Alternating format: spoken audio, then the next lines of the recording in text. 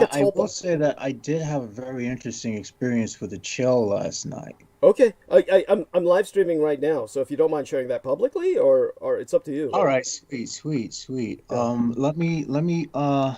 Let Unless you me, want to wait until we officially start the program, because we have an hour till Peter Moon comes on with us, so we can like kind of roll with any number of topics. Yeah, or if you want to bring it up during sure, sure. the trivia Um, section, either. all right, so I'll let you guys do the trivia because I never really have much anything trivial. My everything I have is generally heavy. So, Yeah, good enough point. And so, in terms of, if one of you gentlemen could please hand me the link in the text box, that would be deeply appreciated. it's And load. It's just taking a while to load because maybe I got too many windows open. I do have the link nonetheless. It should be workable for you. bless you, Yeah, thank you. I just can't seem to get into it. So, Yeah, I mean, it is what it is. I'll use my other laptop to get into it okay, after I give you the link. sounds good. Okay, let's see if it works. My other laptop's sound has blown out. I'm fairly certain. I don't know why the hell it happened. Mhm. Um, it happened with the last Windows update, so my other laptop has no sound whatsoever, and that's the main laptop I use to make music. So I have no doubt that either I fucked something up or this has something to do with the electronic prowess of our Miss Lamashtu. Yes, yes, Hey, possibly. JMO, what program do you make your beats on? I Okay. use Ableton Live 10 Suite. Okay, this is Uh, disturbing because the video is not doesn't seem to be coming on. So is anybody else having this problem with the live Yeah, streams? yeah, I was having that problem. That's why I switched over to this other computer. And this other computer, I'm still having this problem with this loading. Okay, it says excellent connection, however. So I'm So sorry, it's not Derek? just me then. Yeah. Derek? Yeah, I was able to access the video. Oh, Are you you in the are? chat? Okay, let me take a look Oh and yeah, I see Derek's in the chat. I just can't see the what do you call it? The only thing is I can't see the image. yeah, the I don't see banner. the image. Yeah, that's what's disturbing. They're saying the image resolution is current resolution is not optimal, but they always say that. That's Yeah. in and of itself not disturbing. The it's how do I say it? And Derek Tully is in the chat room. And let's see where we are. If the image doesn't come up tonight, I'm not quite sure what we're going to do. Can anyone hear our voice? That's the most important thing. Uh, Yeah. For any of you out there, any of our listeners, let us know if you can hear us at all. okay, Please, yeah. somebody say something. Yeah, and what I might do is I don't think changing the video, the image is going to help because the image looks clear enough to me, certainly as clear as any other images I've ever put up. Let's see now. Let me go back to the call, and then let me see if we can try and call Brendan Zogit. Just Electro Gremlins, man. yes, the Electro Gremlins are such. Let me get back to here. See if I can get Brendan on, and he's working, of course, and he probably won't be able to receive the call at all because I only he's see Derek in the chat room, but I don't see anyone else. So, yeah. I mean, it's telling, it seems like we only have one watching now. So people aren't. Watching it. Yeah, So people That aren't seeing. Right. An error occurred. Try again later. Maybe we need to cut off the live stream and start again. Now, Our Lady, Selena tested it earlier, honey. Was there any problems? You tested the live stream earlier, you said? Honey?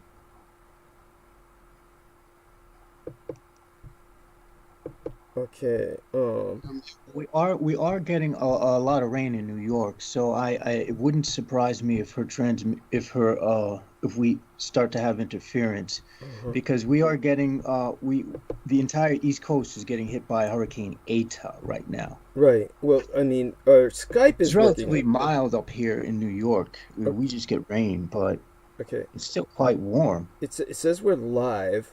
I might stop and start again. Let me see the we've got James Brendan was unable to come on. This is disturbing. Okay. All right, let me check something else before I decide to stop and start again in several minutes. And then I'd have to decide whether or not to reestablish the call. Let me do a refresh of this page, see what happens. And yeah, Derek's the only one in the chat room. Like, it's strange because normally other people come in.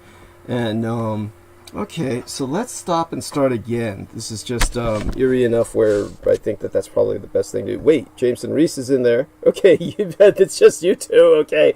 Yeah. It's like we're the only ones in the chat room. Those Yeah, of which us is who are yeah, all, right. which is kind of unnerving. Yeah. There's several Okay, thumbs so up. I'm So seeing other the people banner. watching. You can see the banner or no? I'm clicking on it right now. It's buffering. Okay. I can see the banner though. I can see the back. I can see the image Okay. on my end, and I see 744 JMO put in yo, Uh-huh. but it's still loading, Okay. and it does show just one viewer for me too. Okay. Okay, Interesting. I see the image. You do. Okay. Yes, we Oh. have the image. Okay. That's Which has loaded. okay. Let me see if I see the image in the where it should be. Okay, so it just could be just super slow, and therefore starting the stream again would be counterproductive. Yeah, there's a lot of buffering issues, I'm guessing, with all the crazy, well, with the 2020 shenanigans going on all over the world. You know, Here Yeah. in Michigan too, we got a lot of rain and strong winds right now too. So it's not just I'm not contributing it to the hurricane hitting the East Coast, but there's a lot of wind over here too today, especially. Yeah, thank you for bringing that up. Of course, it's one of those things where Maria says that she says my internet connection is fucked and I can't get the live stream to load. Oh, and my phone won't charge. Oi, hope all goes well with the transmission. And so I just say love you and. Then well, we do seem to be getting a lot of rain and some serious weather in Saudi Arabia, which is quite interesting. So it seems like the entire area of the Middle East is getting hit. And I find it interesting because I'm questioning as to whether this is an attempt of a entity of Lamash to lay siege to Lilith. it's an interesting point. I mean, certainly valid in terms of the context of what I myself have been aware of for so many years, and there's a lot of other things going on that I can personally bring up probably by the time that Peter Moon comes on. Now, okay, I'm still not seeing the image, so I'm glad everybody else is. So The image. The thing is, I just don't see anyone else in It chat. shows 2 viewers now for me. okay, yeah, so watching as well. right, yeah, I noticed that originally it was like, yeah, one concurrent viewer, then two. It's like it's taking its time to aggregate or to count everyone, unless of course it's some kind of bizarre Veterans Day phenomenon. But I can't imagine anybody going anywhere to celebrate in some kind of great gathering. Are there sometimes football games on Veterans Day or? No, I can totally see a bunch of PC nerds. You know, they're all just lined up in this room on their laptops and computers, and they're like, "We're gonna game for Veterans Day. Let's go, let's go rip up the freaking I don't know what is bandwidth." Right. What did you say, Pac One? I heard Pac One It's a said. hashtag Veterans Day. Right. So I my. keep getting these sigils every time I close my eyes. I think I'm channeling something. This has been going. This has been ongoing, and it's at this point it's reached the point where it's like it doesn't even know if it's state of consciousness. Right. You know, to see these things. Well, we're moving up to 3 concurrent viewers, so I think that whatever sigils you're seeing, there's something going on bandwidth-wise, which is that people can't get online is basically what's going on. Interference or not. It's just one of those things. Okay. That's Trump's. Yeah, that explains Trump's silence. Trump has his fucking Russian troll farm, fucking set all over the place. Yes, that's what He's yeah. gone angry troll. He's like, all right, fuck this. I'm not losing. Uh-huh. I don't lose. Yes. Open up. Yeah. I don't know. Well, I guess what I'll do is I will try to hit the link again, and I'll try the one sent by Dirk Talley and see if I hear any voices on it. But you know what? I can't because the screen is still spinning, so there's no button to press where I could turn the sound on or modulate the sound. So effectively, there's no sound coming up, and I just somehow paused it. Might just have to restart. I've reset it a couple times myself. Oh, did you? Oh, okay. So is it just resetting and that helps, or? It's not doing anything. Oh, okay. So still just buffers. I'm just letting you know. You said you wanted to restart it. Okay. So so then maybe we should restart it. We should give it a try. I get the intuition that maybe that's not the right thing to do. I say follow your intuition then. Yeah. But just keep going with what we got and see what happens. At the same time, what we've got going is frustrating enough where I feel compelled to try.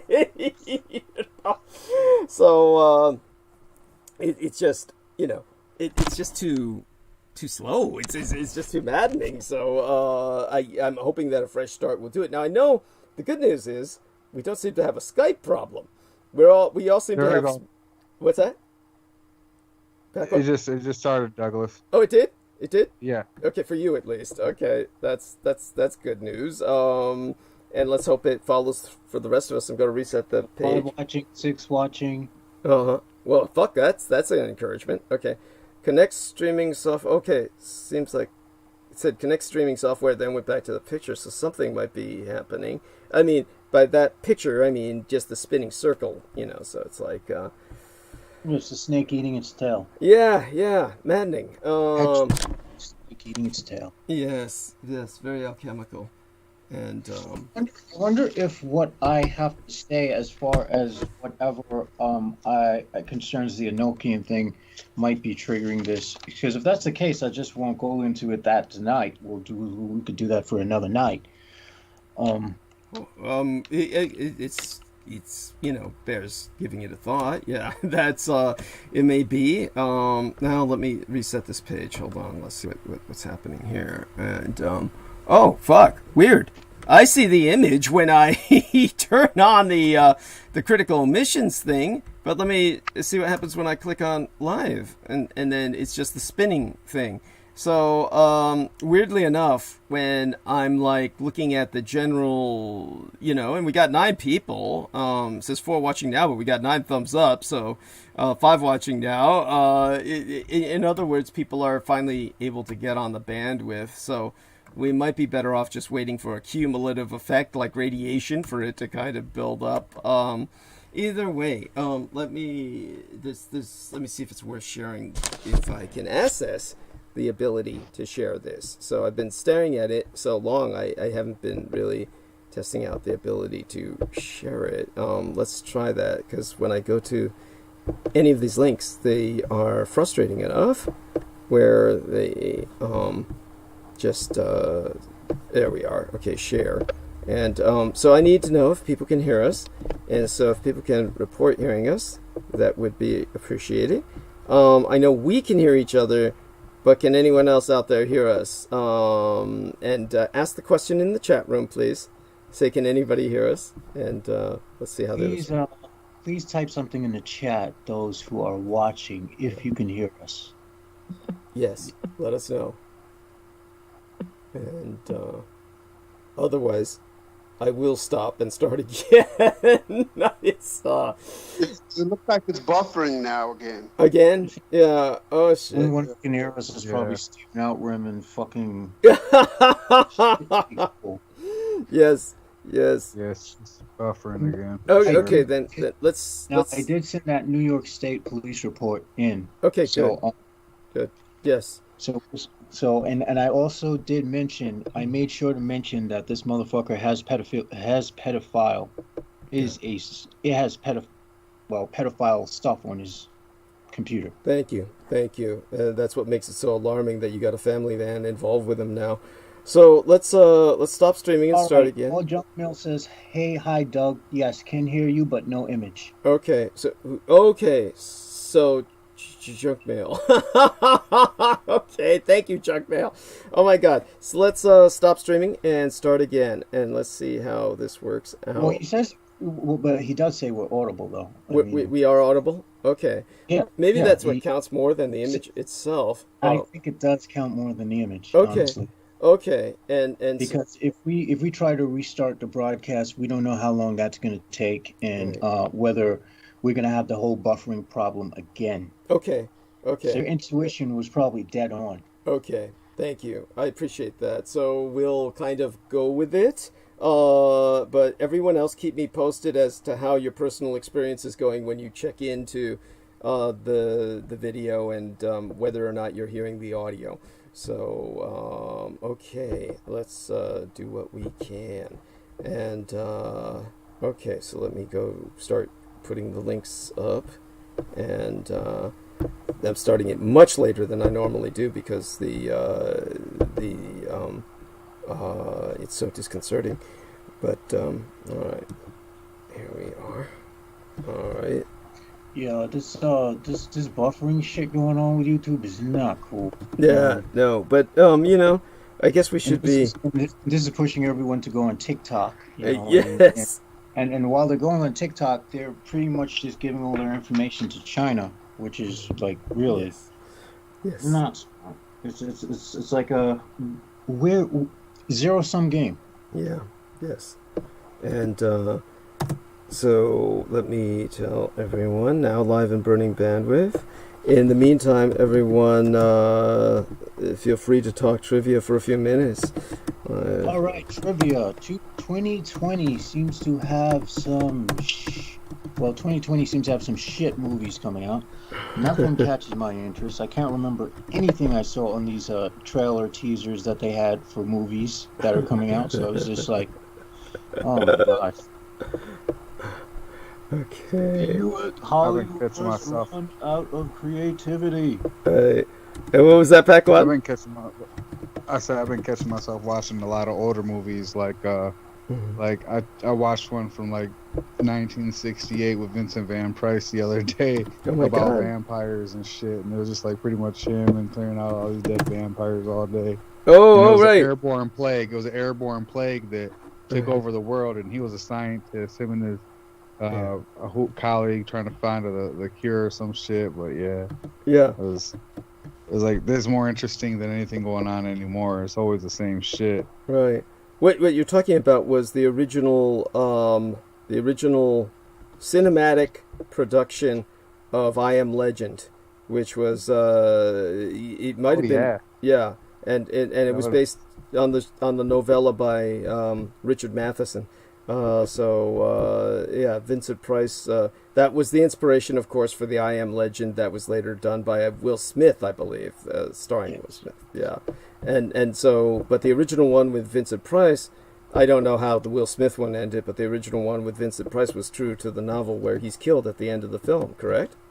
Yes. Yeah, and There was a good movie I saw. It's actually become one of my favorites because of the idea behind it. I think it's called Cell, or is it called Pulse? Something like that. It had like John Cusack and Samuel Jackson. I think that was Cell. It was Cell. It was Cell. And what happens is like the frequency in the cell phone starts turning people into these like crazy zombies and whatnot. Mm-hmm. And everyone who didn't hear that frequency, they have to try to survive through it. Mm-hmm. And it's an interesting premise because in real life, people are turning into cell phone zombies. Yes. I cannot count the times I walked on Bay Street and in Manhattan where someone would just be walking like a tiny steps like a robot while around texting while people are flying in the middle of the freaking sidewalk. Oh my god. Well, the good news is when I put the link up, the image shows.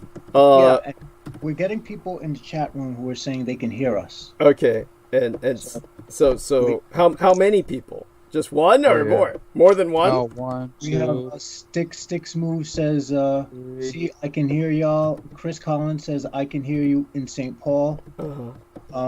True Jihadi says, hi, Mr. Dietrich. Audio is fine, but no image. Okay.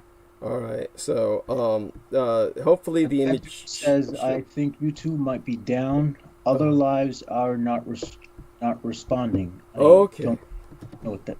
But other than that, it seems like we're audible, so that's what's important. Yes. Yeah, definitely.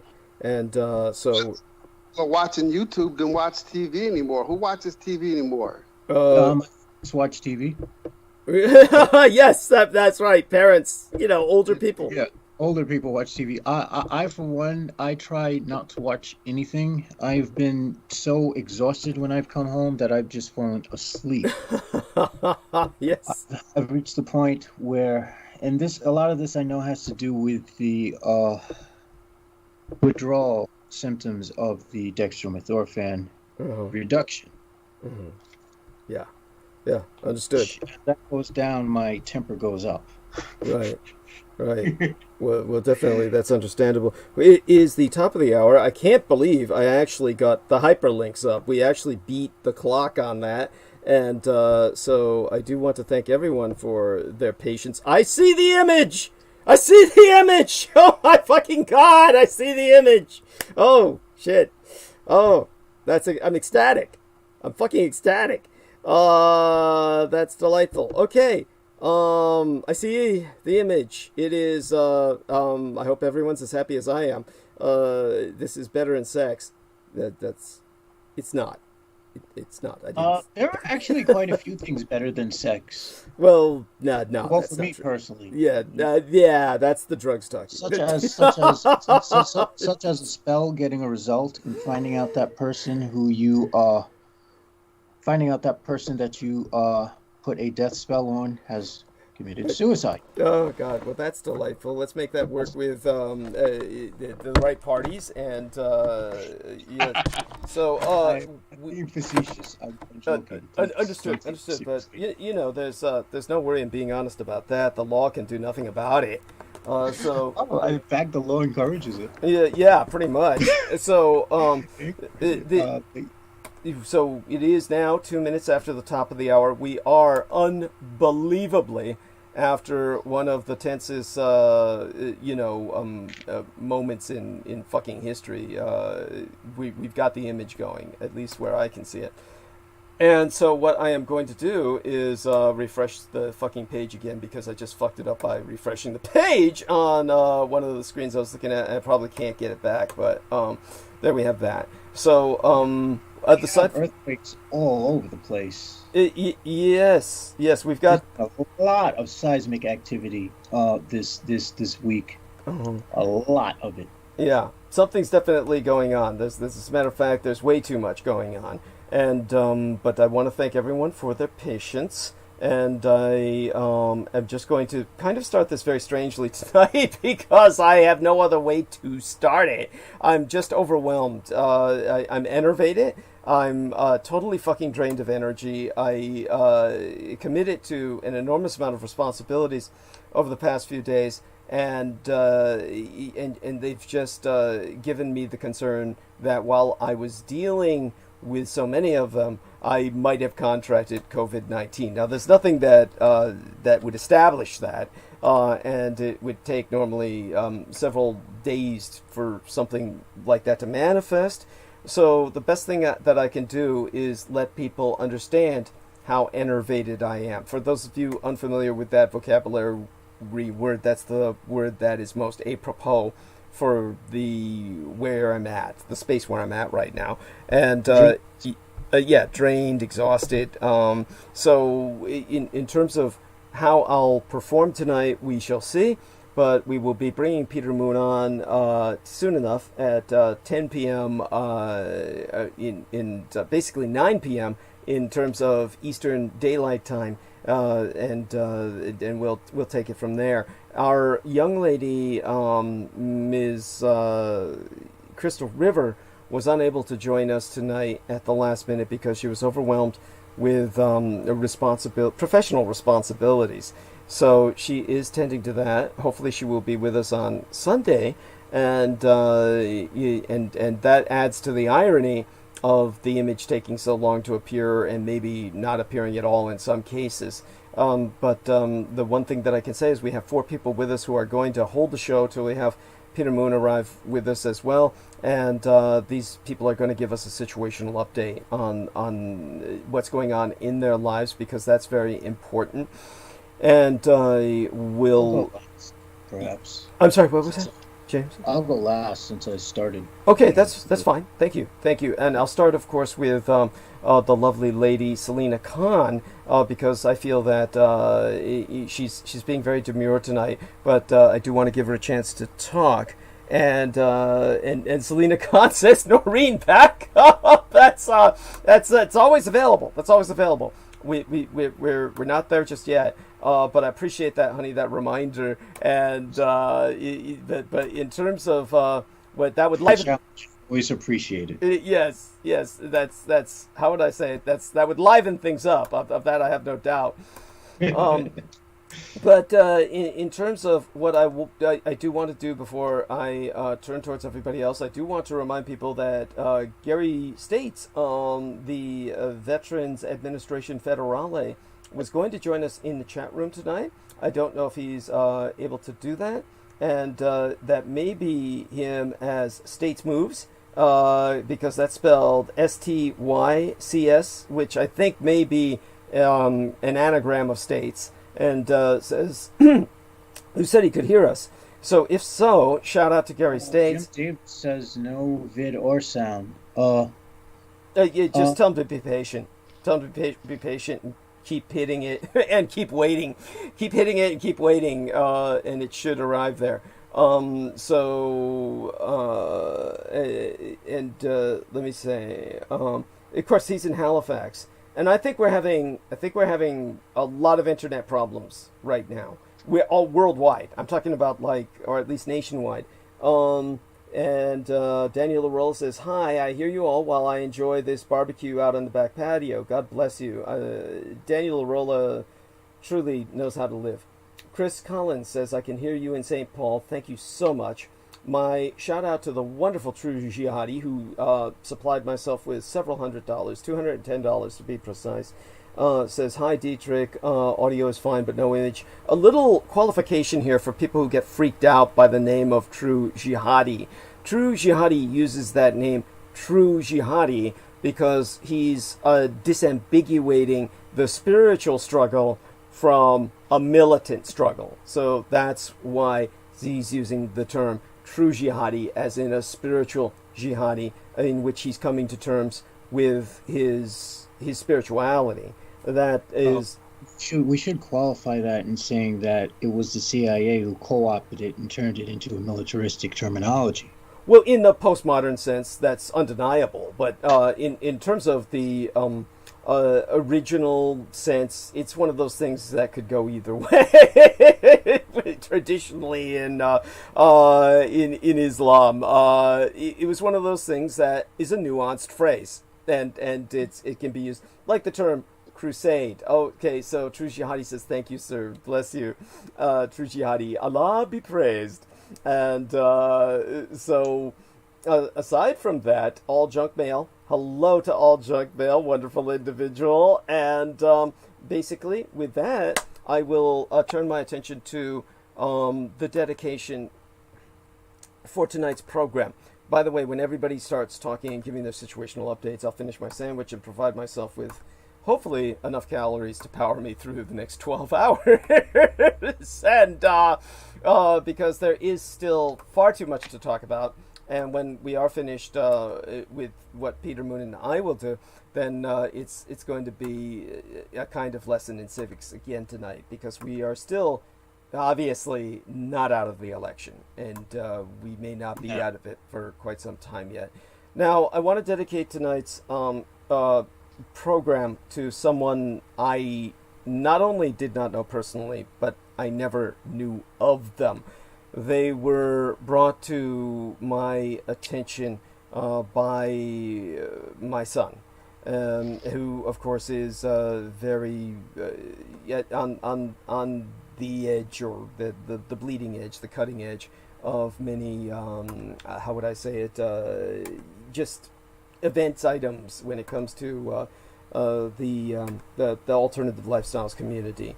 And within that community, and without that community, meaning within and without it, Brax has died, and Brax was apparently very much an influencer, a social media influencer, and a rapper.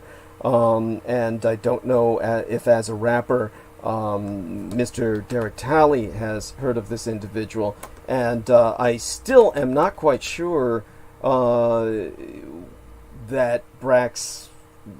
I presume Brax was genetically born a female, and I understand that Brax genetically died a female, but she apparently identified as a she, was so identified with advocating with the alternative lifestyles community that that I really don't know the specifics, and I certainly know that the specifics of her death are not clear. She What's this rapper's name again? Brax, Brax, and she was 21 years old. She was 21 years old, and she was born Braxton Baker, and she was literally involved with far too much to even describe. There was my son was much more of a fan of hers, still is, of course, and her work is now available freely. Her work. Her mother has made her work available for all. So anyone who looks it up can review her songs and her accomplishments. But she was definitely someone who spoke to the multiple genders and the multiple sexual identities as knowingly as I have in the past. In other words, at the academic level. And I think, from what I understand, from what my son is telling me now in the link that he speaks to me through, she was basically non-binary. So that would mean that while she identified oftentimes as female, or that was acceptable to her, her innate gender identity was something a bit more fluid. As a matter of fact, my son is reminding me the correct term would be gender fluid. So she was a gender fluid individual who was, as many outlets described her, a triple threat. That basically she had many talents that she was using to express what to advocate for her causes, and that she was working on no less than 2 albums and 3 novels at the time of her death. So other than that, of course, she was involved with rap music, and she was involved with the production of many media types of things. I think that I'll just have to ask people to look it up on their own. I know my son's very upset, and so I do want to say that it's upsetting when anyone dies at the age of 21. And so at any rate, if you found out anything else, Mr. Talley, you let us know. So I'm reading up on her now, and it's not quite clear how she died. I'm still trying to figure that out. Was she murdered? Well, I don't get that impression. There was a very emotional post by her mother, Latricia Lofton Russell, who confirmed her death on Instagram. And this was on Thursday, November 5th. So my son's been trying to bring this to my attention, but I've been dealing with so much. He honestly was only able to speak about this to me at length. He appreciated what I was busy with, and understood I had to tend with a number of things before I could deal with this.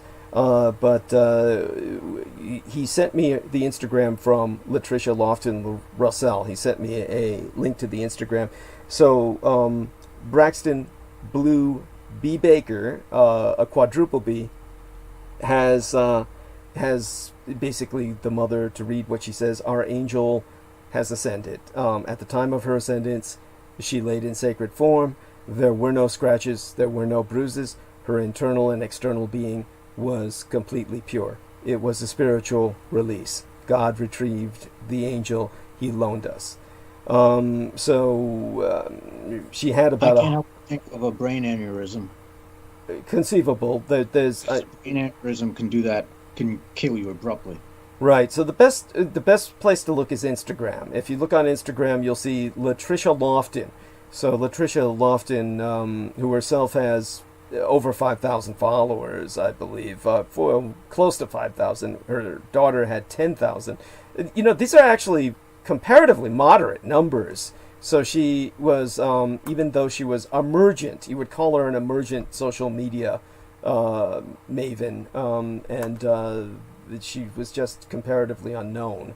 So this was actually kind of a subculture. She was what you would call a subculture icon, but she was emerging into other cultures. And so it's a tragedy that she didn't have a chance for that emergence. And She could also have been cursed to death. I'm not averse to that as a thesis. I have to say that because if you curse someone to death, it could be made to look like they died of natural causes. Well, There are spirits that can do that. we're not even sure that this looks like natural causes. Natural causes usually leave some that's kind what I'm of. saying.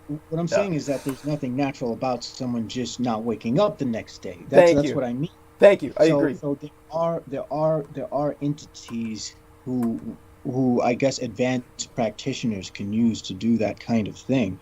But from what I hear, at least from what I hear on the outside. Now, I'm going to say that anything we hear on like YouTube or other places, that I would call that the outer order. Right. From what we hear in the outer order, that's exceptionally difficult. But if we're talking about someone in the inner orders, inner folds, who are just relatively secret about everything, it's not impossible. Right. Thank you. Thank you.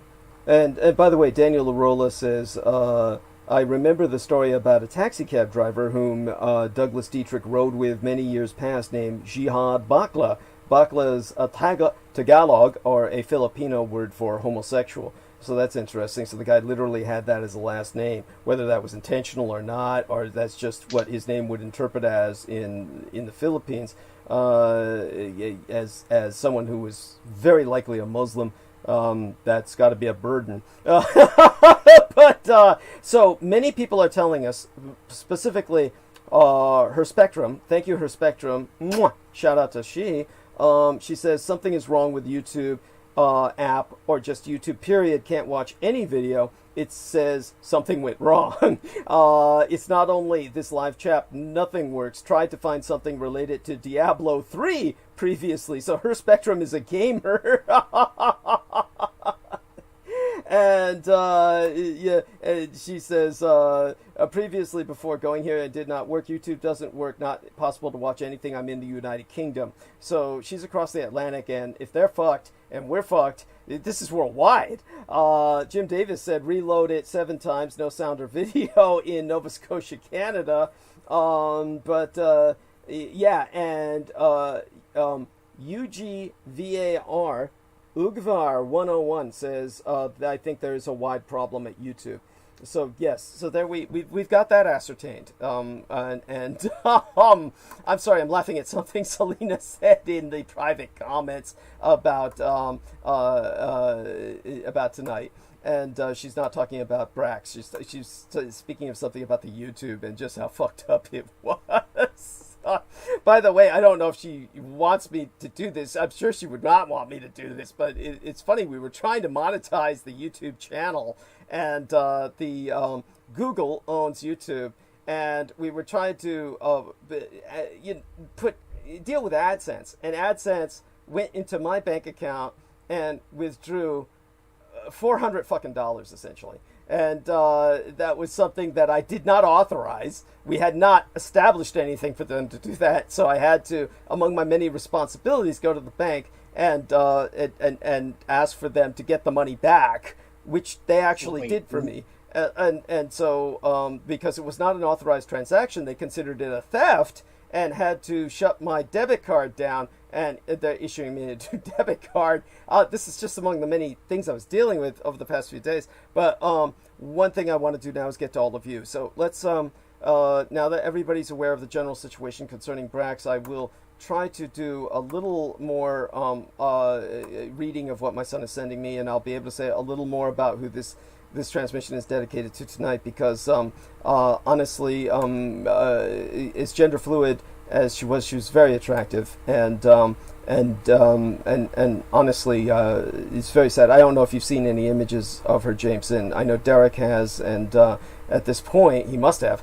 But to see any lovely young female like that just die is beyond tragic. It's a personal violation to us all. Yeah, and so I haven't seen a picture of her. I'm wondering if there's anyone in the industry that that's worried about any secrets that she may have. I remember there was a transsexual once that wrote a book, and it was like $1 million book. Well, I guess she was going to get like a lot of money for it. Sean Puffy Combs paid her millions and I think like in tens of millions for the right to the book. And then as soon as he paid for the rights to the book, he made her sign something that said she wouldn't write another one, gave her like 10 million or something. I'm not sure of the exact figure he gave her, but it was a very, very large amount. And then he burned it. I would assume that we can conclude from that he was fucking the transsexual. Well, anyway, it seems like what happened was she probably had leverage over some very powerful people in the industry who are MK Ultra bigwigs. So they had to try to find a way to electronically knock her off. Or occult-wise, or a combination of both. And probably. I mean, I don't doubt by now they probably have the technology to induce heart attacks in people at a distance. I'm not sure. I would assume that a myocardial infarction, which is the correct name for a heart attack, would leave someone looking pretty bad. That's not the way she was described. There would be evidence like the lungs would fill up with fluid. Because as soon as you stop breathing, your lungs fill up with fluid, and the person essentially drowns to death. Right, and it would not look good. It wouldn't be the way the mother described. What were you going to say, Derek? Tell me. Yeah. Though there was a weapon that came out in the early 2000s to where they take jellyfish venom and freeze it with liquid nitrogen, and then they'll shoot it at you with a pellet, and it'll only feel like a mosquito bite from a distance. But that jellyfish venom will kill you within 8 hours. Yeah. Yes. Thank you. There are several. Splendid. Yeah. Your government has figured out ways to kill you that you can't even conceive of. Yeah. Doesn't it feel great to be a fucking American? Yeah, there you have it. Well, of course, these exotic weapons have existed for as long as mankind. You see weapons like that described in Sherlock Holmes that were literally stolen from the Pygmies tribes, and that was in, I forget which Sherlock Holmes adventure that was, but at any rate, Selena Khan, honey, would you like to come on and share any experience with us today? And then after that, we're going to go to Pac One Morales, or maybe we should start with him first because he has the family responsibilities. Is that how do you want it, Selena? It's up to you, honey. Yeah, it's okay. I mean, I'm available. I'm here, in and out. But yeah, go ahead with Pac One. Yes, Pac One. Because of your familial responsibilities, I want to bring you on right now to give us a full situational update. And I'm especially concerned about your wife. Could you tell us any updates about the COVID floor that she's working on now, and exactly how this is impacting her and other staff members, etc. Please, and everything else that's going on in Flint, Michigan, the world of, as far as I'm concerned, a kind of world of turmoil. Yes. Okay, Douglas, I'm sorry. Yes. So, with good evening, everybody. I'm sorry. No worries. And you can introduce yourself if you want, any way you want. Just please, by all means, take your time. Yeah. Yeah. Just good evening. This is Pac. Pac-on. Just everything. I've been really busy with with my tamales because right now is what's considered tamale business or tamale season, and I do probably about 120 to 150 dozen a week. Oh my fucking god! I thought you were saying that the winter season kind of calmed down, so it doesn't.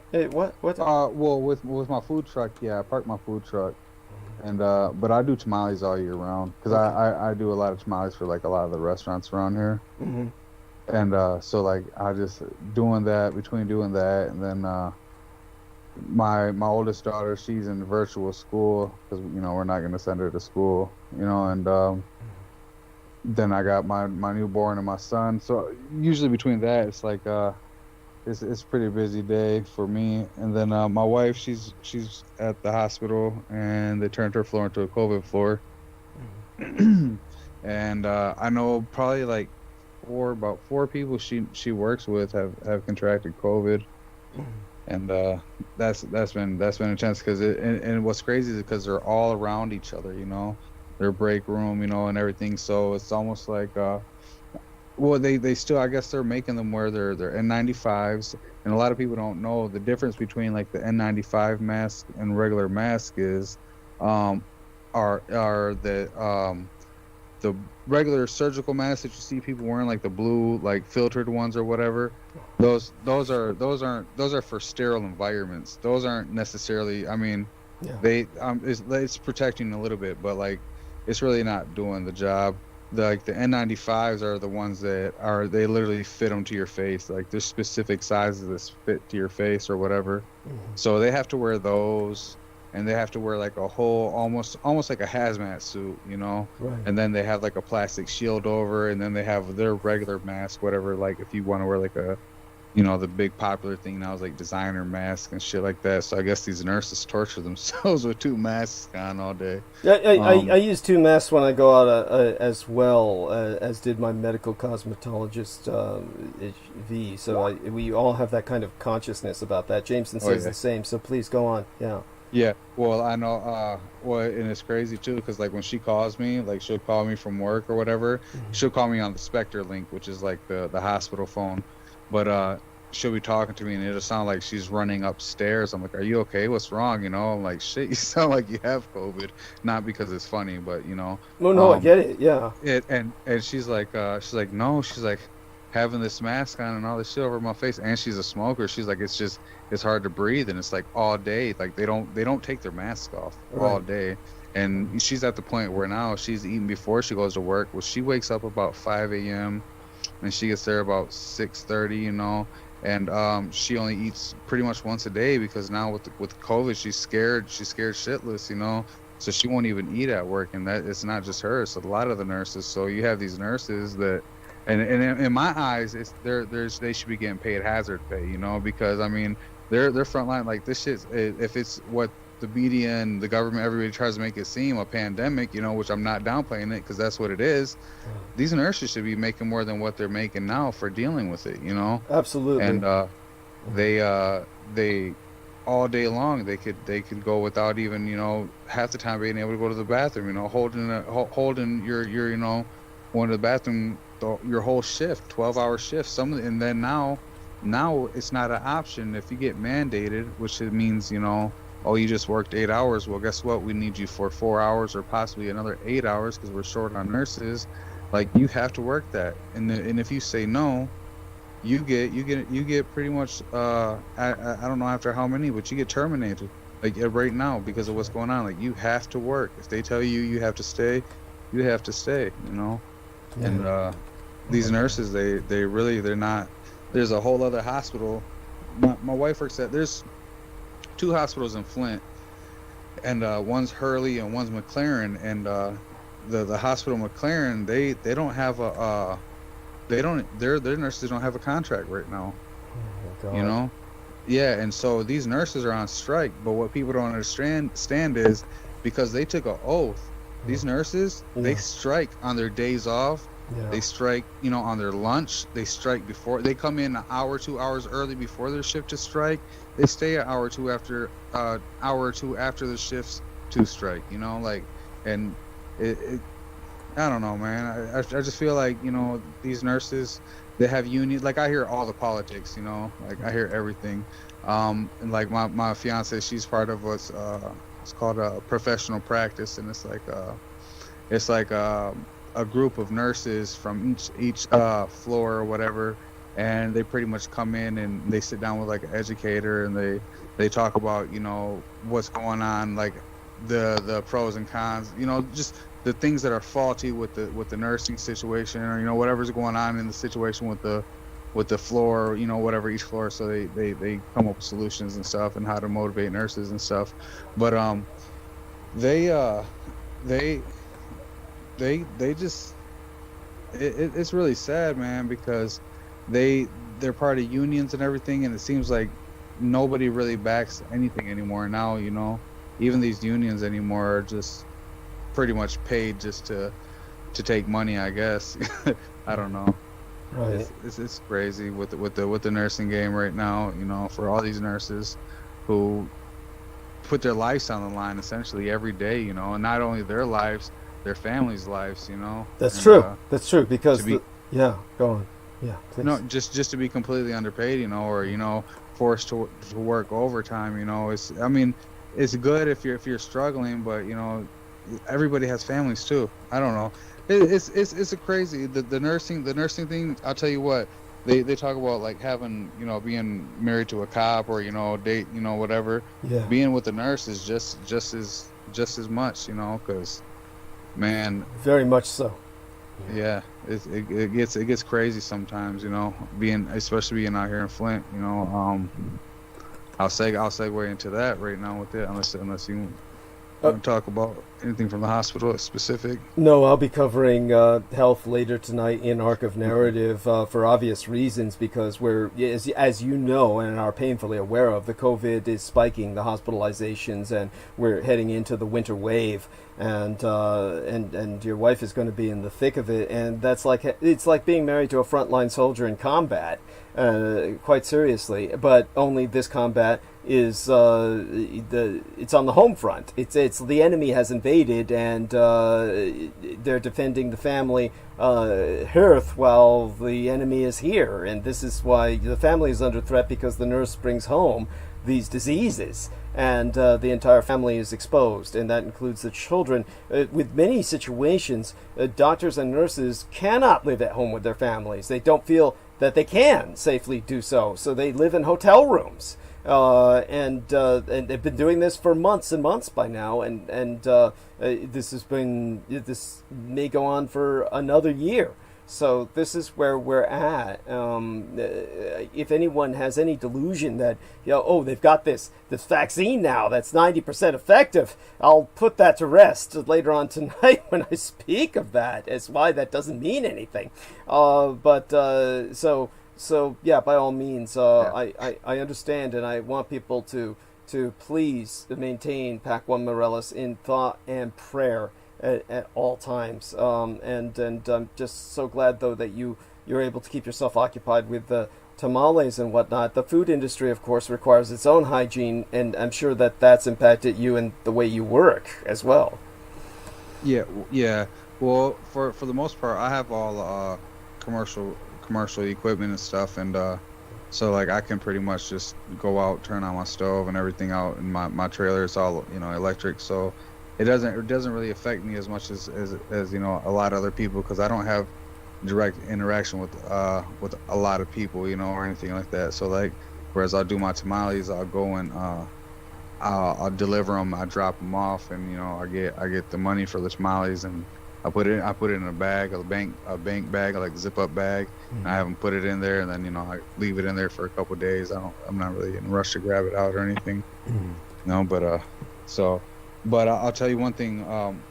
Just to say, going back to what you were saying, like that's one thing like me and my wife talked about is that if it does get too crazy or too out of hand, that's one of the things she's possibly talking about doing is renting a hotel, and staying there because of how bad it could be, how bad it could get.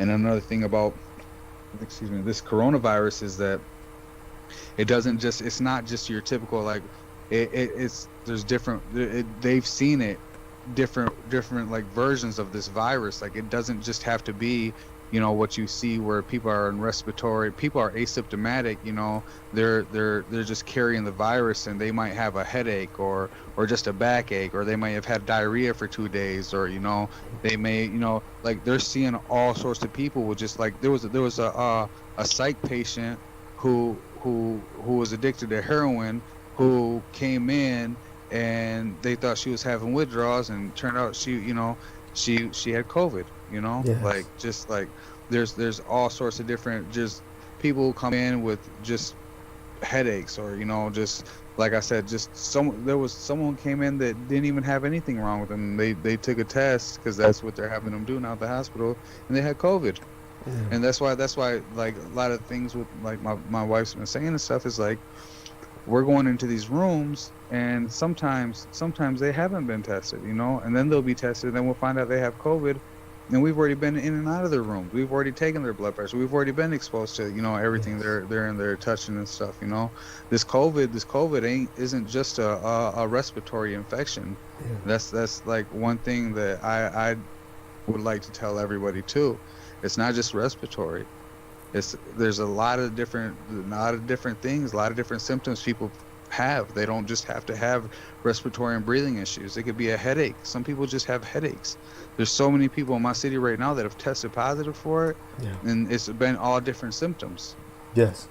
I mean, but that brings us back to the airborne virus of I Am Legend. I mean, basically, it's very similar in some ways, except we're not getting the dramatic effect of something sanguinoid or vampiric. We're just simply getting a kind of basically something far more sinister because it's not identifiable. And this is what ultimately threatens the most vulnerable among us, which is no longer the elderly, it's the children, really, now. And because they sent them back to school. That was one of the fucking most retarded things anyone could have ever have done. Thank you. Like, thank you. Kids don't show. They're just like I'm talking about being asymptomatic. Yeah, they might get a little cold or whatever, but it's not because we should. I mean, they're seeing it now, but they're the ones who are gonna pass it around quicker than anything. These kids touch their faces, touch hands, touch doorknobs. They walk down aisleways in grocery stores with their fingers up and down, touching every box and shit. Like I know because I used to do it as a child, Right. So like, right. They're like the number one spreaders of it. Like going back to school was not smart at all.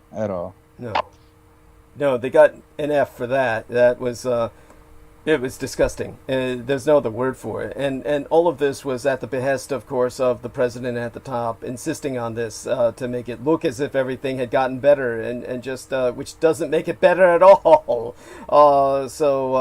But by all means, yes, tell us about Flint, and Flint is like a perennial disaster story. So give us the next stage in that drama. Oh my God. Oh gosh. Well, I can tell you right now that the water situation has not been resolved whatsoever, and almost at this point, the only people that really care are people who haven't really been deeply affected by it anymore. It almost seems like people are it's just the thing now. There's still outrage. There's still people. I mean, for the most part, too, it seems like because now they just settled a lawsuit. There's a lawsuit, and like residents of people who've been in Flint and stuff like that, like they're entitled to money. And I don't know if people feel like that's like some big win or something, because it's still really not. I mean, the water's still fucked up. The pipes are still messed up. There's children who have been affected. physically and mentally by this tainted poison water. And not only that, the water's been messed up. I can take you back to probably around 1993. There was this lady who worked. There was a GM shop that has since been closed down, and they've tried to like build casinos on this land and everything. They can't because the ground is too toxic and shit. Oh, but they oh yeah, it's everywhere. They've even built like these townhouse condo type deals, like this gated in community. And they sold the houses for dirt cheap. I mean, they were super nice, and they were supposed to be like, the next big thing. But what happened was the ground was poisoned, was toxic. Oh my God. And so instead, what they did was they sold these houses at dirt cheap price and guaranteed a lifetime of no land taxes or city or any kind of taxes on those houses. So they sold up like that, and that was probably like 20, 30 years ago. So I'm pretty sure that there's effects from that too on people in Flint. But you like what we're gonna see 2, 3 generations, 4 generations from now is this long term. Oh my God, did he get cut off? Holy shit. Oh, there you are. Well, yeah, we're gonna get these long-term genetic, these long-term genetic problems, man. Because I mean, lead doesn't just affect the blood or whatever, it affects the genes, period. And yes it's unfortunate for this city with these situations, but at the same time you have the city also almost like it's doing like an implosion type effect, right? Because you have this water that has affected the city, and you do have residents in the city that don't care, but it almost seems like there's a whole other part of the city that has carried on life, outside of that. They're used to the bottle. They're progressing on, to where Flint's becoming this college urban area.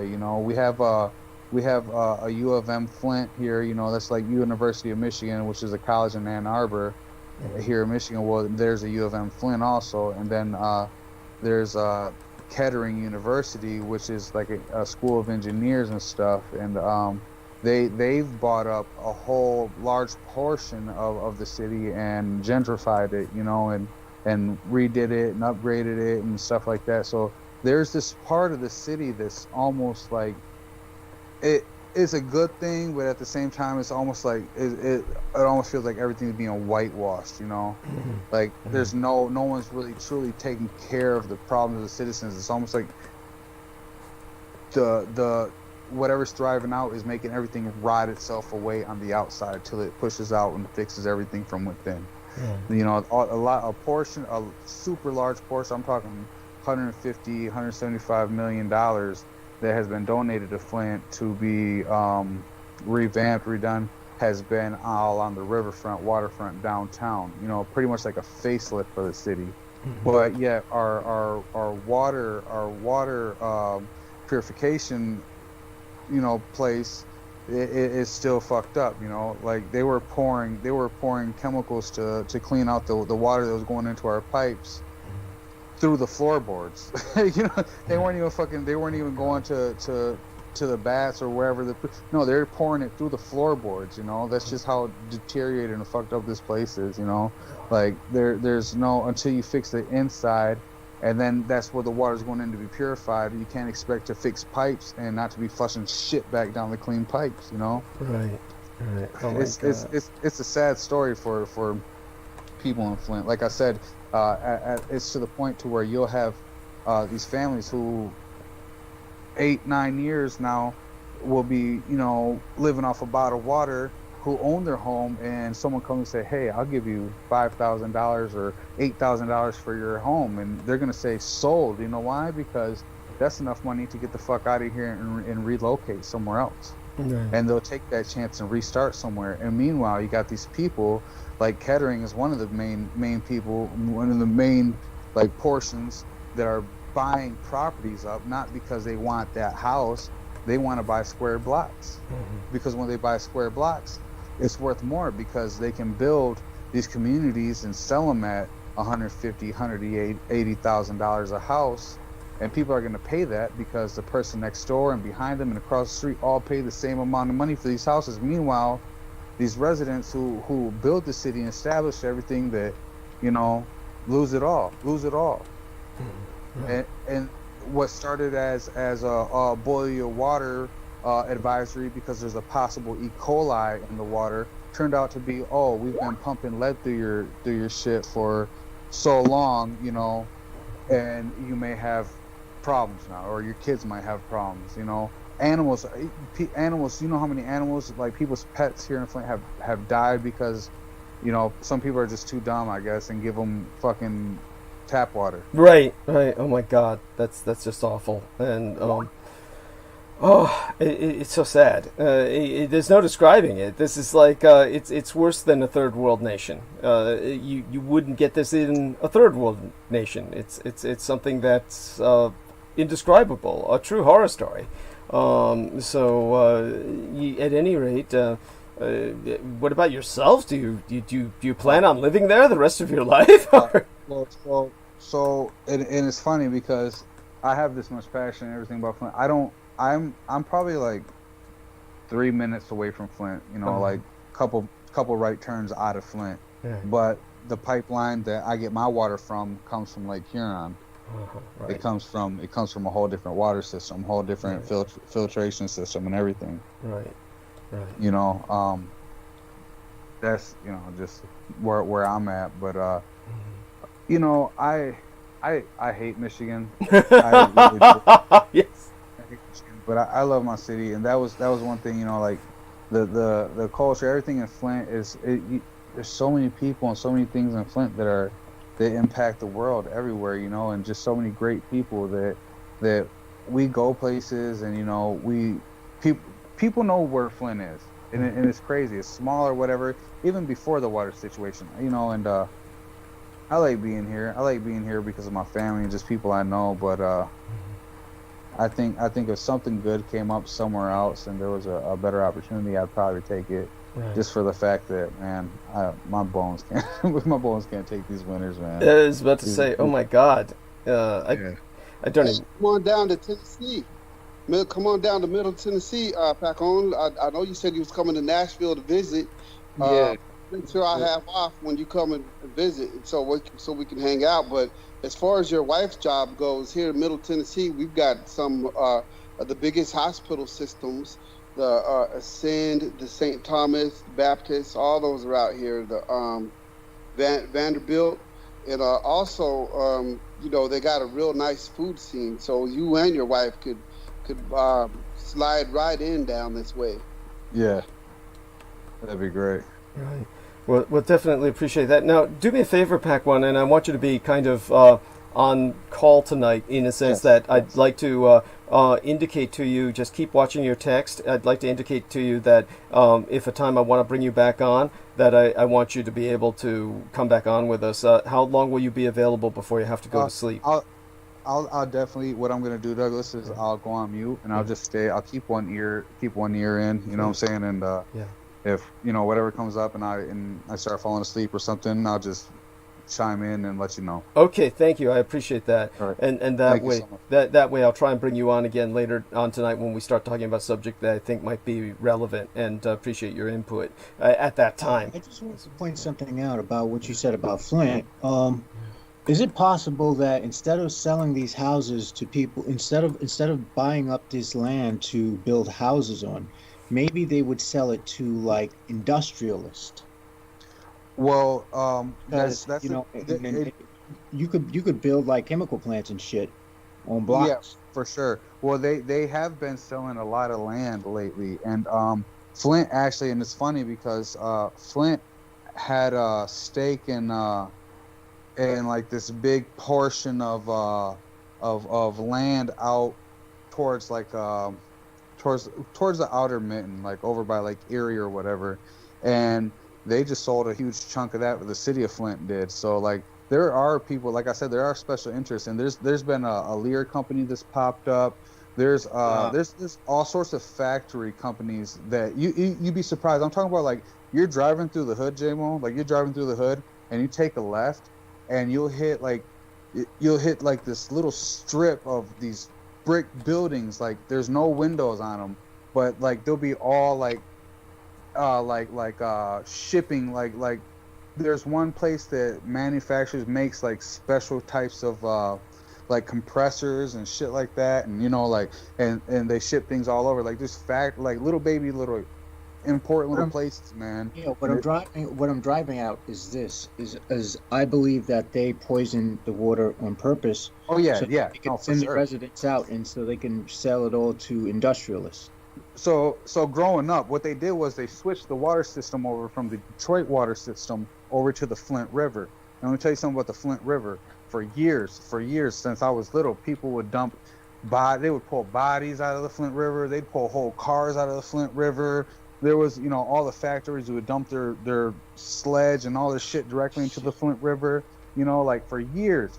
So these pipes were closed, and then out of nowhere, you know, for whoever knows how long, 40, 50, 60 years, and then they just turn these motherfuckers on out of nowhere, and just all that shit just rushes in, man. It's just And they didn't tell anybody anything, did they? No, they didn't tell anybody. Well, what I was getting at when I was talking about the GM factory that was it was on a main stretch called Dort Highway.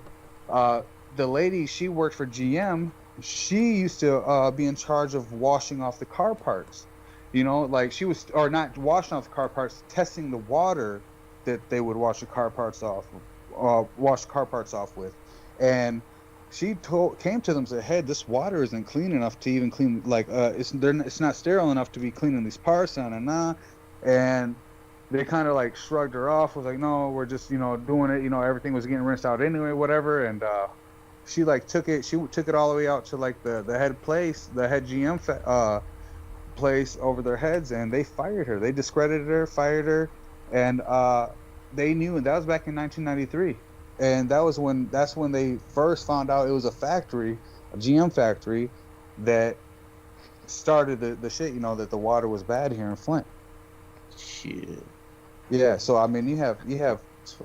I'm like, shit. I remember guzzling water out the water hose. Oh God! as I start twitching a little bit, as I say, it was just shit, man. It's just like it's been going on, It is crazy because Flint used to be the auto capital, man. Like they talk about Detroit, but Flint was called Vehicle City, man. Mm-hmm. And there used to be shops everywhere. This city used to be like, it used to be so alive, man. There used to be so many things to do. I mean, we had our own personal theme park here in Flint. We actually had two of them. Had drive-in movie theaters. JFK. They had JFK. A big old thing about him coming to Flint, and just all sorts of there's all sorts of crazy history about Flint. And it's like they took something from Flint, man. There was something they took and they killed Flint. There's something they want from Flint, but they literally killed Flint, man. And it's sad, Chevy was born here. Just it's crazy. It's crazy. But I'll let you I'll let you guys get back on. Definitely. I'm sorry. Oh no, you were wonderful. I wish you were able to give us this much time and energy each time that you're on, and I know that you can do that, and it's very important that you do so. Honestly, because it's a microcosm of America in general, albeit the industrial part of America, as opposed to other parts. But we all have these pollution problems. But Flint is where they just really cross the line into the civilian world, and people are living in the middle of it, and it's just so it's unbearable to just look at that. But at the same time, it needs to be brought to our attention, and so I want to thank you again, and just remain with an ear, and when I need you, I'll give you a shout out, okay? And then no all right, thank you, love you dearly, and share our love with your family. For sure. Yeah. And so, Derek, give us a quick update on what's going on with yourself and your situation and how things are going. Oh, okay. Well, I was listening to Pacon and how his wife was forced to work, in that medical field. And I just want to let him know that, I'm keeping you and your family in the prayers, bro. I got a certain Facebook friend that whenever you post anything about COVID-19, He always comes with an angry response. You know, he's one of them extreme right wingers, and he says, "I don't even see how this is even news." I know I posted that Ben Carson had COVID-19. I don't even see how this is even fucking news. And he'll say, "Well, you know, it's just like a cold. We're all gonna get it anyway. You know, it's not even news." Well, I got a story here that's too many mistakes made. Texas parents told their 5-year-old daughter was fine after COVID-19 diagnosis. She died less than 24 hours later. Yeah. Texas police insist that their 5-year-old daughter was perfectly healthy before she suddenly died after a short battle with COVID-19 in late October. Emilio residents Tasha White told KAMR her daughter Tegan started to act differently on October 27th. She was just sleeping, she recalled. Then they went on to Tuesday and Wednesday, and she was still eating and drinking. And Wednesday night came, and she started throwing up. So that Thursday, they decided to take her to the ER. The kindergartner tested positive for the coronavirus 2 days later, even though she hadn't exhibited any common symptoms like a fever or a cough. Despite the result, the doctor did not appear to be concerned about Tegan's prognosis. And the doctor came to, they discharged us and told me that she would be fine. It doesn't affect kids, he advised. And he told her to keep her away from the older people. Tegan's condition did not improve. And when her mother checked on her at 3 a.m., the little girl was unresponsive, but she was still breathing. Tegan died after her parents called an ambulance to transfer her to the hospital. And you know, that's just one of the stories that I have, but it's real sad. Yes, that's just awful. By the way, I realize now it wasn't me, it's you, it's your equipment. You're sounding very muffled. You sound like you're talking underwater. So it's your audio. It's something going on with your reception and your transmission. Your transception would be the technical word for it. Your transmission reception. And it's got to be the bandwidth in terms of how your region is holding bandwidth and how that's working through Skype, which is alarming because our entire program rides on our call with Derek Talley. So, but he couldn't hear me earlier, and or rather, he heard me as muffled, and that's how he's sounding to me. So I realize now that it's because everybody else heard me all right, that it's basically his equipment, not his equipment, but his area, his regional transmission reception. So just so you know. And did everybody else hear what Tally was saying clearly, or you could barely make out what he was saying about the 5-year-old girl dying of COVID-19 within 24 hours? I could make it out. Yeah, I made it out. Okay, I could make it out, but it wasn't crystal clear. But we made it out. We all made it out. And to again add to the gravity of the situation for people who just don't get this, I've had 2 people that I cared about die. And these were people I've brought up, and this was in the past few months. Lada Andrews and Mr. Doc Maki, and then my parents always taught me that these kinds of deaths come in threes, and I was concerned about other friends that might die. And I brought this up with Crystal River when she was with us last time about Keith Call and whether she might sense something. And because he's another friend of mine I hadn't contacted in a long time, made a point to contact him. And he's doing fine, but he had contracted COVID-19. And to show people how serious this is, Keith Call is a young man. And when he contracted COVID-19, like happens, this is normal, quote unquote, this is symptomatic, he lost his sense of taste and smell. And the difference is that, and this is case by case, in his case, like many people, certain symptoms have never gone away. And he has never regained his sense and smell, a sense of smell and taste, his sense of taste and smell, which is, I can't imagine living like that. So this is horrific for someone to live like that. And so by all means, Derek, tell us about what it's like. I mean, you have this, but you went through chemotherapy. So, Right. See, I still have my sense of smell. Now, if I were to lose my sense of smell, I wouldn't be able to work where I'm working at right now because I'm not just a truck driver. I'm a cryogenics technician, right. and one of the job descriptions of my job after I'm done and I do the testing, I have to check for, the O2 levels. I have to check for the CO2 levels. I check for the purity in whatever I'm loading, whether it's oxygen or nitrogen. And even when I load CO2, I actually have to do a taste test on the CO2 water. So, my taste test is good enough to do the load the CO2 now. But if I was not able to smell, I wouldn't be able to complete the test. And a lot of times I'm there alone by myself, so I have to know how to run the plant and as well as load and test. And see, I'm taking liquid oxygen to the hospitals, and I'm taking liquid nitrogen to food places and medical places. So not being able to smell is not an option, because the very last test before I start to hook up my hoses, I have to do a smell test to make sure that make sure it smells like nothing. One time they don't even like jokes. You know how you're not allowed to say bum at the airport. Right. Right. Yeah. Well, I was in there once, and we had a couple of big wigs in the area, and I didn't know it. And I was loading oxygen, and then I smelled it, and I said, "Uh-oh!" And everybody said, "What?" I said, "This smells like oxygen," and everybody panicked and all. What? It doesn't smell like nitrogen? I'm just joking. I mean, they don't smell like nothing.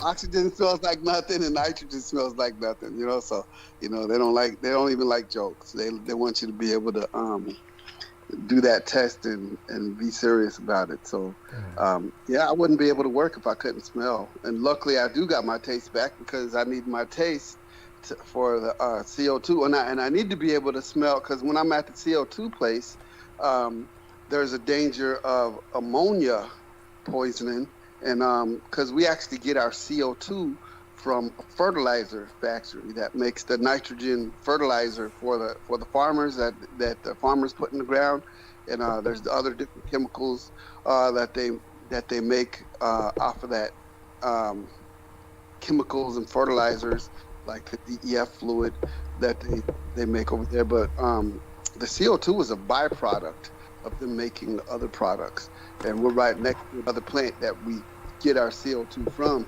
So you have to, not only do I need my taste to do the purity of the CO2, I need to smell if something's wrong while I'm loading the CO2 at the plant next door, because if there's an explosion or if there's any kind of ammonia leak or anything, we have to get out of there. Right. That's so important. So you see, everyone who's listening, just how important this is, and just the gravity of the situation. With Keith Call, he works in a totally different field. So, but with just like Derek Talley said, these senses are so important, and so this is nothing to be taken as, oh, I'll just go ahead and catch it and get over it. It's something you don't even want to catch. You don't even want to try that experiment. It's because you don't know what the long-term results will be, and that this is the point. They call them long haulers. There's a large portion, so large that I don't know the statistical situation yet, but a large portion of people who the symptoms never go away. And they call them long haulers. So with that, we bring on Peter Moon. And Peter Moon is of course, for those of you who don't know, he's essentially, for all intents and purposes, my biographer at this point in my life, and he and I have been working with a number of challenges, and I do want him to bring up the latest book he's turned out again, and we're going to talk about the book we're working on now, and as a matter of fact, we'll be going over a chapter of that book, he and I together. I'm going to look that up by going into my Gmail and looking up Sky Books, and I should be able to actually call up the manuscript. It might be better if I read my version. Yeah. Because it yeah. be more updated. I like it. Yes. Sounds wonderful, and that's delightful, and so I agree. I agree, and with that, of course, I want people to understand that Peter Moon has his own site, skybooksusa.com. And you can pay your respects to him personally, friend him, follow him at facebook.com/peter.moon.566. And of course, you can find out more about him and what he's done as a on-running thematic throughout his life, or this, latter half of his life, at the timetraveleducationcenter.com. But most importantly, above and beyond all else, skybooksusa.com is where he keeps all of his books in print, everything he's ever published, and or everything he's ever written and published, and that's where you can order these books. Now, I regret to inform Peter that the Crystal River will be unable to join us tonight. She had every intention of doing so. Her professional responsibilities overtook her, but I definitely, she sends her best regards to all of us, and that includes the listeners. Of course, it goes without saying, which reminds me I'm going to check into the live stream and see who else has joined us. And that dude says, finally, I can hear the transmission. Dennis Marshall says, it's alive! And Jim Davis says, holy hell, we live! And her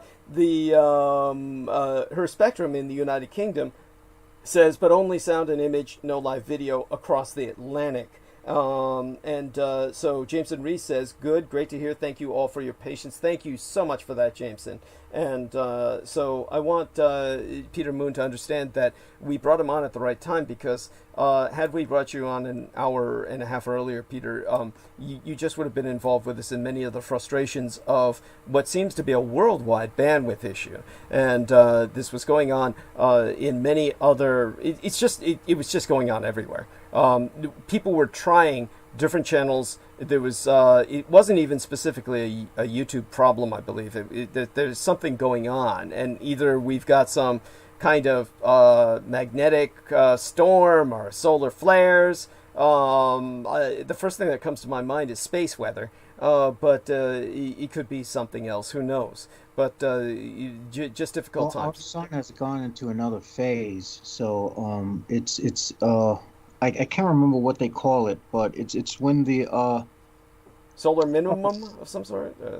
No. There are periods. There's solar periods where the sun has like periods for every like 100 or so years or so. You know? Yeah. So we've gone into a new period this year. Okay, and it's starting to build its activity again. Okay, and check out space weather and see if I can qualify that. I'll get back to you guys. Maunder minimum? That wouldn't be the Maunder minimum, also known as the prolonged sunspot minimum, name used. It's anyhow. I'm just what comes to my mind, but it's probably something else. The Maunder minimum would be. I remember the terminology, but a lot of this 2020 happened to me, so now everything's just fucked up in my head. Don't worry about it. It happened to all of us, and we're all fucked up. By the way, I'll tell that to Peter Moon how enervated I am. By the way, just so people understand, Maunder minimum is supposed to be coming. It's supposed to be shorter than the last one in the 17th century, which, by the way, 5 solar cycles last about 11 years. But what that means is mini ice age. Yeah. That's it. The solar cycle. We're in another solar cycle. Okay. Thank you. Just remind. There we are. And so I found this out from Anton Petrov, who's an astronomer. There we are. And it's related to sinuosity, like that term, sinuosity, which is consistent with the principle of minimum expenditure of energy, a quiet sun. Which is mentioned in the Bible, the year of the quiet sun, which became the name of a science fiction novel, which was written in the 70s and very race conscious, as everything in the fucking 70s was. When I was young, I was sick and tired of the saturation of race issues in science fiction, and I was so sick of such stories, but some of them were quite well written. And the year of the quiet sun was a time travel story, and that was about someone where the government was experimenting with time travel, and one of the participants was never identified as black until the end of the novel, when he's identified as black and he's the hero of the novel, and basically he emerges in a world after a race war, and the first white people who see him just run away in fear, and there you have that. But he's it's semi post-apocalyptic, semi mood, not necessarily hopeless, but obviously challenging. And so with that, we turn towards Peter Moon, who has dealt with race issues all his life, and he will speak to any number of things with us. And our man Jameson Reese had been doing some things with the Enochian alphabet. I don't know if you want to talk about that tonight, but maybe Sunday night or sometime soon. Definitely, I'm hoping Crystal. Yeah. What I've done was I've noted that the Enochian system doesn't have numbers. So I found a way to synthesize numbers. Now, I have to say I reversed the Enochian alphabet. And I also reversed the symbols, and I also flipped them vertically as well. And this seems to be causing a spike in phenomenon, which is quite interesting. Okay. And I want to add in, if you look at the work, you might find this very interesting. I've actually interviewed this guy, Jonathan Gee, G-E-E, and he's done some very interesting scholarship work on Dee's work. He's not a practicing magician. G.E. Jonathan Gee, he's his website, I think, is called the Pythagorean Order of Death or something like that. Oh, that sounds. It does, but that sounds interesting, actually. I knew you'd said that. Yeah. Yeah, I knew he'd say it too. But that's beside. He's Jonathan has some unique ability to see things in 4 dimensions. He's, I guess, disabled, or what do you call it? What's the word? Like, he's not. What's challenged? Or well, no, I don't know what the word is. In other words, he doesn't. He's. I don't know what the classification is. Describe the condition. He's very intelligent, but he doesn't, have a job. He's, I think. So he's like a savant. A ward of the state. Yeah, he is. And so, but his scholarship is very interesting on the work of Jonathan Dee, and he does these graphics and things which are really interesting. For if you're studying Dee right now, or Enochian, you might find his work of interest, and you can even communicate with him because it's not the type of work that gets a lot of attention from people. Interesting. So anyway, you can check that out. And as I say, I interviewed him for a podcast or two, but I didn't take it any further because one gets busy, and I forget even why I wanted to interview him. Except that my encounters with Dr. David Anderson often come on the back of magical phenomena. Interesting. Yes. Yeah, it's inescapable, and it's not something. Well, but anyway. There's only so much time in a day to deal with any of this stuff, right? Even when it's interesting. Yes, it's true. And I'm sorry. I got to make an announcement, and the announcement is that there's we now have a fundraising site. I need somebody to post this in the chat room. I'm not even into the chat room right now. Okay.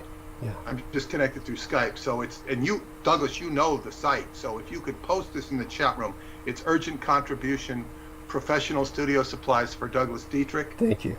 I'll really appreciate that. I'll even read the first chapter or the first paragraph of what it says here. Impacted by both mechanical and psychological injuries that be catastrophically chronic in nature, Mr. Douglas Dietrich is enrolled in the 250% working disabled program, which allows certain working disabled individuals whose net family income is less than 250% of the federal poverty level to become eligible for Medi-Cal, and by paying monthly payments based on net countable income.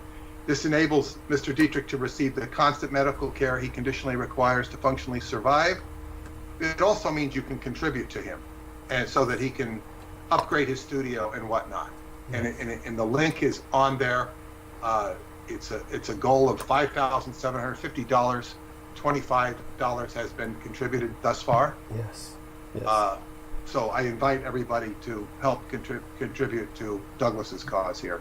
God bless you. And our man Derek Talley has already put the link in the chat room. He's way ahead of us. And thank you so much for that, Derek. And I want everyone to know that the lady who honored us, who graced us with getting the run started on the amount that would be ideal for getting the equipment that we need is Lena Shea. She donated $250 United States dollars, and I'll give her another shout out later on in the evening to start the arc of narrative when I do the shout outs. And I thank Peter Moon for really making that announcement. That's very heartwarming. Thank you so much. And I thank you as well for bringing to Jameson Reese's attention this other individual who I'm sure would be happy to be contacted, because obviously it sounds like he's the kind of person who would appreciate communicating with others in the situation that he's in.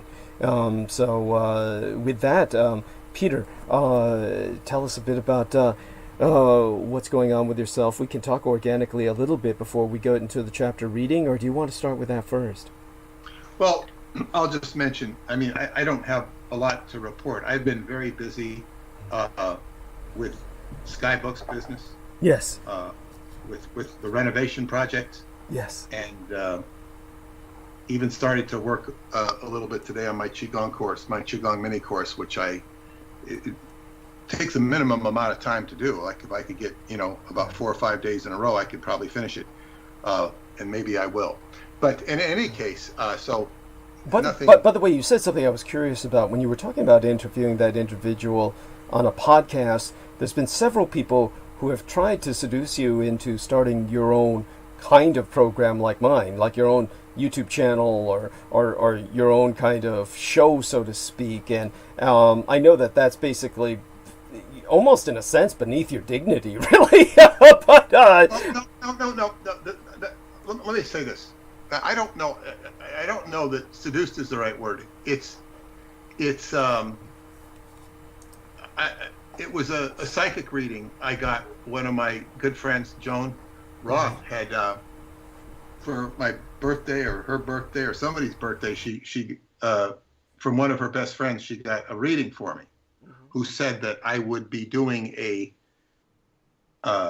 channel. A channel. Now I don't know whether that's a cable channel. And by the way, cable TV, if you go to the Hallmark channel or any of these channels, these infinity of channels, they're extremely hard up for content. Extremely hard up for content. Because how much content there can be. So I have a lot of content, but it would have to be contextualized. And so she said that I would have a channel. I would be a channel someday, So when we talk about the movie project, it has to be done right. It has to be done right. And the quality of production, like there's this show called Edge of Wonder, which my producer friend has tried to get me on. He's really watches it because it's a big medium. They were shut down in October, along with Amazing Polly and many people that publish stuff that Google doesn't like. Some of it borders on QAnon, some of it's not QAnon, but I wouldn't dismiss them all. But Amazing Polly is a fan of QAnon, too much of a fan of QAnon. Oh God. But a lot of her other stuff she's just presenting a lot of facts. Mm-hmm. So they got there was a whole shutdown on that prior to the election, and it was very effective. And Edge of Wonder got snuffed out as far as its YouTube channel, which was huge. It had 500,000. And now they're doing this, but a channel like that, they engage everything, and there are a couple of guys that talk, but when the point I'm making here is when they increased their production quality as they got more money, their volume of hits went way up. So if we could put you or me, for that matter, on a set that looks like Jeopardy. You know, the show Jeopardy. Yes, how could I forget? Yes. That it would be, you know, and the answer behind box number 6 is, you know, Japanese. I forget what they even call them right now. The balloons. I forget the name of them. Fugo balloons. Yes, the Fugo balloons. Yeah, the Fugong balloons. But anyway, your voice is kind of stifled. Are you still there, Douglas? I'm here. But like I was saying earlier, I'm pretty enervated. I'm pretty drained and exhausted by. I was taking care of a lot of responsibilities. There was, of course, that what I had shown you about this other development that was just, I must confess, was shocking to me. And then what happened was that. You know, it's just left me kind of enervated, and also I do need to kind of make certain I have enough calories to burn through 12 hours tonight. So I'm kind of, probably every once in a while I'll be caught chewing something and then I kind of choke on it because I don't want people to hear me chewing. So I'm fluxing in and out of the mute. But am I sounding okay now? That's just because I could barely hear you for a second. But that's I understand. I'm okay now. But the point is the production quality of something will really add to the visual credibility of something. If I were to do podcasts, which I have done some, and I have them on my website, including an interview with Dr. David Anderson for subscribe members, a long interview. I would do them for YouTube for free, but I would do them a half an hour or an hour in length, no more than an hour. And I would do a consecutive series of them. And you do a tremendous volume. You do more volume. I mean, even if you take when it's not just chit chat, the volume is just enormous. Yes, by the way, just to put this into perspective, Brendan Zoget and myself, when we were going through all of the information from my videos that get saved in the hard drive of my laptop, and my laptop was reaching full capacity, then he said, let's transfer it to the external hard drive, and it would not fit in the external hard drive. So that's how much volume there is. The external hard drive, we're talking about it, well over a terabyte that it can hold, and it couldn't hold all of well, that. Yes, and you're moving into the point where it's like my producer friend is using like super fast and big chips, graphic cards. And my brother-in-law in Romania is arranging for my wife to buy this mega graphics card. Wow. And we're using, and it's hard to buy. You can't buy it, in other words, because there's such a demand for it. Yes. So my producer friend is putting a bot, he bought a bot so he can buy it for us because he knows how to do it. And he needs one too. So but he told me that this graphics card is incredibly powerful, and that you can use it to mine Bitcoin. But you need about 6 or 8 of them. And mining Bitcoin is basically you open up Bitcoin, so you're basically, if you can do it, you're going to get whatever Bitcoin is worth, $16,000 or whatever it's worth. And it's a whole procedure, but these things are expensive. They're like, it's at least $800 or $900. So he says, if you buy so many of them, like 6 or 8 of them, you can then have them running all the time, and they can do all this tremendous processing to mine Bitcoin, and they might generate you $2,000 a month.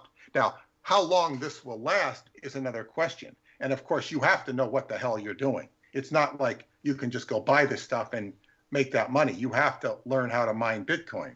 It is something I don't want to even think about. What am I doing? And then you're creating all this cyber currency for yourself. And how long is it going to last? Because there's a lot of people. So people will buy it. It's an expensive investment. So anyway, this tremendous graphics card, because it has all this processing power, is going to be used by my brother-in-law, who creates these incredible mandalas. Right. He creates mandalas. He's schooled in creating them. He also has a knack for it. He does it professionally. And so, but he can't get this graphics card in Europe. So he's getting it through his sister here. And I'm helping facilitate it. But my producer friend said that the graphics card he uses is even higher than that. It's the best. So it's like there's all this, and when you're dealing with either holographic or high-level visual graphics, you need presto fasto. Right. You know, so this is it's either, you know, when you're talking about all this content that you have. Now, I would also say, with regard to you, Douglas, you'll have another level of admiration for L. Ron Hubbard when I tell you this. Yeah.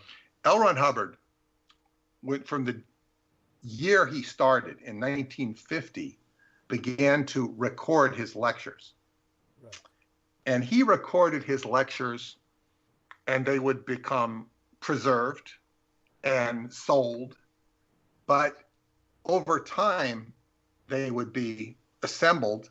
And by the time he got to the ship, he had a whole recording unit that would record all his lectures, preserve them. There was even an editor who would edit them and take out statements that might be considered insensitive. If he was talking to a group of South Africans, which he frequently did, he might say something that, if disseminated to the rest of the public, it might be snipped out. Right. They never did snip out his references to Aleister Crowley, probably because nobody knew who Aleister Crowley was or what those ramifications might be. Not that it really mattered, but I'm glad they didn't. But, and you know, I mean, I got to sit in this editing room and look around it, and even, I mean, I knew the people who worked in it. Right. You know, it was like an extended home to me. But when it came to the 1970s, and this man was he had gone to L.A., Ken Delderfield, his name was, and he had created what was called the Publications Organization in Los Angeles. And this produced all of the publications in the United States for Scientology. And he had done a great job. He put all of Hubbard's administrative policies into big, 9 green volumes or something. And then he did it with the technical instructions in big red volumes. And then when he finished that, and Ken Delderfield, I have to say, played a very interesting role in my life, a very small role. And I will say that, I'll just say it right now. Ken was kind of a Scientology celebrity because he had accomplished so much, and he did so much, and he was a high-ranking Sea Org officer. So he was brought to the Apollo in 1975, the year I returned to the ship. I had been stationed in Los Angeles for 2 years, and I returned in 1975, just before it was beginning I was the last person to come aboard before they started their preparations to move to what eventually became Florida. We were in the Caribbean then. And Ken had been posted to be the Commodore's staff aide for literature, and because he had such a successful track record. But the culture on the Apollo was so drastically different than any other Sea Organization unit in Scientology. It was very unique into itself. And if you didn't know the ropes, you could fall off of them, so to speak. Right. And it was its own culture. It was its own peculiar culture. And you could often be set up to what Hubbard called a clay pigeon, where people would start taking target practice at you. Right. And but Ken, wait, so I can get the listeners to kind of understand this, the kind of subculture of Scientology and the subculture of the Apollo within Scientology. I believe, and correct me if I'm wrong on this, it would be kind of like Washington, D.C. as differentiated in its culture from the rest of the United States. It's essentially a world of its own because it was essentially the capital ship. It was basically from where L. Ron Hubbard ruled his kingdom, right? Exactly. And when I came aboard the second time, I saw a character, and he looked at me because he just recently seen me in L.A. He laughs, he goes, "Welcome to the old world." The old world, like this is, coming back to see Ferdinand and Columbus coming back to see Ferdinand and Isabella in the Spanish court, which was, as I say, completely different how they ruled things in Spain versus how they ruled things in the viceroys of, Mexico and the Caribbean and whatnot. Right. So anyway, I had so Ken had become a huge target because he wasn't producing literature in volume or at all. He was just kind of, and things were all messed up. It wasn't his fault, but he began to be targeted, and they began to treat this hero like a piece of shit. And this, because you could have a high rank and all this, and it meant absolutely nothing.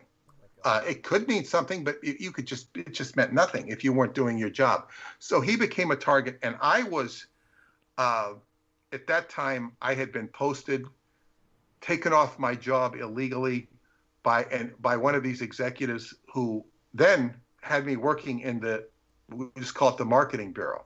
I was a receptionist, and I would control the traffic. I was more like a clerk. It was not a hard job. It was not a demanding job. It was a rather easy job. And but that particular unit was being lambasted.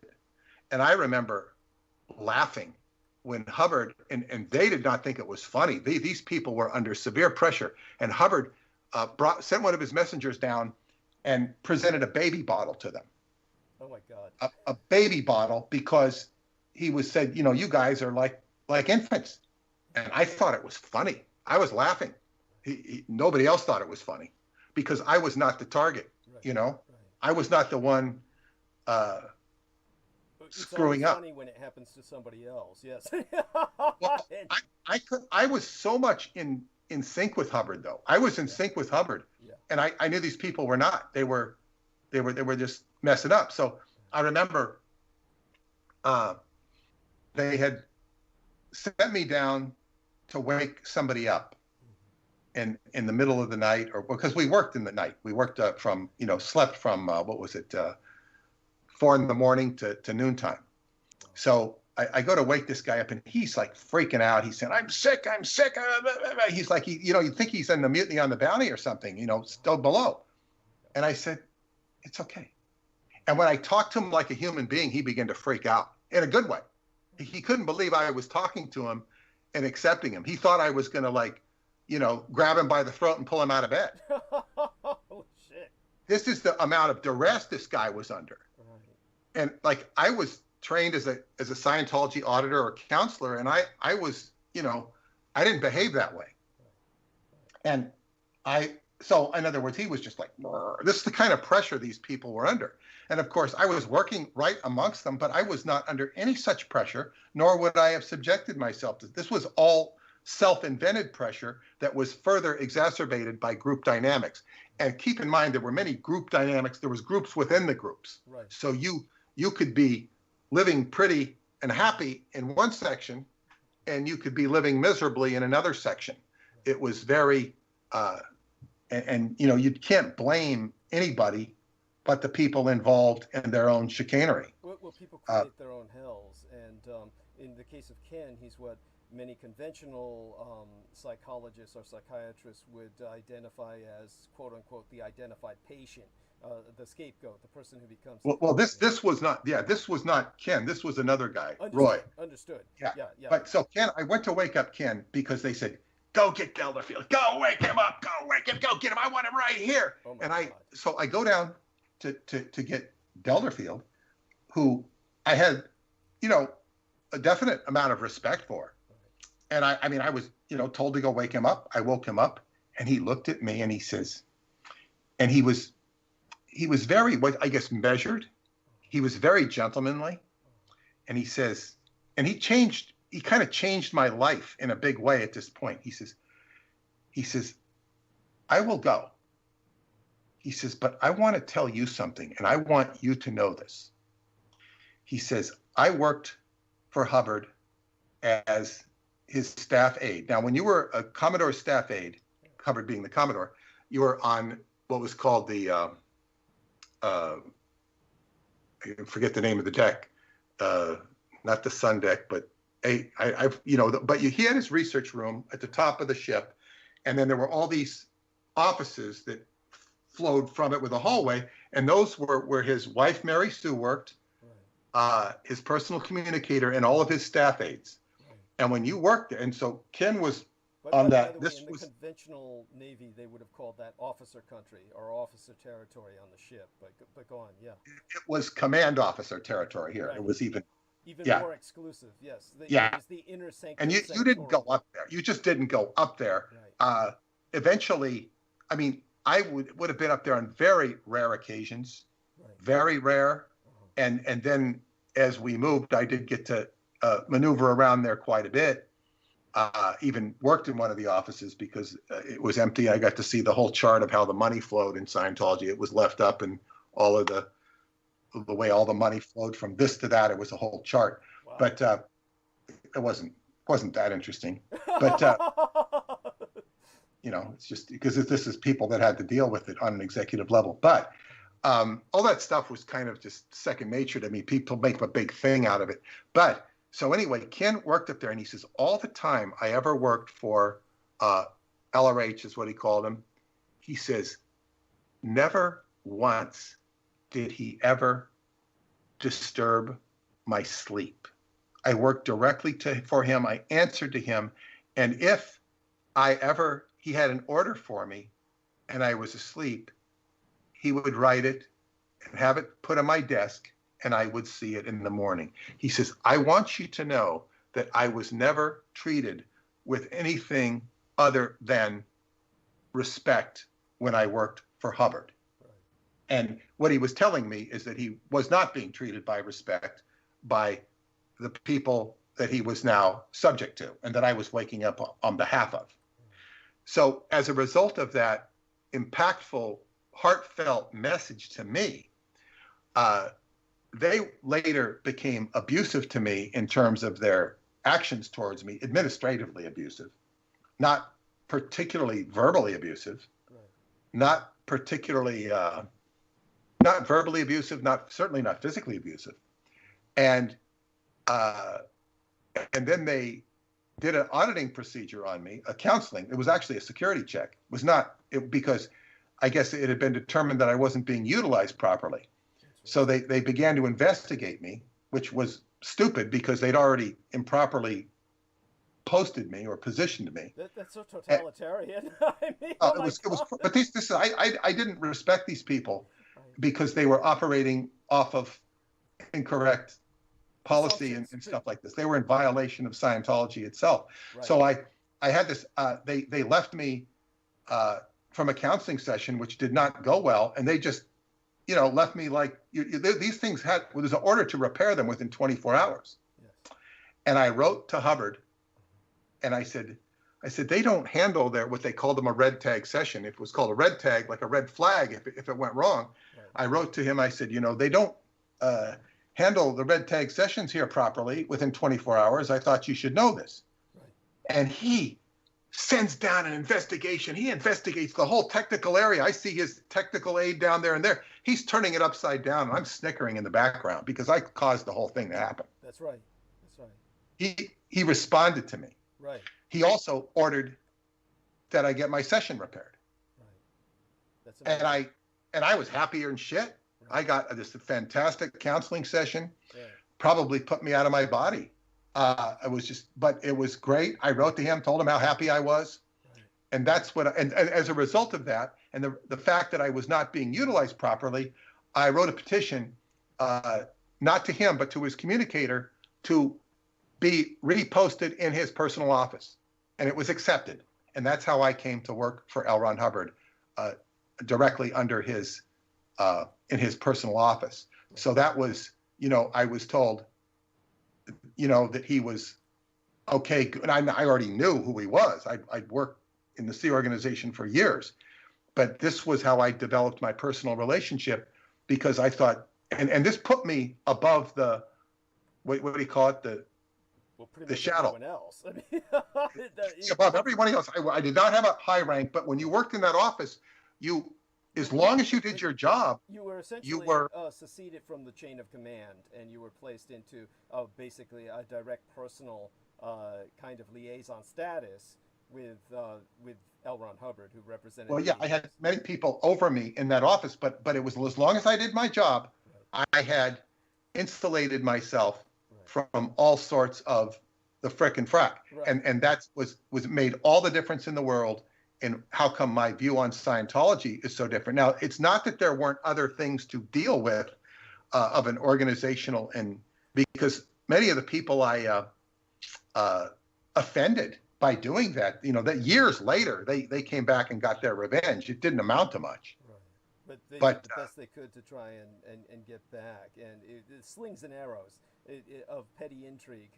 What I want people to understand, because many people may not have a comprehension of what you're trying to articulate when it comes to these sessions, that what happens when they are like the security investigation that they were essentially conducting on Peter Moon was in guise of a session. The session was simply a facade or a cover for trying to probe him for potential security vulnerabilities that he either personified or they had basically projected onto him. Exactly. Yes. Projected onto me out of their own dysfunction. Right. And it's like Democrats investigating Republicans, or vice versa, with an agenda that's crooked. Right. And but the problem with these sessions is that it's kind of like dismantling a machine, whether automotive or firearm, whatever. And when they're not carried out, it's like leaving you disassembled. You feel disassembled. And so this is why there's a need to close these sessions with a reassembly. And is that like a proper analogy or a parallel? Yeah, it is. And but as I say, it really changed my life. And Hubbard, shortly thereafter, now when I think of it historically, not too long after that, he suffered a heart attack. Oh my God.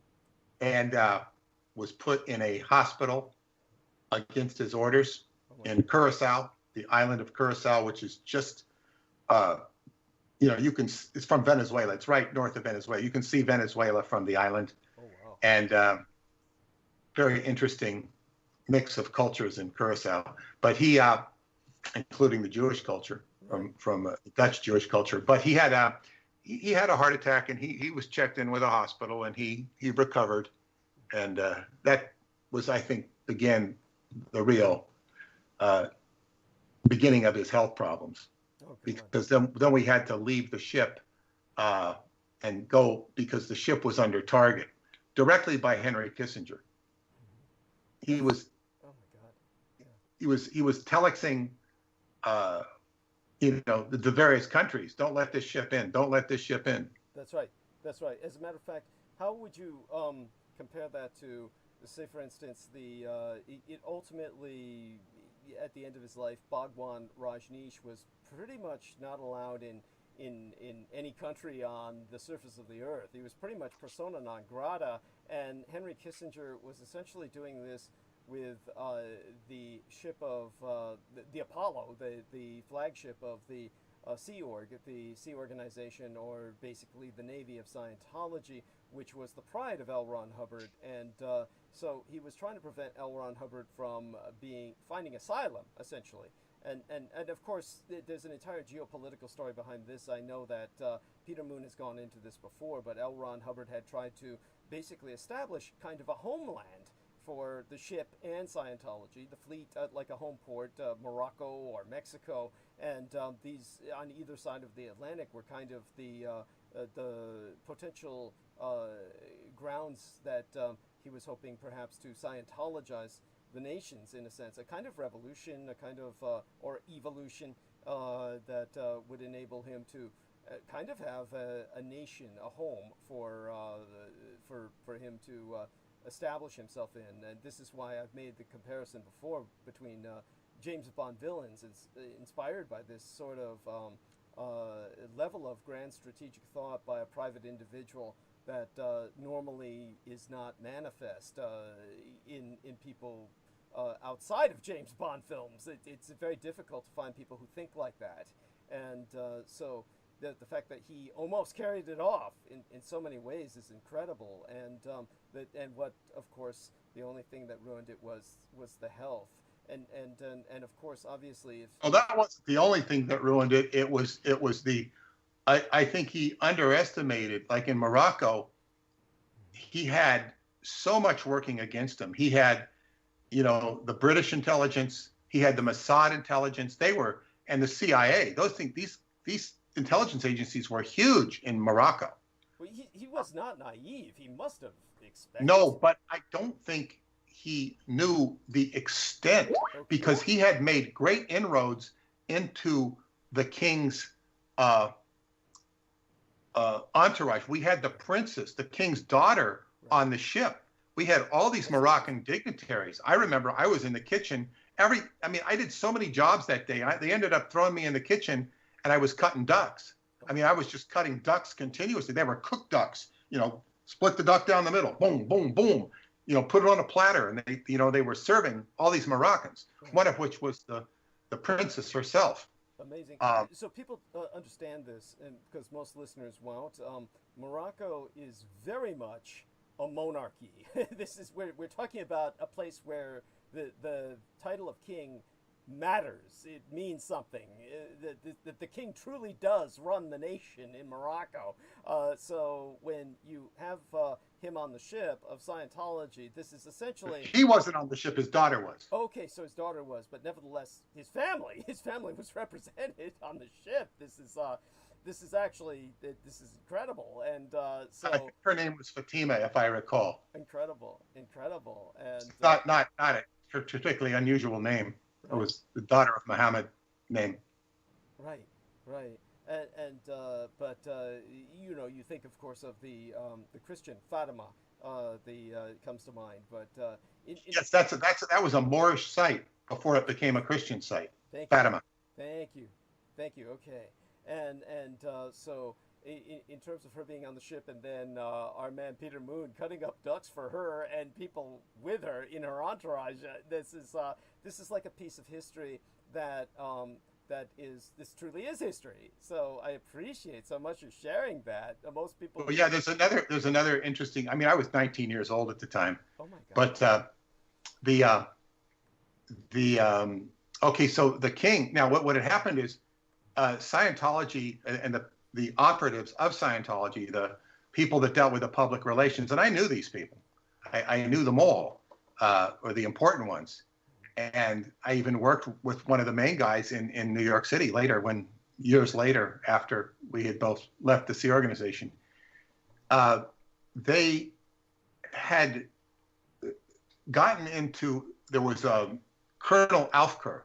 Alfker was a operative. He was like, I think he was the head of security for the king.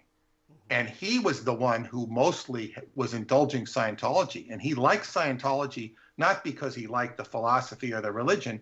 He liked the security techniques.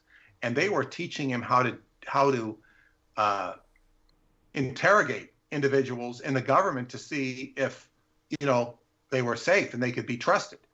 And there was an elaborate, I guess what you would call, system set up with a Scientology e-meter remotely, so that you could have somebody who was a Moroccan counseling the person in French, because that's the language they use there when they're not using Arabic. Right.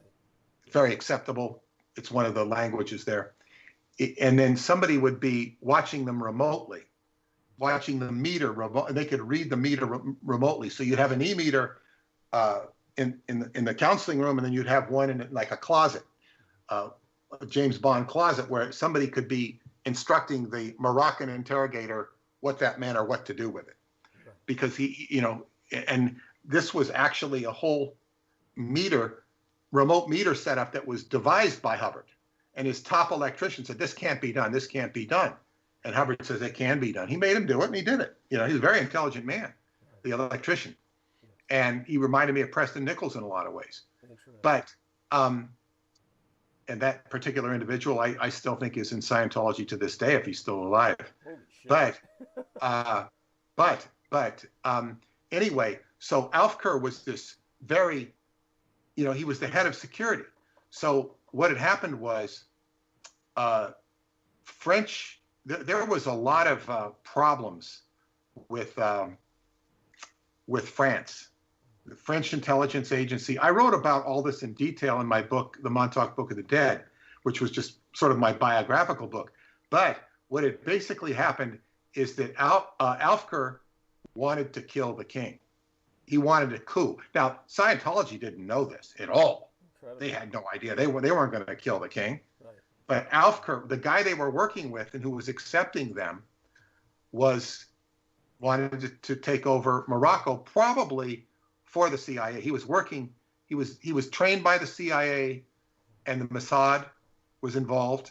So it looked like a Mossad CIA coup, which might have actually been like I don't think they told Alfker this, but they might have wanted to get at Scientology, because Scientology had been in Morocco since '68 at least. Okay, so that makes sense. That would make sense, because just to put this again into a context that our listeners can understand, who the average person is not familiar with intelligence, and by that I mean spy services and the motivations behind what they do, which are usually convoluted enough where people just have to start guessing or second guessing.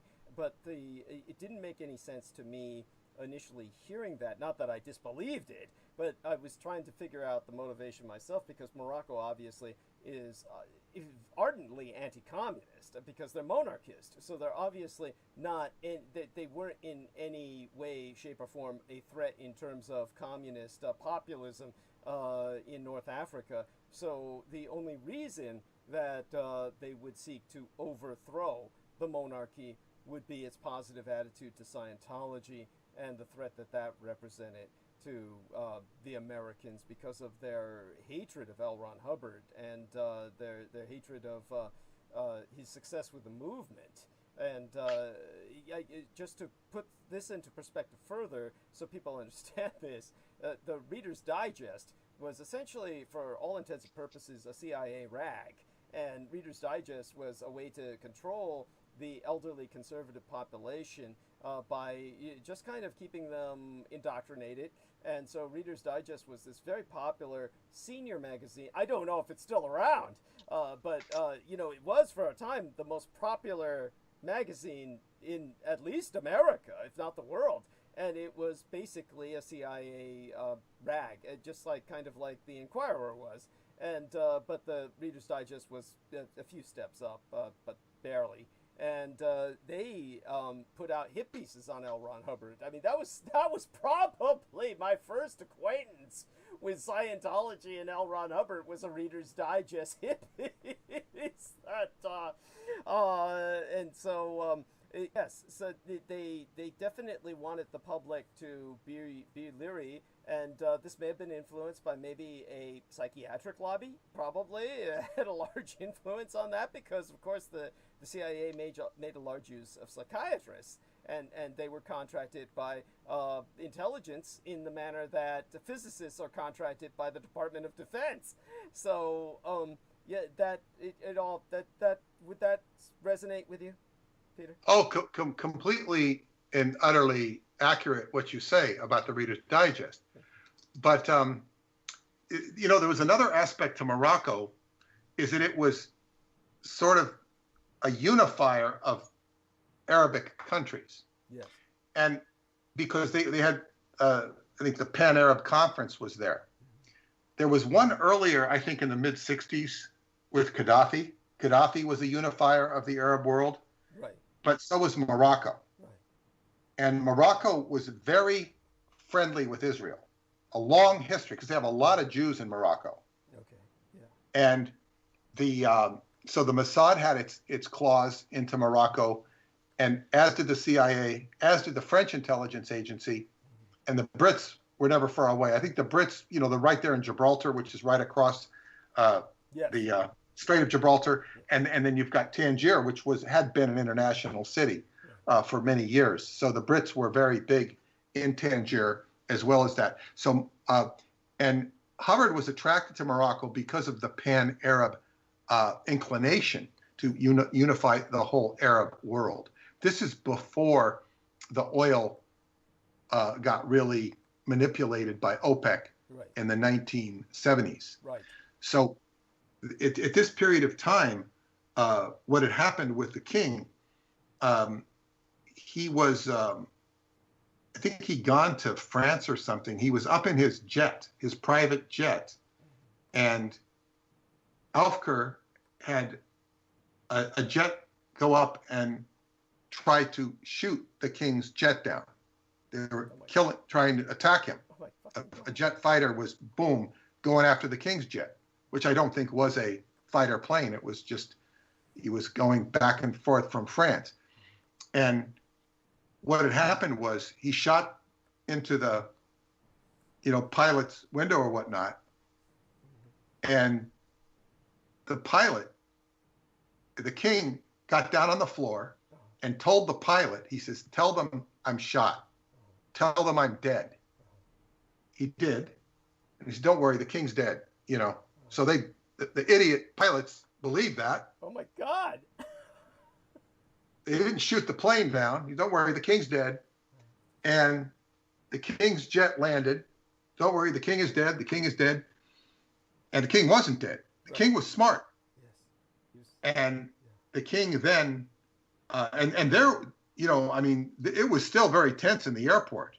And then what happened was the king had his army or whatever and had Alfker arrested. Right. And he was, he had a very unpleasant death from what I heard. Oh my God, boiled in oil or torn apart? Well, I forget. I forget, but something like that. The king, Alfker just disappeared, but he was killed.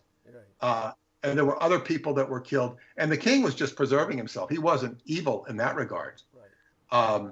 He was very smart, and he survived. And King Hassan II, he survived to a very old age, and of course, this was incredibly exciting because I guess I was briefed on this, as was the whole crew. On all the dynamics of what had happened. It was very exciting. And then basically we were told to get the hell out of Morocco and get out of there fast. We had 24 hours to leave, which we would go to the next port, which was Lisbon in Portugal. And Hubbard was living on the land at that time near Tangier in a villa. Mm-hmm. And he escaped via Casablanca with a friend of mine and flew to Lisbon, where he stayed in a hotel, where he then escaped to New York, where he lived in Queens for about 9 months or so. And so but it was very exciting. And that was the end of Scientology in Morocco. Now, here it is, 30 plus years later, and I have canceled the Montauk nights that eventually were held in my home. I used to have a monthly meeting because when I got involved in Qigong, I saw that the people that were coming to the meetings were not interested in evolving. They just wanted to talk about conspiracy. Right. They were not going to evolve. I said, I can't do this anymore. Thank you. Yeah. So then I moved it to Oceanside, to a friend of mine's house there. And Oceanside was, we were going to have what I call planetary healing night. And I was going to direct it towards Qigong and some of the stuff that I would do with the Qigong and introduce it. But there was an inherent problem with that idea, because when the people would get together, they had a stronger desire for social interaction and yap than they did in actually, they weren't able to heal anybody. They needed to be healed themselves. And they weren't even ready to be healed because they needed chit chat. Oh my God. And so I said, this eventually that could not go on. But one of the women's, my friend had a roommate, mm-hmm. and she's sitting next to me on the couch, and I get talking to her, and I go, where are you from? She says, I'm from Morocco. Turned out she was Colonel Alfker's secretary. Oh my God. And she remembered all of that stuff. She remembered the Scientologist, and she said she was security checked into her up her ass by the. I mean, she was I think she was even put in prison for a while just because she was his secretary. She was eventually let go. And then I have another friend who married a Moroccan who was a part of the ship. This guy, he comes aboard the ship. He told me the story because I wasn't there. He walks aboard the ship when it lands in Morocco in the city of Safi in southern Morocco. And Hubbard happens to be right there. He walks aboard, and Hubbard just looks at him. He says, "Welcome back," in English. "Welcome back." And he joined the Sea Org. He didn't even know what Scientology was. Incredible. And he later went on and developed created a beautiful restaurant in Manhattan, a Moroccan restaurant. It was the best. It was the best. And his wife he passed away under this is even bizarre circumstance. I'll share this story. They had a home in Morocco, and they would, once a year they go to Morocco and live. But he was there doing business. His family was in Morocco, and he had an abscess in his tooth, and the dentist did not handle it right, and he died. He died. Oh, shit. Oh, what a way to go. By the way, people just don't understand how important dental health is, and I can see this happening, and this happens especially anyhow, but thank you. That's awful. They're not as sharp. I talked to another friend who once had a knee operation in Morocco. It was horrible. Yeah. Apparently worked, but it was horrible because they don't necessarily use painkillers. Right. Like we do here. Right. I can tell you another story about an incident I had in Portugal, but of myself. But they had. So anyway, he didn't get attention properly from the dentist, and he died. His family got to see him. They got to fly over in time to say goodbye to him. But years later, only a year or two later, whenever it was, my friend's wife, she went over to the doctor. She knew he was as guilty as hell.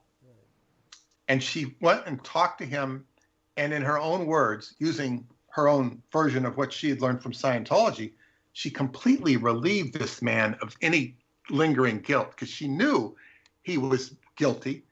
She knew he felt guilty. And she talked to him in such a way that she let him know. She didn't tell him what she knew, but she let him know that she basically relieved his guilt the way she talked to him, and she relieved this horrible burden on this man. It was such a touching thing. I want to write to her about it because, in other words, she didn't blame him for killing her husband, who she loved dearly. Oh my God. And even had some sort of contact with, which is another story I don't remember well, after he passed away. But the thing is, she was so, generous of her spirit that she relieved this man of his guilt and just relieved and conscious, and it was a very beautiful thing. So, in any case, and this does inspire a little bit of my Moroccan living room because she gave me a table from the restaurant that I hope to put up. It's a Moroccan table that I have to, it'll be one of the last things I finish in the room. But in any case, this was, she told me when I mentioned that I ran into Alf Kerr's secretary, she says, "Don't mention that when you go there. Don't mention one word of that," she says. Oh my God. You don't want to mention it. You don't want to bring up that you knew who Colonel Alf Kerr was. I certainly didn't know him. Right. This is a very sensitive subject to this day. And you don't want to mention Scientology when you're there. I mean, I don't. I have my own agenda if I ever get back there, just in terms of, other adventures I hope to pursue more in the northern end of Morocco. But anyway, that's the story of how I came to work in L. Ron Hubbard's office, and it was great. It was a great experience, I have to say. Yes, the Sanctum Sanctorum, and that was Now, of course, James is back with us, and he would probably suggest, as came to my mind, that what happened to Hubbard might have been an occult assassination, that somebody somehow hit him with a spell, so to speak. Whether or not that was the case, or whether it was just cumulative from all of the stresses that Hubbard had faced during his time with the Navy and being exposed to the nuclear tests, which he had sued the Navy for, and they had literally... This is, of course, where the record shifting really comes into play. For people who don't understand this, and I've brought this up many times before, Hubbard needs to be seen in a sympathetic light because he was on site the Bikini Atoll and Enochian tests, the various atomic tests that, were several of them, that were ongoing throughout the Pacific as a psychological observer of the impact they had on the sailors aboard ships. And he, of course, got enough radiation exposure where it probably manifested. It almost certainly was the cause of the brain tumors that happened later in his life that impacted his behavior. And so we have here truly a tragic character. And when he sued the Navy for damages, they, of course, declared he was never at these tests. In fact, they went so far as to declare he was never in the Navy effectively when they said he was in, but that he was out. And the references are incredibly vague and bizarre in and of themselves in their vagary, in that somehow he was had a commissioned officer status, and yet was not in charge of a ship, they asserted, and yet at the same time they tried to assert that he was somehow cowardly or sick on the ship. It was just absolutely, this is the kind of shit you get from my gang stalkers. This is the level where there's a kind of concerted effort to try to character assassinate somebody, and they effectively have control of the records and they just wipe them out, but they want to maintain enough of the records so that they can sully his character. So with this kind of conflicting, paradoxical objective, people don't know what to think and they just kind of move on. Mostly it results in a kind of dismissal of the character, though I don't think there were enough people who really cared enough about Hubbard's military background where that really had any effect. So the only time it may have come into kind of an effect was when it may have been the New Yorker magazine, I believe, that was trying to carry it on. And then, as I said before, Mr. Fletcher Prouty got involved, who was a man who had been the national security advisor to John F. Kennedy. And he then stepped in and basically said that, oh, by the way, everyone is telling me my volume is really, really low. I'm getting this from people in different parts of the world. So the important thing is I believe that I'm not low to, or sounding low to Mr. Moon. Am I sounding okay? Not now. You were earlier, but you're not high, but you're not low. I can hear you clearly. It's a little subdued. Okay.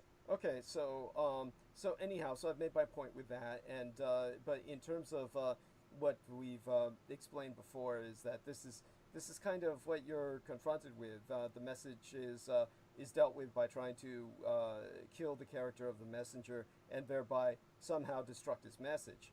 And so we've seen the results of this recently with what I was explaining to Peter Moon. If he doesn't want to go into that tonight, that's fine. We don't really need to, because it's one of those things that would probably be better off if we can get Crystal on with us, who had her own observations about the situation that I showed to Peter Moon. And we can instead move on to the chapter. We want to get to your book. Yeah, we want to do that. Your book. But I want to say is, well, you're mentioning Bikini Atoll. Yeah. People don't realize it necessarily, but that's what the bathing suit, the bikini, was named after. And of course, and really what really made, in my opinion, having grown up amongst the bikini when it first began used in the surf culture of Southern California, it was that song Yellow Polka Dot Bikini, which really cemented it as a meme in people's consciousness, the Yellow Polka Dot Bikini song. But the bikini, it was called the bikini because it was so small that it was named after the atomic test of bikini, because after the atomic test, there was nothing left. Right. That means there was nothing left of the bathing suit. There's nothing there except a thin piece of thread. That's how the bikini got named and became a. It's a staple. I mean, you hear a bikini more than you hear a bathing suit. Right. Yeah. And as well, also the running commentary at the time, you wouldn't call it a joke, even though it was always said in jest or humor, was that the bikini was also a representative of fallout, because so much of the body would fall out and be visible in the bikini. So there was all this atomic reference in those days, the fetishization, literally the sexual fetishization of the atomic bomb, which itself is a phallic mushroom symbol. Yeah, it is. Yeah. Yeah, and this was, of potency. This was the whole thing that the Americans took to a cultural extreme, and hence the social commentary of the Planet of the Apes, where the Americans are left in the future worshiping the bomb, and this is like what it's come down to, really. Though we're moving out of that phase into something else, which I'm not quite sure is better, but is probably worse. But it's AI, because nuclear bombs don't think. There we are. Well, what I mean to say is that we're not fetishizing. I don't know if I can say that correctly. Fetishizing, I guess, is fine. The AI, the way we did atomic bombs. People are trying to make such parallels, but so far it's falling short, because what people don't realize is that the atomic bomb was really a construct in people's minds, a propaganda ploy more than anything else. The bombs were, of course, terribly destructive in terms of the hydrogen bombs. I'm not talking about Hiroshima and Nagasaki. I'm talking about the hydrogen bombs at Bikini Atoll and in Wetak and in the Pacific that were used shortly after the original atomic bombs. The fissile bombs were replaced by thermonuclear bombs, but the real power was in the propaganda, where these things were just made to, we were brought the impression that they would literally destroy the world, and that the world was therefore a self-contained unit package for destruction. And you see this in films like Damnation Alley, made by Stanley Kubrick, released the same year as Star Wars, and totally eclipsed by Star Wars. But in the film Damnation Alley, they show the entire world is transformed by the atomic bomb, in the sense that it's thrown off its axis. Parts of it have cracked open. It's a terror. It's so. The truth is that though atomic bombs could potentially have that power, such as what the Russians built, overall, nuclear weaponry did not and does not, and rather the power is in the mind. And so everybody got to the point where this was ubiquitous, that they were living with this thought that it represented potency, they worshipped it, and at the same time it represented destruction and alpha and omega, Kali, Shiva dichotomy that became their Tao, their yin and yang. So I'm so glad that world is going, but at the same time it's being replaced by a kind of vapid QAnon. I mean, it's been replaced by shit like QAnon. That's what's replacing it. If you're taking a look. Well, I don't want to digress off onto QAnon, but I have to wonder if Trump does indeed fail in his bid to maintain the presidency, what's going to happen to QAnon? Because QAnon struck out bad. Well, they've turned into, like any cultic religion, they rebound by saying there will be a resurrection. It'll simply go into Trump 2024. And if not him, then Donald Trump Jr. will run in 2024. But I don't think it will be. I don't think it will work very well, but we'll see. No, I understand. I'm not effusing. No, you're not saying it will work. I'm saying yeah. It makes it. It would make it far worse than it already is. Yes, thank you. And, to even, not to just, but all these things have to be worked out. But the other thing I say about Hubbard is that he totally was viscerally against the atom bomb. He was a voice against the atom bomb at a time when people were not. And that makes him a heroic character in his own right, too, from his own perspective. And eventually his own cosmology with the Xeno story is all centered around atomic bombs. Yes. It was the bane of mankind. Vampires have wolfbane and crucifixes. Well, humanity had the atom bomb, and Hubbard was so sensitive to that. It totally dominated his psyche.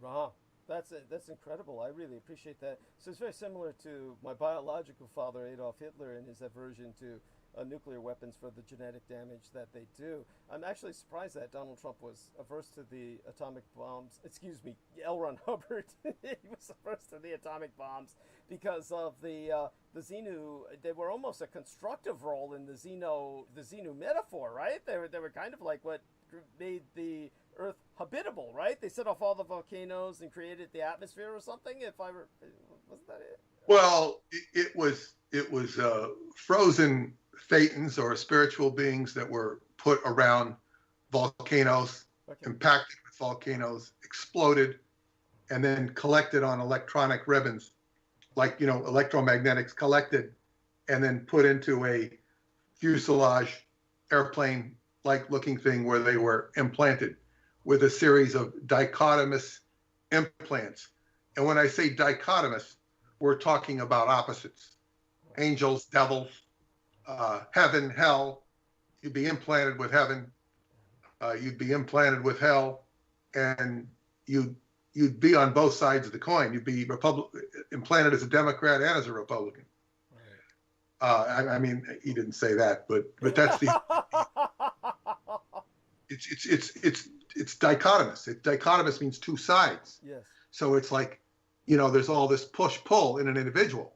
The good angel, the bad angel, and all this sort of thing. And people are dictated. What I just read psychologically, it wasn't a psychological reference. It was a a Buddhist reference, actually, that a big part of one's in going to enlightenment is you have to overcome your conditioning, the conditioning you're predisposed to by society. And like, say, one of the hardest conditionings to overcome in society would be somebody who grows up Jewish in an Orthodox Jewish family, where they are subject to very strict laws of eating and doing this, that, and the other thing. You have to break away from that. It doesn't matter that it's Jewish, it could be Christian, but Jews who are Orthodox have very prescribed regimens they have to follow. In Buddhism, you have to, we grow up, if it's a quote unquote normal household, you're subjected to television and the status quo of television, the status quo of social media nowadays, the status quo of what you're supposed to be, what's acceptable, what's not acceptable.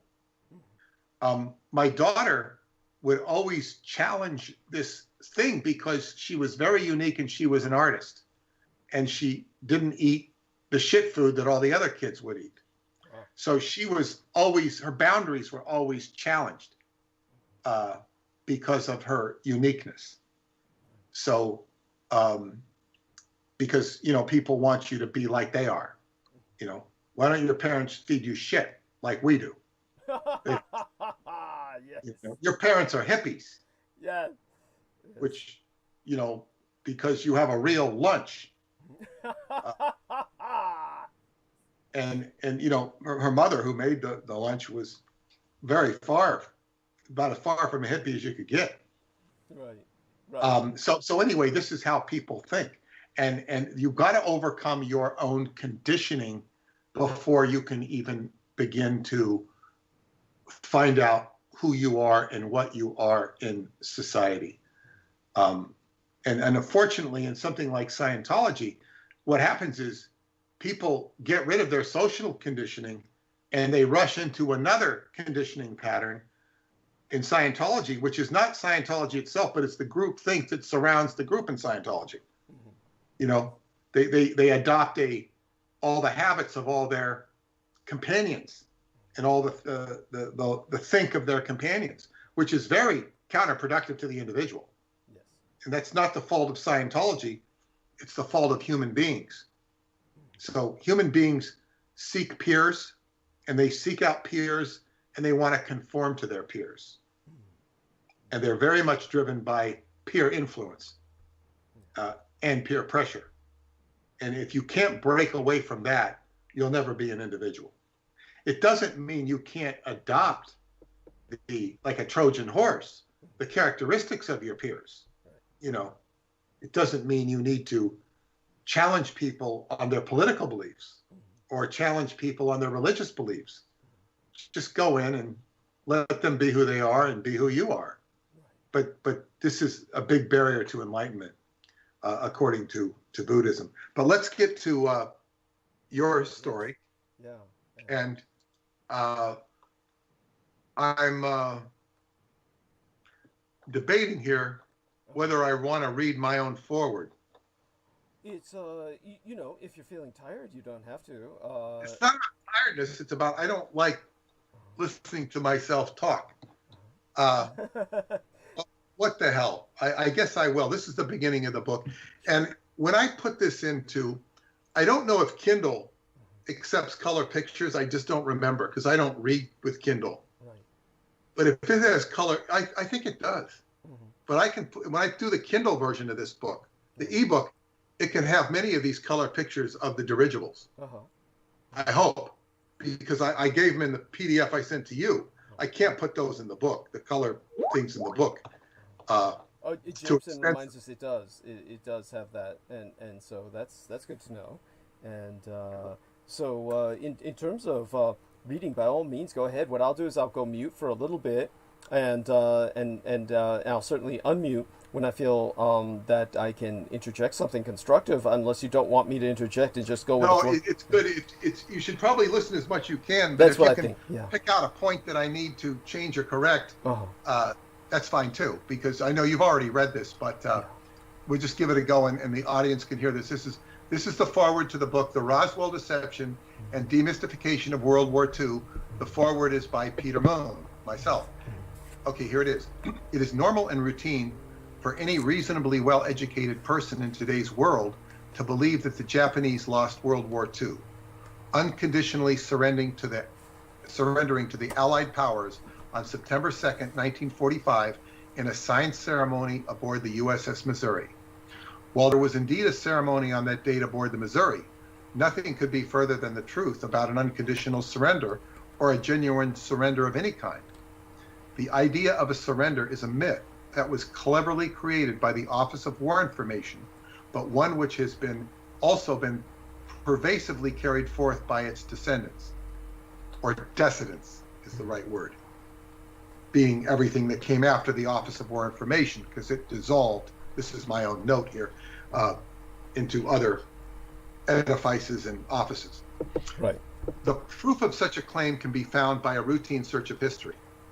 For example, most people do not realize that President Harry Truman did not announce the cessation of hostilities until the last day of 1946, well over a year after the Japanese supposedly signed an unconditional surrender. Further, a formal treaty of peace was not signed with the Japanese until September 8, 1951, but it did not go into effect until April 28, 1952, in celebration of the Japanese Emperor's birthday. Further, when a nation surrenders unconditionally, it is not in a position to negotiate a peace treaty of any kind. It simply submits to the will of the conquerors. Further still, Japan paid no war reparations of any kind to the United States. In fact, the United States was obligated to clean up the atomic rubble and radiation it had unleashed on Japan, many American soldiers dying as a result. If none of the above convinces you, consider that Japan became a member of the United Nations Security Council, the very organization which had been sprung into being as an organization of war in order to defeat the Empire of Japan. When you defeat an enemy, you do not allow them into your boardroom, and this is exactly what all of the Allied powers did. As a result of their subjugation to the United Nations, per the UN Charter, the United Nations is no longer allowed to declare war. This is why the Department of War was abolished and replaced by the Department of Defense. Like most people, I would never have realized the existence of those facts, their implications, or even the obvious contradictions concerning World War II propaganda, if it were not for Douglas Dietrich, a research librarian for the Defense Department who was assigned to burn government documents that were top secret and beyond. None of the above, however, has anything to do with classified or top secret information. You can find it in ordinary history. What you will find in this book are not only more details regarding the above, but a slew of information that presents an entirely different paradigm that the world has been ignorant of and that the academic world obfuscates. As all of the media, including the academic world, is embedded so as to serve as propaganda agents on behalf of the military, your chances of learning this information would have been virtually impossible if not for Douglas Dietrich. On a personal note, you might find it noteworthy that as a young boy, my father would take me fishing, and we would pass close to the huge ships that were docked in the port of Los Angeles. Amongst these were many Japanese vessels that featured the Japanese flag, a red circle on a white background. My father, who was a first-hand witness to the Pearl Harbor attack and did what very little he could to fight back, explained to me the difference between the Japanese flag and its wartime flag, a red circle with red rays extending in all directions. It was not unusual to see a Japanese warship, all of which featured the regular Japanese flag. One day, however, I saw something that was surprising. It was a warship that featured a Japanese war flag. I pointed it out to my father, and he was also surprised. He said he would find out about it, but nothing ever came of his efforts. Upon the compilation of this book, I did a search and came up with the following photographs of Japanese vessels with actual war flags on them in Los Angeles Harbor in 1959. While I cannot turn up a photo of the battleship I saw with a war flag, this evidence tells me that my memory was quite correct. Why, however, were Japanese warships in Los Angeles Harbor? My best guess is that they were sending a strong message which resulted in the Treaty of Mutual Cooperation and Security between the United States and Japan that was signed in 1960. This limited the powers of the United States in the Far East.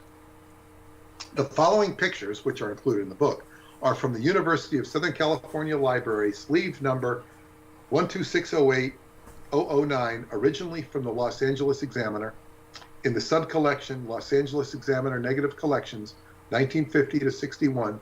The photos are accompanied by the following caption, which describes the characters involved in it. I'm not going to read that. And it shows the picture of Japanese warships in Los Angeles Harbor, yes, with the three of them, and they all have the Japanese war flag. Yes, yes. There is also another matter with regard to my own published works. When I published the Montauk Project in 1992, it was only a few months before I was contacted by an agent for Gakken, the largest publisher in Japan, in order to arrange the publication of the book in the Japanese language. A Japanese television documentary was produced almost immediately. Since that time, I have always found it a curiosity that when it comes to international rights, my various works have only been published in countries that once belonged to and or closely tied to the Axis powers. These include Japan, Germany, China, Russia, Romania, Bulgaria, and Spain, the latter officially being a neutral country, which was, for all practical purposes, a close Nazi ally. Yes. It was only after encountering Douglas Dietrich and studying much of his prolific information that I fully understood the causes of the aforesaid unusual circumstances and events in my life. Some of you also might remember the 1980s when strong anti-Japanese sentiment was aroused in the United States as a result of so many Japanese, whose economy was booming, visiting as tourists and also buying up huge tracts of land, including Rockefeller Center. It was as if the roles were reversed, at least as far as war propaganda goes. People were boldly asking the question that if we had won the war, then why were the Japanese the benefactors? As I have already stated, this book will answer this and many more questions, including questions you never thought to ask. That's the foreword. That's beautiful. And what little I can think of to amend it, I'll present to you privately in the very near future. But that, I mean, like literally, within days at the longest, because I'm going to dive back into this project. I've been away from it for too long with so much else that's been going on, but that was wonderful, and I love the fact that you read it, and your voice is fine, and you have a very soothing voice, and it's fit for doing tapes and audio books well enough. But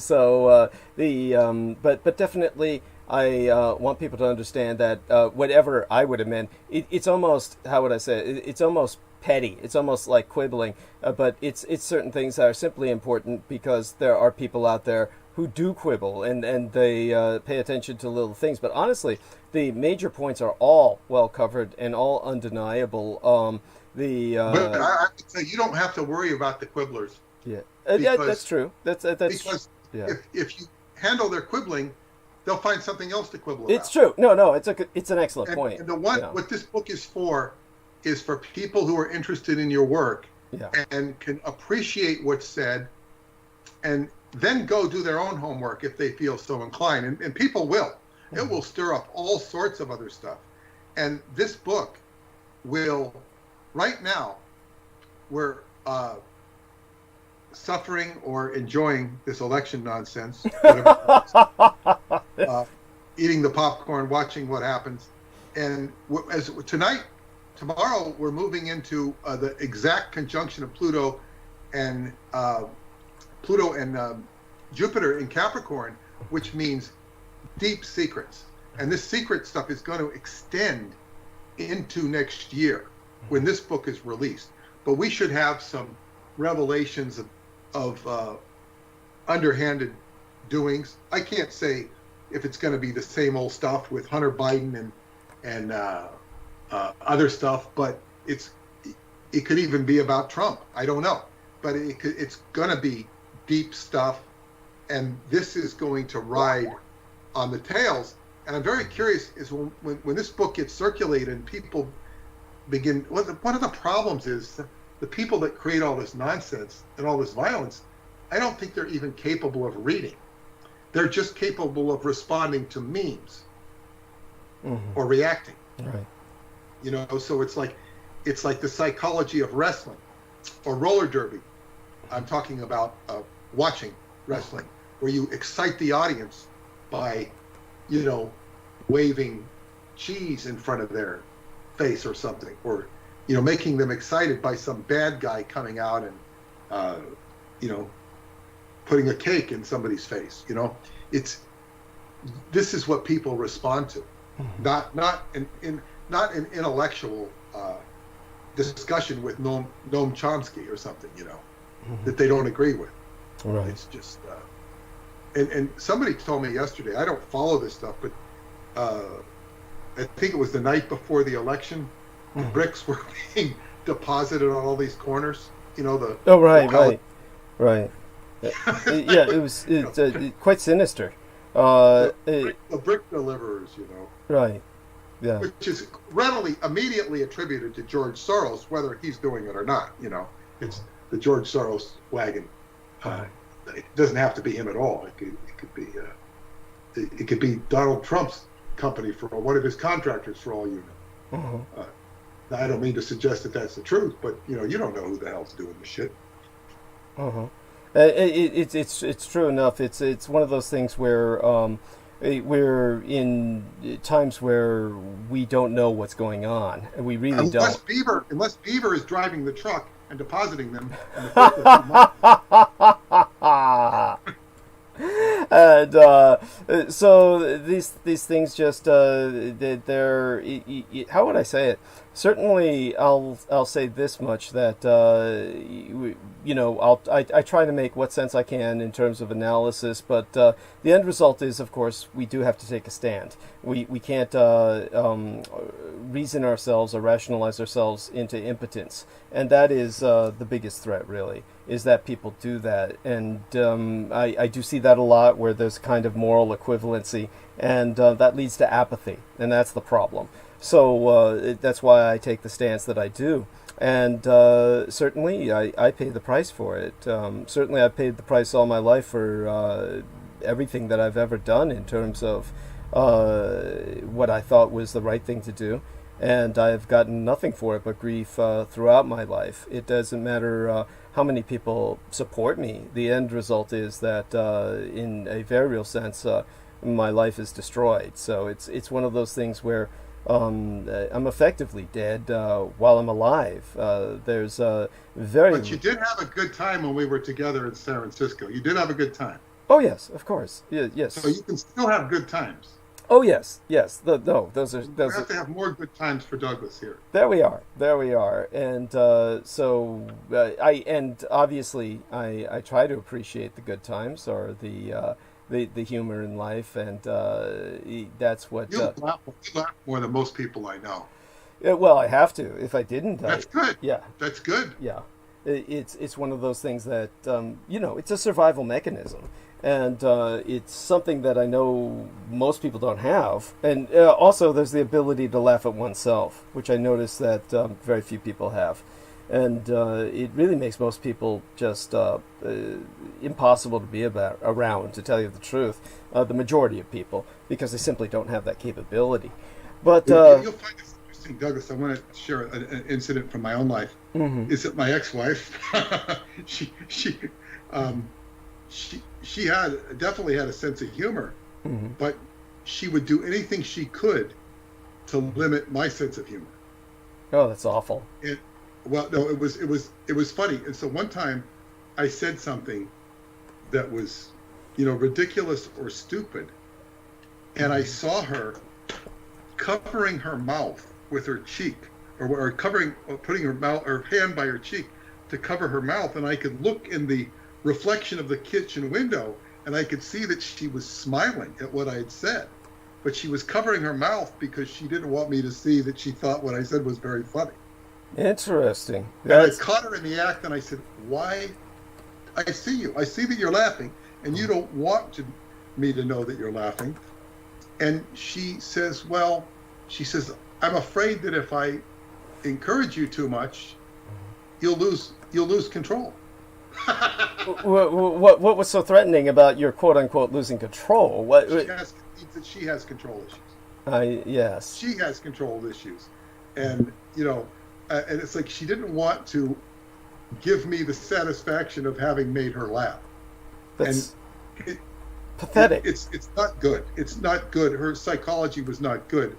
No. She could laugh about it, and I even I think my daughter once admitted to me in a birthday card that she did the same thing.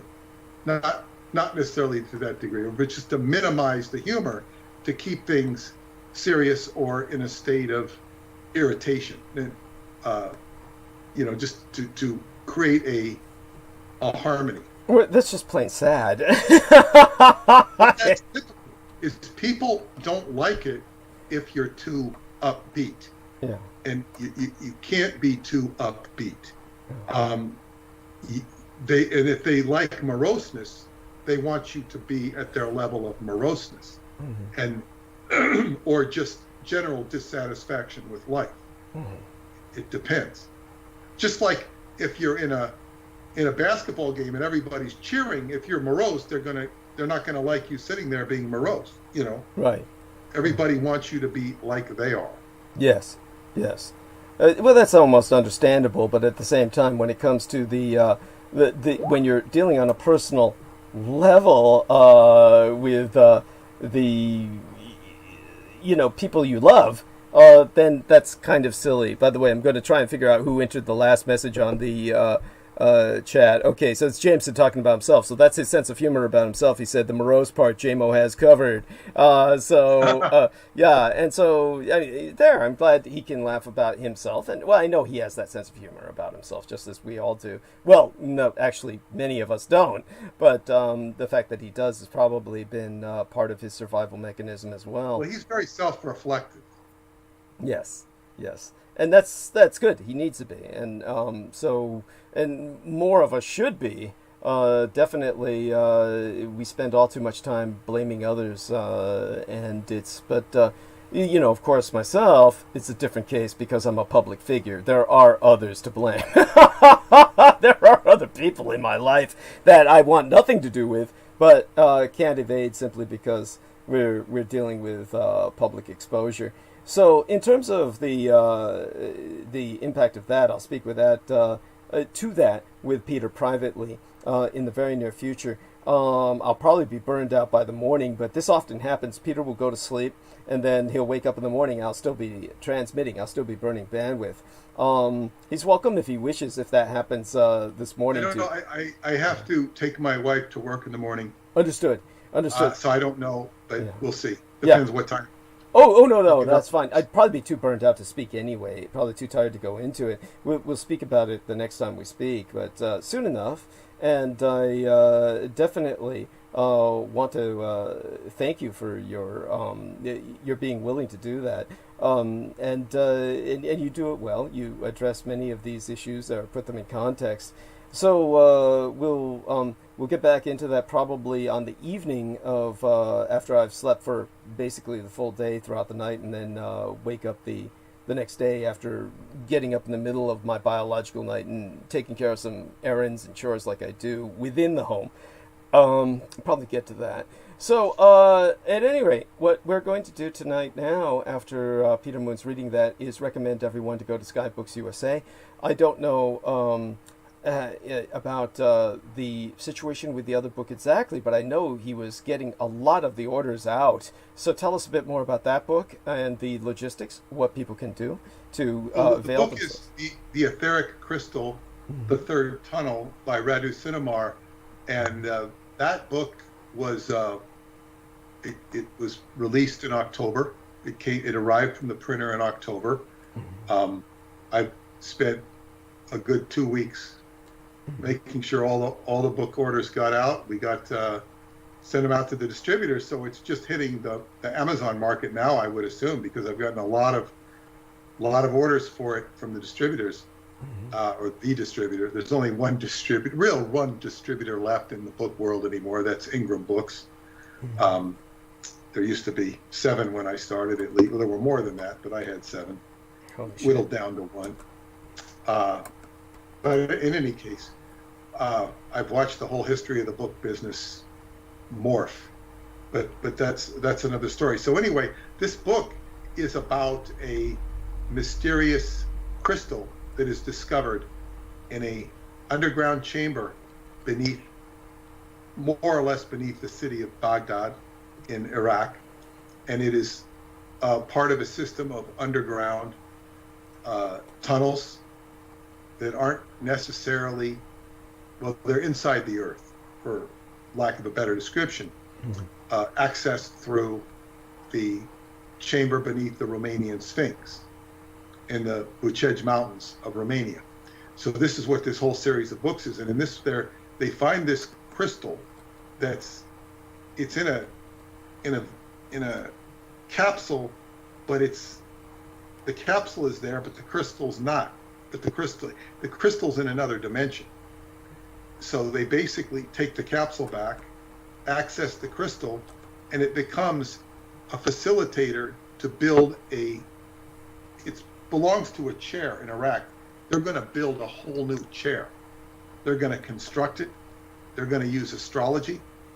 They do use astrology, and they use this to basically what I would call amplifying the mind, so that it's with a headset and they can see visual patterns, and they can read the Akashic records, and they can access data like you wouldn't believe.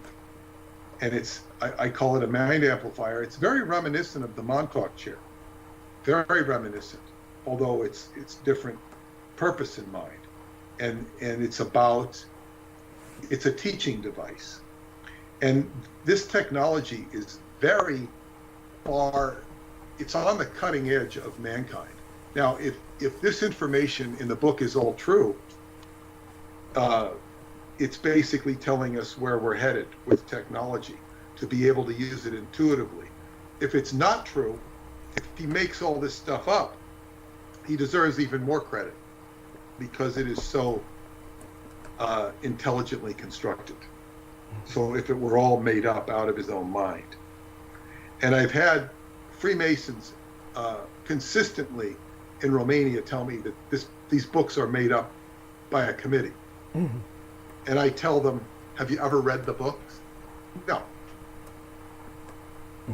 This is a party line they're giving. Right. The Freemasons say, but they say, oh, it's by a committee. It's not written by a committee. It's written by an individual who might get it approved by a committee of one person, maybe two, but it's not a committee, because I know the guy who writes it. I can tell his writing style. I read his books, 5 or 6 or more times in the process of editing them. So it's kind of like I have a great synergy and sympathetic rapport with this guy. Mm-hmm. Even if I don't agree with what he says, or if I agree with what he says, it doesn't matter. I don't mean to suggest I have huge disagreements with it, but I'm just saying is I have a rapport for who he is and what he writes, and his my Romanian readers who read my books consistently tell me that the books are clearer in English than they are in Romanian. Interesting. Yeah. So that's a wonderful compliment to you, and certainly, definitely, I appreciate what he says. I'm sure he's right. He's complimented my books as well, the ones he's read. He doesn't have time to read the later one. He might read what I say about it, but no, he's complimented the past books. In fact, he was very impressed with my acumen for communicating esoteric information. It impressed him very much. Well, I really want to thank you for being with us tonight. What I'll probably do is go into a monologue quite soon. How are you feeling? You still have some energy? Do you? What time is it where you're at? Right. It's 10:45. My voice is kind of gone. Okay. Because of all the talking and the reading. The reading takes more out of my voice. I mean, I'm talking about like I need water, but the what are you going to talk about in your arc of narrative tonight? Oh, just inescapably, it's going to be about the election. I'm going to try and analyze a bit of. It'll be kind of a lesson in civics, really, telling people about aspects of the American public and its political orientation, which people I don't think are aware of. We think of ourselves as quite divided, and yet there is a majority consensus in terms of what the population is seeking for stability, and that's pretty much at this point center-left. I'll try and explain that and put out the demographics behind it. The thing that I'll point out is, of course, just where the problems are with gridlock. We now have a divided government, and of course the people are polarized. But that's not to say that they don't have a kind of a unification in the fact that everybody in general wants security. So the way they want that security, and by that I mean social security in the sense of a society that can provide them healthcare, etc., it generally goes in the direction of center left. But beyond that, of course, I'll just add several things that are ongoing with Trump essentially contesting the election narrative, and that's going to lead, of course, to problems. And then I'll point out what would have happened if he had won decisively. I'll let people know what would have happened then, and certainly what we have now, ironically enough, is the businesses. Much of business welcomes Biden because, of course, they're welcoming the gridlock government because they realize that nothing's going to get through, that because there's not going to be anything really processed in terms of any new legislation, then business really has nothing to worry about in that regard. They've gotten all of their tax breaks, they've gotten what they need, and now they can plow ahead. So maybe that will be good for the economy in general. So that'll be I'll bring in some of the foreign affairs as well, because that's also extraordinarily important. I don't know if you're aware of this, but Communist China has not called Joe Biden to congratulate him. In other words, Communist China is not acknowledging him as the victor. So, well, if I wanted to be cynical, I would say that the they'll show up at his door with a mandate. In other words, like they have goods on it. But I would just share with you, because what I get more interested in is, and I've listened to quite a few astrology forecasts about the election that were given before the election. I'm listening after the election, and it's interesting to say, to listen to them. And of course, each astrologer is only an interpreter, and they all seem to agree on huge revelations coming forth in the next few days, and that will turn into a consistent expose of secrets. If we wanted to really get the mother lode, we'd be hearing, neither side is going to investigate Jeffrey Epstein. But if we want to really get the real secret, maybe something will come forth on that. And Ghislaine Maxwell and all that, it's like, that's the common denominator. The whole health paradigm is completely crippled by their lack of appreciation for real medicine, with ozone therapy and whatnot. So it's like you have all this strangulation, and then you have all this fighting within the strangulation, which is all complete and utter madness. But some of the astrologers, if not all of them, project that this is all going to work out towards a more positive, and both the medical world and the certain people in the medical world, I can't speak for all of them, and the astrological world indicate that this COVID stuff will pass as a pervasive phenomena as we move into the spring. I know Fauci likes to say it'll last into 2022, and some of my friends are freaking out that it's going to be bad because they're just so fucking crazy. As the planets ease off, the whole attitude will change, and pretty soon everybody will be worried more about something else, because life doesn't stay the same. It's not stagnant, but it will be. Everybody agrees it will be an interesting next month or 6 weeks. Oh God, to say the least. That's yeah. I'll say a bit about that. We're definitely. I will have to conclude with a fairly ominous note, but I'll try and put as much constructive hope in it as I can. In that there are solutions. We have to, of course, have entire parties adapt to different attitudes. In this case, especially the Democratic Party, because it is now in kind of symbolically the party in power, even though it's not, because the government is so divided so evenly. In this case, it was a great loss for the Democrats, and so they did not in any way, shape, or form attain anything that polling gave the potential for, or gave the impression of. And so this is interesting because there were people in the chat room who said just that the polling is all wrong, etc. I mean, polling is apparently pretty doing very poorly in terms of prognostication. So you're probably better off sticking with the astrology. And people don't understand that the original poll people that used to be put in all the papers was George Gallup. Yeah. And Gallup was right out of the OSS. He was created by the OSS. Of course. The George Gallup polls. Yeah. He always seemed, nobody ever took issue with his polls. Right. Well, we don't have him anymore. Yeah, and was he the man who the town was named after, or the town just happened to? It must have been named after one of his descendants. I don't think it was named after him. But you had George Gallup. You had Ogilvy. I think the guy. Ogilvy and Mathers, the ad guy, he was from the OSS, who created the whole New York advertising. Right, but my Ogilvy and Mather. Right, and now, unless my memory is faulty in that regard, or I misremember, my understanding was the Gallup polls were headquartered out of Gallup, New Mexico. That was my understanding. Was that? I don't know. It might have been, but it was George Gallup, right, who was the guy from the OSS. I mean, I don't know. I remember Gallup, New Mexico, but George Gallup was an OSS member. He was with three of them, right. Ogilvy and Mather, or Ogilvy, and who was the advertising guy, George Gallup, who was the pollster, and there was some other big OSS guy.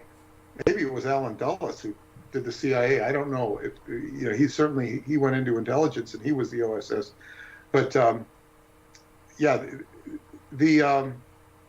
yes. So polls are, and the problem with polls is the same problem with journalism. Mm-hmm. It's all prejudiced. It's Republican journalism, or it's Democratic journalism, or it's libertarian journalism. It's like, let's take a viewpoint and now let's back it up. They're like defense attorneys or prosecuting attorneys. Right. They're not objective. Right. And they also reject objectivity. And those who are the most objective will generally tend to refuse the what you would call the alternative viewpoint. They can't be objective about the alternative viewpoint. So we now have something called, I just made this word up, alternative objectivity. Like, in other words, we can talk about politics, but let's don't talk about Douglas Dietrich or Peter Moon or any of the things that they bring up that are outside of our what is digestible by our well-mannered minds, which are not well-mannered at all. No. There's a certain decorum. Just like when you walk into a elegant restaurant, you're expected to behave in a certain way. When you walk into a McDonald's, it's not so important. There are decorum you follow in a McDonald's, but it's not so stringent. If you appear in media or appear around intelligent, polite people that are, what do you call it? What's the word for well-read? Erudite. Yes. Yeah. Erudite. Right. It's like, no, there's just, you don't go into certain subjects. It's not in their paradigm. And of course, if I'm at any dinner party of any type, which I don't go to dinner parties of that like, but eventually the topic will revolve right around to something that I'm familiar with or know about. It could be your work. It could be other work that I've done. And it's kind of like you're beyond the cutting edge, and you can attract a lot of attention and a lot of interest.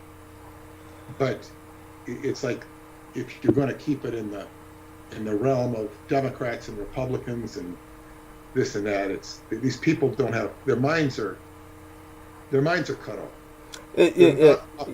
Full back. Yeah, it's one of these things where we're in a sense trapped within a certain social framework at the moment. But certainly, I appreciate what you're saying. Obviously, it's a mental framework too. Yeah, because a lot of this stuff doesn't apply to social situations. It applies to what can the mind process. So I can hear guys talking at football about this, that, and the other thing, and I don't even dare bring up certain issues because it's going to be beyond their. It's too challenging. I don't want to get involved in challenging their minds or their paradigms. I don't have the time for it. I don't want to be their ontological coach. Right. What we're dealing with is a world of colliding paradigms, axioms. People are living in their own realities, and then sounds like the Lensman series, Douglas. Yeah, that's cute. Were you a reader of that series, or did you actually read the entire series? I had to read. I don't know if I finished it, but I read several of them, and I kind of had to. And when I say had to, it was so popular in Scientology that eventually, and the books are around. Yeah. And eventually I did read them. And of course, I think what happens when you read the book, you suspend all of the genocidal stuff because you get into the story and the adventure of it all. And you're reading this great, I guess it becomes escapism. And I remember one of my roommates reading it. I hadn't read it. at that point, maybe he got me interested. He'd go, these guys are OTs. These guys are OTs, meaning operating thetans, operating spirits was the word for the miraculous in Scientology, and all the phenomenal things they were doing, because they did have special, third eye capabilities, right, and that sort of thing. So it was riding along a paranormal bent that was interesting in that regards. But I do remember, which I thought was very interesting, was the book starts out with the colliding of two galaxies, and one is negative and one is positive. And then that's kind of, and so when you're talking about worlds colliding, like Democrats and Republicans, except that neither one of them is good, at least, so it's like, yeah, you have this colliding world. So when you say that, yeah, we do have collisions, just like you have two Sephiroth in the Kabbalah, two spheres colliding. They do intersect with each other. Venus intersecting with Jupiter is different than Venus intersecting with Saturn, etc., so on and etc. And right now we have people with ideals on the right colliding with people with ideals on the left. And the ideals on the left are very noble. But the problem is there's no pragmatism associated with them. There's just a mandate that everybody's going to be treated right. And of course, this leads to horrible mistreatment. And some of the things you said about Joseph Stalin, and then some of the things I heard separately by somebody talking about that Lenin was completely disconnected from true Marxist communism. Well, I mean, at that point, we're getting into these bizarre communist ideological aberrations where they all think that this is heretical to Marxism. This is, and it's all preposterous, because it's you could say the same about Christianity, actually, because of Christ's apostles went into different paths, and it was, I believe, the Apostle Paul who really gave us Christianity as we understand it, as opposed to Christ. It was Paul who basically kind of created doctrine. He essentially created doctrine. So it was with Engels. It was Friedrich Engels that gave that essentially solidified the majority of doctrine that people identify with Marxism, whereas Karl Marx himself was, a markedly different kind of perspective that he was throwing out, that most people would have actually conflated or confused with Hitlerism if they had read Marx's original writings, as opposed to the interpretation, the filtration that was given by Engels, who created the Marx myth. So, all of this is, where we're at now. We have different interpretations of different things. But in terms of what you and I will do, hopefully it will help break some barriers and maybe do something to change the world around us. Obviously, that's our primary mission, is to generate change that will hopefully go in a positive direction. But certainly I do want to bring up the fact that Crystal River, there were a lot of things that happened that I'm not going to bring up, but Crystal River had a lot of things happen to her after my last episode with her. She was overwhelmed, or this is how she explains it, with professional responsibilities tonight, and could not come on with us, but I hope to have her on Sunday. We'll see what happens. Much of this is unpredictable, but she felt that what she and I are doing together when we're on is we're generating enough of a threat where they're responding.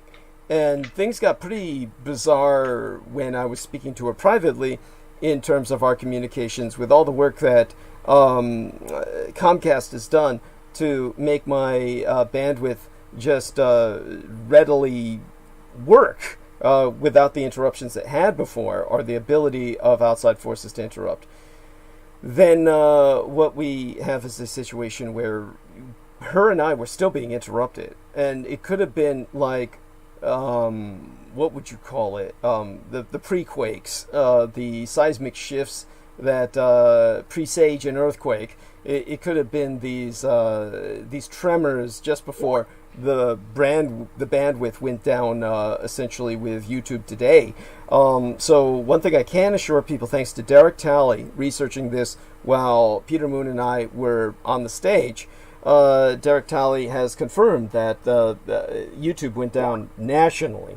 And so Jameson Reese says 4.5 on the Richter, so there may have been an active earthquake somewhere that may have contributed to this. I'm not sure if that's what he's telling us, but he's welcome to elucidate on that. He's welcome to actually speak. Okay, so yes. He's, do you know where the epicenter was? At any rate. There are various points around the West Coast where this was occurring, including as far up north as Oregon. There were points in the Pacific, like around Hawaii. Hawaii got hit. Oh my God! Yeah, there were places. They didn't seem like large shakes, but it seems like there's a lot going on. This was recorded by this was reported to me by Dutchint, that channel, and the guy has. He was using the U.S. Geological Survey's data. Okay. There's also data you could probably go into U.S. Geological Survey's website and confirm all the stuff. These earthquakes are happening all over the place. They're only really making a big deal about things that are major, like that hit the range, like 6, such as what hit I think Turkey recently. We just had a 4.8 half hour ago in Guatemala. Yeah, so these things are popping up all over the place. The Earth is people underestimate the fact that the Earth is a very dynamic and very moving organism. It's not something slow like people think. Right. People often attribute Earth with being slow and sluggish and it's just strong and hard. No, it's very active and it moves a lot. Right. By the way, Douglas, there was just a 3.0 around 3 o'clock, probably Eastern time, in San Juan Bautista, California, which is right down around Monterey. Wow. Not far from you. That's 3.0. Right. Yeah. But it's like, I know that there's 4, I learned in school at the time, there were 4 earthquakes a day in Japan. Right.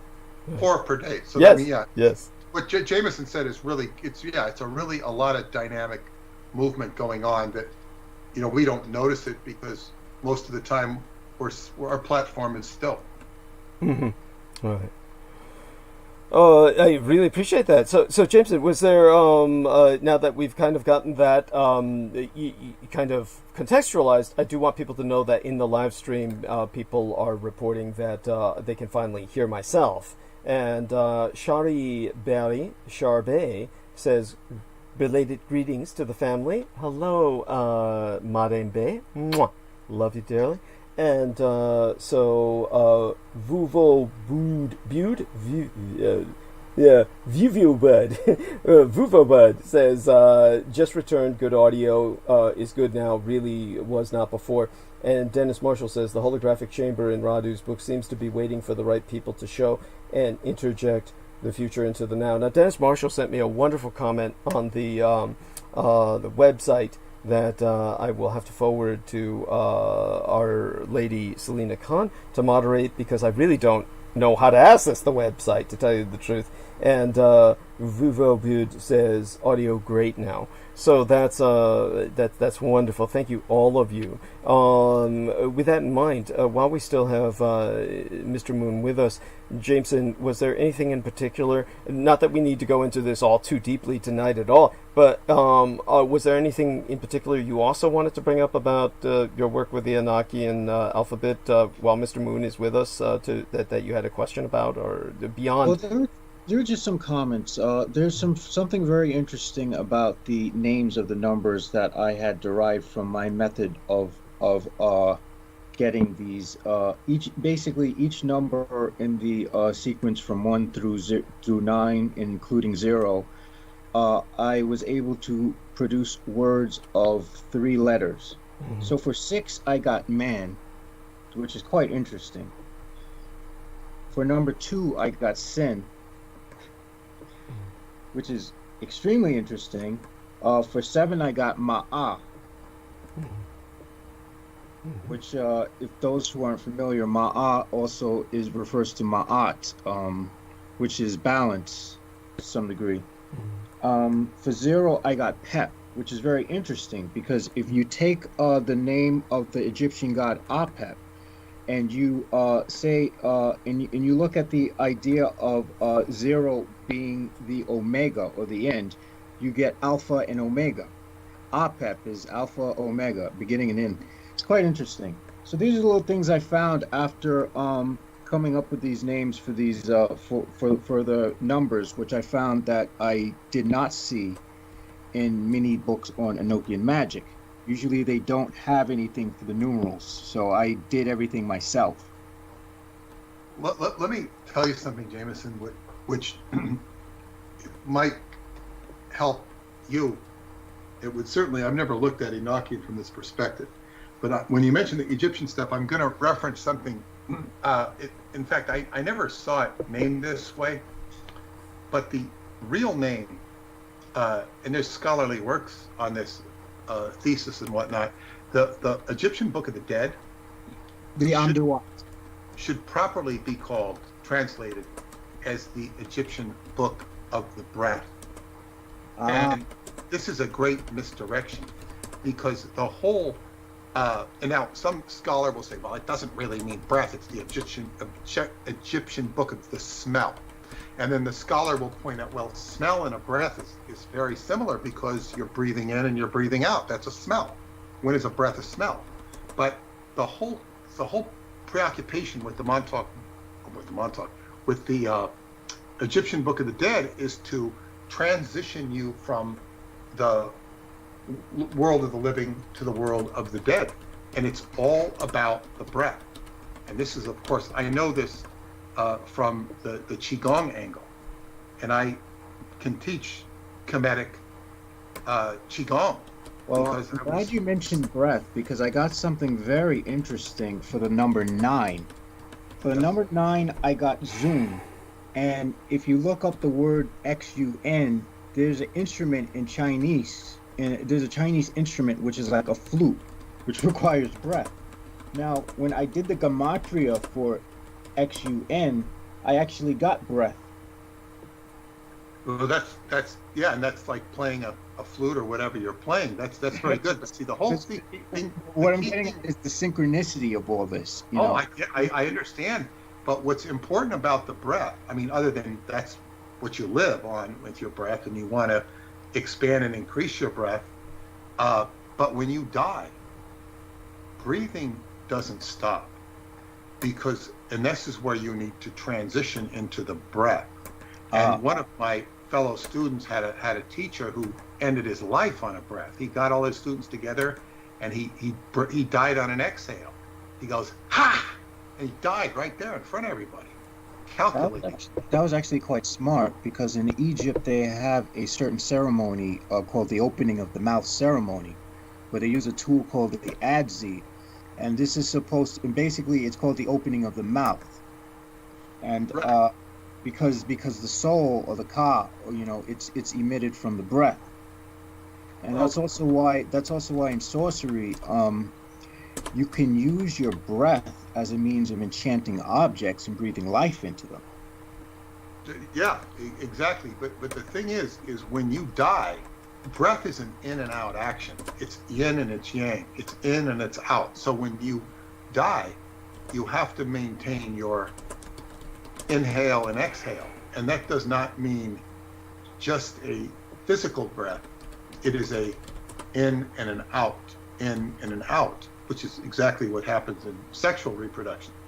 But that's what life is about, going in and going out. So now what I'm getting at, that's the background of the Book of the Dead, or the Book of the Breath.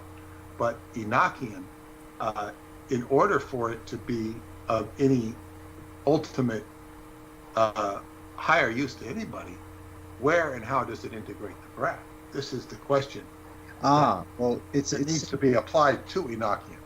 Uh, there's a way to do it, and what you do is when you're writing a spell, if you're writing a sentence of what you want, you would take each word, like for example, in Enochian, the letter A is usually un, so you would be vibrating this. You would be vibrating every letter of every word of every sentence, and you would be charging that with your energy.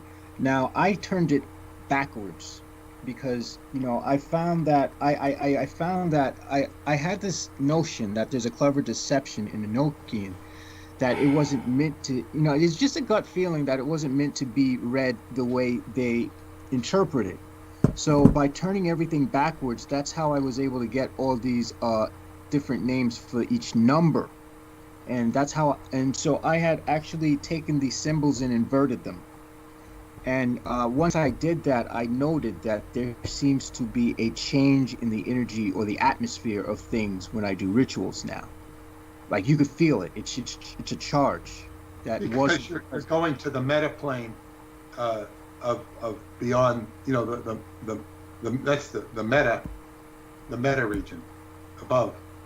Because when you get behind what's behind the geometry or behind the gematria, that's why Yes. the gematria unites everything. It makes a connection. This is the whole cut-up method, but you're applying it particularly to the Enochian language. So Yes. you're getting at the root of what the language is trying to describe. And basically, I use the cutout method to get the numbers, and I have a certain system which Douglas is aware of, because I had shared that to him in the past. Right. By the way, both of you are doing so well. I'm just going to make a quick trip to refresh myself. I'll be back in a few minutes. Okay? Thank you. I'll let you know as soon as I'm back. Both of you men can hold the stage. Yes. Well, this method involves the use of triangles, and putting triangles within triangles within triangles.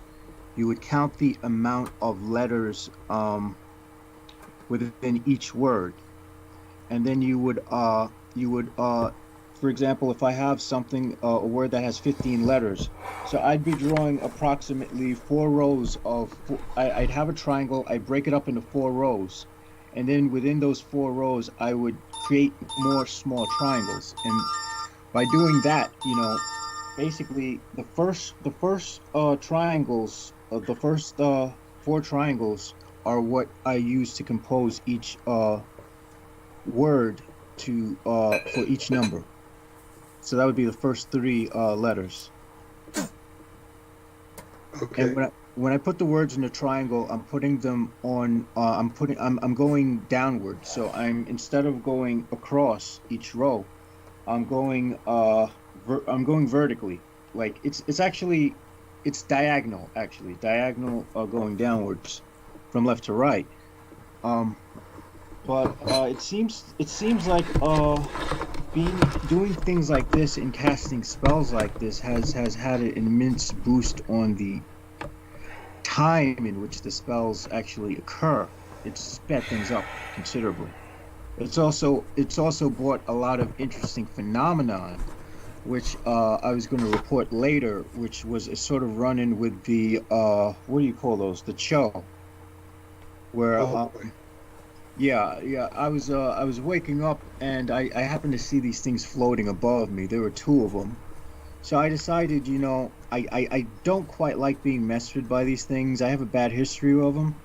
So I used my ability to visualize, and I tried to visualize one of them being crushed. And then I sort of ingested it into my solar plexus chakra.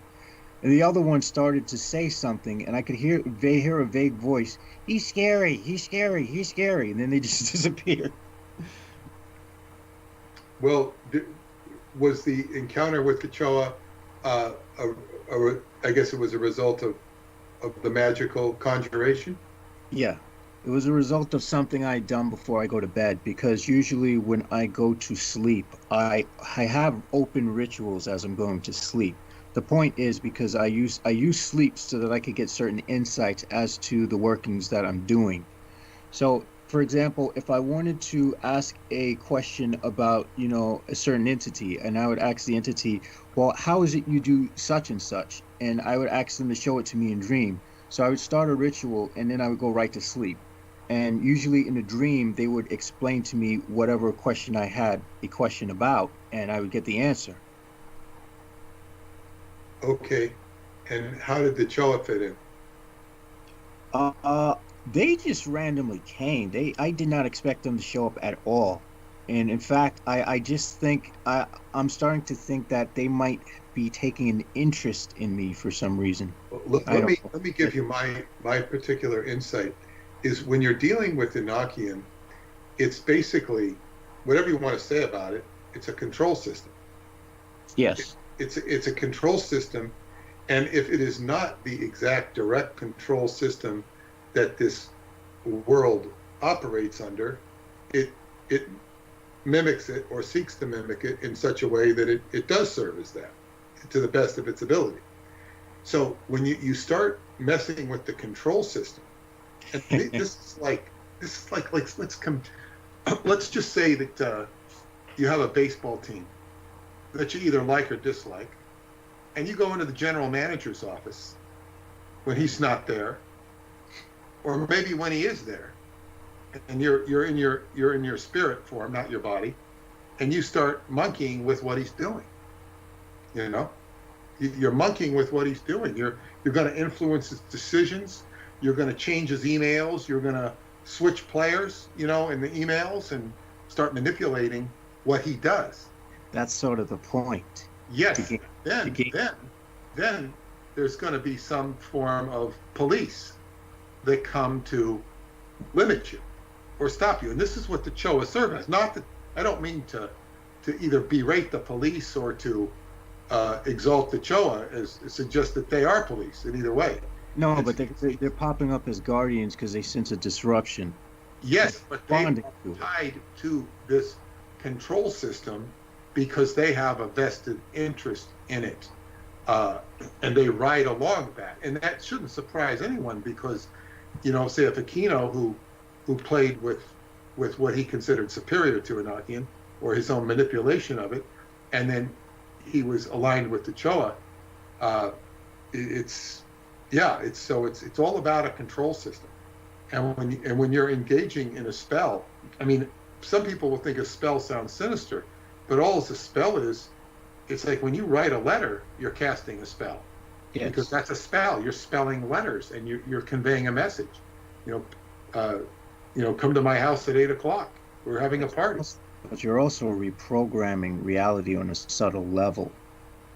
By writing something. Yes, yeah. Writing a letter, writing a book. You are reprogramming reality, exactly. And that's why you're spelling words. So when you do this in a magical sense, you're rearranging reality, which is the same thing you're doing in a meditation. You're focusing and say, I want to be a better husband. So you focus on being a better husband. And then the next thing you know, you find yourself in front of a bunch of flowers and you buy some flowers for your wife or something like this. And all of a sudden you have a happier wife and you're a better husband. It's just the basics of living. When you start dealing with the Enochian, though, you're dealing with more than just your own immediate life. That's the desire. The desire is to influence global events. The desire is to reshape the entirety of this planet. It needs a lot of reshape. It needs a lot of magic. And then there was I don't know if you've looked at the work of Vincent Bridges that I suggested earlier. I don't know if I suggested it to you. You suggested Jonathan Gee. Yes, I did. But I mean, previous transmissions. Vincent Bridges. Look up John D., Edward Kelly, Vincent Bridges. His stuff will fascinate you because he goes into the history of John D. and Edward Kelly, and he'll give you. He was a very deep scholar of Enochian. All right. I'll check it out. His scholarship is incredible. He understood it. You'll really enjoy it. You will appreciate it more than most people I've referred to it. I seldom get any feedback on it. But his scholarship is good. The problem with him, if you study his history, he was involved with all the wrong people, all including Andrei Puharish. But he was involved with the wrong people. But what I found when I saw his lecture, as he was beginning to take on the semblance of what I would call a golem. Just, you could see it in his physical. I could see it from a qigong perspective. He was becoming the golem of his magic in his own little way. And he made this comment. He talked about, he said there were only 6 or 7 people that really understood. I think that he said, I don't know if he said there were 6 or 7 people or a dozen people that really understood Enochian magic on the planet, as far as he knew. And there was only half a dozen of those that he would trust. And he was talking about getting them all together to do some working. And I thought, yeah, that would be something. Yeah, it was very. He didn't have an arrogant attitude, but it was an arrogant statement. There, yes. And in other words, but I mean, the guy has made a contribution to the knowledge of the subject, and he should be studied, especially what he says about Shakespeare and about Edward Kelly. He got much more interested in Edward Kelly. He ended up moving to Prague. And Douglas, we now have your ear now, right? Yes, yes. Well, I'm going to share this with you because this is why I talked about David Anderson appearing on the coattails of magic. So the last time I had a public dialogue with him was in, I don't remember when it was. It was about 3 years ago, maybe 4, when my Romanian in-laws came to here and they did an event in Long Island, and David agreed to, Skype in. And he Skyped in for a couple hours. And at the end of it, he enjoyed it so much, he says, I think they talked about doing it again. And I said, okay, we want to do it in Prague. And the reason I said Prague was because of the magical connection, but there were a couple of other reasons. And one of them is that I knew that my mother-in-law had been doing classes in the Czech Republic. Now, and then that was part of the inspiration, because she said he'd do it again. Well, I said, well, let's have an event in Prague, because she was already doing events in Prague. Right. And then I have this friend who ended up going to Romania with me. She knows Prague like the back of her hand. She's the one that lives in Trump Tower. She knows Prague, but she knows nothing of the esoterics of Prague. Right. She only knows where to get, good wine and cheese or whatever. I don't know if she knows that, but she knows where all the tourist places are. Right. So I would love to go there with her, and she can show me all the places, and I can show her the esoteric stuff. Right. But it's important to, and he will go into this in the video. He knows it better than I.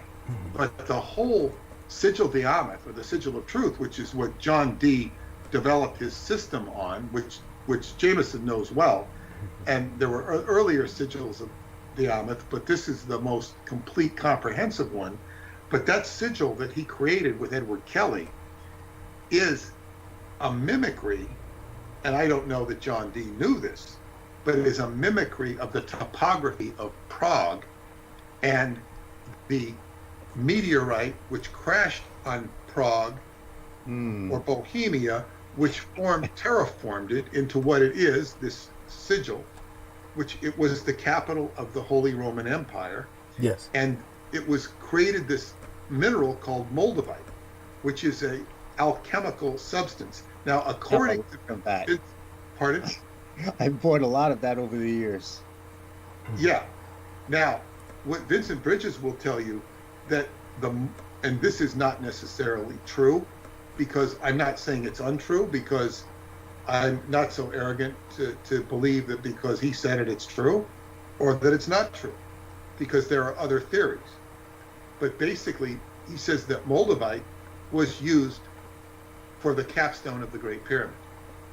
There are other people who will tell you that the capstone there never was a capstone because there wasn't supposed to be, and that it was a etheric capstone. I'm not going to argue the point. I will only entertain different viewpoints.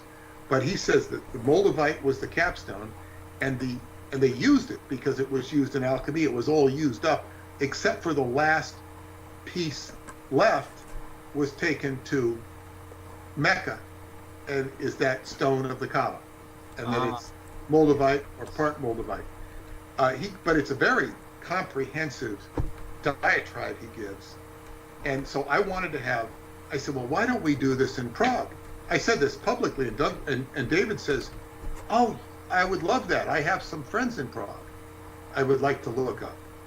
Maybe he hasn't seen them in 20 years, but this is the way he is.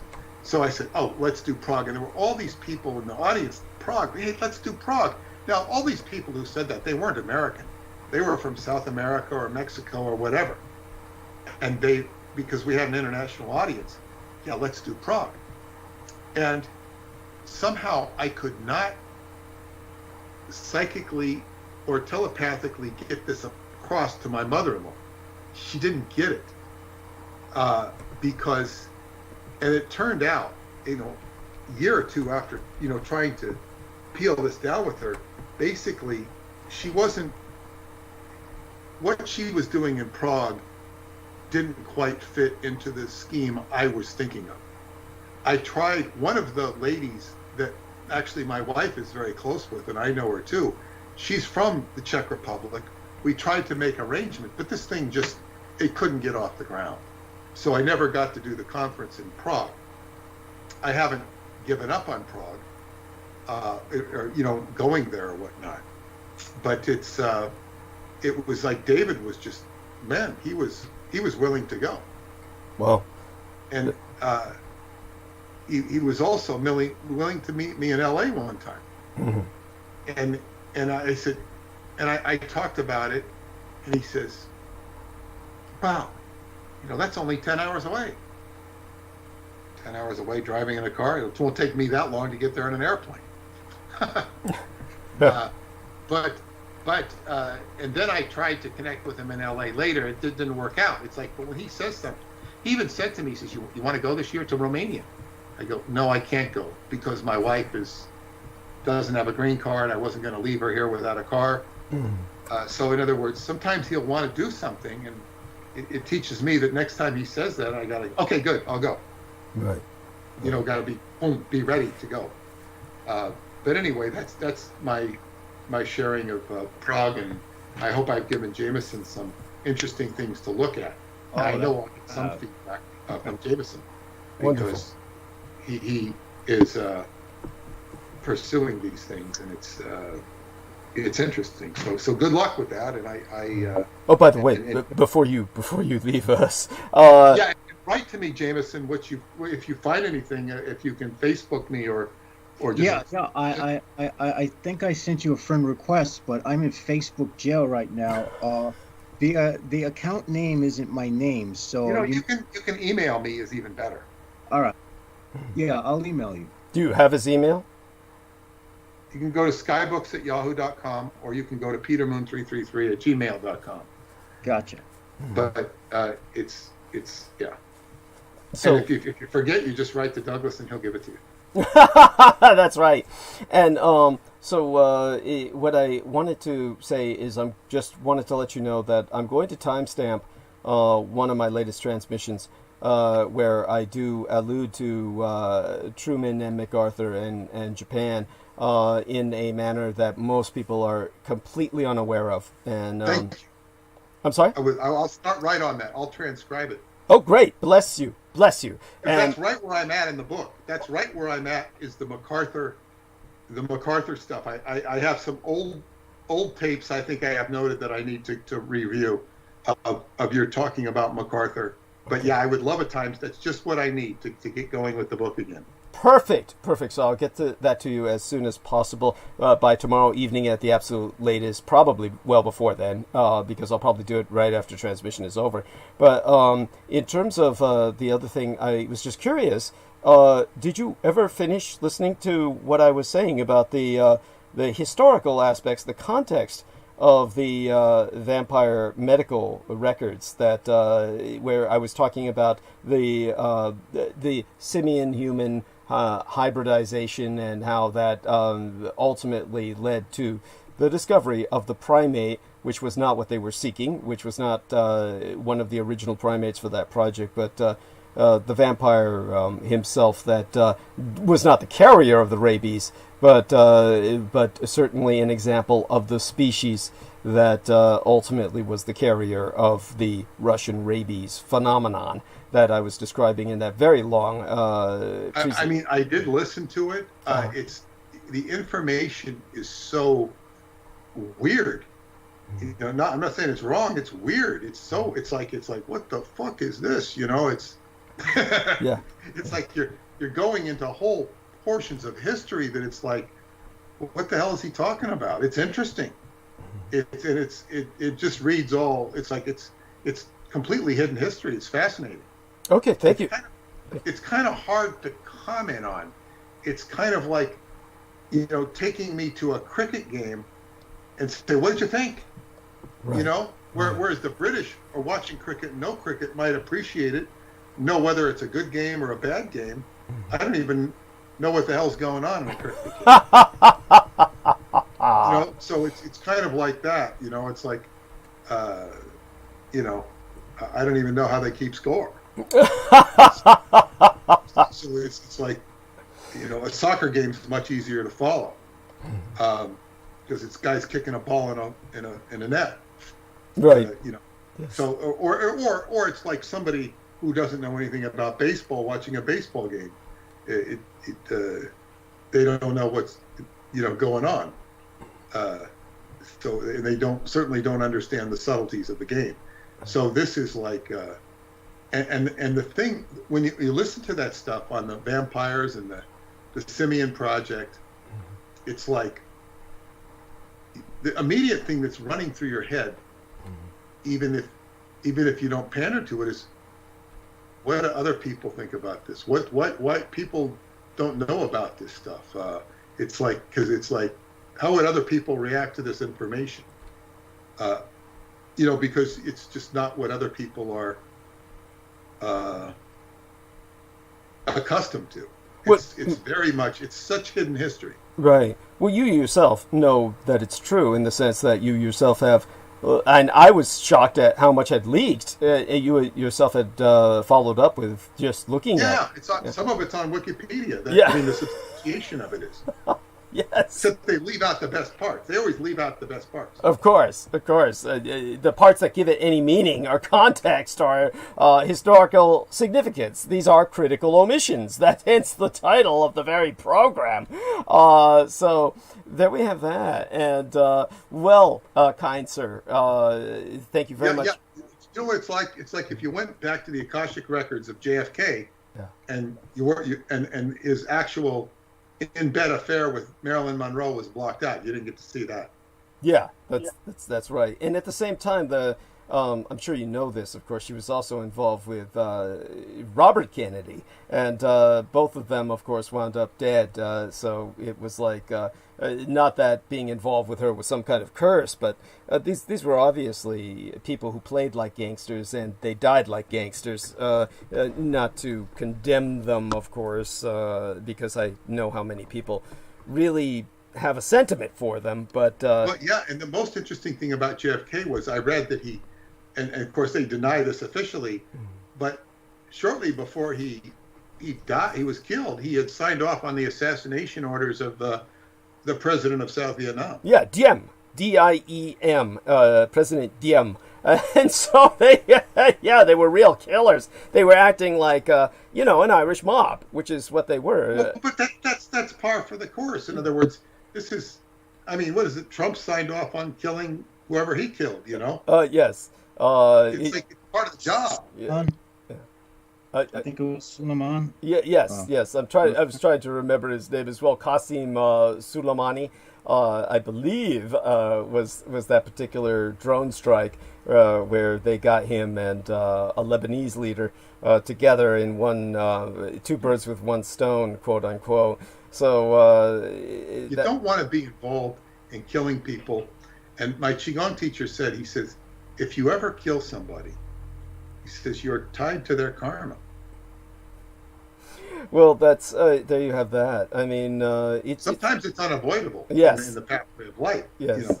Yes. I was about to say that's one of those things, of course, that they do teach in the martial arts, and they do emphasize that the restraint in from killing, or at least quote unquote responsible martial arts does teach that. Yeah, you don't want to do it. You want to do it as a complete last resort. So what I'm saying is, but when you're the president and you sign off on an order, I kill you, you kill me. What comes around goes around.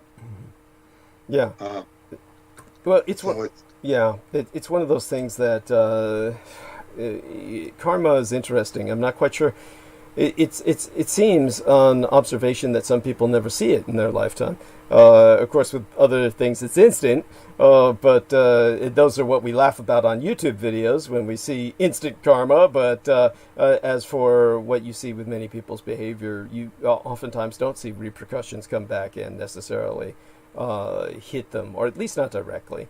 But that would be good karma. Basically, or at least in black magical understanding, or at least in the satanic paradigm, karma is seen as what everyone has a finite number of choices that you can make in a given situation. Good karma is if you make a decision that's advantageous for you and gets you out of a sticky situation, whereas bad karma would be making a decision that gets you fucked in the end. Yeah. Bad decision making. So it's something that's seen as something as more immediately, and it's something seen as more fluid and immediate rather than something that's great wisdom you have dispensed there. Mm-hmm. Yes. Great. Thank you for sharing that. That's really good wisdom. Mm-hmm. Yeah. Yeah. Well, I have to give credit to the occultist Curtis Joseph for that one. Mm-hmm. Yes. I don't know him, but he did a good job. Right. And Curtis Joseph means Kurt is Joseph. There you go. Kurt is Joseph. Yeah. And well, here's an interesting synchronicity too. Today is 11/11/2020. 11 and 11 is 22. It's just one of those funny things. Mm-hmm. So there we have that. Well, you have a blessed night, Peter. We'll be speaking again soon. Sign off. And share our love with Paula. Okay. Okay. Good night to both. Good night. Good night. And that was wonderful. Thank you. And I was glad that you had that opportunity to speak. If any of the other gentlemen can hear me, you're welcome to hang with us as long as you want. Of course, if you need to drop off into slumber, you're welcome to do so. I will expect that Jameson will be with me throughout the night, but I see no reason he won't be. But of course, every once in a while, something happens. Our artists, good sir, we will. Yes, and I do have another energy drink, but the question is when I drink it, and I have to make sure not to make the mistake of taking the gabapentin and the oh god, what the hell is this other stuff? The clonidine before, because if I do that, I'm probably not going to be able to be of much use to you. So understood. I won't take that. Yeah, thank you. No, that's deeply appreciated. So I understand that when Crystal River was with us last time and you were speaking with her was when she brought up the carjacking she had experienced. Is that the case? She was talking with you about being carjacked? She was carjacked. I don't recall that. Okay. That's what she told me she had spoken of at some point, because somebody in the thread of comment entries on the interview that I had with her said how impressed he was with the horrible things she had been through in life. And MK Rel said that, as a matter of fact, the same one who said JMO for president. Sad. Douglas, I was so freaking gone last week. I was in Uh-huh. like another time zone. Yeah, understood. There's Eastern time zone, and I was in Nuret Nea time zone, which is completely backwards. And understood. So I'm going to do what I always dread doing because it just takes time and energy, and going to go into solicitation. Of course, what I want to bring to everyone's attention is the new GoFundMe, which our man Peter Moon was kind enough to make a Stop the Presses announcement for, and with that, it's something that it's hard to emphasize or overemphasize, and I really should put the link up on my own page. So let me go get that. And in humor, of course, I would drag the other men on just for this, just so I could get the chuckles. There's some things going on that I was going to bring up just in the private messages and whatnot. But are any of you guys still around? Pack one, Mr. Derek Talley. How are you, gentlemen? You with us? I was just curious. Sound check here, so to speak. And yeah, Peter Moon probably does not recognize Jameson Reese as Cookie Monster or Monstar. Yeah, Cookie Monster. Yeah, yes. the Monstar man. Yes. I hope people don't think that makes me the great beast. No. I wanted to say, yeah, I wanted to make a distinguishment. Most people, they're either the Christ or the Antichrist. I call myself the Shadow Christ. Something completely different. Well, there we are. At least that's creative.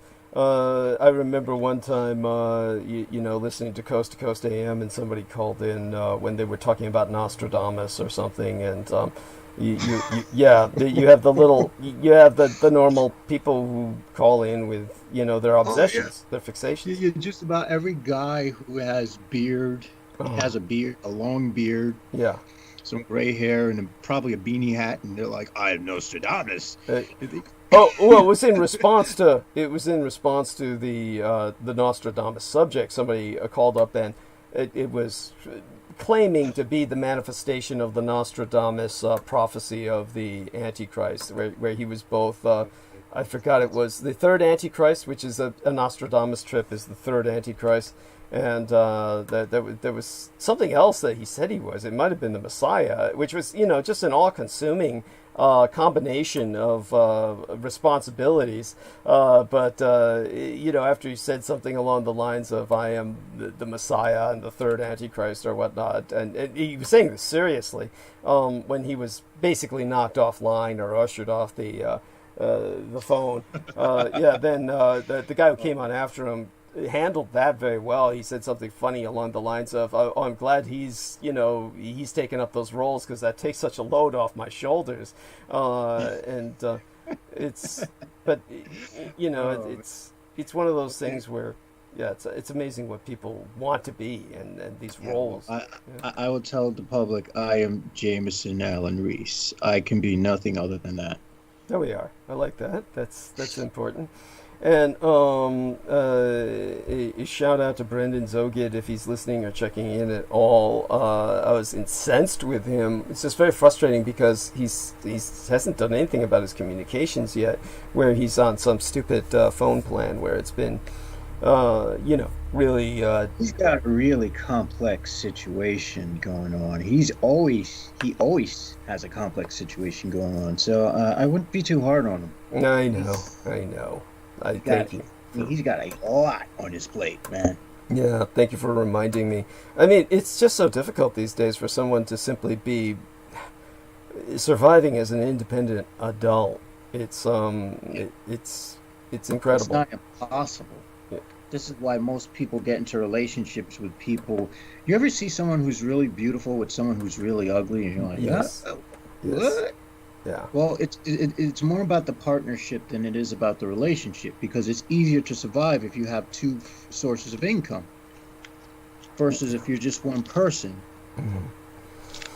Yeah, no, definitely. This is what forces people together, and certainly. And unfortunately, I'm too asocial to be able to pull that off. Mm-hmm. And I couldn't sleep with something that I look at the next morning, and I'm like, what the fuck am I doing with my life? I But can't do that. it's funny. Funny you say that. It brings to mind what happened to who's the guy who played the Joker again, and then they gave him posthumously, just as like Oh, Heath Ledger. yeah, Heath Ledger. Posthumously, they gave him the Oscar, which I thought was very political. But That's super lame. I mean, the guy's dead. You should have given him the Oscar when he was alive. Maybe he'd still be with us. well, there you have that, right? But he kind of preempted. He preempted that, right? So, in terms of Heath Ledger, the way I look at it was that he basically had the experience of the that I had described about Arnold Schwarzenegger and Danny Glover and Mel Gibson, and when I was talking about that to Crystal River. Oh gosh. Oh, he was one of those guys. Well, they all are, right? I mean, in general, the overwhelming majority of them, and Damn. and so All of them are compromised. yeah, Everyone. especially that kind. I mean, come on, Heath Ledger was brought into the system by none other than Mel Gibson. He was brought in. Mel Gibson's who ushered. That Yeah, explains it. and he was Australian, so he was just another Australian, Johnny Fuckable that Mel Gibson brought in. And then when Mel Gibson brought him in, let me remind myself to do this. A message to myself is to I gotta write this someplace where I'll see it. Where do I where do I put this? I have to remind myself. Okay, I'll put it in your message box. Let me stick in your message box. That way, at least we're on the same page. And I will write this reminder to myself. Reminder to self. Timestamp for Peter Moon. Timestamp for Peter Moon. There we are. Otherwise, I might forget that for Peter Moon.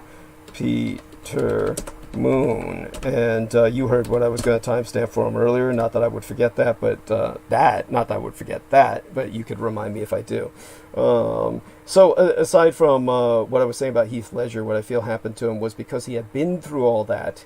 And then I think what happened was when he woke up that morning when he killed himself, he took a look at his young wife, and he took a look at the fact that he now had kids and all this stuff, and had this life that he felt was what was supposed to be the perfect life, and reflected on everything he did to get there, and how he got there, and then offed himself. That makes actually perfect sense.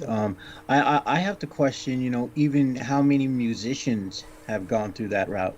People who are famous in the music industry, especially, including in the hip hop community, pop, rock, you name it. The bubble you wear on your head, I am finally seeing it in the icon, truly seeing it, and it reminds me of oh my God, what is that horror film? There was the horror film of the jellyfish guy. Let me see, horror film. I might find it if I look at one of my favorite reviewers of bad horror films. Let me take a look at that. Dark Corners. He does such a great job of the bad horror films. Nice, good, succinct. Let me see. Dark Corners. Let me see, jellyfish or sting, and I think it was a sting in the time. There we are, Sting of Death. The film was Sting of Death. So if you look up the horror film Sting of Death, you'll see the jellyfish man. That's what your icon reminds me of. And I can tell you that plastic keeps people the fuck away, and so I like it. Yes, there we are. Although sometimes it attracts the wrong people.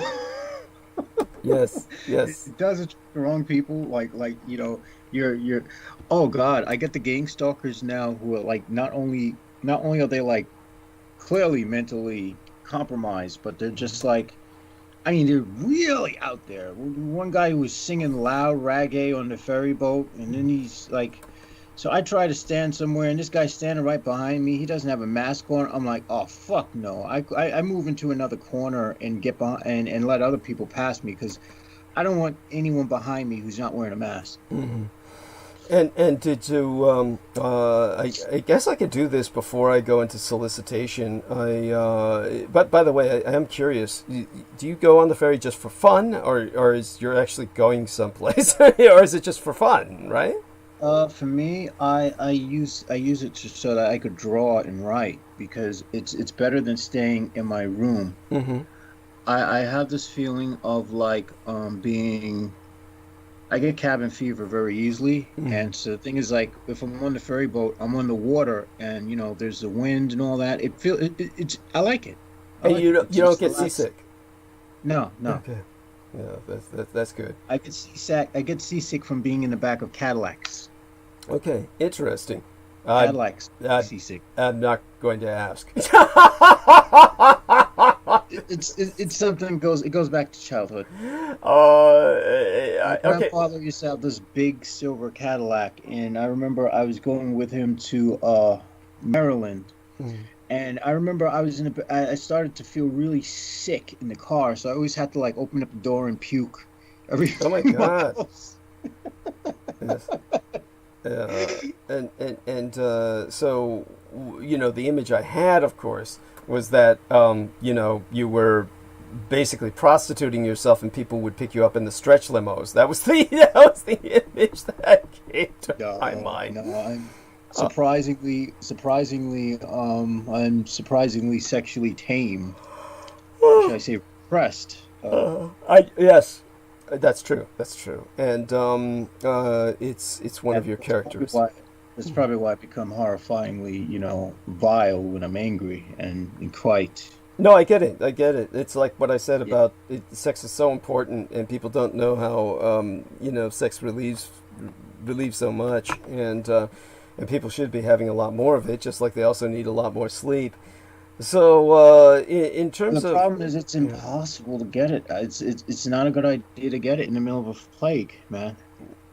The sex. You're talking about the sex, not the sleep. I'm talking about sex. Sex is just it's bad. It's a bad idea to try to get laid. I mean, dude, I don't want COVID. Fuck that. The COVID is. I don't want COVID.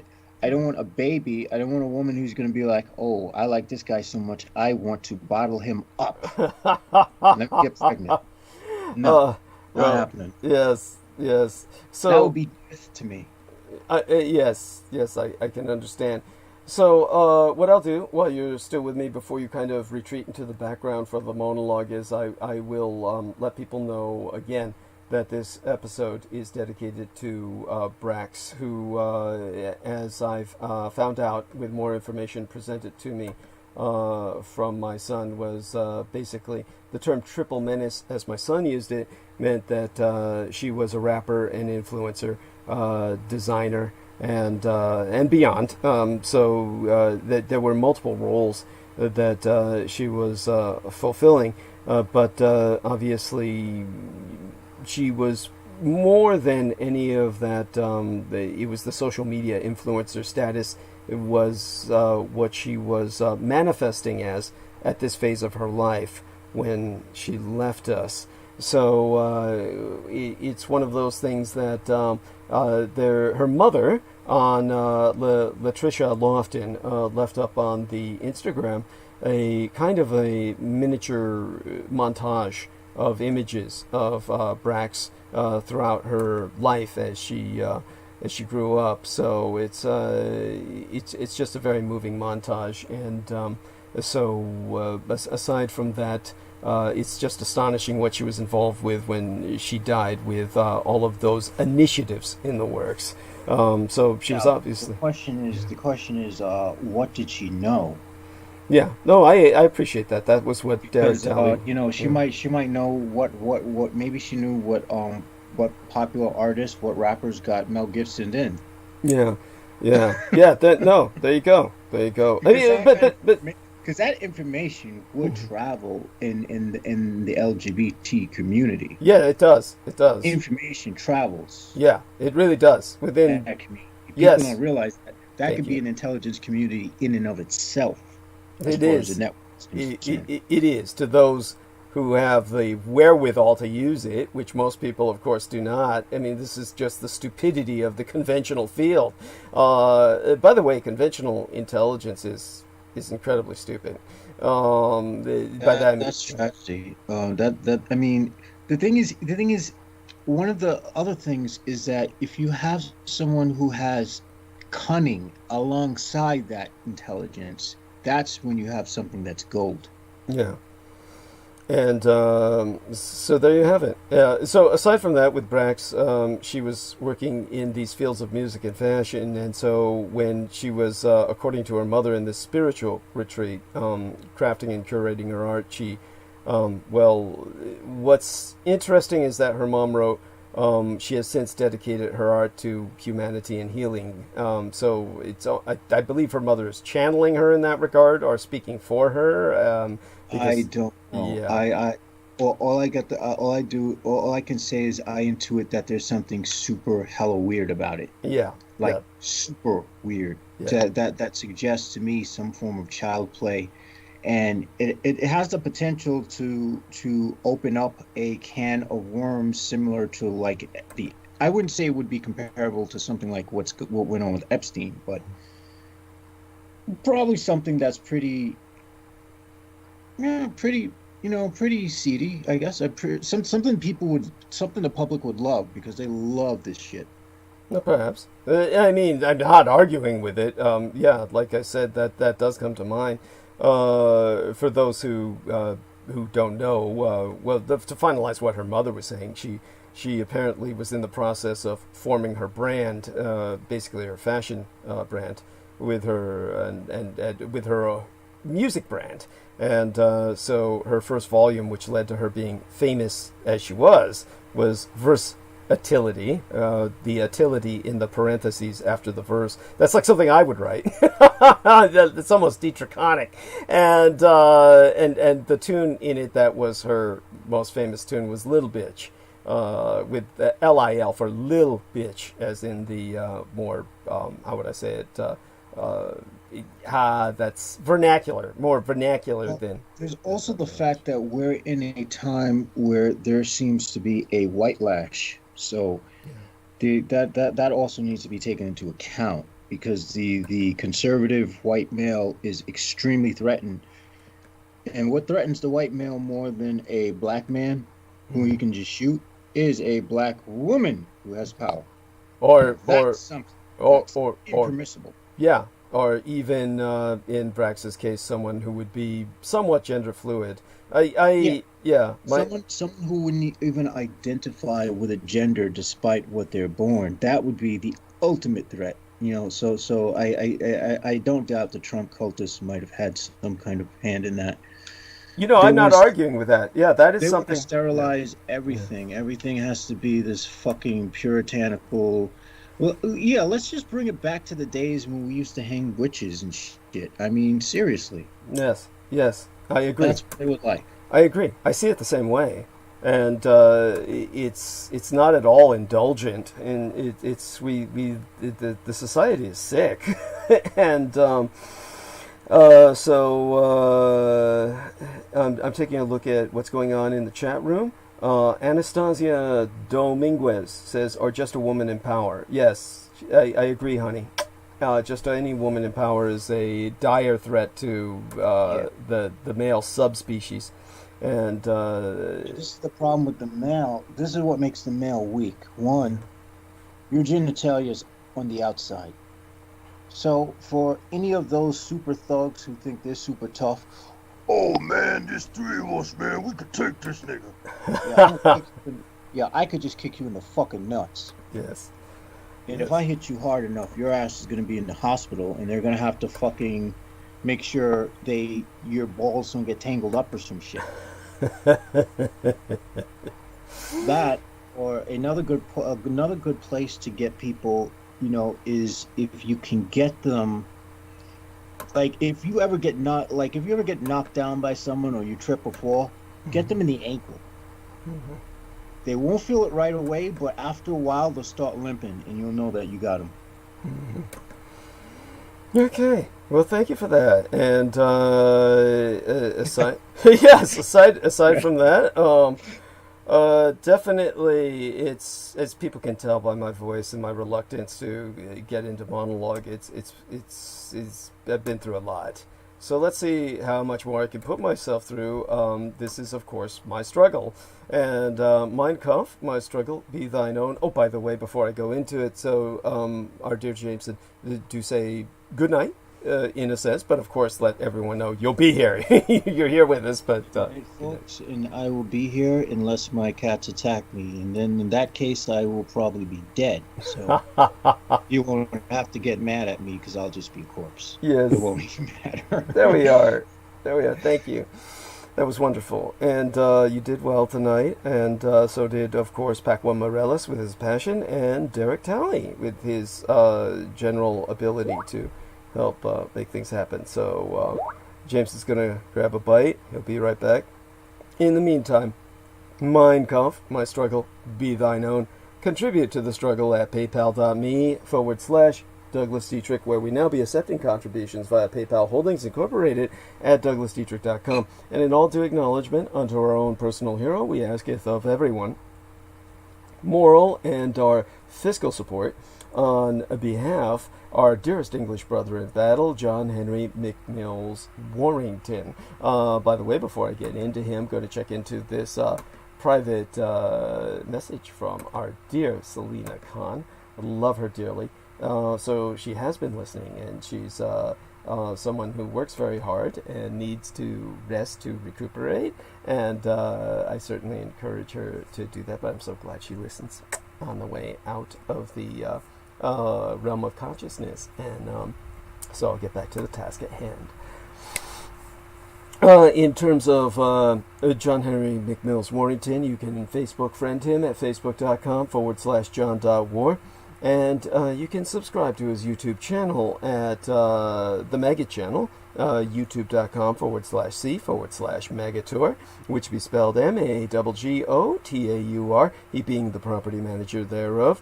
Who be Team Thrax, Dietrich's or Dragon's ultimate post-episodic producer, and our final productions archivist at douglasdietrich.com. For were it no for he, nigh all videographic works of the internationally recognized renegade military historian would have been lost.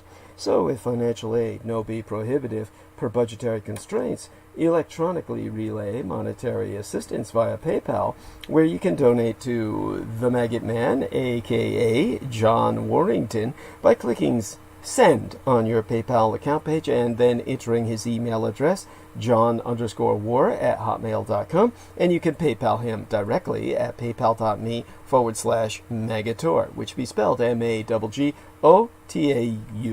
By the way, I'm going to check the private messages to see if he received mine, and since I have him in mind, and he hasn't received mine yet. Oh my God, I hope he's still with us. Oh well, he was active 6 hours ago.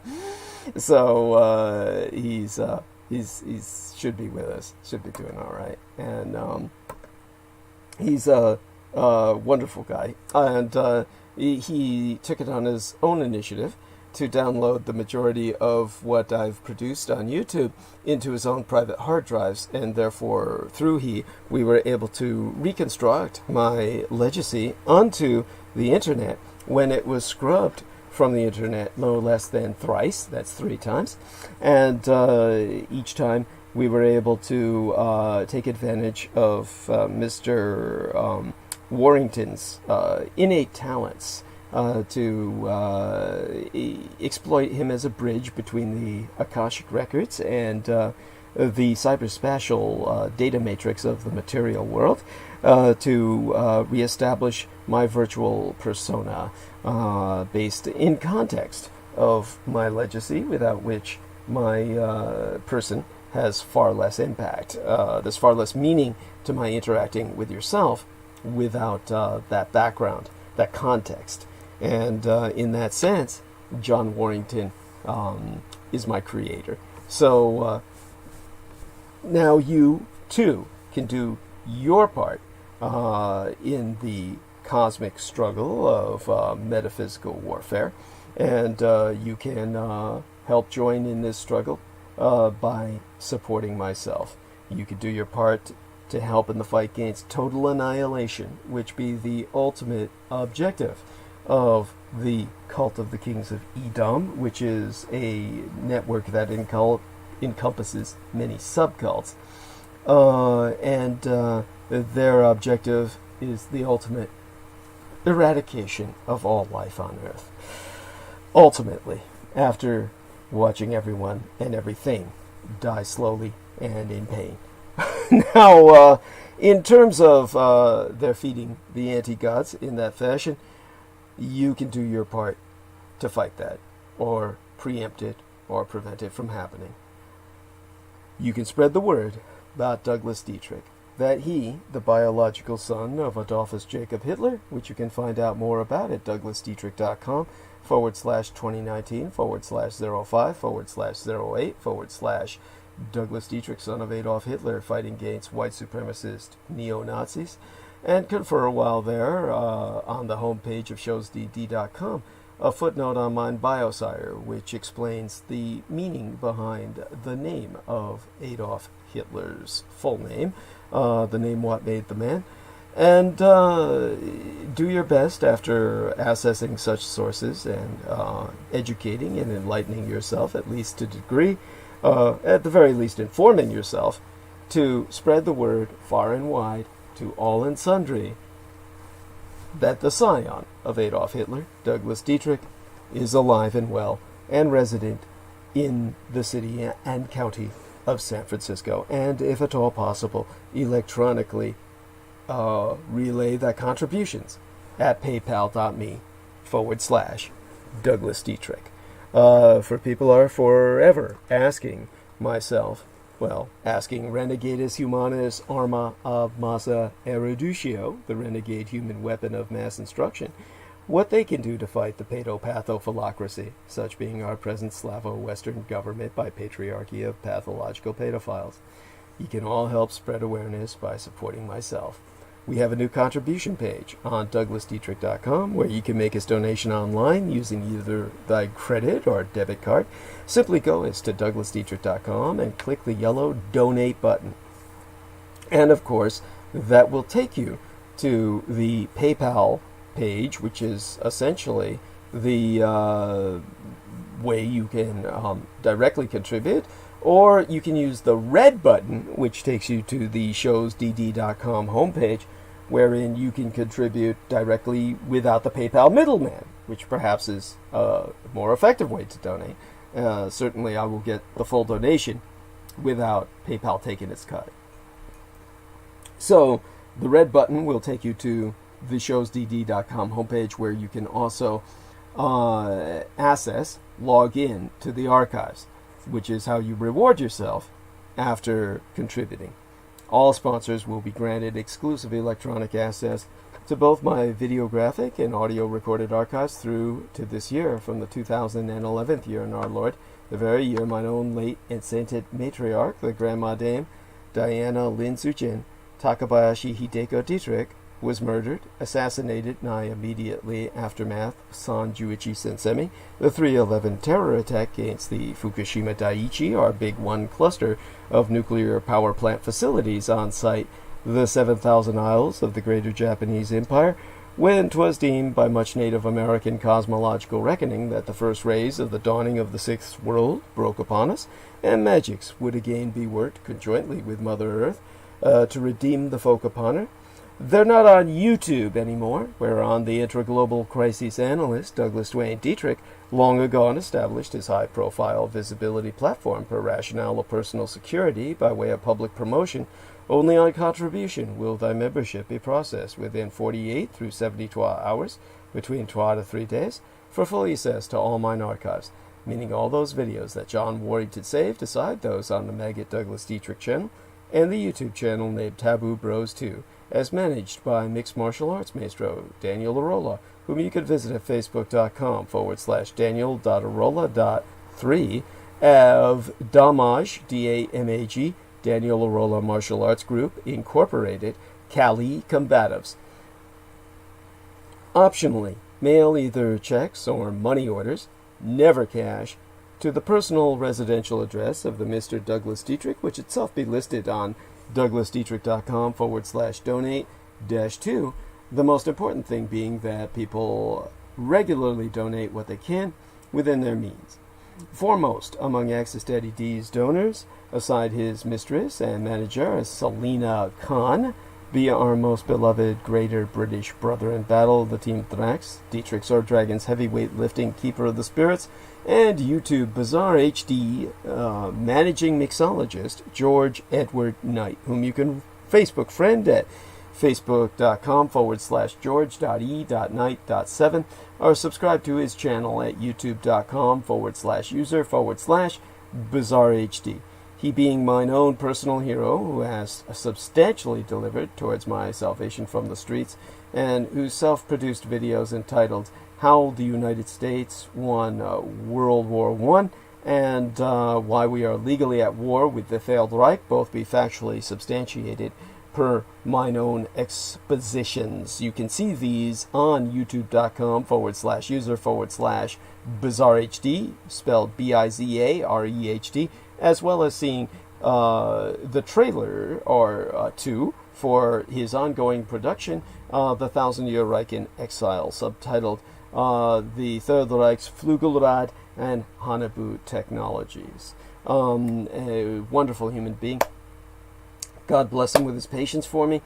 And indeed, the last Dietrich, son of Dietrich's or son of a dragon's, Anglo-corrupted as Dracula's expositions via YouTube would not be possible sans generous benefactions from my listeners on a monthly basis. The Amerasian agent of the Peacock Angel, Tavush Maliak, be the only person on the surface of this world with the insider knowledge and experience necessary to lead thy resistance against the Russo sub-satanic occupation and anti-godly insurgency, it bearing no end of emphasis that Judy, Anglo-corrupted as Jedi, literally Master D, or the Master of Enlightenment, myself, is not paid to articulate mine expositions and have never once been remunerated for my services rendered unto thyself and all thy holdest dear, at incomparable sacrifices to myself, most tragically of all mine loved ones, in my most singular and quite unenviable role as the ultimate public informant at personal risk. Still at large, your taxation cannot support myself, as I be denied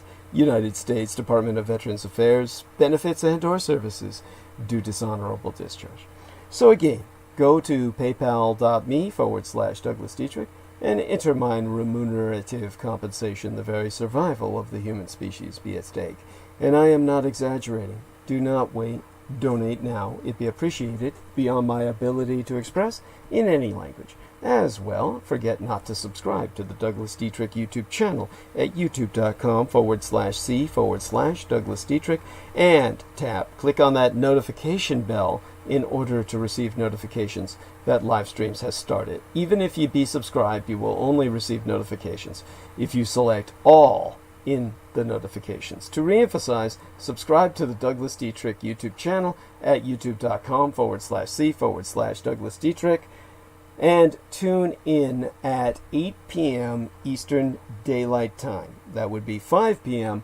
Pacific Daylight Time every Wednesday and Sunday night, and click the notification bell in order to receive notifications that live streams has started.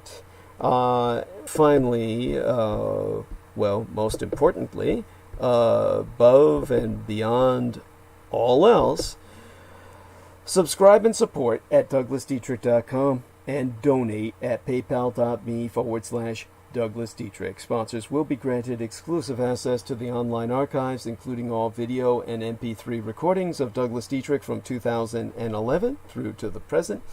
And you would do this by going through the red donate button to the page where you will see the show's dd.com homepage.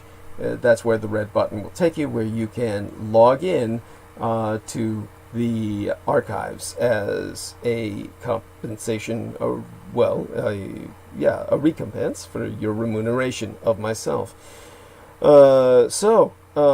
Such being said, over and above all of that, we have the GoFundMe. And let me take a look at the wonderful Mike Sherrill, who says thank you for your services as well. Wonderful human being. God bless him. Thank you so much, Mike Sherrill. Hugs be unto you. And deeply appreciated. I think that he is been around for a very long time. Many of my fans have been from the very beginning, and it's heartwarming having this level of support. And there we are. Dennis Marshall is saying something about cunning alongside intelligence. Reminds me of Bak Mei, who was portrayed in the Kill Bill movie as Pai Mei, a non-gender immortal.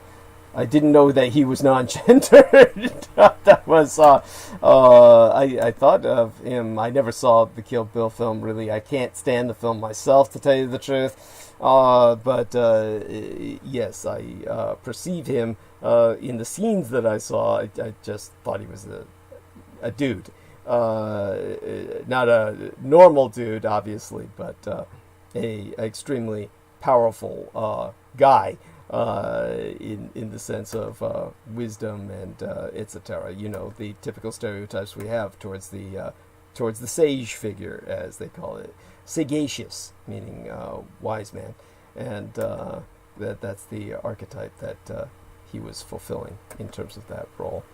Okay, so I do want to remind people that I have a very vicious gang stalker. And I'm very happy to report that people are turning in their reports, and I'm proud of them for doing so.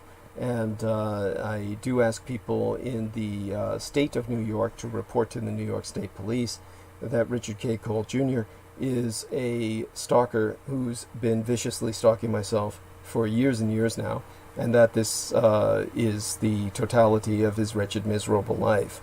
And one of the things that he's doing is he's defrauding the American public by placing false documentation on display. And he has a way of displaying it where it's microscopic and you can't see it anyway. But then he claims that it's real documentation, which only an idiot, of course, would accept. But that's the fact that causes all of the white trash in the world to respond. And the white trash in the world then accept that, because that enables them to reject myself. It's their need to reject myself because I am such a threat to them that causes them to accept the insanity, which is so obvious to everyone else, that he is peddling. And because of his terrorism involved with threats against my son in particular, and anyone who's affiliated with myself and their children, he does need to be reported to the FBI. So I do want people to use the numbers, call the FBI, and that's far more important than reporting him to the IC3.gov, but that is the actual functioning cyber crimes unit that you would report to when reporting him to the FBI. And this is a typical kind of governmental acronym where the IC would mean Internet Crimes, and it's to the third power because that represents the other elements of the acronym that are integrated into that IC3. I'm not even going to communications, corruption, something like that. It doesn't even bear, you'll see it when you get to the form, ic3.gov. And so do use that to fill out your complaints against him. Richard K. Cole Jr. is easy to find. You simply look up Douglas Dietrich and you'll find him, because he is so connected to myself. Now granted, he's employed by Stephen Outram, the multimillionaire operating out of New Zealand. But there's no way to access Stephen Outram in the American legal system. That would require going to Interpol or the International Police Organization, and that's just too complicated for most people to go through. And so he will have to face justice in another way, karmically or otherwise. And but we can deal with the domestic terrorists here at home. And so you would also report him for fraud at the VA government's Office of the Inspector General hotline, where you would ask them to reopen his case of fraud, where he claims to be unemployable and is on 70% disability by his rating, even though he dropped out of the Marine Corps and never served a full hitch. He is presenting himself as fully employable as a crack private investigator and ace journalist. So let him work for a living instead of you paying his salary, because it's your tax dollars that are supporting him on VA welfare that enables him to attack myself. By the way, this is the most appropriate thing to bring up on Veterans Day, because the majority of veterans are ripping you off like this, and Veterans Day is a day in which we should recognize the fact we need to get them off our backs. That is this is the most apropos day to bring that fact up. Matter of fact, my dear friend from the Veterans Administration, Paul Mosslander, now retired, is someone who has brought up the fact that the veteran scams reap millions of dollars in the name of heart-tugging causes. He brings up examples like We Care, the Coalition for Americans Veterans. They thank Alex Angelides. The Political Action Committee, that's a super PAC, spent 91% of its money on fundraising in the 2.5 years examined by the Federal Election Commission when they assessed their own records. So if you've just received a robocall from the Coalition for American Veterans, still active and still saying it wants to press the VA, the Veterans Administration, on behalf of the 22 veterans it claims commit suicide each day, and the hundreds of thousands more homeless on our streets, the robot neglects to state that it is a political and not a charitable organization. And there's lots more going on behind its facade. You can Google them after repeating no a few times and ending their call. Just remember, these veterans' super political action committees are out to make millions and support vicious right-wing militias that are out to kill you. So none of these people deserves your goddamn sympathy. These people are ultimately out to eliminate all life on Earth in the name of the anti-gods of Edom. If you don't realize that, then you just aren't listening. And that's the world you live in. If you want to do away with this veterans threat, bring back the draft. And that will help immensely. In the meantime, tell the FBI that Richard K. Cole Jr. lives in Prattsburgh, New York, where he does his scamming for this very political action committee, the super PAC of veterans. He, if this gets shut down, will simply transfer his services to another. So these scam PACs, they're fundraising for these charitable-sounding political action committees. It's what you would consider a tiny, but it's an extraordinarily profitable niche in the United States telemarketing industry. So these guys are felons, and they're callers, and they strip unwitting donors. Definitely be aware. Be very aware. Again, the one he works with is called We Care, and their money, again, goes to right-wing militia causes based on white male supremacy and genocide of anyone who is not a white male. And your tax dollars are paying him every day to do this. So he's making money coming and going. eating it up and shitting it out. If you want to stop it, call the VA Office of the Inspector General to reopen his case and get him off disability that you're paying for. You will do this by filing your report at va.gov/OIG/hotline. That's va.gov/OIG/hotline. And call them up at 1800-4888-244. That's 1-800-4888-244.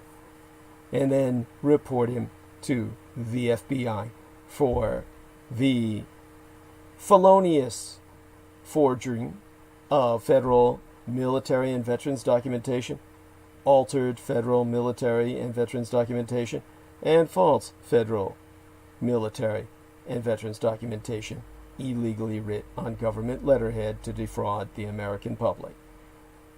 Call 1-855/TEL-FBI or 1855-835-5324.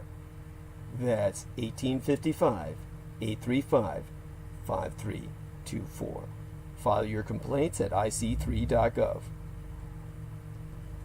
And with that, shout-outs to Miguel Andahar for the wonderful tea that I'm drinking, one of the last non-caffeinated in the pack, if not the last, and wonderful tea it is. In this case, the high-quality teas that he sent me. This one is Organic King Crimson from the Kilogram Tea Company. Caffeine-free infusion of hibiscus, lemongrass, and citrus. And, of course, this wonderful gentleman has made this available to myself. Miguel Andahar is a wonderful human being I have to have on my program at some point in the near future. I hope to have on. He's had great conversations with Brendan Zogit, and hopefully he can have some with us. I should get him on here at some point in the near future. Just another friend I don't want to lose. And Sammy Romero, wonderful brother, hermano, shared with myself, contributed $250 United States dollars. So Sammy Romero, love you dearly, hermano, love you dearly, brother. Lives in my own golden state of California, and again, provided myself $250 United States dollars in contribution.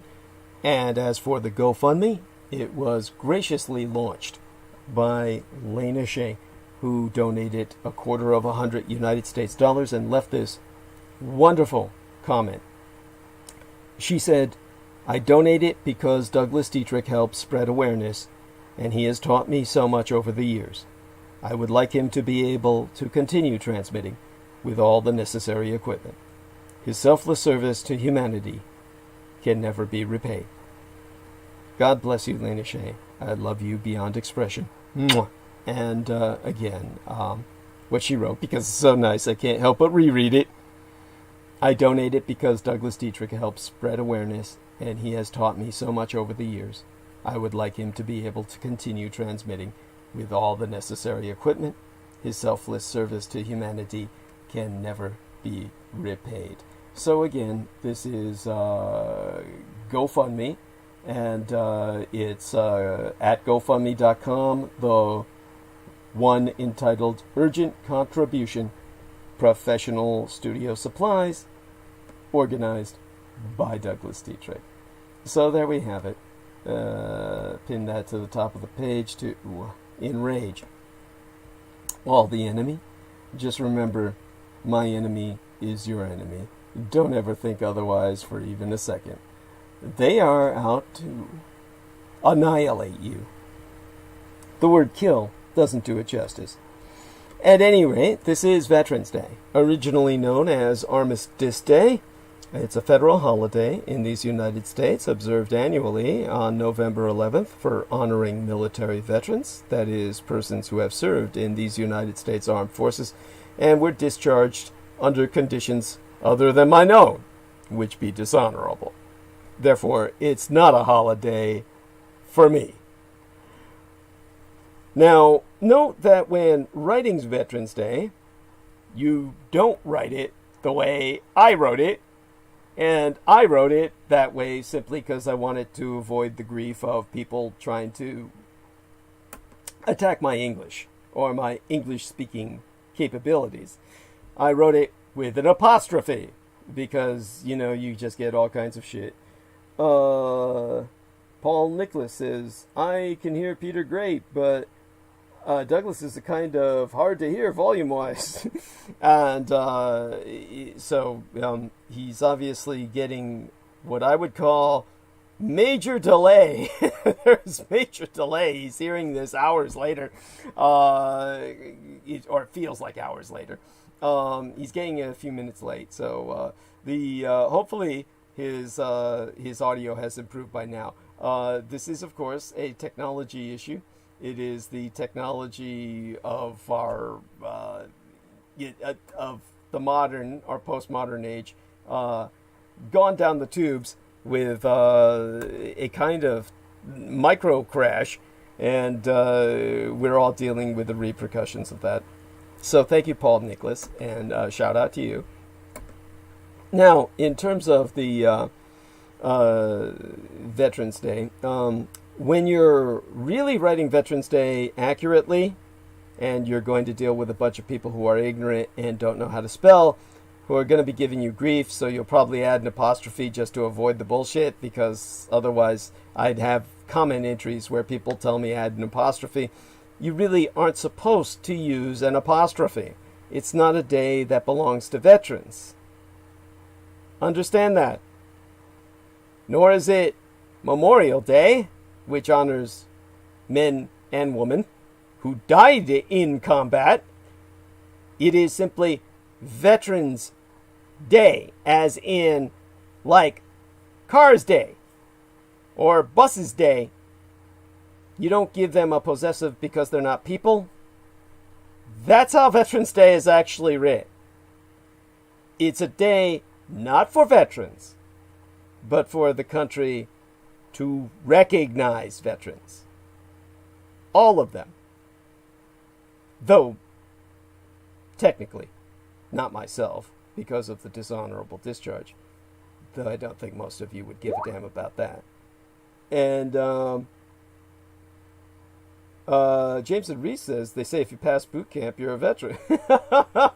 Technically, that's probably a case, theoretically. By the way, I think that's... I'm not disagreeing with Jameson. I'm just saying that if that's the case where somebody's saying that, or it sounds like crap. To me, a veteran is someone who survived combat. The Americans have warped it into something that you just wear a monkey uniform. You get dressed in the monkey suit for a while, and somehow you're a veteran. Magically. Just by, wearing the fucking monkey suit. I think that's stupid as fuck. Whatever the case may be. Jameson says they tell us this in boot camp. Not even kidding. Holy shit. I mean, well, you know where they can stuff it.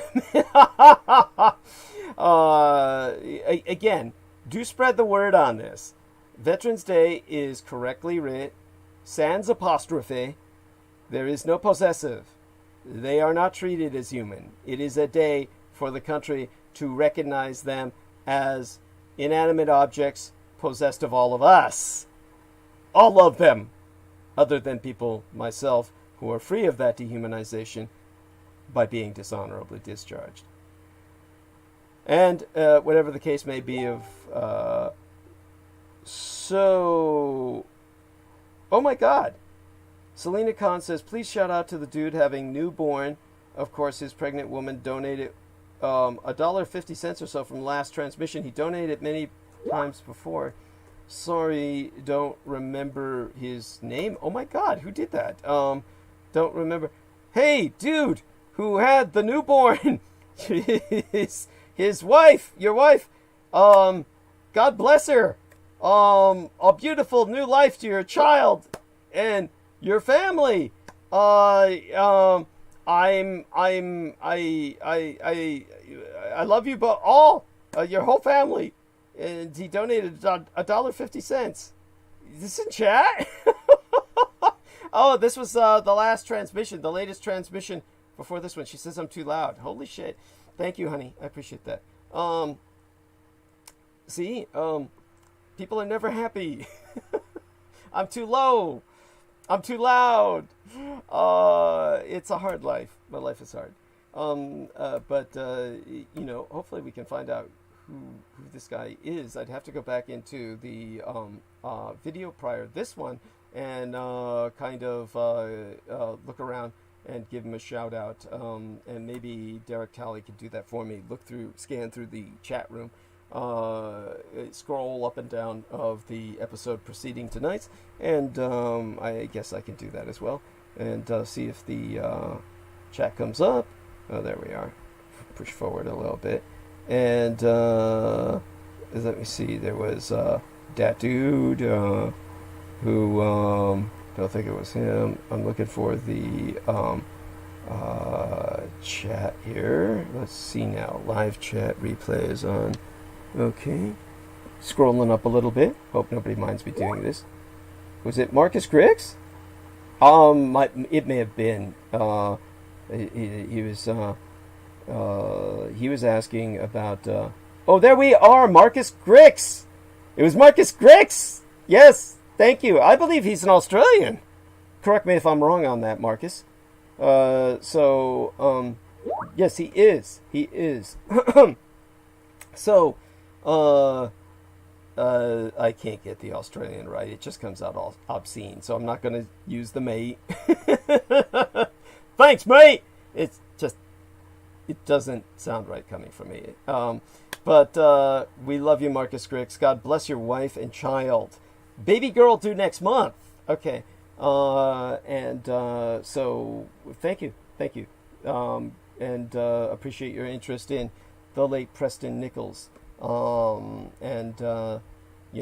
was a guy whose life was it's not easy being smart.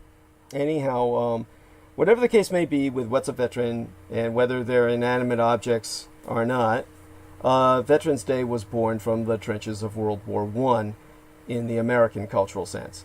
The horrors of that war spurred not just Americans, but most combatants to recognize those who fought in that terrible conflict. But in the United States in particular, to disambiguate from the Veterans Day of other nations, I will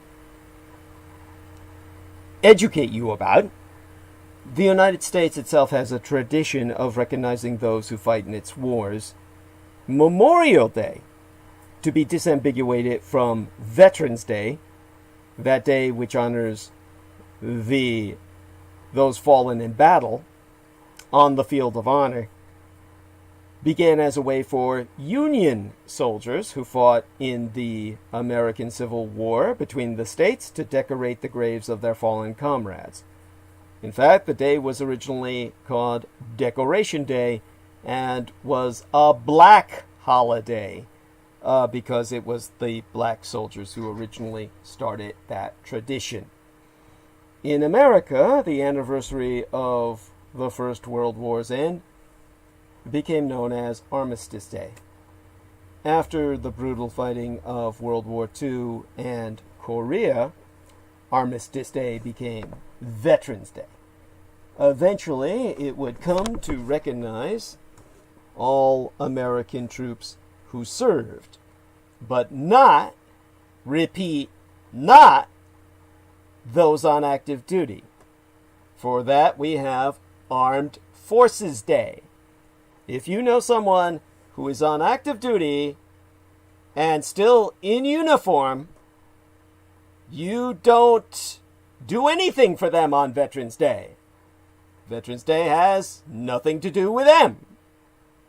They are honored on Armed Forces Day, in which they're brought out to entertain us and show us that they're earning their tax-paying dollars by conducting parades and military exercises. It has war games to show you what they're doing to theoretically defend you.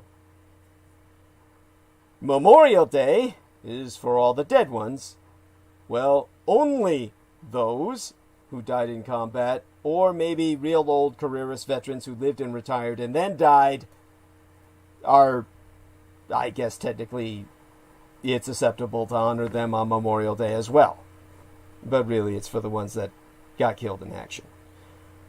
Veterans Day is for all of the living louts who have been in uniform and are no longer active duty. You know, the ones with the cardboard signs on the streets and various rehabilitation facilities, and most likely in prison. So, as for Veterans Day, believe it or not, is a day by many names celebrated all the same. And it's a day celebrated by many throughout the world.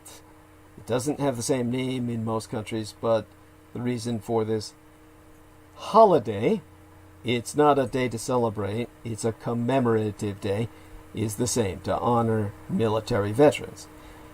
On the 11th hour of the 11th month in 1918, a ceasefire agreement was signed by the Allied powers with Imperial Germany, the Second Reich of the Kaiserreich, ending the fighting of World War I. The war would not be officially declared over until the 28th of June in 1919, the year my late and sainted sire, the man who raised and guided myself, George Joseph Henry Dietrich, was born, with the signing of the Treaty of Versailles. But most consider November 11th, 1918 as the day that ended the war to end all wars in terms of cessation of proactive prosecution of hostilities. Now on that day, Britain, France, Australia, and Canada also commemorate the veterans of World Wars I and II on or near the 11th of November. So this day today is when Canada has Remembrance Day, while Britain has Remembrance Sunday, which is the second Sunday of November, even though today is Remembrance Day in England as well. And it gets confusing, but they have this going on because the British are obsessed with war. In Europe, it is common to observe 2 minutes of silence at 11 a.m. every November 11th. The British have something similar, the 2-minute silence. Now, on that date, after 19 months of fighting between the United States and Germany, President Woodrow Wilson announced a new national holiday to the United States, in which he said, and I quote as T, "To us in America, the reflections of Armistice Day will be filled with solemn pride in the heroism of those who died in the country's service, and with gratitude for the victory, both because of the thing from which it has freed us, and because of the opportunity it has given America to show her sympathy with peace and justice in the councils of the nations." By the way, this is part of the problem of history where they're just getting these things started, and as you can understand by what I've just quoted, Wilson was talking about the guys who died, which is Memorial Day, which is not Veterans Day. So, that is part of the problem, is that this is what Bush Jr. did as well. Bush Jr. was on Veterans Day saying, well, we honor all those veterans who died. No, these are the executive commanders-in-chief, and they just don't know shit. No, you're honoring the ones who survived. Now, in a June 6th, D-Day edition, before there was a D-Day, in 1919, the year my father was born, the 6th of June, that edition of Stars and Stripes featured a staff writer capturing the speech given by President Wilson at Mount Valérien, just west of Paris. And 'twas there that President Wilson Spracketh, and I will quote St. again at length and verbatim. These men did not come across the sea merely to defeat Germany and her associated powers in the war. They came to defeat forever the things for which they meant to establish. And they came, moreover, to see to it that there should never be a war like this again. So it is our duty to take is to maintain the safeguards which will see to it that the mothers of America and the mothers of France and England and Italy and Belgium and all the other suffering nations shall never be called upon for this sacrifice again. This can be done, it must be done, and it will be done.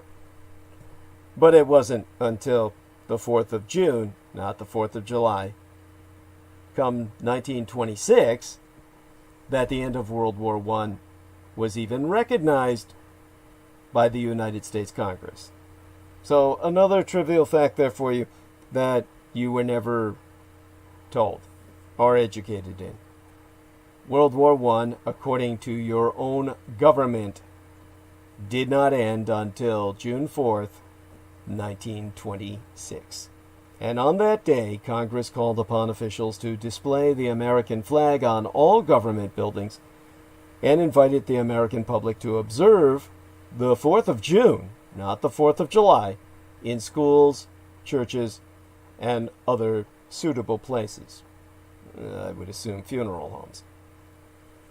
Now, Armistice Day, which became a legal federal holiday on the 13th of May in 1938, May 13th, 1938, in the midst of the competing reigns of Franklin Delano Roosevelt this side of the Atlantic and Adolf Hitler on the other, is a day to break free from our daily routine, to pause for a few moments of silence, and to recognize the many service members who fought during World War I.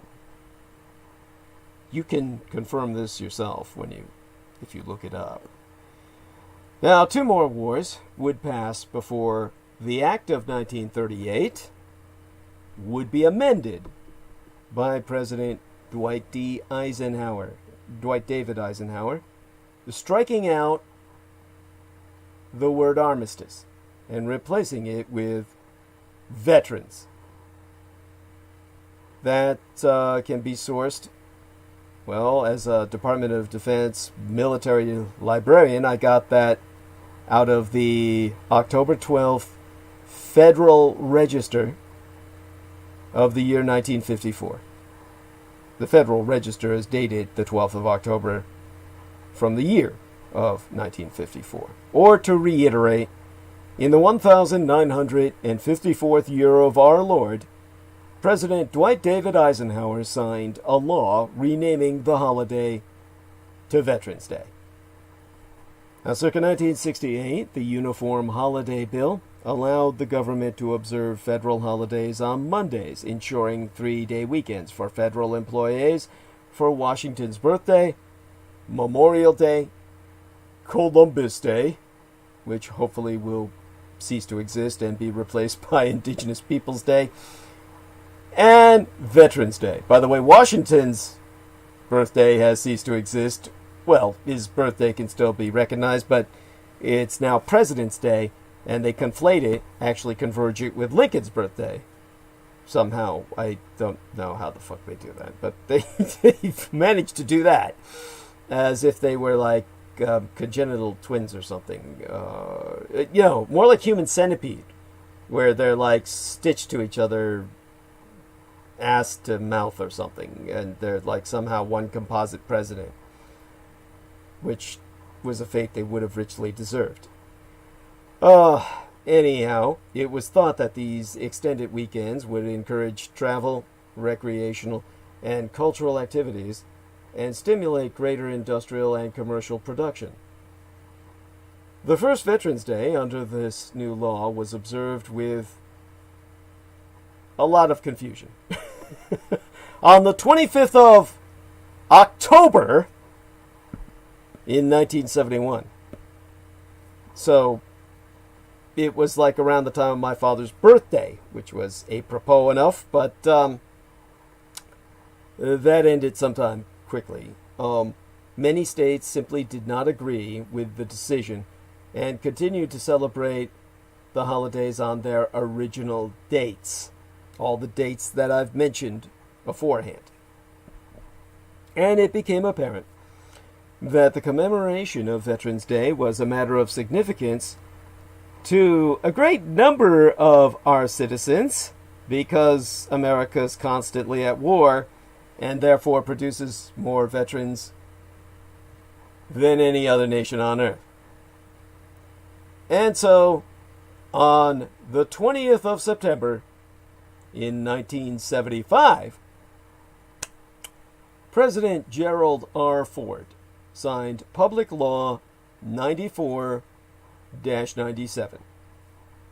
That would be Statute, 479 of the 89th chapter or verse, which returned the annual observance of Veterans Day to its original date of November 11th, beginning 1978. So Veterans Day continues to today to be observed on the 11th of November, regardless of what day of the week on which it falls. But the United States certainly isn't the only nation to experience the devastation a war can take on its population, and especially on those who fight that war. A few others take a day to recognize the significance of those who serve. In Der Vaterland, the fatherland of United Germany, Die Neue Vereinigte Deutschland, the new United Germany, Volkstrauertag. That's like Volks Day Trauer. I'd have to ask Brendan Zogit. I forgot what that meant. But the Volkstrauertag is a day honoring Germany's war dead on the Sunday closest to November 16th, at which time the German president, which would be our version of a vice president, speaks to the assembled government, and then the national anthem is played just before Ich hatte einen Kameraden, I had a comrade, which was the song honoring the loss of that comrade. Comrade's not communist in German, it's as in Kamerad, in a much more congenial sense than the communists would use it.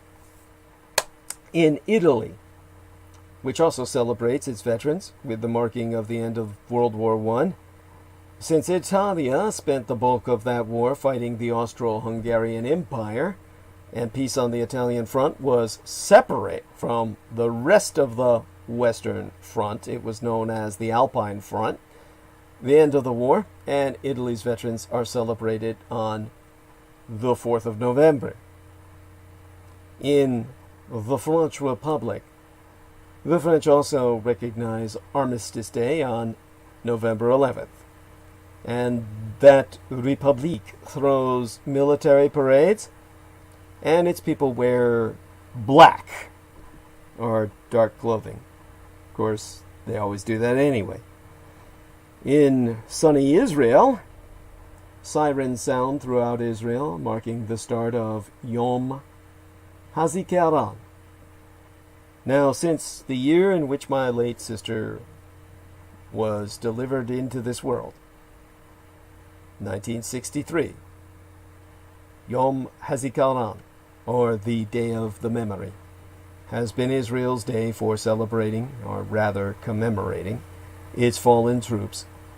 For those who died, for those who died on the field of honor, and for those, inclusive, I believe, of civilians, because they're considered combatants in the sense that the war on terror takes its toll on civilians who are the target, the soft target of the enemy. So, civilians who died in terrorist attacks, as well as troops, and troops fallen on the field of battle, or any victim as well of politically motivated violence, such as an Israeli politician who was assassinated, are all commemorated on the Day of the Memory. It's traditionally held on the 5th of Ivar on the Hebrew calendar, but will oftentimes be held in the preceding days to avoid falling on Shabbat. So, if anybody out there is Jewish, I hope they're impressed. And so, the United Kingdom and the Commonwealth, of course, are also another warmongering empire based and built on blood. And in Britain and the Commonwealth, they observe 2 minutes of silence at 11 a.m. every November 11th to commemorate the signing of the armistice that ended World War I. In Australia and New Zealand, well, in the land down under, they celebrate their veterans on what is known as Anzac Day. Australia, New Zealand, Auxiliary Court Day, and that's on April 25th. And that day marks the anniversary of the first major military action from Australia and the New Zealand Army Corps during World War I, the Battle of Gallipoli, against the Ottoman Turks. The first Anzac Day was in 1926 and was later expanded to include the World War II veterans. And these days, Anzac Day begins at dawn with commemorations at war memorials and reflections on the meanings of war.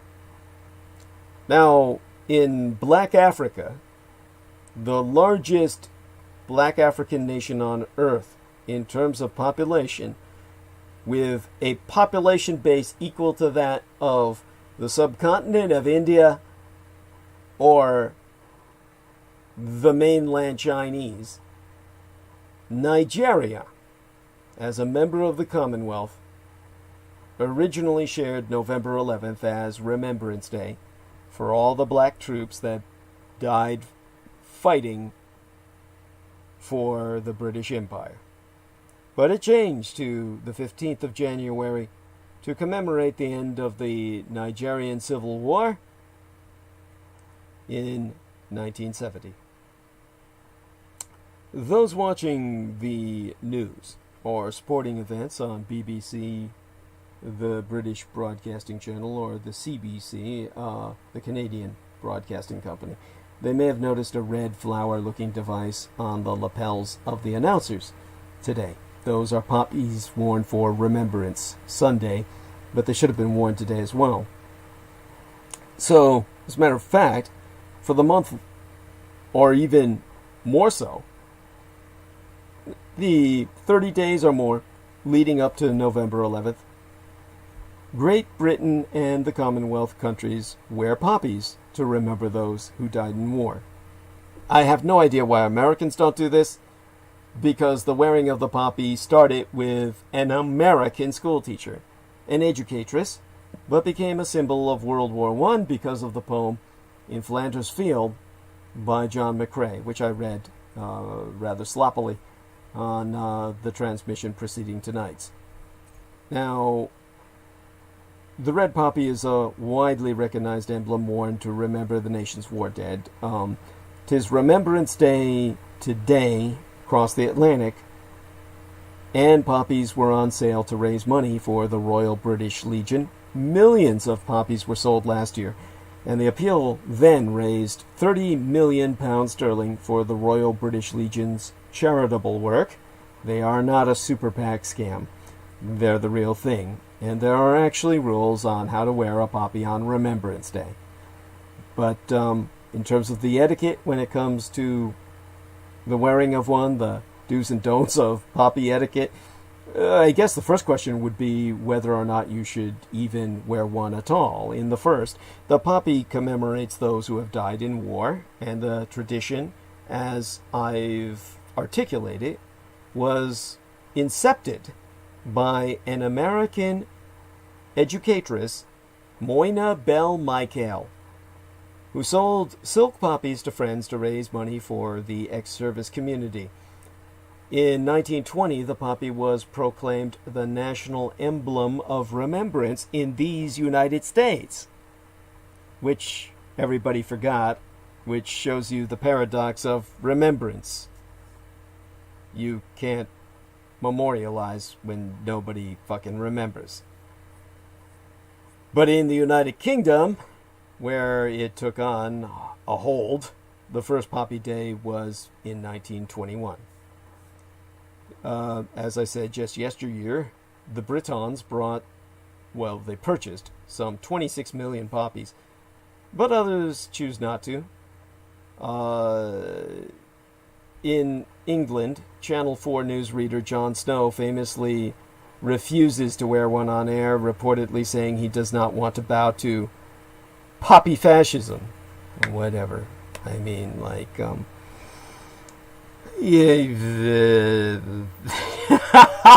I personally find that as ridiculous and despicable as a bunch of veterans trying to scam you so they can spend your money on machine gun welding militia maniacs. But you might ask what color to wear, red, white, or purple? Red is the most popular, but the lesser seen white poppy dates from 1933, the year that both my biological father Adolf Hitler and Franklin Delano Roosevelt ascended to power, when the Women's Cooperative Guild wanted a lasting symbol for peace and an end to all wars. But the Royal British Legion refused to be associated with their manufacture of the white poppies because they considered them to be peace terrorists. If you like that term, peace terrorists. And so the Cooperative Wholesale Society took on production. The intention was not to offend the memory of those who died in the Great War, but many veterans felt white poppies undermined their contribution and the lasting meaning of the red poppy. And feelings ran so high that women lost their jobs in the 1930s for wearing white poppies. The idea that you would ever want man to stop waging war completely being anathema to an empire built on war. But of course, that's the secret of empire, is to make war feed war. And if you put an end to that, you put an end to, well, life as we know it. So, of course, the counter-argument, the critics, the ladies with the white poppies, argued that the red poppy already encourages war and then creates the need to wear more red poppies. There's no arguing with that logic, really. And when it comes to the critics of the white poppy, they would argue that the red poppy already encompasses the sentiments of the white one, which they say diverts funds for the British Royal Legion. Well, the Royal British Legion.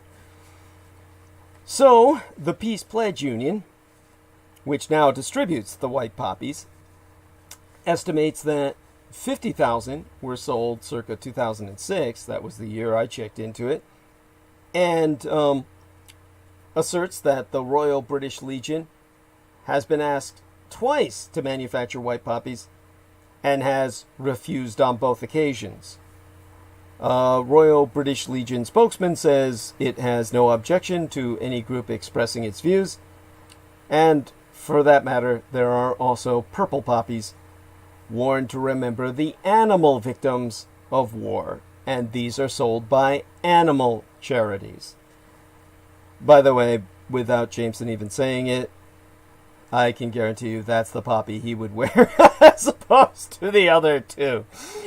The question then may be when to start wearing one, which is a hotly debated question. Many people think poppies should be worn from the 1st of November until Armistice Day on November 11th, whereas others pin one on only in the week running up to Remembrance Sunday. Okay, Jameson says he'd wear the poppies that turn to opium. Okay, that's cool. I'm with you on that. So, some people, they assert that one should be pinning on the poppies in the week running up to Remembrance Day Sunday, which this year was the 8th of November. And the Royal British Legion spokesman, when consulted, said they can be worn from the launch of the poppy appeal, which I believe this year started October 22nd. So as soon as they start selling them, you can start wearing them, which makes perfect sense. Now, organizations like the BBC, the British Broadcasting Company, usually choose a day for presenters to start wearing one. Back in 2009, over a decade ago, I remember for some strange reason that was from 6 a.m. on the 24th of October, because I actually saw the announcement. Now, people then might ask where to pin your poppy. Of course, I can provide all kinds of smart-ass answers to that, but they generally mean left or right. And, of course, some people say always left, worn over the heart. And that's also where military medals are worn, and so that makes perfect sense. There have been, as I've dispelled this urban legend, people who claimed that only the Queen and royal family are allowed to wear a poppy on the right, which simply isn't true. There is a school of thought that says men should wear theirs on the left and women on the right, as is the traditional custom with a badge or brooch. The Royal British Legion spokesman said that there's no right or wrong side, other than to wear it with pride. Bo, that brings us to maybe the final question. What size should it be? The traditional poppy is roughly 7 centimeters, from red tip to the bottom of its green stalk, and 4 centimeters wide. But other sizes are worn. The Queen Mother has an extra large poppy, sometimes even 2, specially made for her each year. And Baroness Saina Warsi, who I remember as a British attorney, politician, and memberess of the House of Lords, who served as a co-chairwoman of the Conservative Party from 2010 through 2012, would sport a supersized poppy for Remembrance Days past. Now, why someone wears a larger poppy is open to debate. It seems to be affiliated with class and caste in the Commonwealth, or basically an attempt to stand out from the crowd. Maybe even a nonconformist gesture. Whatever the reason, the splash of red certainly gets noticed.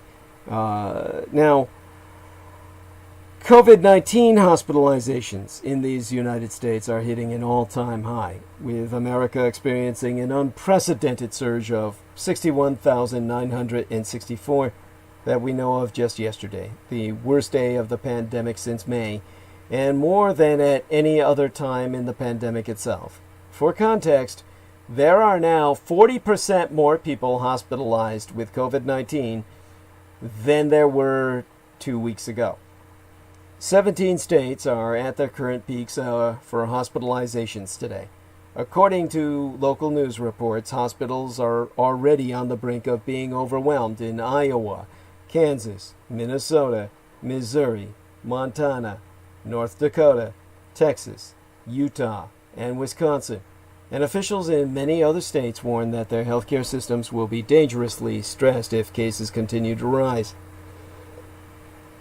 The new hospitalization record underscores that we've entered the worst period for the pandemic since the original outbreak in the Northeast. Although the number of detected cases was much lower back then because of test shortages, the large number of hospitalizations and deaths indicate that there were many more times the number of infections than our then embryonic and broken testing system could ever confirm. In the following months, some commentators, including government advisors, have played down the large case counts by saying tests were detecting people who weren't actually sick, or if they were sick, only mildly sick. These hospitalization numbers prove that the current surge of COVID-19 cases is not merely the result of increased screening or of asymptomatic people. Rather, the cases we're detecting are a leading indicator that many people, far more than we know, are seriously ill. Although case numbers are heavily influenced by the number of tests accessible in any particular area, hospitalizations are not. The burst of hospitalizations is primarily located in the Midwest, where cases began to rise weeks ago. We have seen no indication that there is any end in sight to the outbreaks in region. The outbreaks in Illinois, Michigan, and Ohio began spiking more than 3 weeks after early outlier Wisconsin, and cases and hospitalizations in Wisconsin are still rising. What we've seen in the Midwest foreshadows what is in store for all of us. The current wave of COVID-19 infections stretches across the entire American empire, and hospitalizations are rising in every region. Per capita, hospitalizations in the Midwest have now outpaced the South's peak over the summer. Even the Midwest remains far short of the per capita hospitalizations in the Northeast's spring outbreaks, but some low-population Midwest states are posting alarming per capita numbers. And, as afore noted, we have a long way to go before we see these outbreaks even peak. In both North and South Dakota, more than 1 in 2,000 state residents are hospitalized with COVID-19 right now. Only New York and New Jersey have ever seen higher rates of hospitalization per capita. Treatments for COVID-19 have improved since the Northeast outbreak. The ratio of hospitalizations to deaths has fallen tremendously since the spring. But it is also that wherever it's true, wherever we see hospitalizations go up, deaths rise 2 to 3 weeks later. So do bear that in mind. It doesn't matter that there's numbers going down. 2 to 3 weeks thereafter, wherever there was a spike in hospitalizations, everyone who was hospitalized, statistically, demographically, a good number of them are going to die. We've seen it happen in state after state, in region after region, and nationally as well. Improved outcomes depend on maintaining the highest standard of care. With hospitalization numbers like these, it is not clear that healthcare systems in all hard-hit areas will be able to maintain this standard at all. In fact, I know they can't. In North Dakota, so many healthcare workers have contracted COVID-19 that the state is now putting asymptomatic, but still infectious, workers back into hospitals to care for patients, where they then continue to spread their disease. But there be another crucial difference from the spring. When the surge hit New York and New Jersey, thousands of medical workers flew in from all over the country to help treat patients. With so many states experiencing severe outbreaks simultaneously, it could be harder to mobilize surges of frontline workers to areas where healthcare systems are at risk of failure. The COVID-19 fatality rate is not a constant that can be permanently improved by better knowledge of the disease and the availability of treatments alone. To recover, patients require attentive, informed, round-the-clock care.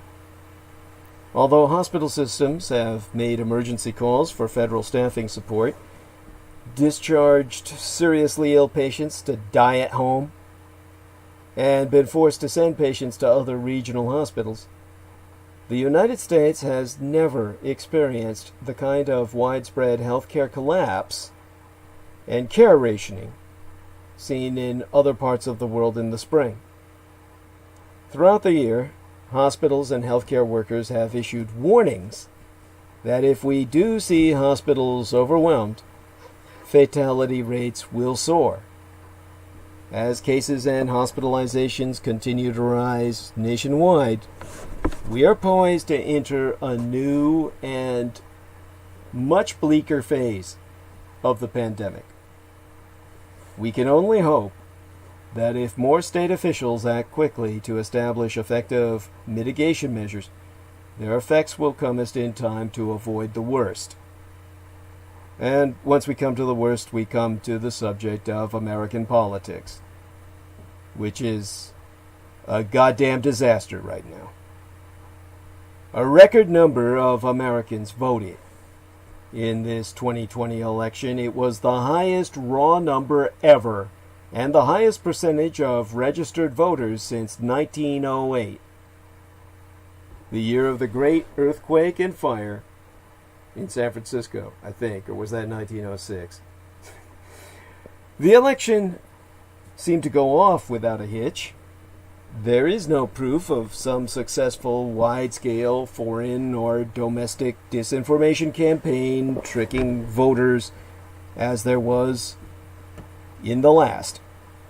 There is no proof of wide-scale voter fraud, whatever the Republicans will tell you.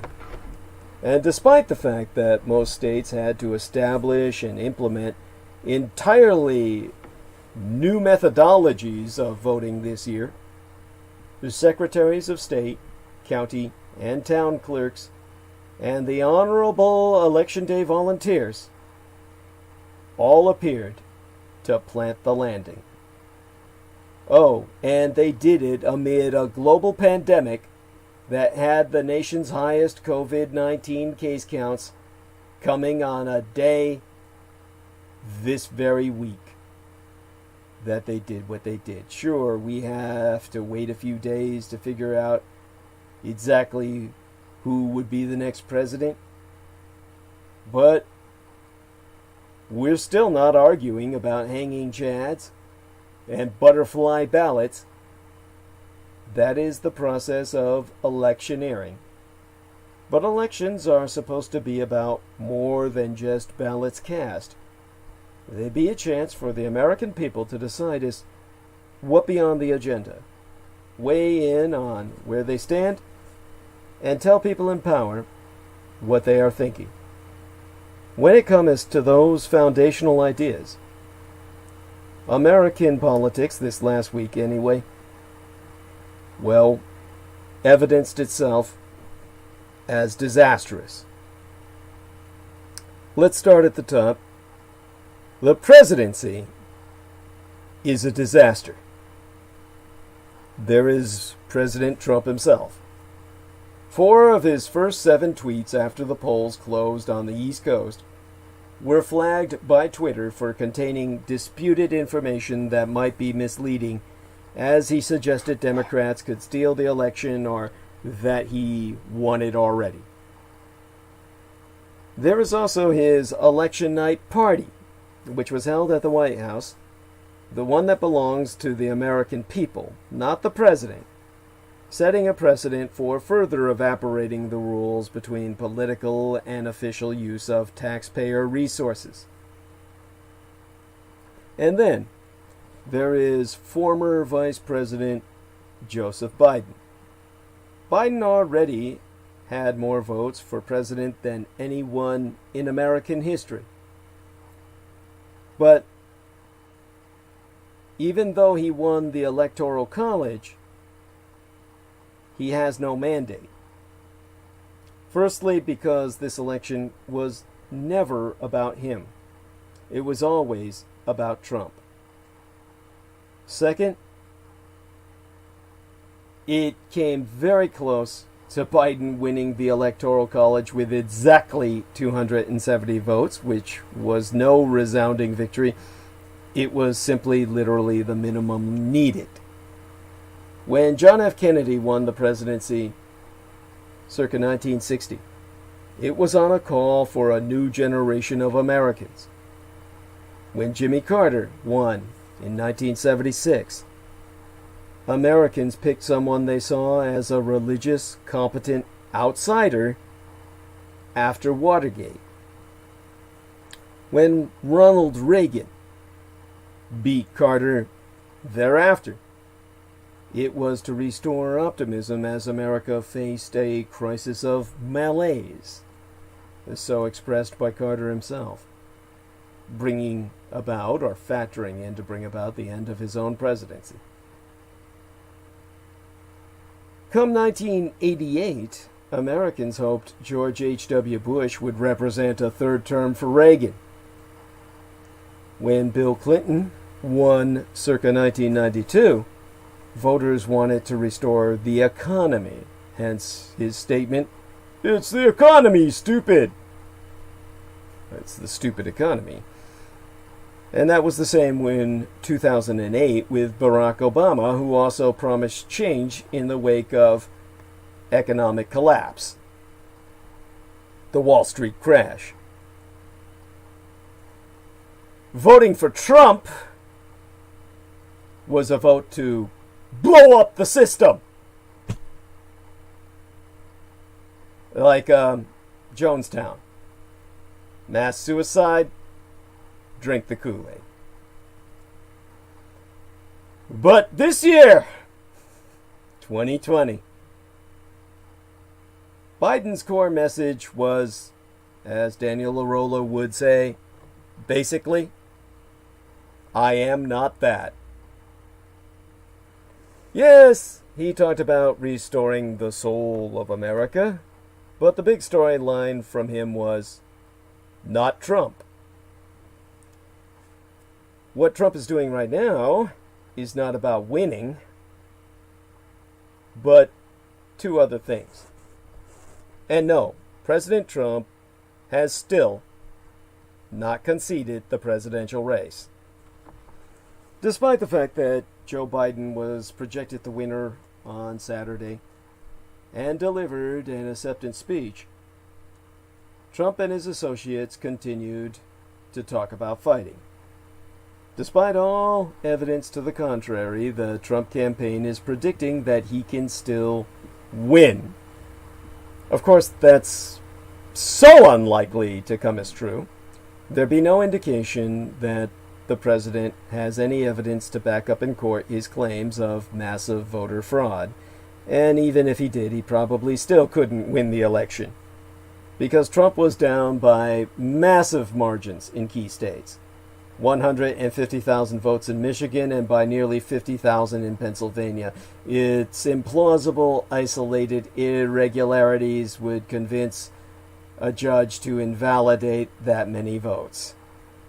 Even if Trump could take one of those big states off the board, Biden would likely still have 270 electoral votes needed to win the presidency. The president-elect was, well, he prevailed in Arizona, even when the votes were still being counted. And he was up by 14,000 votes in Georgia, where even a recount would be unlikely to overturn such a large margin. So what's Trump's game? One thing be certain, the man hates being seen as a loser. Tricking his 70 million supporters into thinking his second term was stolen will also be useful if he runs again in 2024. But another theory is to bound up, well, it's all bound up in complex constitutional choreography. While media organizations like CNN called the results, when the election was not official until it was certified by certain individual states, when Americans cast a ballot for president, they are effectively voting for a proxy, a slate of electors who correspond to the number of electoral votes in each state, which are doled out nationwide roughly according to population. And those electors are then formally appointed, and they vote for president in January. Now, in an admittedly long-shot scenario, Trump is hoping to convince Republican legislatures in key states to appoint electors that will vote for him rather than Biden. A flagrant abrogation of the public will, though technically completely possible. But this probably wouldn't work either, because some Republican leaders have already signaled they won't play ball, and in many states it is illegal for electors not to vote for the candidate who won the popular vote. But Trump has always attempted the unthinkable before, and will not stop this time round. So, what Trump's denial of reality is really doing to these United States needs to be analyzed. President Donald Trump suffered a decisive loss in his quest for re-election. The voters spracketh, and their verdict be clear.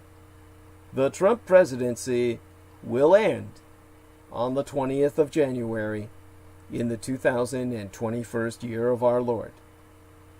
What is not clear is just how much more damage Trump will do to the country before that date arrives.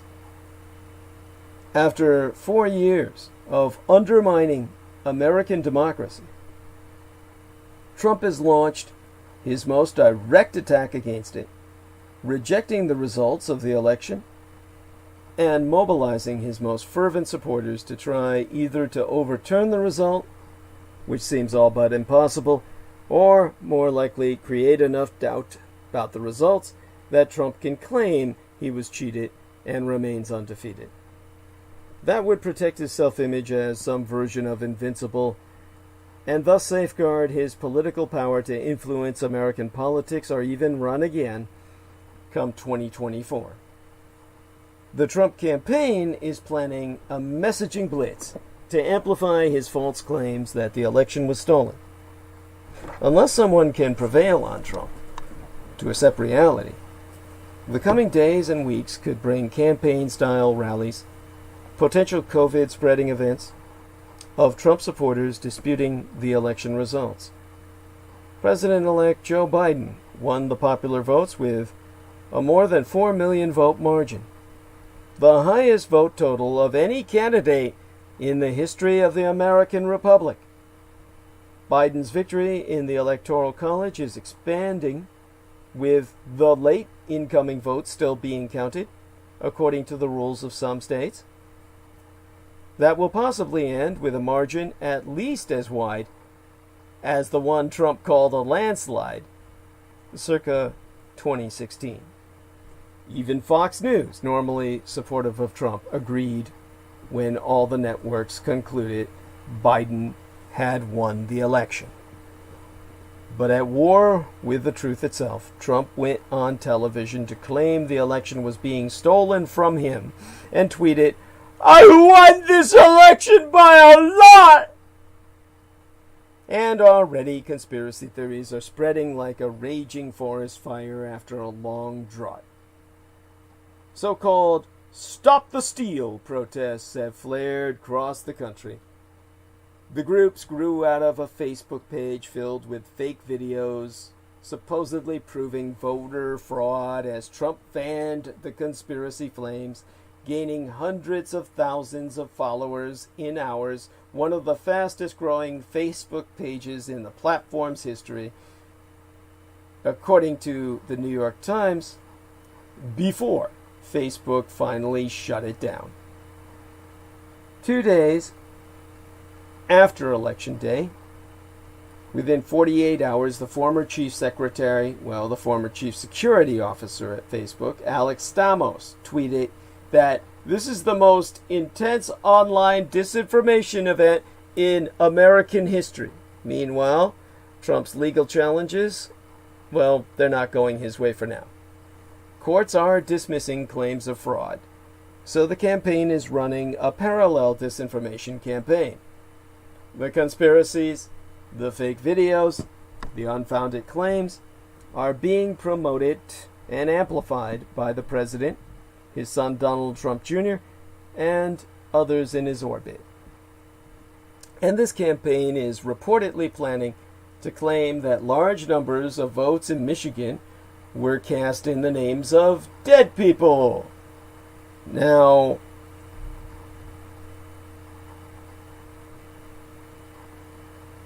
media companies like CNN reviewed the evidence supposedly showing that dead people voted and didn't find a single instance. Not a single one. The Lieutenant Governor of Georgia, Republican Geoff Duncan, says he's seen no evidence of voting irregularities in that pivotal state. In fact, we've yet to see any credible evidence that Biden did not win, and the election appears to have been clean and efficient overall, perhaps because election officials were under so much pressure to protect the system from interference by the public itself pressuring them, not the government. Still, Trump supporters continue to egg him on. Senator Lindsey Graham said on Fox News on Sunday, while I was burning bandwidth, "Do not concede, Mr. President! Fight hard!" Now, Trump's refusal to concede is already harming transition. The Trump-appointed administrator of the General Services Administration, the GSA, Emily Murphy. By the way, the GSA is what runs the federal libraries, like the governmental records of the military. And Emily Murphy, who's running that, has refused to she's refused to write the letter that the Biden transition team needs to get access to resources needed for the incoming administration to prepare its duties. Less than a week before Election Day, the White House installed a new head of the General Counsel Office at GSA, another Trump cultist. Hobbling the work of the transition team will hurt the entire American empire. Trump's disinformation campaign is the most dangerous version yet of the alternative facts strategy he launched after his 2017 inauguration. That's when he told Americans to ignore what they had seen with their own eyes and believe millions more had attended the event than appeared on television screens showing wide empty spaces. Back then, he denied reality to bolster his image. What's happening now is arguably much more harmful. Trump is choosing to end his presidency as he started it, attacking the truth and undermining the nation's institutions. By now, we know exactly who Trump is. He lied from the day he came into office, and he's doing it again on his way out, in hopes that he will personally benefit. That's hardly any surprise. What is still surprising is that so many Republicans who were once, reputedly honorable public servants, have chosen to join his attack on American democracy. In the end, Trump will have to move out of the White House, whether he likes it or not, but his machinations will leave the American empire fatally injured.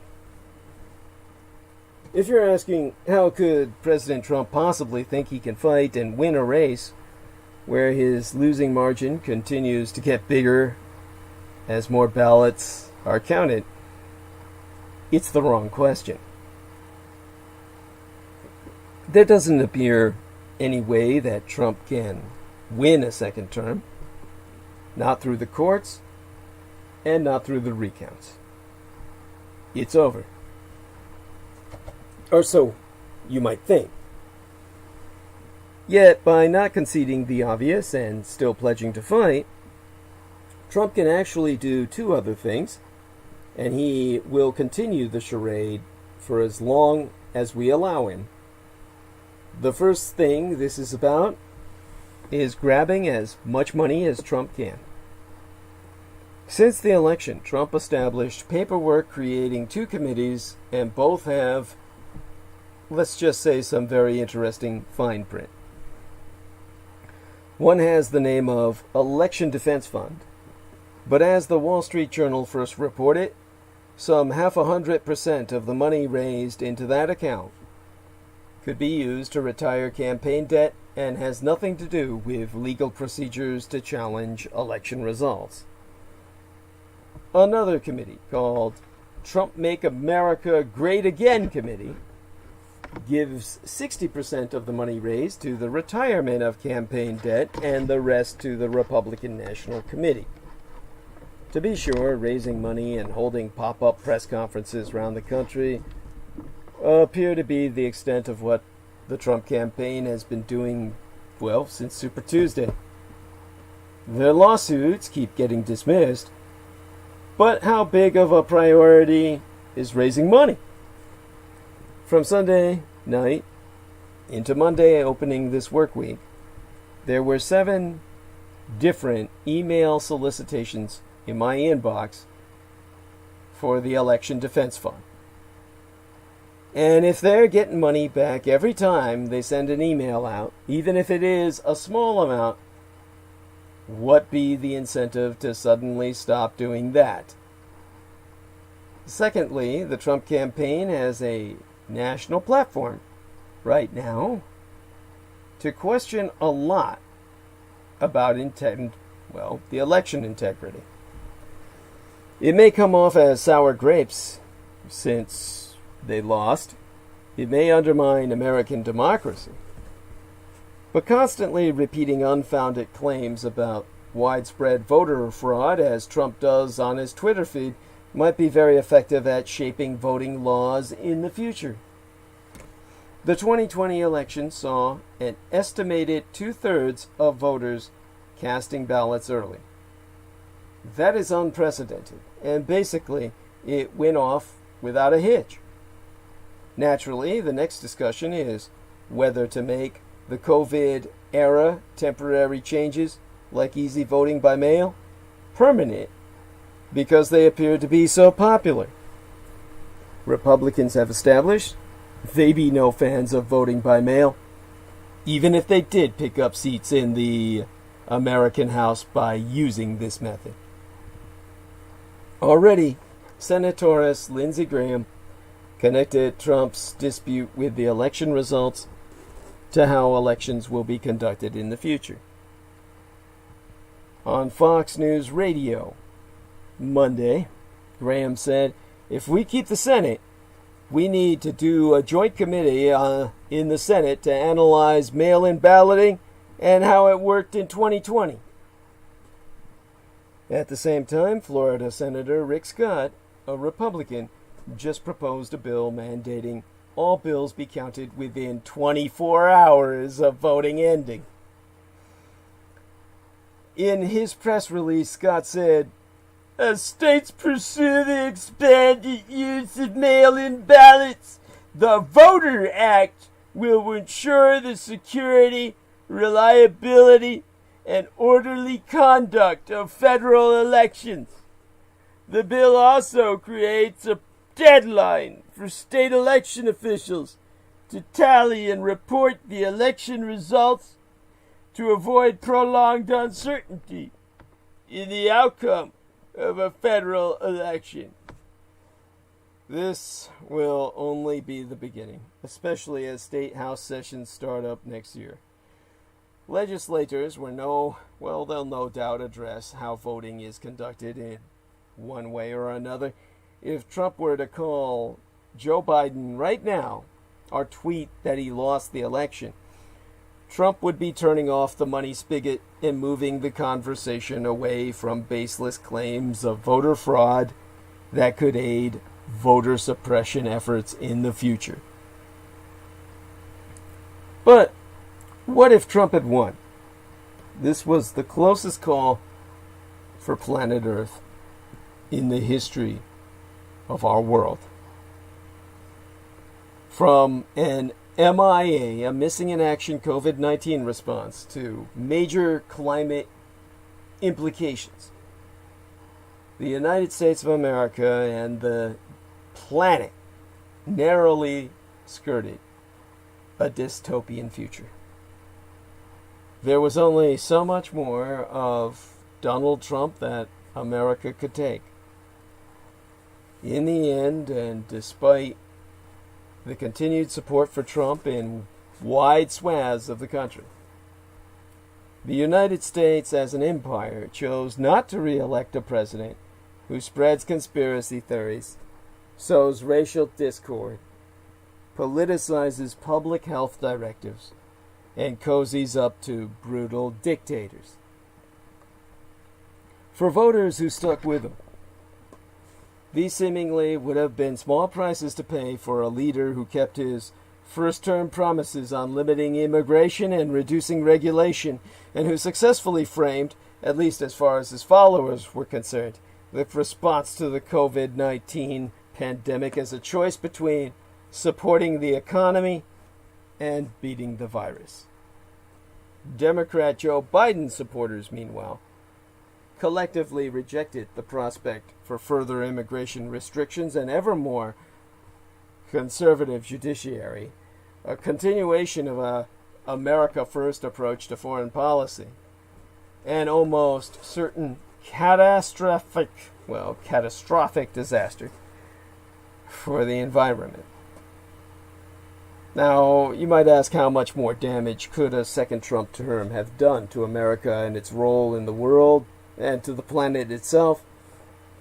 Hearken ye, the dystopian future the United States just so narrowly avoided. The issues being the COVID-19 response, immigration, healthcare, regulation, climate change, the U.S. Supreme Court, and international relations. Most of all, China. This was, however, the coronavirus election. To put it bluntly, an already dire COVID-19 non-response situation under Trump would have gotten much, much worse before it ever got any better, if indeed it ever did.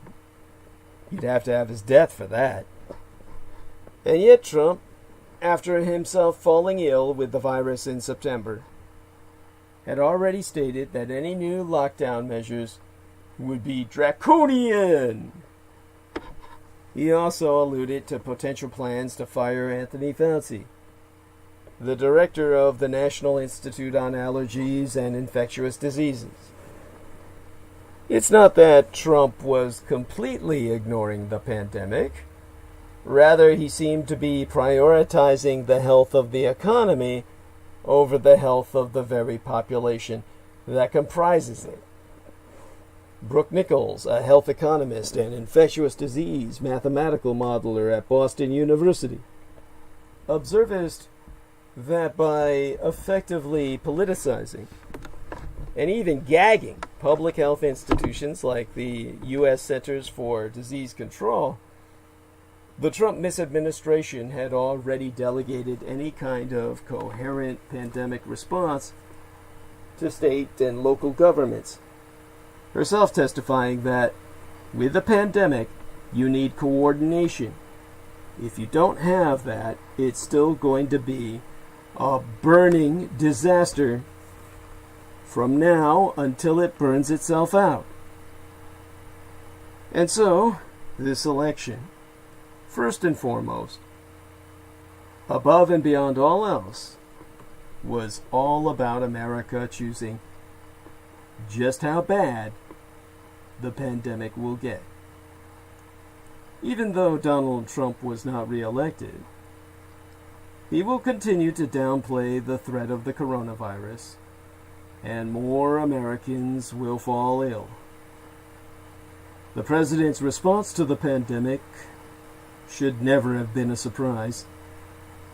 In December of 2016, a month before Donald Trump was inaugurated, he was asked by a journalist how a pandemic would play out during his term.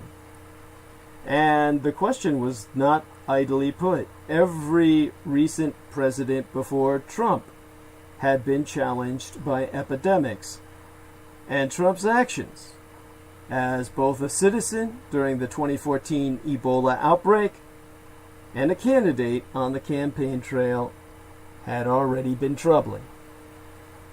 His record suggested that come pandemics, he would lie, spread misinformation, opt for travel bans in lieu of more effective measures, and heed his own counsel over that of the experts.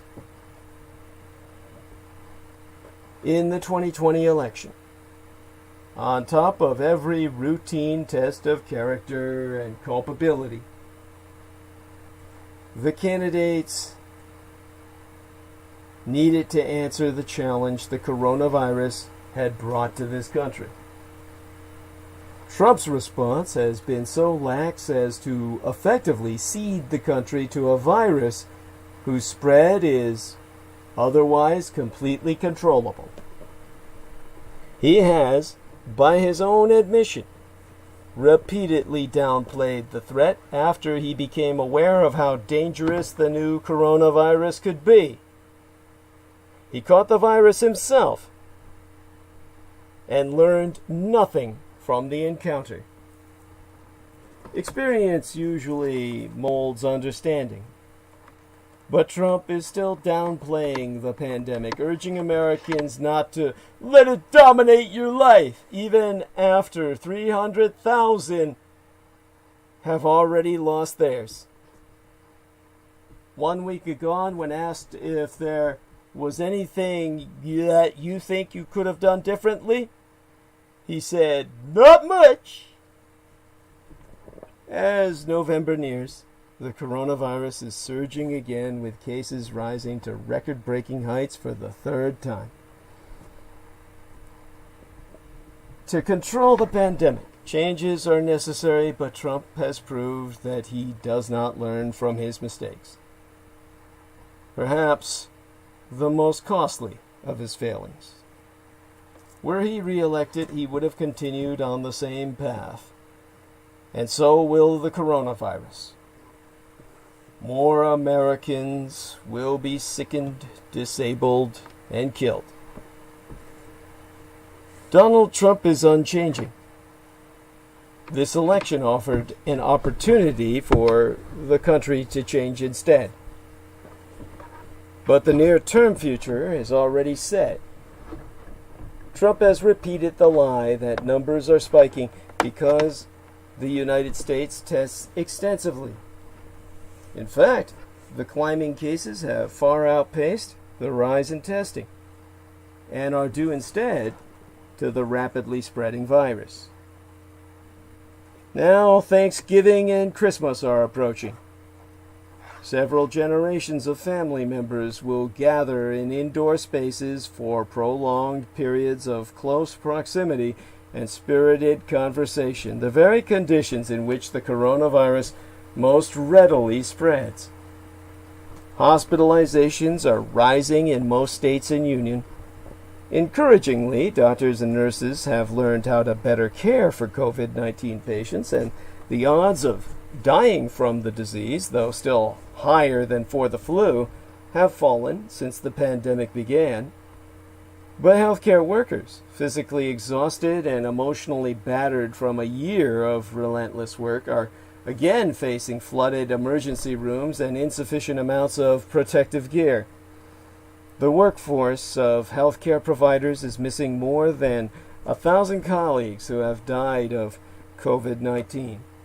And while the two previous surges were concentrated in specific parts of the United States, allowing healthcare workers from more tranquil regions to help colleagues in the hardest hit ones, the current surge has lit up almost the entire country at once. Reinforcements will therefore be scarce.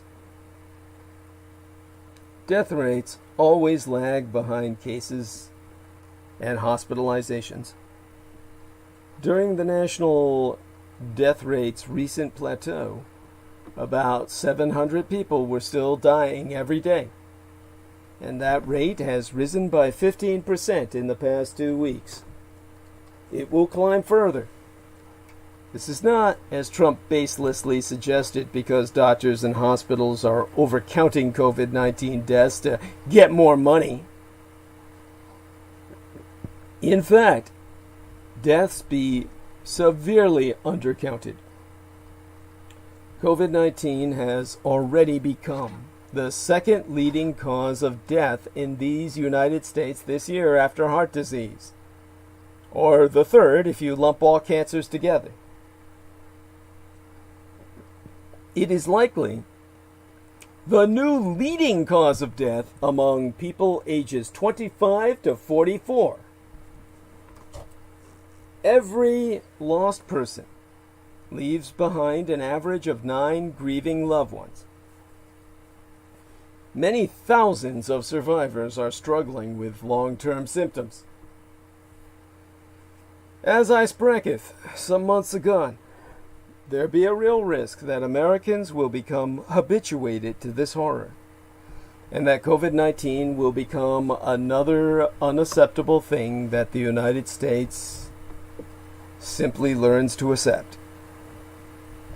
That be all but inevitable if Trump gets his second term. His administration has given no indication that it will dramatically change its strategy. If anything, it has doubled down, allowing the virus to freely spread among younger people in the hopes of reaching herd immunity, an unfeasible strategy that has been panned by the scientific community. Such a strategy will leave millions dead and many others with chronic disease. Vaccines will arrive, but not quickly enough to put a dent in the ongoing surge. Treatments are being developed, but so far, months of trials have provided strong, consistent evidence only for dexamethasone, which reduces mortality rates among the most severely ill patients from 26% to 23%. And yet, the pandemic is not impossible to control. Contrary to what White House Chief of Staff Mark Meadows recently suggested, many other nations have successfully controlled it, some more than once. Masks can stop people from transmitting the virus. Shutting down non-essential indoor veterans, well, their venues and others, and improving ventilation can limit the number of super-spreading events. Rapid tests and contact tracing can identify clusters of infection, which can be contained if people have the space and financial security to isolate themselves. Social interventions, such as paid sick leave, can give vulnerable people the option of protecting their lives without risking their livelihoods. The playbook is clear, but it demands something that has thus far been missing: federal coordination. Only the federal government can fund and orchestrate public health measures at a scale necessary to corral the coronavirus. But Trump has abdicated all responsibility, leaving states to fend for themselves. In May, I asked several health experts whether governors and mayors could hold the line on their own, and most were doubtful, and the ensuing months have substantiated their fears. There are 3 small mercies that America can be thankful for. First, COVID-19 is a starter pandemic, and SARS-CoV-2 is neither as contagious and as lethal as other pathogens. Secondly, it is the only major epidemic that Trump has faced during his presidency. By contrast, Barack Obama dealt with the H1N1 flu and MERS the much more deadly SARS, the Middle East respiratory syndrome, in his first term, and Ebola and Zika in his second. Third, it occurred not during the dawn of his term, but at its twilight, when Americans have an opportunity to avert further incompetence. Whatever was the outcome of the election, this coming winter will be difficult, to say the least. And whomever occupies the White House on the 21st of January will probably have to deal with another major epidemic before his term is over. With luck, that event won't begin until the COVID-19 threat has subsided. But overlapping outbreaks are always possible. Now, we do not know how Joe Biden will fare. And even though he has been legitimately elected, these United States will still be riddled with systemic weaknesses and inequities that another pathogen will also exploit, or certainly could. But we do know exactly how Trump would have reacted to the next crisis. The United States is trapped in a pandemic spiral, and so is Donald Trump. Science values replication, repeated experiments that verify whether the same outcome occurs. But in this case, that work be unnecessary. The United States has now clearly seen what happens when a pandemic occurs under Trump. It is an experiment that no one should ever want to return to. Now, rather than focusing on containing the infection with efforts like mask mandates, testing, and contact tracing, Trump was likely to have stayed focused on reactionary interventions like treatments and vaccines.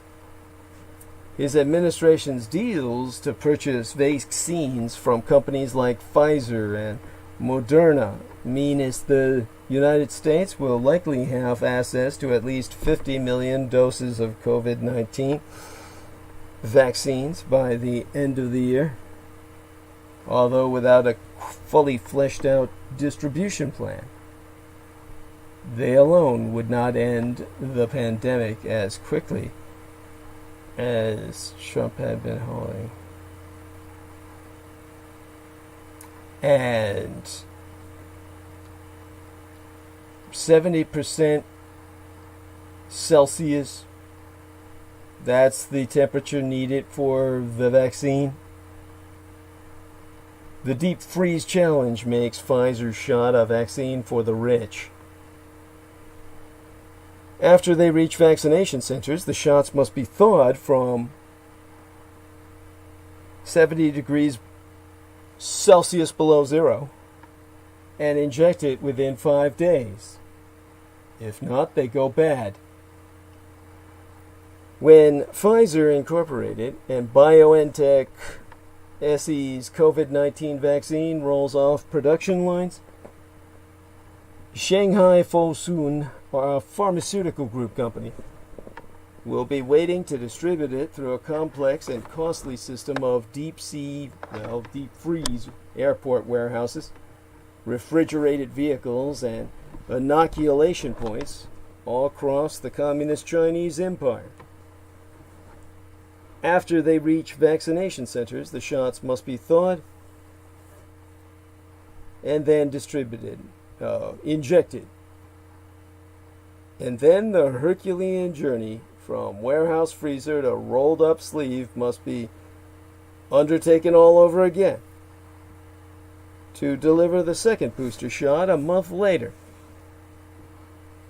The roadmap sketched out by the company, which has licensed the vaccine for Greater China, offers a glimpse into the enormous and daunting logistical challenges faced by those looking to deliver Pfizer's experimental vaccine after it showed extraordinary early results from the final the stage trials, raising hopes of a potential end to the nearly year-long pandemic.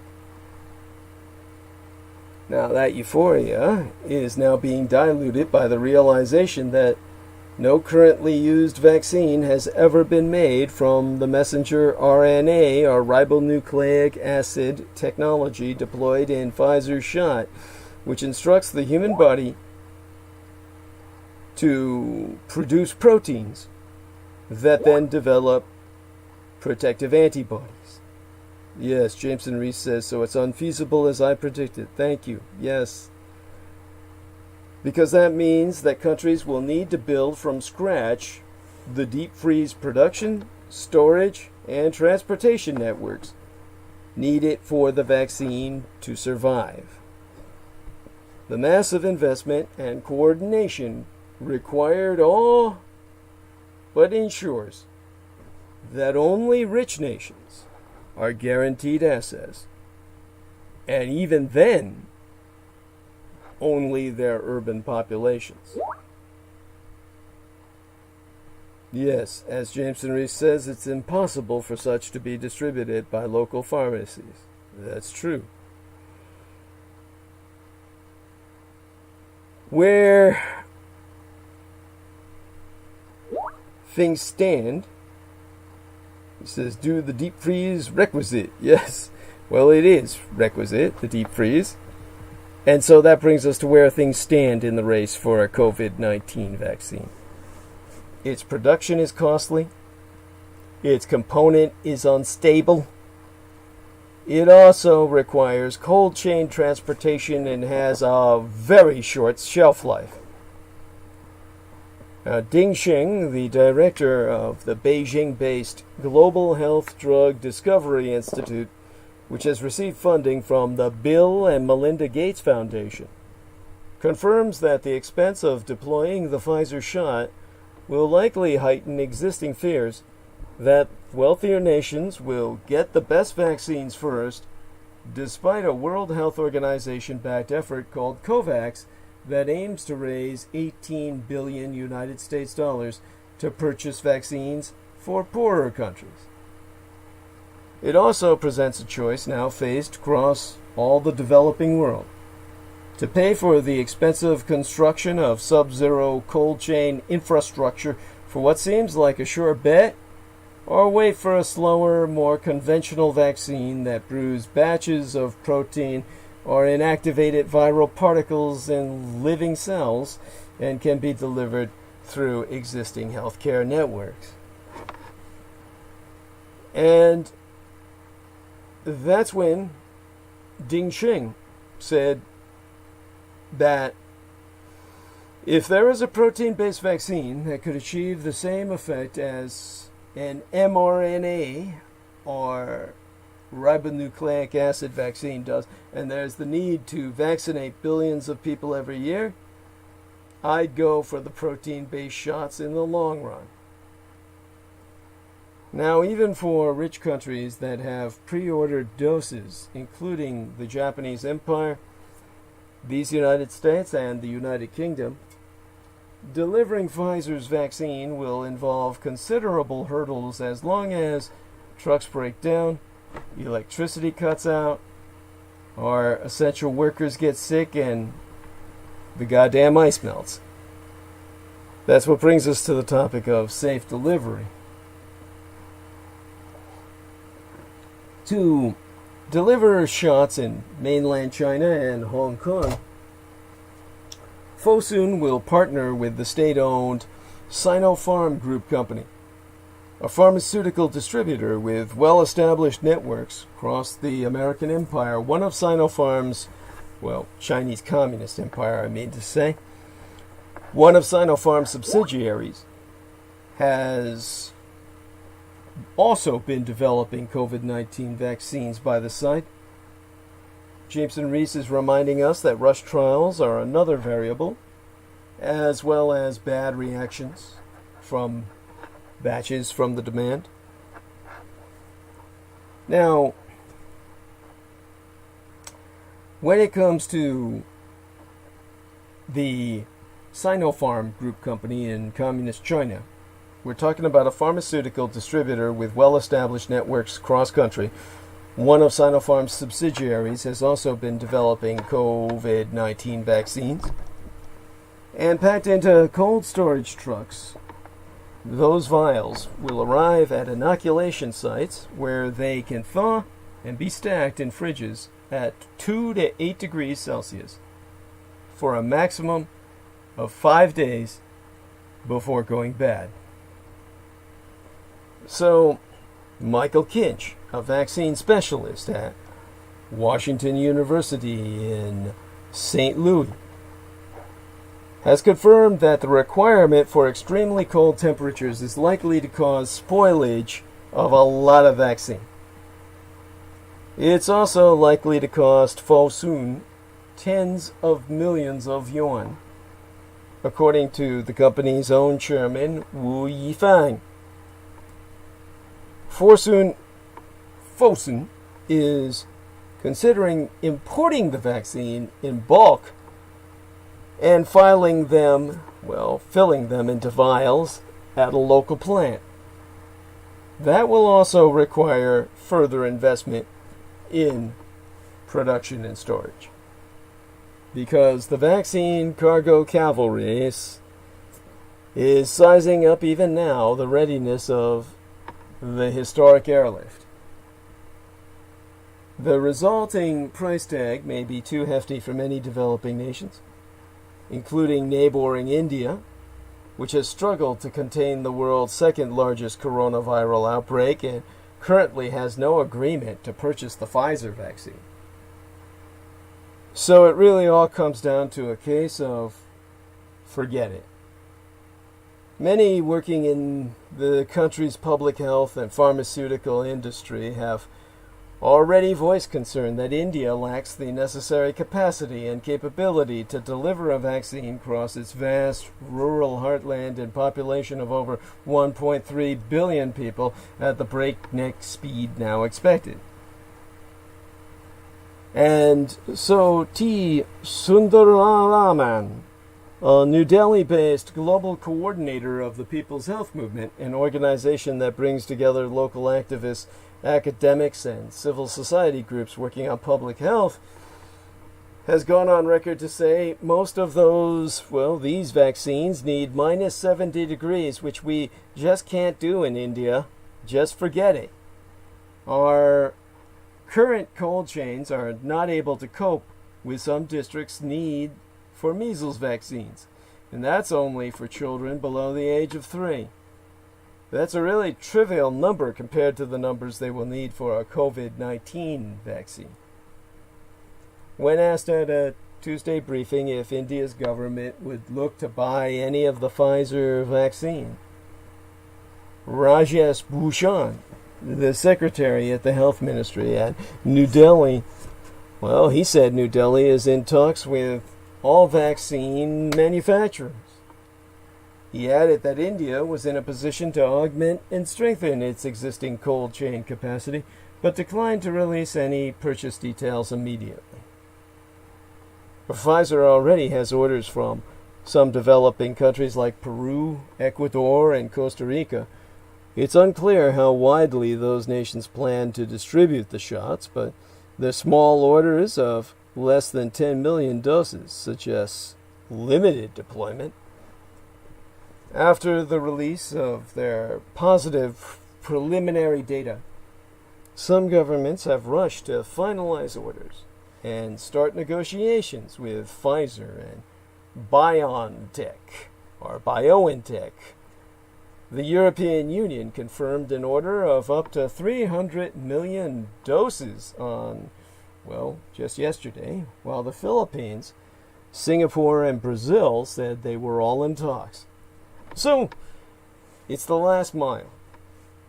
Even without the sub-zero issue, rolling out a vaccine in a short space of time will be a major challenge, requiring mass paramedical training to administer 2 shot doses. And Pankaj Patel, chairman of Indian drug maker Cadia Healthcare Limited, which is developing its own experimental plasmid DNA COVID-19 shot. This is especially so in areas where people are not easily contractable or have to travel long distances to reach vacation centers. Past vacation campaigns show that many simply never show up for the second shot. The mounting obstacles mean that some developing countries may pass on the Pfizer vaccine, despite early signs of its exceptional efficacy. Gagandeep King, professor of microbiology at the Vellore, India-based Christian Medical College and a member of the World Health Organization's Global Advisory on Vaccine Safety, has testified to say, if we were to wait an extra year and have something that's feasible for us to deliver to as many people as possible in this country, would that be a bad trade-off? Based on the cost of the Pfizer vaccine, the logistics of an ultra-cord storage, I don't think we are ready, and I think this is something that we need to weigh the benefits and the costs of very, very carefully. And then there's immigration. In Trump's first term, immigration took center stage, and his anti-immigration regulations and rhetoric had the desired effect. Since 2017, the number of undocumented immigrants in these United States decreased dramatically, and the number of refugees allowed into the American empire hit a historic low. And even foreign talent recruitment programs that be vital, crucial to the United States economy, were severely reduced. At the border, Trump waged war against asylum seekers and undocumented immigrants, detaining children and separating them from their families into cages under a zero-tolerance policy that was condemned by the United Nations as a violation of human rights. Trump's re-election campaign put less focus on halting immigration, but according to his senior advisor, Stephen Miller, the architect of Trump's draconian immigration approach, the administration was seeking a further tightening of immigrant rights. Fewer asylum seekers would be admitted to the country, work visa limits would be tightened, and more countries would be added to the travel ban. The current freeze on green card issuance likely would have continued beyond the COVID-19 crisis. And the president planned to double down on the public charge rule, making it even harder for immigrants who work in low-income jobs to stay in country. A second term also promised the continued deportation of undocumented immigrants without any special dispensation for dreamers and a crackdown on sanctuary cities like mine own. But it is unclear whether even 4 more years would have given Trump enough time to make good on his hallmark 2016 promise. The Wall. The Great Wall of America.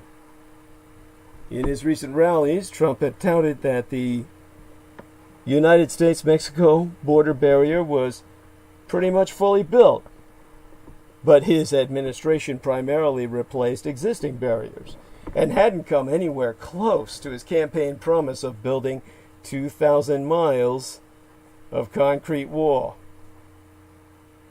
Well, more importantly, on healthcare in the most immediate sense, 4 years ago, the promise to repeal and replace Obamacare had been a leitmotif, not just for Trump's campaign, but of the entire goddamn Republican Party.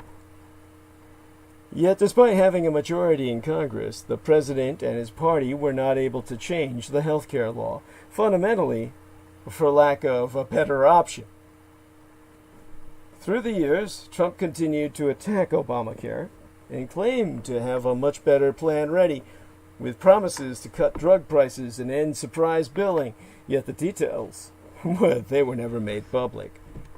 So there'd be no reason to think as Trump would have done in a second term what he didn't do in the first, since the individual mandate was effectively abolished by Congress in 2017. The current healthcare policy has become popular among voters of both parties. It would have seemed unwise of Trump to try and radically change that law. There was, however, at least one scenario in which Americans might have found out what Trump Care was meant to be about.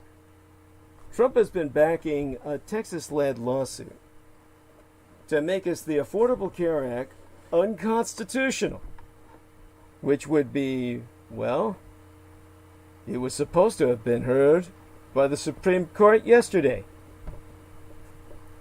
It'd be extremely unlikely that the law will be struck down. But were this to be the case, Trump would have had to implement at least some form of a replacement. To get a sense of what that might have looked like, we can look to recent changes in Georgia, where the Centers for Medicare and Medicaid Services approved a Medicare expansion waiver. The change, requested by a Republican governor and supported by the Republican federal administration, set the eligibility requirements for Medicare much higher than under the expansions promoted through Obamacare. As a result, fewer Georgians will be able to access Medicare, and more will remain uninsured. While a full Medicare expansion would have granted coverage to 270,000 people, this one covers fewer than 100,000. The state will leave the healthcare.gov marketplace and replace it with a state-based one. Given that Republican states have been among the least inclined to adopt the Medicaid expansion, it seems reasonable to have expected a Trump-designed Obamacare replacement to similarly reduce access to Medicare and cut marketplace subsidies to the bone. With Biden in the White House, this extrapolation becomes counterfactual. Indeed, but yesterday, Supreme Court justices sounded ready to uphold the Affordable Care Act for the third time and reject the latest challenge from its conservative critics, including President Trump. Which brings us to the subject of regulation, because Trump ran on a promise to eliminate regulations from the United States government agencies, and on that, at least, he delivered in spades. His deregulatory agenda rewrote or eliminated hundreds of rules that cover everything from the flying and deployment of drones to the protection of federal land in Utah from oil and gas drilling. According to one estimate, the Trump misadministration either rolled back or is in the process of rewriting nearly 100 environmental regulations alone. So had Trump won, there would have been no reason to think he wouldn't have kept going. And Jameson Reese points out this means water management is no longer protected as well. Yes. Now, many of Trump's rollbacks face challenges brought by environmental and other groups, while the courts in some cases found the proposed changes were brought in haste or weren't adequately justified. With 4 more years, it's likely the administration would have been able to cure those faults. And were the cases to advance to the Supreme Court, Trump would have been well positioned with the current 6-3 conservative majority. With a second term, Trump likely would have extended his business-friendly approach to regulating banking and finance, continuing to weaken the Dodd-Frank Act, and put tougher rules on Wall Street after the 2008 financial crisis. And his administration, Trump's, might have looked at building a permanent sunset provision into all new rules, forcing future administrations to rewrite regulations if they want to keep them on the books. That's what brings us to climate change, because this past week, Trump saw one of his key climate promises fulfilled. The United States is officially out of the Paris Agreement. But were Trump given a second term, sitting out of a United Nations forum probably would have been the least of the planet's America base worries. Trump's first team saw a cascade of environmental deregulation, attacks on science, and the staffing of key positions with fossil fuel lobbyists and climate deniers. Although the administration had seen many of its half-baked regulatory rollbacks and executive orders stopped by the courts, a second term would have been a chance to make all of them stick. That could have included relaxing restrictions on methane emissions, opening more federal land and water to oil and gas drilling, limiting the scope of environmental reviews for building projects and pipelines, restricting the ability of California or other states to set their own more ever ambitious I would say climate regulations. Now, these would manifest as emission standards, as well as California leading the way of other states by blocking the consideration of science and climate benefits in regulatory decisions under Trump being entirely reversed, forcing people to finally acknowledge and heed the warnings of experts. Trump might even have pushed the U.S. EPA, the United States Environmental Protection Agency, to undo its key 2009 finding that greenhouse gases harm human life, a fundamental starting place for any climate regulation. Trump also might have continued to privatize the National Flood Insurance Program, which would have brought climate-vulnerable households into foreclosure. With Republican allies in Congress, he could have allowed key tax credits for wind and solar to expire, and confirmed more judges hostile to environmental regulation.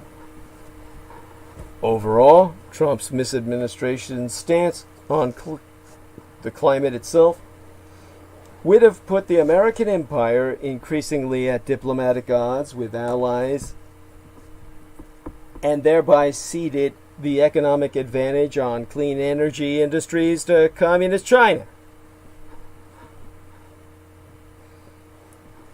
Now, policy changes during Trump's first term resulted in nearly 2 billion additional tons of CO2, carbon monoxide, by 2035, according to recent analysis. A second term would have put the world on a dangerous trajectory as the clock ran out to avert catastrophic warning, the burning of the world, and would have made the job of cleaning up much more difficult and expensive for future presidents. That's what brings us to the Supreme Court. Trump likes to brag about his record of appointing conservative judges. But analysts note that while Trump has filled out the courts of appeals, he hasn't had the impact on the courts that Barack Obama did. 4 more years could have given him a chance to match or exceed that influence. With his first term, Trump appointed nearly a quarter of current judges and more appeals court judges than any president since Jimmy Carter. Almost all of his groups have been members of the Federalist Society, a radically reactionary ideological group backed by opaque business interests, and they tend to rule in favor of them. When it comes to the Supreme Court, the 63 conservative majority created with the arrival of new Justice Amy Coney Barrett is a key accomplishment for Donald Trump. It's hard to say if there would have been more open seats on the highest court during Trump's second term. The oldest justice, Clinton appointee Stephen Breyer, is now 82, followed by the Reagan appointee Clarence Thomas at 72. If either were to have stepped down or passed away, Trump would have had the chance to appoint a fourth member of the 9-person body, creating an enduring originalist majority. People who believe the Bible was writ by possessed hands, and that the Constitution must be interpreted through the eyes of the slave-owning, propertied white landlords. Well, in terms of international relations, Ian Lesser, Vice President of the German Marshall Fund of these United States, a public policy think tank, has gone on record to say there is a tradition of second-term moderation in America's foreign policy. But this was extremely unlikely to have happened under Donald Trump. The president was widely expected to continue approaching foreign policy through the lens of great power competition, which you can read as the Communist Chinese Empire, along with deal-making, notably in the Middle East. Trump likely would have continued antagonizing Iran. In Latin America, Trump's distaste for leftist regimes have seen him oppose cooperation with countries like Cuba, Nicaragua, or Venezuela. Trump was likely to have continued pushing Europeans to spend more on defense and rebalance their trade relationship with these United States. Relations between Washington and Brussels, the erstwhile capital of European Union, would have continued to worsen. Peter Ruff, a senior fellow at the Hudson Institute, a United States think tank, sayest, and I quotest he, Trump's worldview of competitive nation-states vying for power and resources would face stiff challenges from the foreign policy establishment and Brussels. But a common front against a revanchist Russia and revisionist China would push America and Europe together no matter who wins the White House. Finally, Trump would have continued supporting strong men in his image around the world, emboldened by what he would have seen as a mandate from the American people for his America First message. And yet, Angela Merkel's faith in America was deeply shaken when Donald Trump won the United States presidency circa 2016. The Deutschen Kanzler, the German Chancellor, who grew up behind the Iron Curtain, was quicker than most to perceive Trump's threat to the kind of United States global leadership that has traditionally underwritten all European security.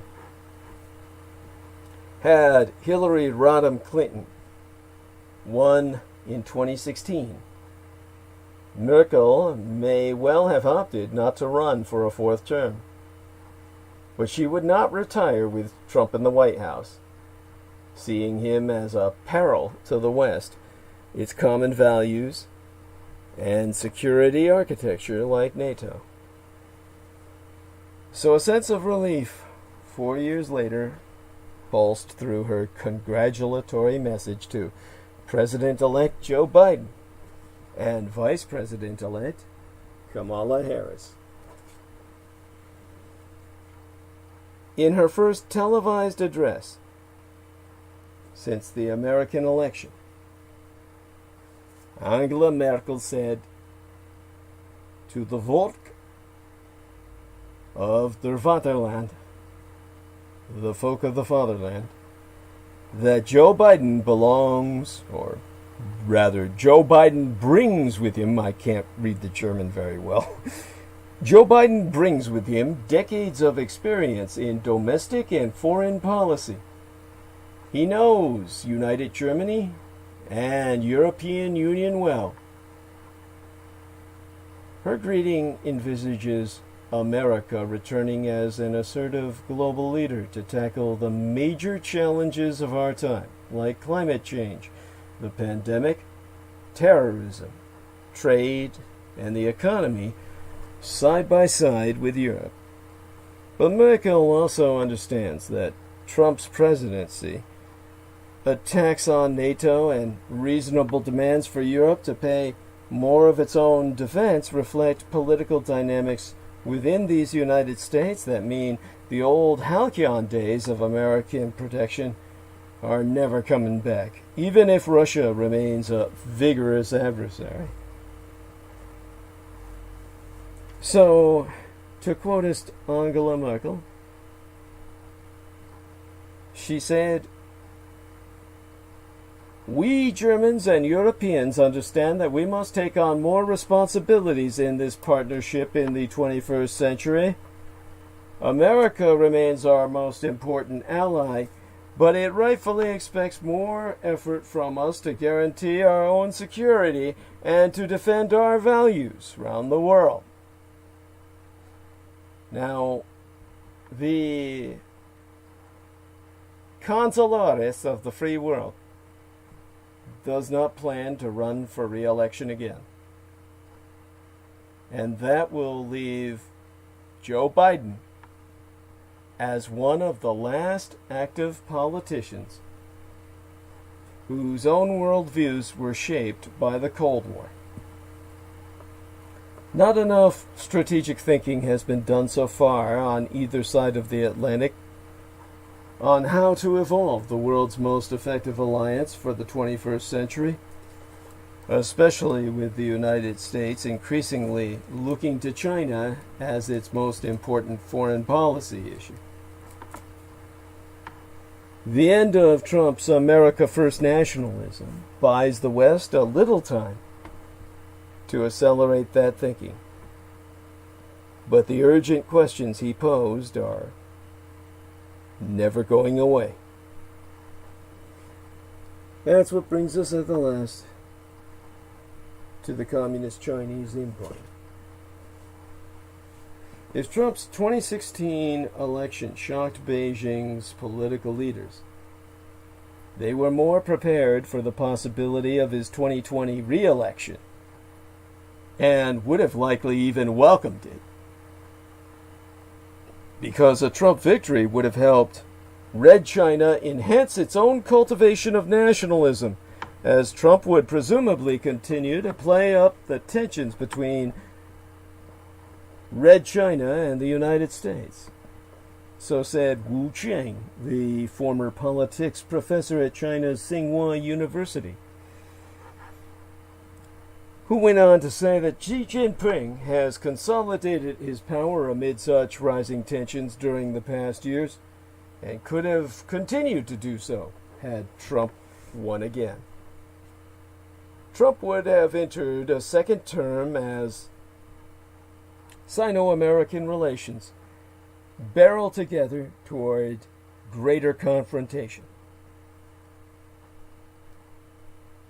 Rush Doshi, director of the China Strategy Initiative at the Brookings Institution, has attested that the power gap is shrinking and the ideological gap is growing.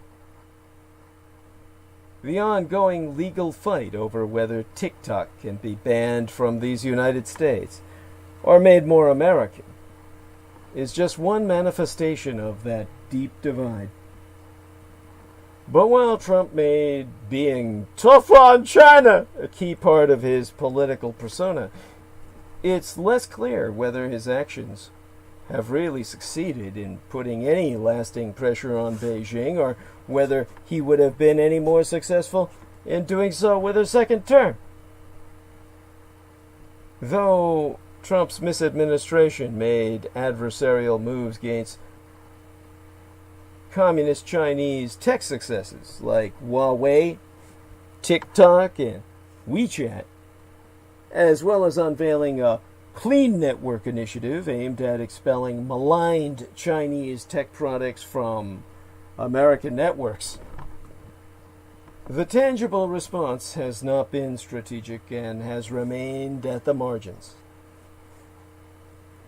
And so, Emily de la Bruyere, co-founderess of strategic consultancy Horizon Adversary, or when I take a second look at their name, looking this up, Horizon Advisory, has so noted that critics of the Clean Network initiative, for example, say it's heavy on rhetoric but light on specifics, and emphasizes keeping Red China out rather than establishing a comprehensive alternative with U.S. allies to Beijing's vision of a state-controlled internet. Then there be the issue of mine own true homeland and heartland of Taiwan, which some see as the next frontier of the Sino-American standoff. Trump set the tone early on, when, as president-elect 4 years ago, he controversially called Taiwan's president Tsai Ing-wen, possibly as a way to needle Beijing. As Taiwan-China tensions ratchet up with increased Communist Chinese military activity around the Taiwan Strait, eyes will be on how and whether these United States signal America's commitment to defending the region against Beijing's aggression. In Trump's final months, he dispatched his health secretary to my birthland of Formosa, Island, China, the highest level cabinet visit in 30 years. Trump firmed up plans to sell $2.4 billion United States dollars in weapons systems to Taiwan, and worked toward a bilateral trade deal. Resultantly, many in Taiwan welcomed the idea of Trump's re-election, as did some in Hong Kong's pro-democracy camp. But the American public had other plans. And yet Beijing has not called Biden. Why is the Communist Chinese Empire so cautious to congratulate the Biden man? 4 days after the United States presidential election was called for challenger Joseph Biden, Communist China still hasn't phoned to congratulate the president-elect. Its delay is matched by a few other autocratic states, such as Russia. But most democracies, and some other key American allies like Saudi Arabia, have called Biden despite President Donald Trump's continued denial that he lost. Beijing's response doesn't indicate favoritism for Trump. If there is an ongoing power struggle between two factions, China doesn't want to take a side. And with the ruling party denying the election result, the president attempting to declare a false victory, and the government conducting a purge of the Defense Department and the intelligence services, that's not an unreasonable assumption on Beijing's part. If Trump's refusal to concede were happening in another country, the United States might make the same assessment. It is only confidence in American institutional democracy and the continued rule of law that suggests otherwise. Something of the Chinese leadership itself does not share. This view is influenced by the experience of politics at home, where rubber-stamped votes mean nothing compared with behind-the-scenes contention. State-run social media has more openly mocked Trump, I have noted, when scanning in the Chinese language, than they have beaten. Some analysts have worried that China will take aggressive maneuvers thanks to the distraction in the United Nations, but I don't think that's likely. A crumbling United States, from Beijing's point of view, is an unpredictable one. While Chinese diplomats are happy to shore up their relations with other countries as their United States counterparts face domestic chaos, radical moves are unlikely. And just as some Americans are convinced that the collapse of the Chinese Communist Party is around the corner, Chinese leaders themselves have believed for some time the same thing, and especially since 2008, the financial crisis, that history is on their side and that the United States system is doomed. If anything, the events of last week have confirmed that. And if you're winning anyway, why risk changing the game? So, what be next for Donnie Trump himself? The defeated president faces difficult moments. So far, the president has stayed true to characterlessness, vowing to fight election results, as he faces his own court challenge. Since Election Day,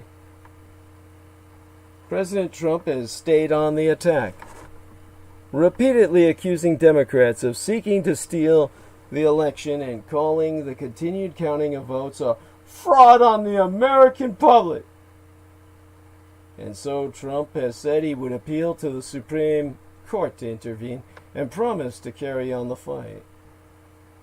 Now, with Joe Biden declared the next president, Trump had a choice, still has one. Will he concede, making the hard and humiliating choice all his predecessors as presidential also-rans have had to make?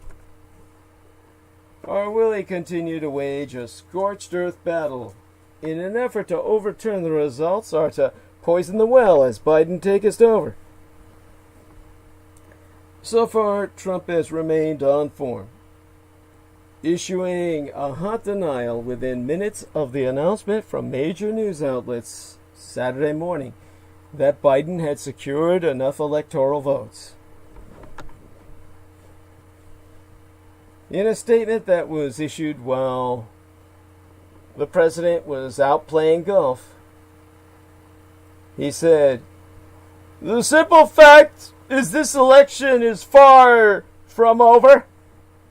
Joe Biden has not been certified as the winner of any states, let alone any of the highly contested states headed for mandatory recounts, or states where our campaign has valid and legitimate legal challenges that could determine the ultimate victor."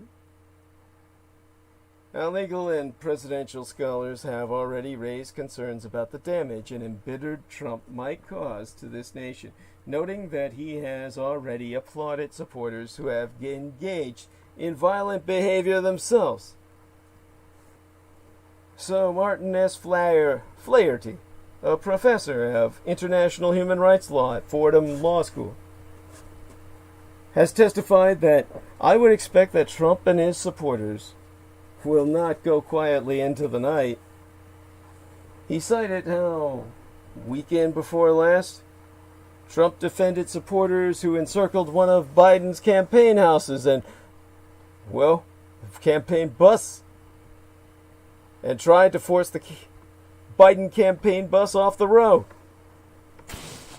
That's when, in a tweet, Trump said, "In my opinion, these patriots did nothing wrong."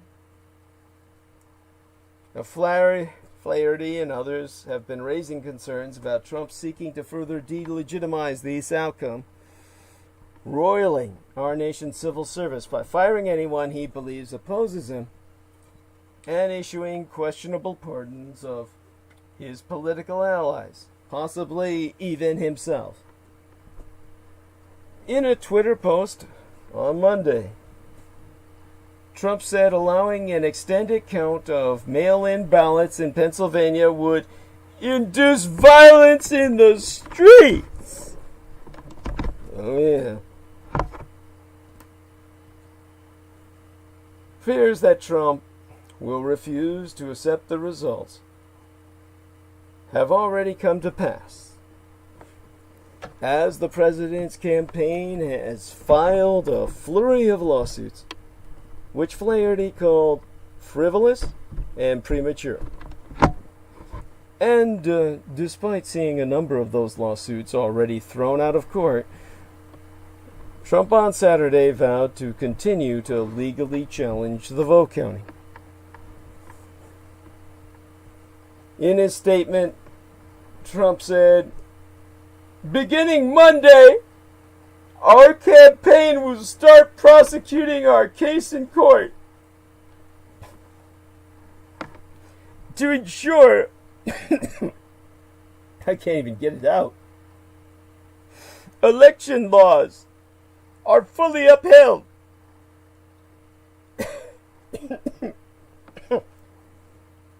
I'm choking on it. "And the rightful winner is seated." Now, Trump has personal reasons for clinging to power at all costs. He's facing hundreds of millions of United States dollars in debts, lawsuits, and a growing criminal investigation in New York.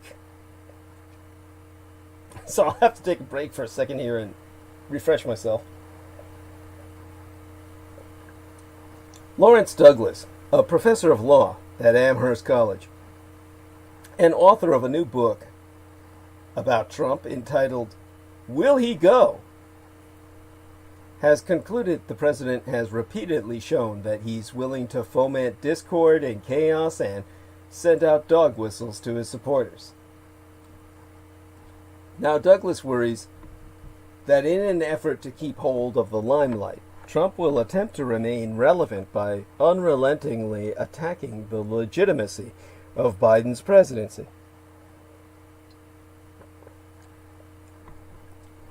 Now, before Biden's inauguration, Lawrence Douglas said, "I can easily imagine him working overtime to create domestic havoc." Ian Bossin, who worked in the White House consul's office during the Obama administration and now serves as executive director of the Washington-based nonprofit group Protect Democracy, worries more about Trump's legacy. He's so saying, "While I think the president poses an immediate danger to the functioning of the federal government, I'm actually more concerned about the threats Trump, and especially Trumpism, will pose to our country in coming years."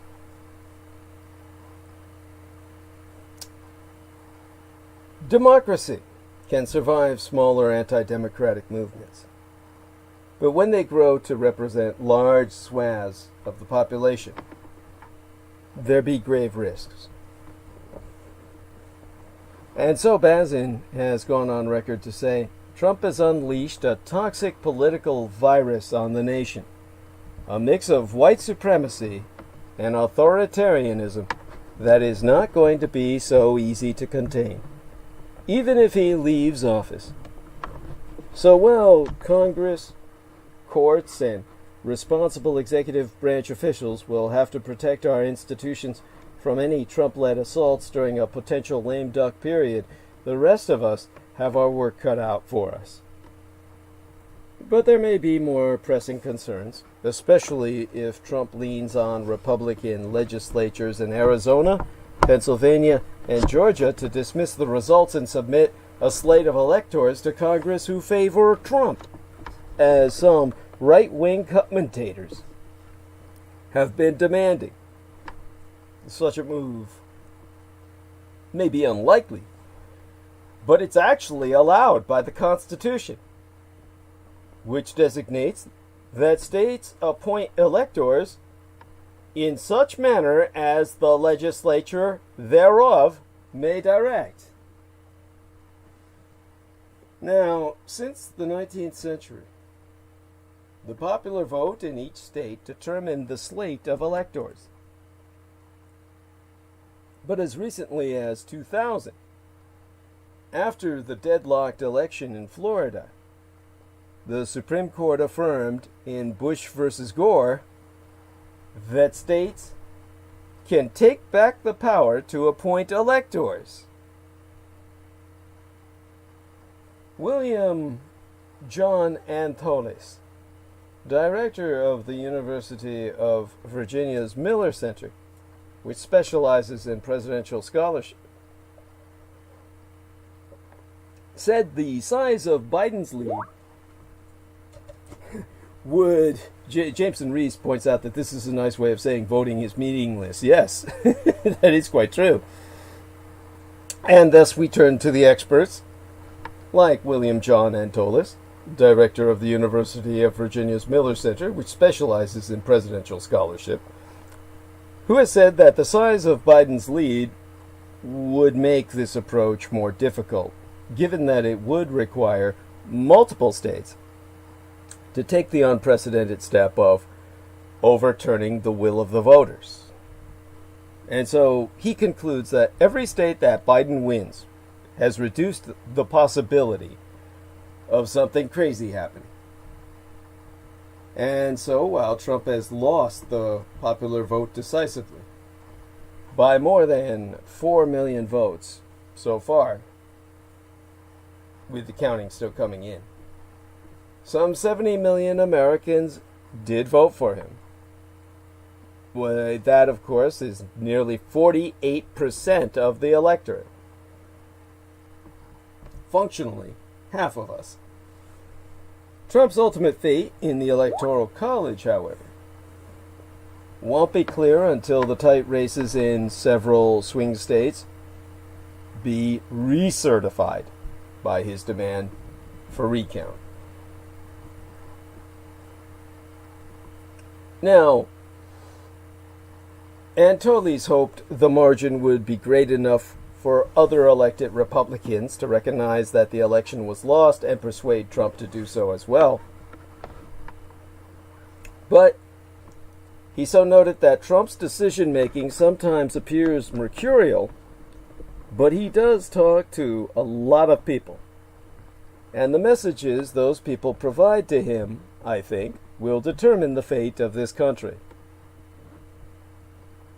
No matter what he hears, Trump is facing legal peril if he leaves office and loses his immunity from prosecution as a sitting president. Trump is facing 2 investigations by law enforcement officials in New York. Manhattan District Attorney Cyrus Vance Jr. and New York's Attorney General Letitia James have been independently investigating potential crimes in Trump's business practices before he even became his president. Part of Vance's investigation includes hush money payments to keep former porn star Stormy Daniels from speaking publicly about an affair she allegedly had with Trump. A previous investigation by federal prosecutors about those payments concluded with Trump's personal lawyer, Michael Cohen, going to prison, and Trump being identified as an unindicted co-conspirator. Justice Department rules prevent the indictment of a sitting president. Trump could seek a pardon for federal crimes after he leaves office, or seek to preemptively pardon himself in an effort to preempt himself or protect himself from future prosecution. And so, Jack Goldsmith, a professor at Harvard Law School, said it's unclear whether a president could even pardon himself. He's so saying that the question is entirely novel. The Justice Department has suggested, in passing, without analysis, that a president cannot self-pardon. Scholars are all over the map. But presidential pardons don't extend to charges emerging from state investigations. If Trump were to try to escape charges by fleeing to another country, as many suspect, it's unclear what would happen. Trump had mused about leaving the country if he loses, saying that he would no longer want to live here. But Goldsmith said extradition treaties will determine this. So as the president continues to discredit the election results, the future of our nation's democracy hangs in the balance. William Howell, chairman of the Department of Political Science at the University of Chicago, has thus testified that this is an extraordinarily fractious and fragile moment in our nation's history. At such a time, above all, we need leaders who reaffirm our democracy, our shared political heritage, and our unity.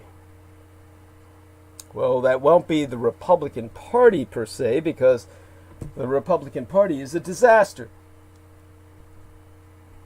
Now, exemplary of this, the epitome of this, is that a key witness for Rudy Giuliani's Four Seasons Total Humiliation Press Conference is a convicted sex offender. Just when you think you're done laughing at the totally humiliating ending of Rudy Giuliani's career as Donald Trump's personal attorney, it keeps getting more embarrassing for Rudy and the Trump campaign. Because like most of Trump's unqualified appointees in government, the Trump campaign does not closely screen who they be putting in front of worldwide cameras in the parking of the Four Seasons Total Landscaping lot. Which I still can't even believe I'm relating to you, but that was a real thing that happened. So to recap on Saturday, this weekend last. Oh, how do I describe this? Basically, Trump announced via Twitter that his attorneys would be having a press conference at the upscale Four Seasons Hotel in Philadelphia. Well, specifically. That tweet was quickly replaced with one saying the location was the Four Seasons Hotel Landscaping Company in Philadelphia, located in an industrial area next to the Fantasy Island Adult Store and Crematorium, where, sex and burning dead bodies. That's like what? Pyronecrophilia. As if that weren't bad enough, New Jersey political reporters instantly recognized one of Rudy Giuliani's key witnesses as Darrell Brooks, a New Jersey man who went to prison circa 1988 after a sex offender conviction. He was convicted of exposing himself to two girls, ages 7 and 11 years of age.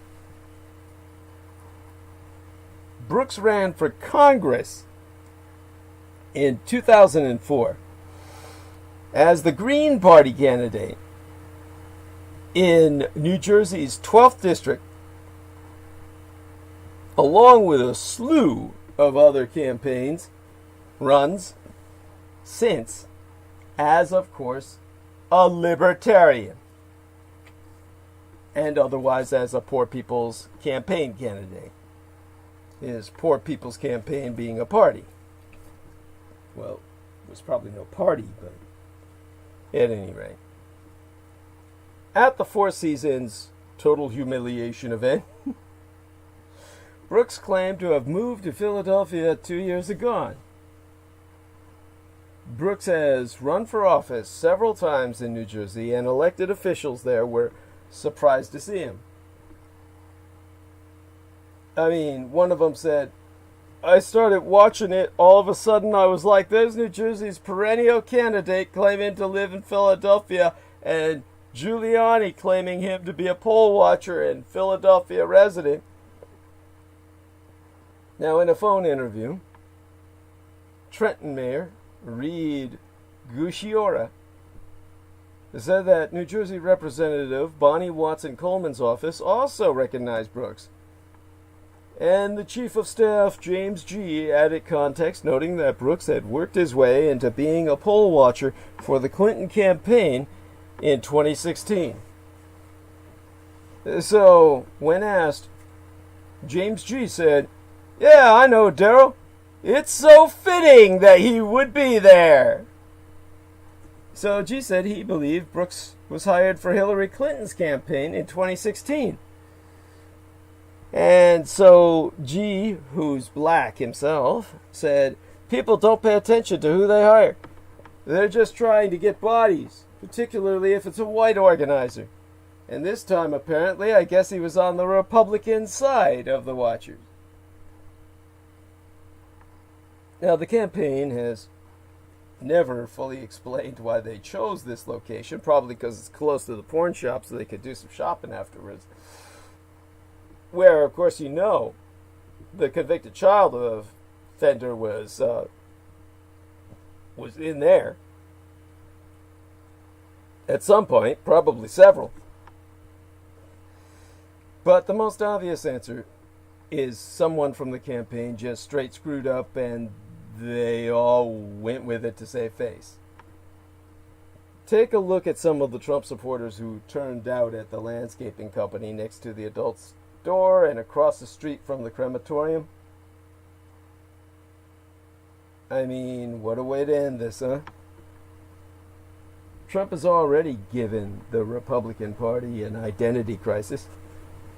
What was once a party defined by Reagan's three-legged ideological stool of fiscal conservatism, social conservatism, and strong national defense evolved into a party defined by one reality, TV shows, hosts, warped personality, that of Donald Trump. Win or lose, the Republican Party was always going to have to grapple with what it would become. One day, Trump would be off the stage, and the party had something of a democratic challenge. A Republican Party of rural whites in a nation becoming even more urban and diverse. In fact, the Republican Party appeared to be ready for a quick reset had Trump lost badly. It would be messy, but at least everyone knew what the fight was all about. The future of the party. But Trumpism didn't lose badly. And now everyone in the Republican Party is looking around trying to figure out what they are supposed to be doing right now. The party base still very much likes Trump, and there is now significantly less of a reason to discuss dumping Trumpism. Oh, and instead, just letting the 2024 Republican presidential primary sort all of this out. If Trump loses in 2020, he could just toy with running again. And the Republicans still cannot quit Trump. The 2024 Republican Party presidential nominee is highly likely to be an acolyte of the president's, if not the president himself, one of his clones or cultists. With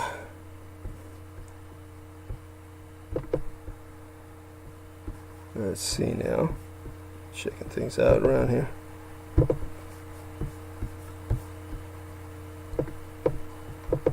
Electoral, here we are. Let me check into the live stream.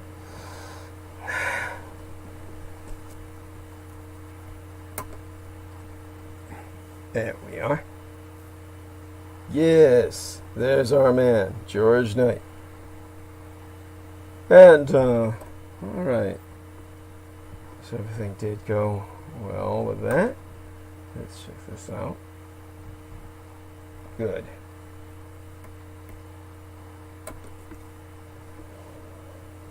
Now,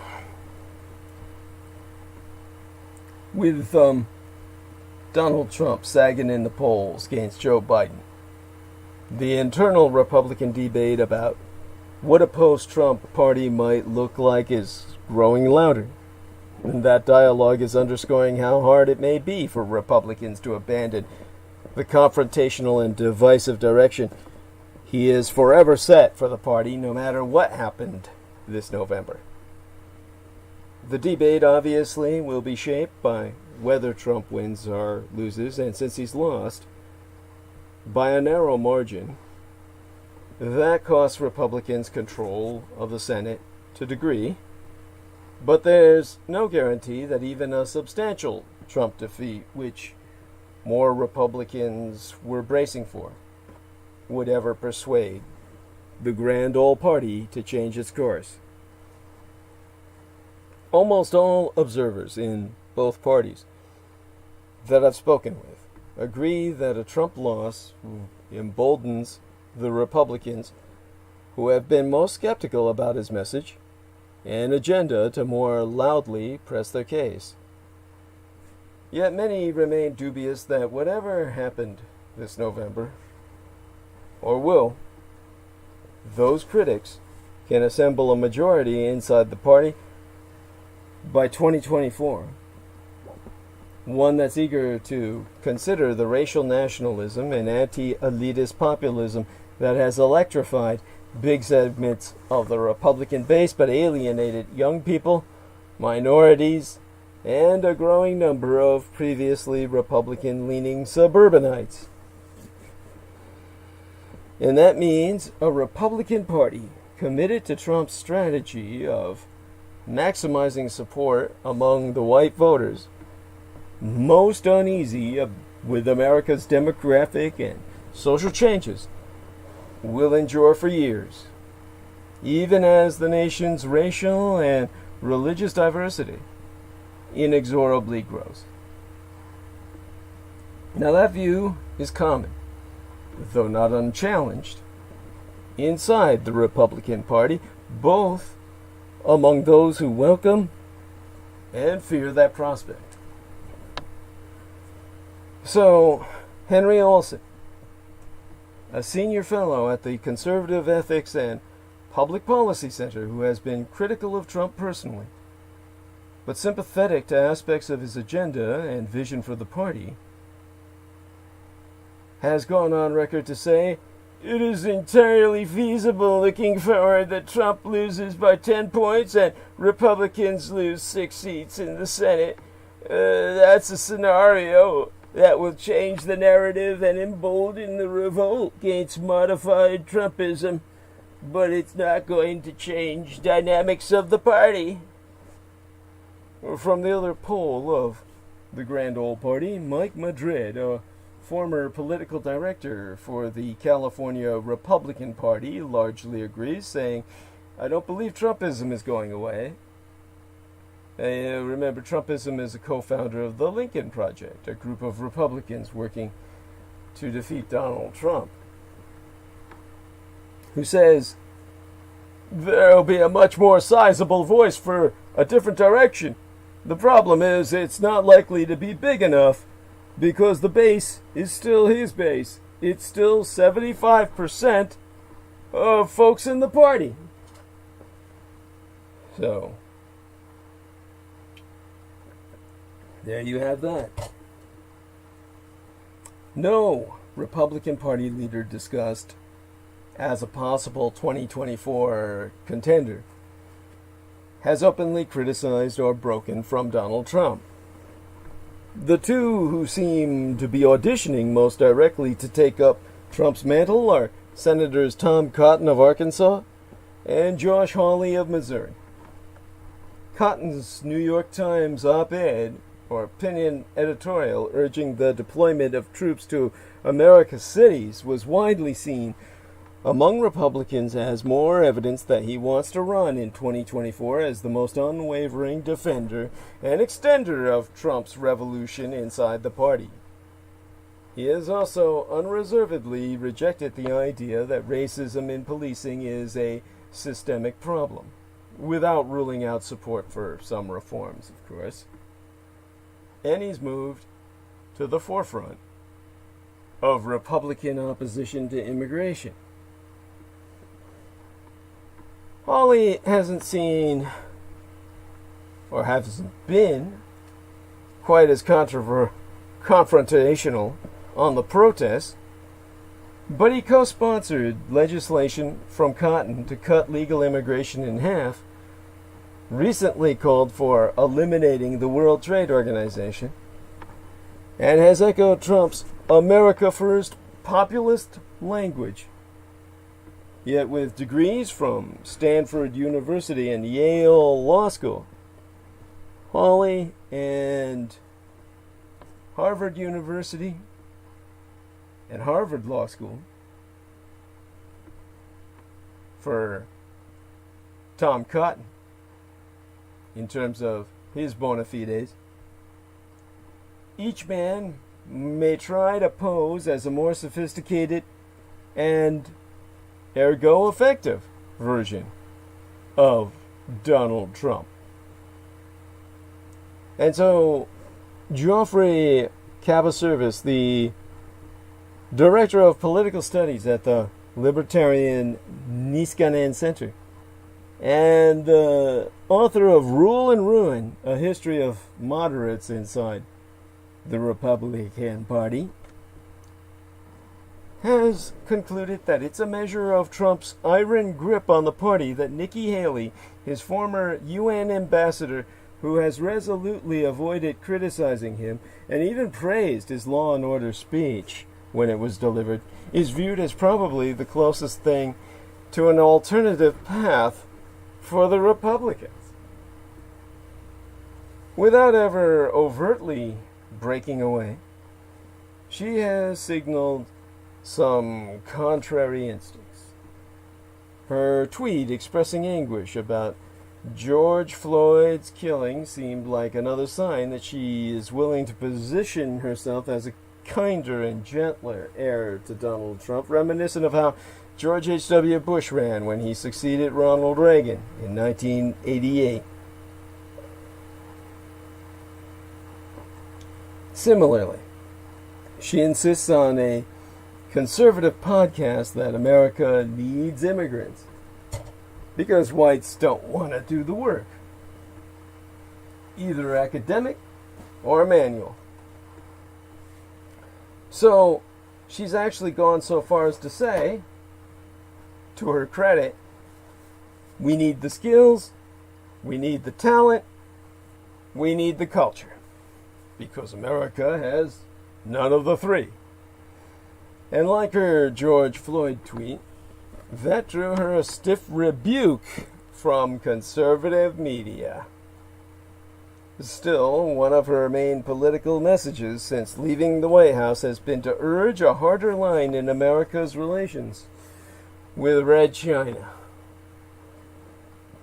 Other potential candidates have less clearly defined how they might sell themselves. There's also uncertainty within Republican ranks about what Vice President Mike Pence's lane will be if he runs in 2024. While his copious service to Trump gives him some credibility as an inheritor, he's identified more with the fusion message that Ted Cruz tried and failed to sell in 2016. A social conservative warrior who's also a fiscal hog. In any case, Pence is hardly viewed as a prohibitive frontrunner, as Richard Nixon and Al Gore were after their service as vice presidents. The fact that there are so many people who are mobilizing so early suggests this is a person who has strengths, but is far from unchallengeable. The paradox facing Republicans, who fear that Trump may be leading the party into an electoral dead end, is that the changes to the party's coalition that he's precipitated tend to be self-reinforcing. If the voters most resistant to Trump's tone and messaging leave the party, those who remain necessarily tilt even more towards him. So win or lose, the general election is likely to accelerate this dynamic.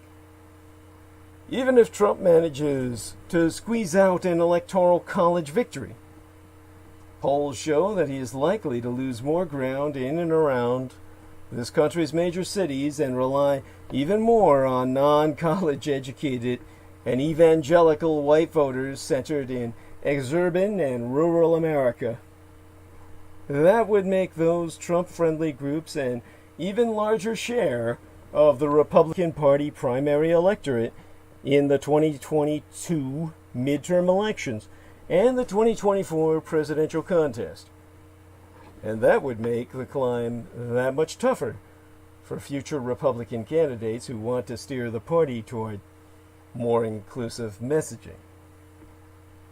Now, Stanley B. Greenberg, the veteran Democratic pollster and author of the 2019 book entitled R.I.P. GOP, acronymous for Rest in Peace, Grand Old Party, says the resorting process is well underway. In his polling since 2016, the share of the Republican coalition that comprises Trump's base has pushed out of the party all college-educated suburban voters, with Trump leaving a party that is totally dominated by Tea Party reactionaries and evangelical fundamentalists. And that bloc is just not going away.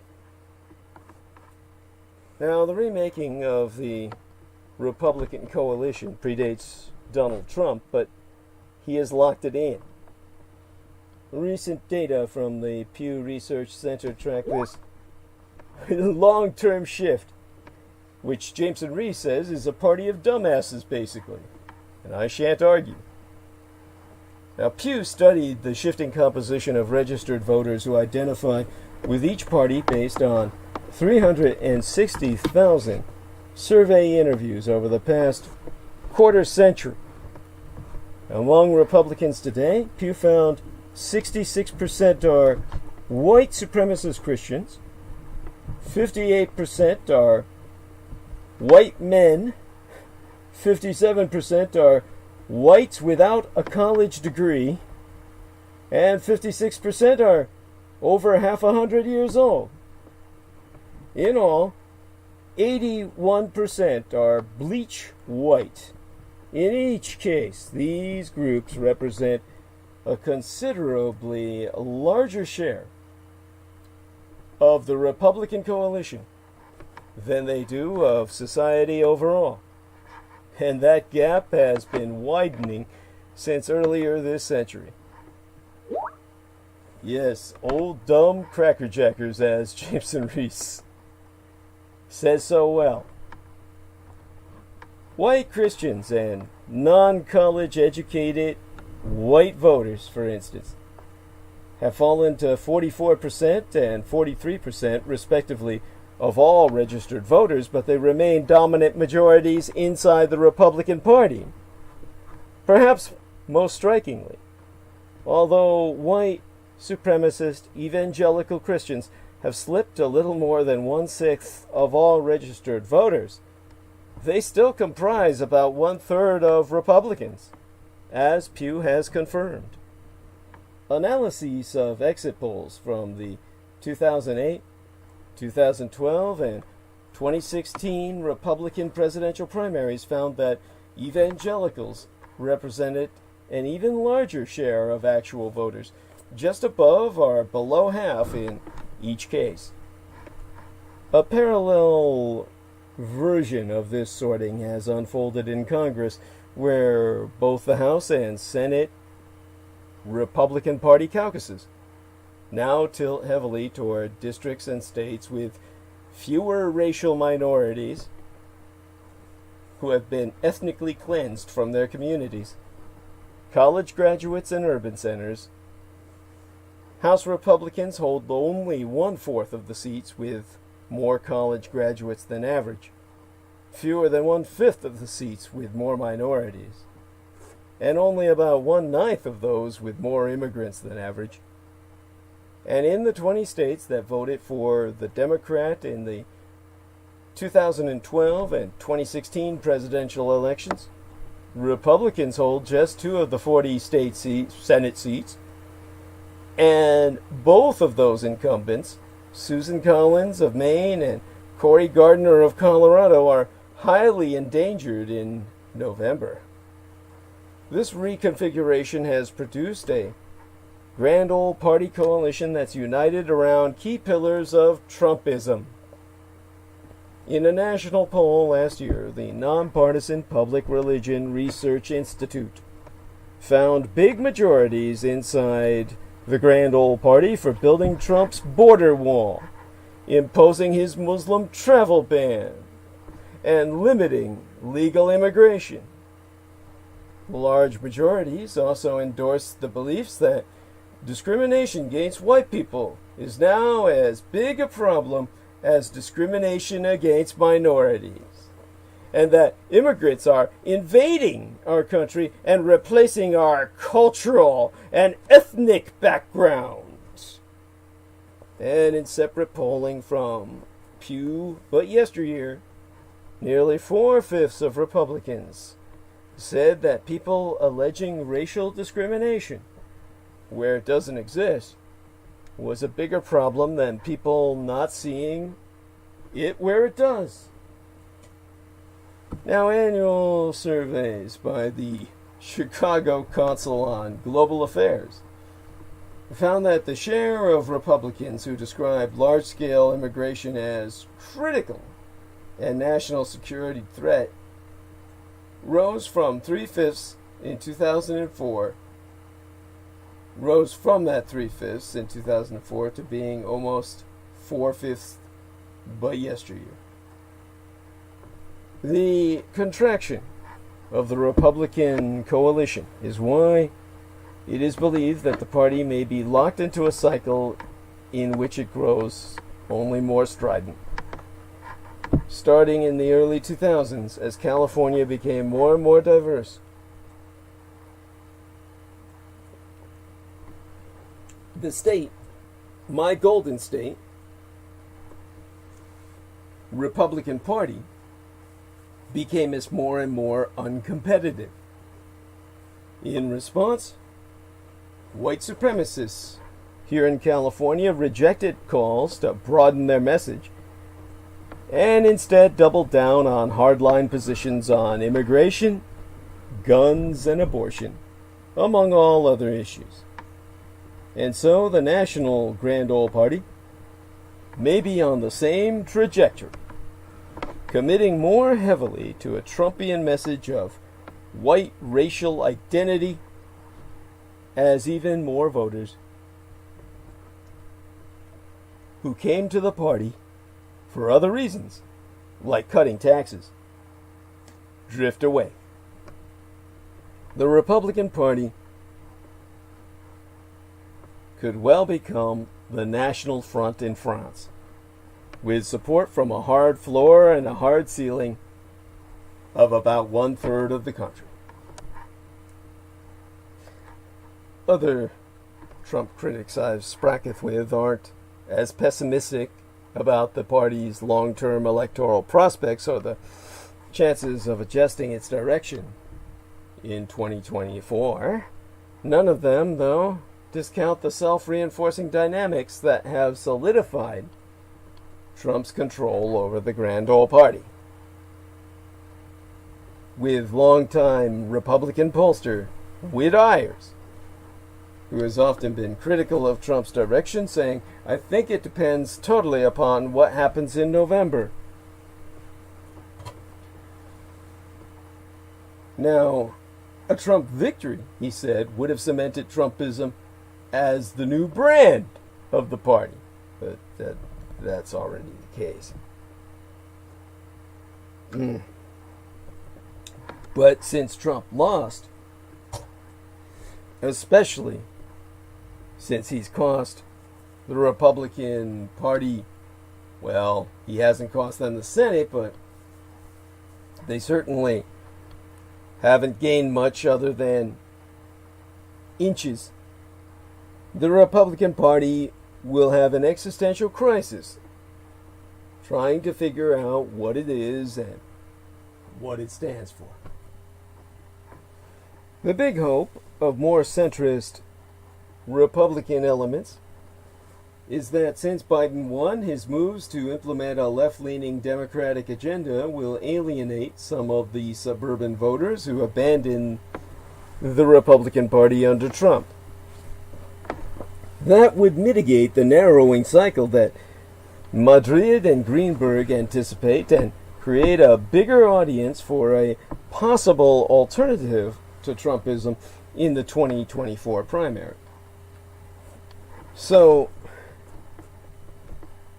Sarah Longwell, who's actually, I think probably more importantly I should reference Alex Conant first, he being the Republican consultant who served as Marco Rubio's communications director in his 2016 presidential race, who said, "You have to hope and assume that the next Democratic president drives a lot of those voters back to the Republican Party," which he references as our party, just as Barack Obama did in some ways, because A black man was just too much for white people to take. Well, the wild card in this debate is Trump himself. Most former presidents have played little or no role in the internal party arguments that followed their tenure. But almost everyone I spracketh with assumes that since Trump lost, he will remain highly visible in trying to shape the Republican Party's next steps, even by starting his own television network, as he's always hinted. The extent of Trump's power in a post-Trump world matters a great deal. And so Sarah Longwell, the co-founderess and executrix directoress of Republican Voters Against Trump, another grand old party group opposing his re-election, sayest, and a lot of power is going to be predicted or predicated in the scenarios in which he loses, on what that loss looks like. Now, since Trump did lose, yet he's in denial thereof, whoa. All I can say is that kibitzing from the sidelines may not be all he has in mind. Now, the Constitution's two-term limit on presidents means that if Trump falls in November, he can run again in 2024. There's even a precedent. Democratic President Grover Cleveland was defeated for re-election in 1888, but then ran again and recaptured the White House in 1892. You think that's far-fetched today? Maybe, but on Election Day 2024, Trump will be only about 6 months older than Biden's age when voters cast their ballot this November. For months, Trump has attacked early mail-in balloting, claiming the process is rife with potential fraud without providing any shred of evidence. Today, his re-election campaign began a series of legal actions in tightly contested battleground states, including lawsuits in Michigan and Pennsylvania, to demand better access for campaign observers where ballots are being processed and counted. Trump's campaign has also requested a recount in Wisconsin, where Democratic challenger Joe Biden held his small lead. And, of course, this has resulted in no small level of chaos. Now, it be no surprise, in context of what I've just cited, that the president is firing off lawsuits left and right and center, and that his family and legal team are making inflammatory claims that the president is being cheated out of a famous win. Trump told us exactly what he'd do beforehand. Trump's team has already asked the Supreme Court to intervene in Pennsylvania. It says it wants a recount in another swing state, Wisconsin, after first Wisconsin and then Michigan tipped his way. Biden spoke of a historic mandate, the largest popular vote ever, and ignored all the chaos Trump has sought to unleash with a flurry of lawsuits and angry tweets. Joined on stage by his running mate, California Senatoress Kamala Harris,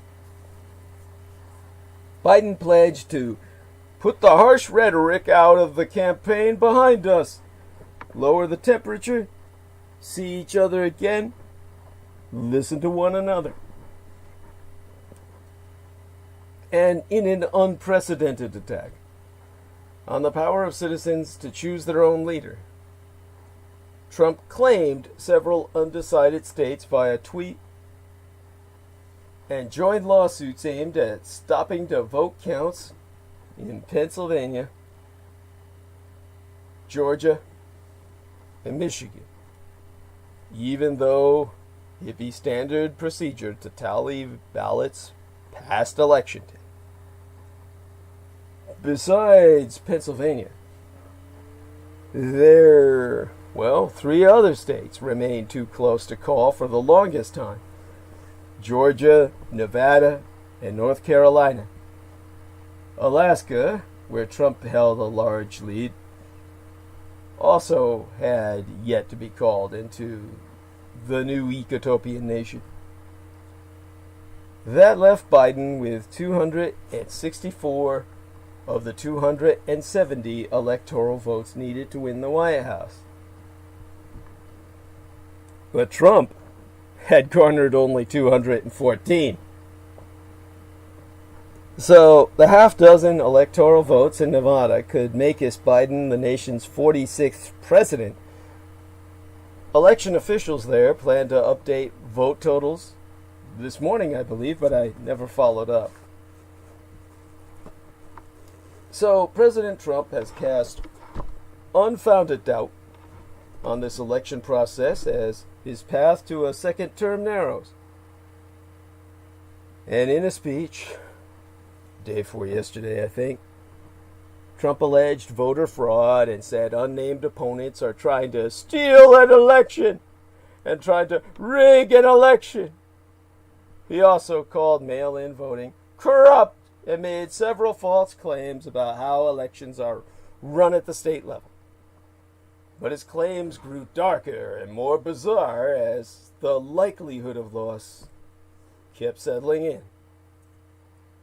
So that's why, well until 72 hours after Super Tuesday, it was still election night. Like a long polar night that lasts for days and days. 30 days of night, like the vampire flick.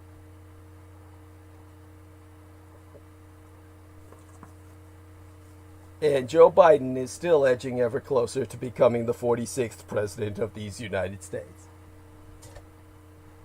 President Donald Trump is reacting to his darkening prospects in the way all observers feared he would, threatening to tear down America's democracy around him and stoking false claims of fraud to enrage his cultists. Consequently, Trump cultists are outrightly urging violence. Former advisor Steve Bannon was permanently banned from Twitter after calling for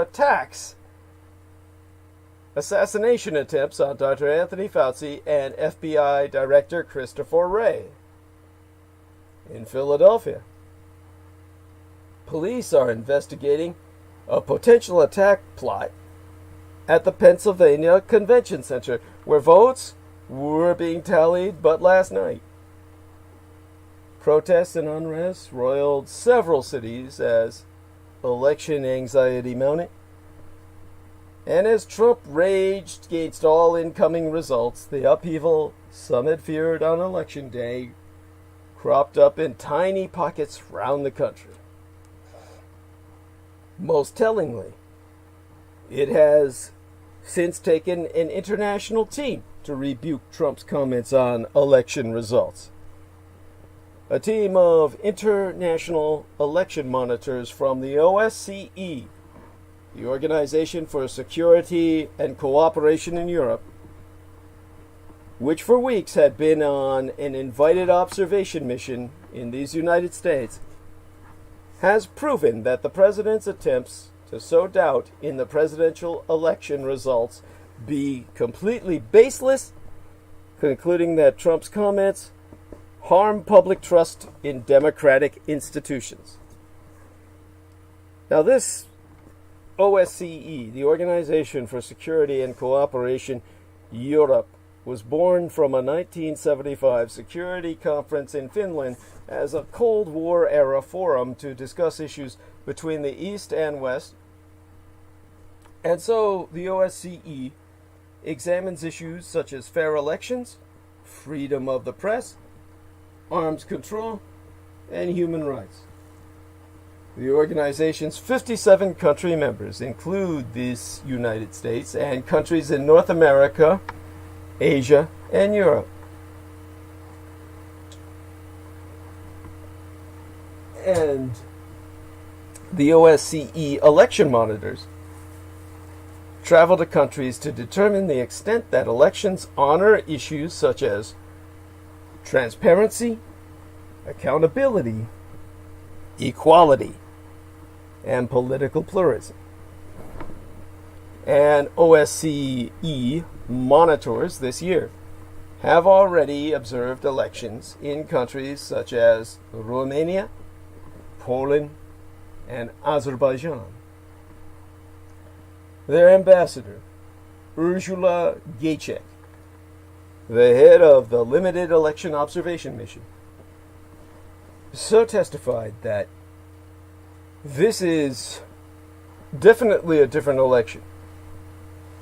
It poses different challenges, but allegations of systemic wrongdoings during these elections have no solid ground, but are instead deliberate attempts by the incumbent president to weaken confidence in the electoral process. And so Michael George Link, the special coordinator and leader of the OSCE's short-term observer mission, added that, in fact, despite the stress test of significant restrictions caused by the coronavirus pandemic, which expanded mail-in voting capabilities in many states, the American electoral system held up well, with Mr. Link testifying that Election Day itself was orderly and took place in a peaceful atmosphere, himself noting that observers' experiences watching the counting of mail-in ballots in Michigan found no indication of a problem, thus prompting Link to conclude, nobody, no politician, no elected official, nobody should limit the people's right to vote. Coming after such a highly dynamic campaign, making sure that every role is counted is a fundamental obligation of all branches of government. The OSCE has previously observed 8 elections in these United States, with the most recent being the midterm contest circa 2018. But in January, the global risk analysis firm Eurasia Group warned that the United States presidential elections represented a top threat to global security, warning that a close vote result could shake Americans' faith in their country's electoral process. And so their mission is not yet complete, as votes are still being counted. Gacek has noted that the team normally stays for around 10 days after an election, but they are prepared to stay longer this time, possibly in certain states that might require additional security, or at least additional scrutiny. Meanwhile, Trump and his cultists sent conflicting messages.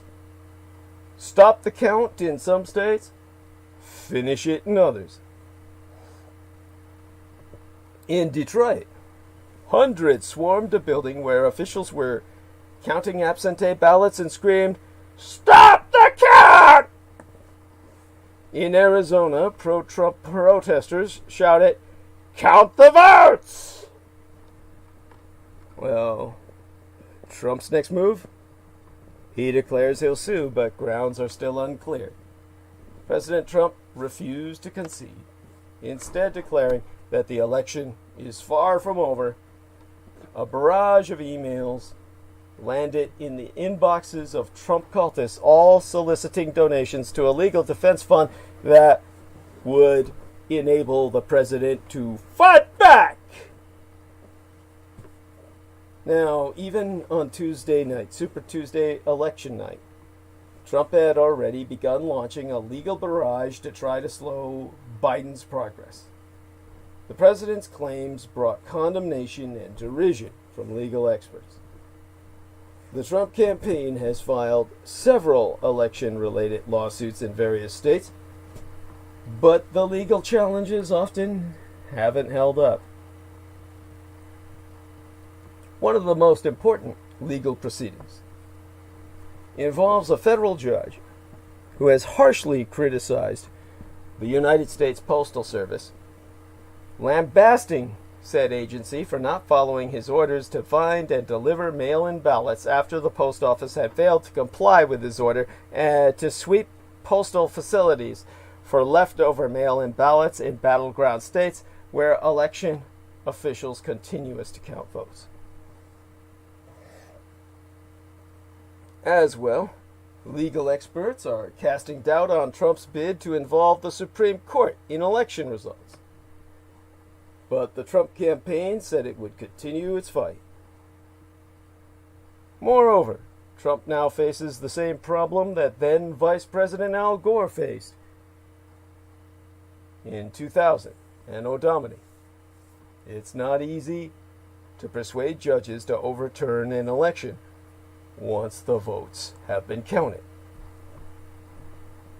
But everything has changed since the failure of the Amy Coney Barrett hearings. The multi-day spectacle gave its viewers little understanding of the most important issue the Supreme Court will rule on: how Americans vote and whether those votes even matter. What Americans deserved was an open reckoning with what Judge Amy Coney Barrett's elevation means for the country's political and constitutional architecture. Instead, what they saw unfold on those screens this mid-October was a confirmation battle spotlighting familiar partisan divides. The views of the late great Justice Ruth Bader Ginsburg's successor on health care and other substantive issues, such as abortion, gun control, immigration, and climate change, obviously have enormous implications for individual rights and Congress's ability to enact progressive legislation over the coming decades.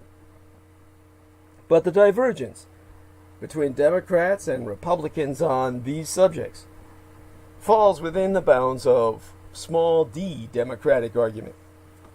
The same cannot be said about the conservative project to systematically undermine fair and free elections and its reliance on the Supreme Court as the linchpin in that plan. The United States is, ideally, a representative democracy, which means, theoretically, that the will of the people are expressed through the election of officials who are entrusted with acting on their constituents' behalf and in their own best interests. The United States is also a constitutional democracy, as disambiguated from representative, in which this popular will is further circumscribed by a judiciary that interprets what be permissible under the Constitution and other laws of this land. From a design standpoint, few things could be more devastating to democracy in this country than the use of one half of this system to break the other. That's why it was so harrowing to see the party in power ruthlessly discard norms to manipulate the composition of and expected outcomes in the courts. And conversely, that's why there be no honest way to talk about the imminent consolidation of conservative Supreme Court supermajority without addressing the court's past decades of decisions, entrenching minority rule and facilitating the subversion of democratic electoral process. Senate Democrats asked Barrett some pointed questions about issues like voter suppression. But the primary narrative to emerge from her confirmation history, well, her hearing, was the perceived emergency presented by her views on the constitutionality of the Affordable Care Act. As the real emergency runs much deeper than that. Reactionary activists have failed to accomplish their agenda through popular and legislative means, but have managed nonetheless to push their priorities through favorable courts. This capture of the federal judiciary, financed largely by a clutch of anti-government billionaires who want to judge in service of business, has also enabled a steady erosion of even the illusion of majority rule. This frustrating and largely obscured story of two-way institutional degradation through legislative manipulation of the courts and judicial complicity in political looting is key to understanding the stakes of this nomination and why, since Barrett was confirmed, so many see court expansion not as a radical departure from business as usual, but as a necessary structural response to a structural problem. 3 landmark decisions of the past decade, all made by a 5-4 reactionary majority, sum up the Supreme Court's role in building a jurisprudence best described as anti-democratic architecture.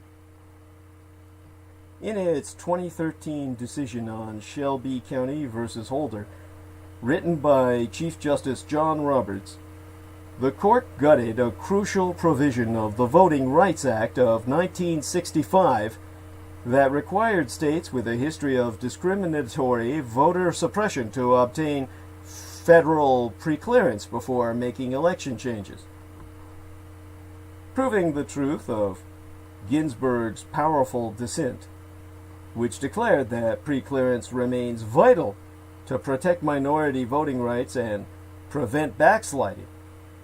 The affected states immediately moved to impose strict voter ID laws and early voting, pull funding from they pulled funding from and they closed hundreds of polling places, and they strategically purged voter rolls with an overwhelmingly disproportionate effect on poor and minority voters. But yesteryear, in Rucho versus Common Cause, Roberts wrote another opinion, barring the courts from playing any role in resolving even the most extreme partisan gerrymandering. The opinion was issued over a strongly worded dissent by Justice Elena Kagan, who explained that the gerrymanders under review enabled politicians to entrench themselves in office as against voters' preferences and debased and dishonored our democracy, turning upside down the core American idea that all governmental power derives from the people. The forerunner to and crucial backdrop of these decisions is the Supreme Court's divided 2010 ruling on Citizens United, in which it struck down a long-standing campaign finance law prohibiting independent expenditures by corporations on First Amendment grounds. Because corporations are people too. Now that ruling and lower court decisions modeled after that expansive take on what it means for corporations to be treated as people has unleashed a torrent of dark money into local, state, and federal elections and has been crucial to the Republican Party's control over states' redistricting efforts and to the success of reactionary voting restriction campaigns. So, voter suppression, gerrymandering, and the untraceable corporate and special interest money used to bankroll both. This is the trifecta. That came as 2018. Eric Holder, formerly President Barack Obama's Attorney General, and then the chairman of the anti-gerrymandering non-profit National Democratic Redistricting Committee, argued, have to be seen as part of a whole. Well, that whole is a system where well-financed minority that has views inconsistent with the vast majority of American people runs this country. The strange circumstances of Amy Coney Barrett's nomination have only underscored the two-way channel between the future of the judiciary and the integrity of the electoral system itself. The nomination wasn't just made weeks before a presidential election. In defiance of the reasoning used back in 2016 to block Obama's nominee, Merrick Garland, from filling the seat of Barrett's old boss, the late Justice Antonin Scalia, it was made by an incumbent president who has refused to commit to a peaceful transition of power, has urged delaying the election, alleged sans evidence that the vote will be compromised by massive fraud, deployed thousands of attorneys and volunteers working for his campaign across the country to watch polls and challenge election results, and publicly expressed his expectation that the Supreme Court will settle any election disputations in his favor. Repeatedly, Amy Barrett was asked to weigh in on this conduct, and repeatedly she declined to answer. In one of the most surreal moments of the hearing, Senator Cory Booker asked, "Do you believe that every president should make a commitment unequivocally and resolutely to the peaceful transfer of power?" Judge Barrett explained she did not want to get involved in current political controversy, and only when pressed did she describe peaceful transitions in the abstract as part of the genius of our Constitution. Her response perfectly captured the unthinkable conditions Americans are being told to accept as subjects of normal partisan disagreement, and under those conditions, the pointless farce of the hearing itself. Anti-democratic architecture is the answer to those on the right and on the left who insist on couching Barrett's confirmation in the language of individual ideology and personal character. The problem was starkly illustrated by the high-profile endorsement offered by Noah Feldman, a professor at Harvard Law School, late last month. Well, at this point, 3-4 months by now. The hearing feels like yesterday to me. Feldman did not merely argue that Barrett's brilliance and reputation as a sincere, lovely person should win her a place on the nation's highest bench. He went so far as to declare, "When she is confirmed, I am going to accept it as the consequence of the constitutional rules we have and the choices we collectively and individually have made." Now on display in the Senate chamber in the Ides of October was the same frustrating illusion of both the structural machinations that have brought us to this historical moment and the repercussions sure to flow us from it, capped off almost satirically with a maskless bipartisan hug between Senate Judiciary Chair Lindsey Graham, who recently refused to get tested after possible viral exposure, and the ranking member Dianne Feinstein. This is what surface-level political civility looks like.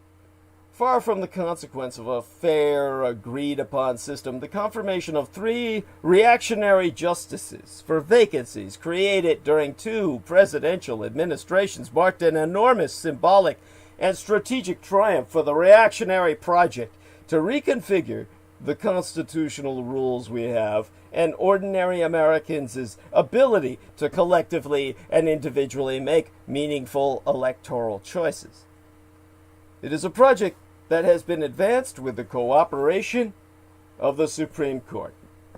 And it is a project that, in the face of an ever more diverse, progressive citizenry, can be sustained only through the cooperation to comest. Now, one among the creepiest true crimes tours in America is the Tucson Murders True Crime Tours. The Tucson Murders True Crime Tours provide us historic crime investigation into forgotten lost crimes in Tucson, Arizona. These small private tours are hosted by the Mr. Ben Baron Estenius, a true crime researcher and enthusiast who will personally take us to real historic crime locations related to these crimes in Tucson.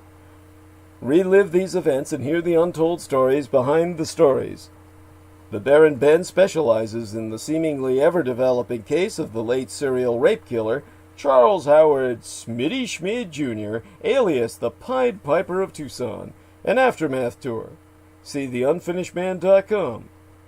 But other cases, such as, well, by the way, when you go to theunfinishedman.com, check out excerpts from the Baron Ben's book yet to be published by that title, The Unfinished Man, and, of course, scenes from productions of cinematic documentation, or documentaries he's been working on. But other cases, such as the strange case of Morris Brady, the Dr. George Marvin Tejardine case, and the Red Rapist, are also within his repertoire, as in fact are all the crimes that shocked the Southwest throughout the 1960s, the very decade I myself entered this vale of tears.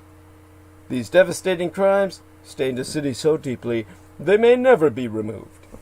For tour information, contact theTucsonMurders.com.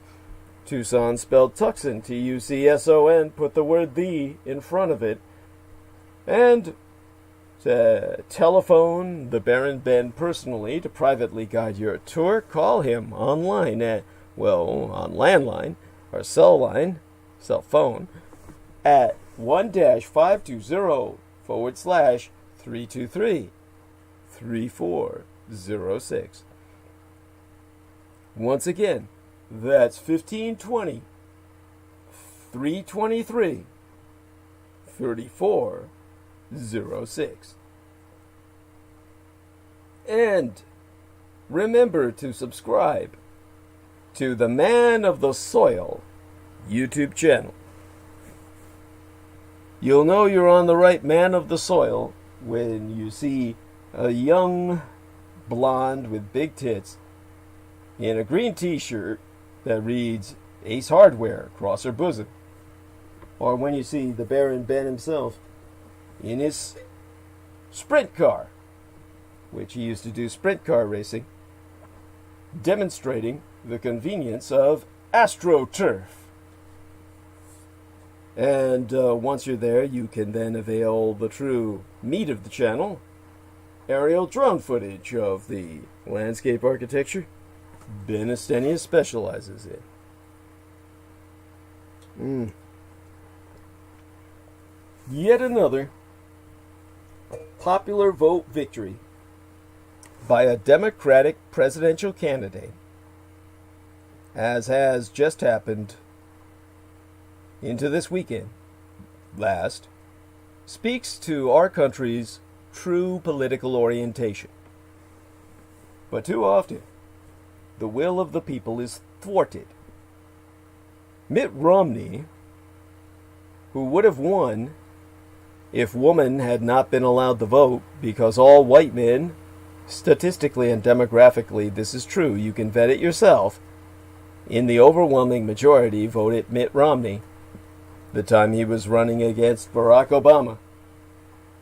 Sayest America is a center-right nation. Is that true?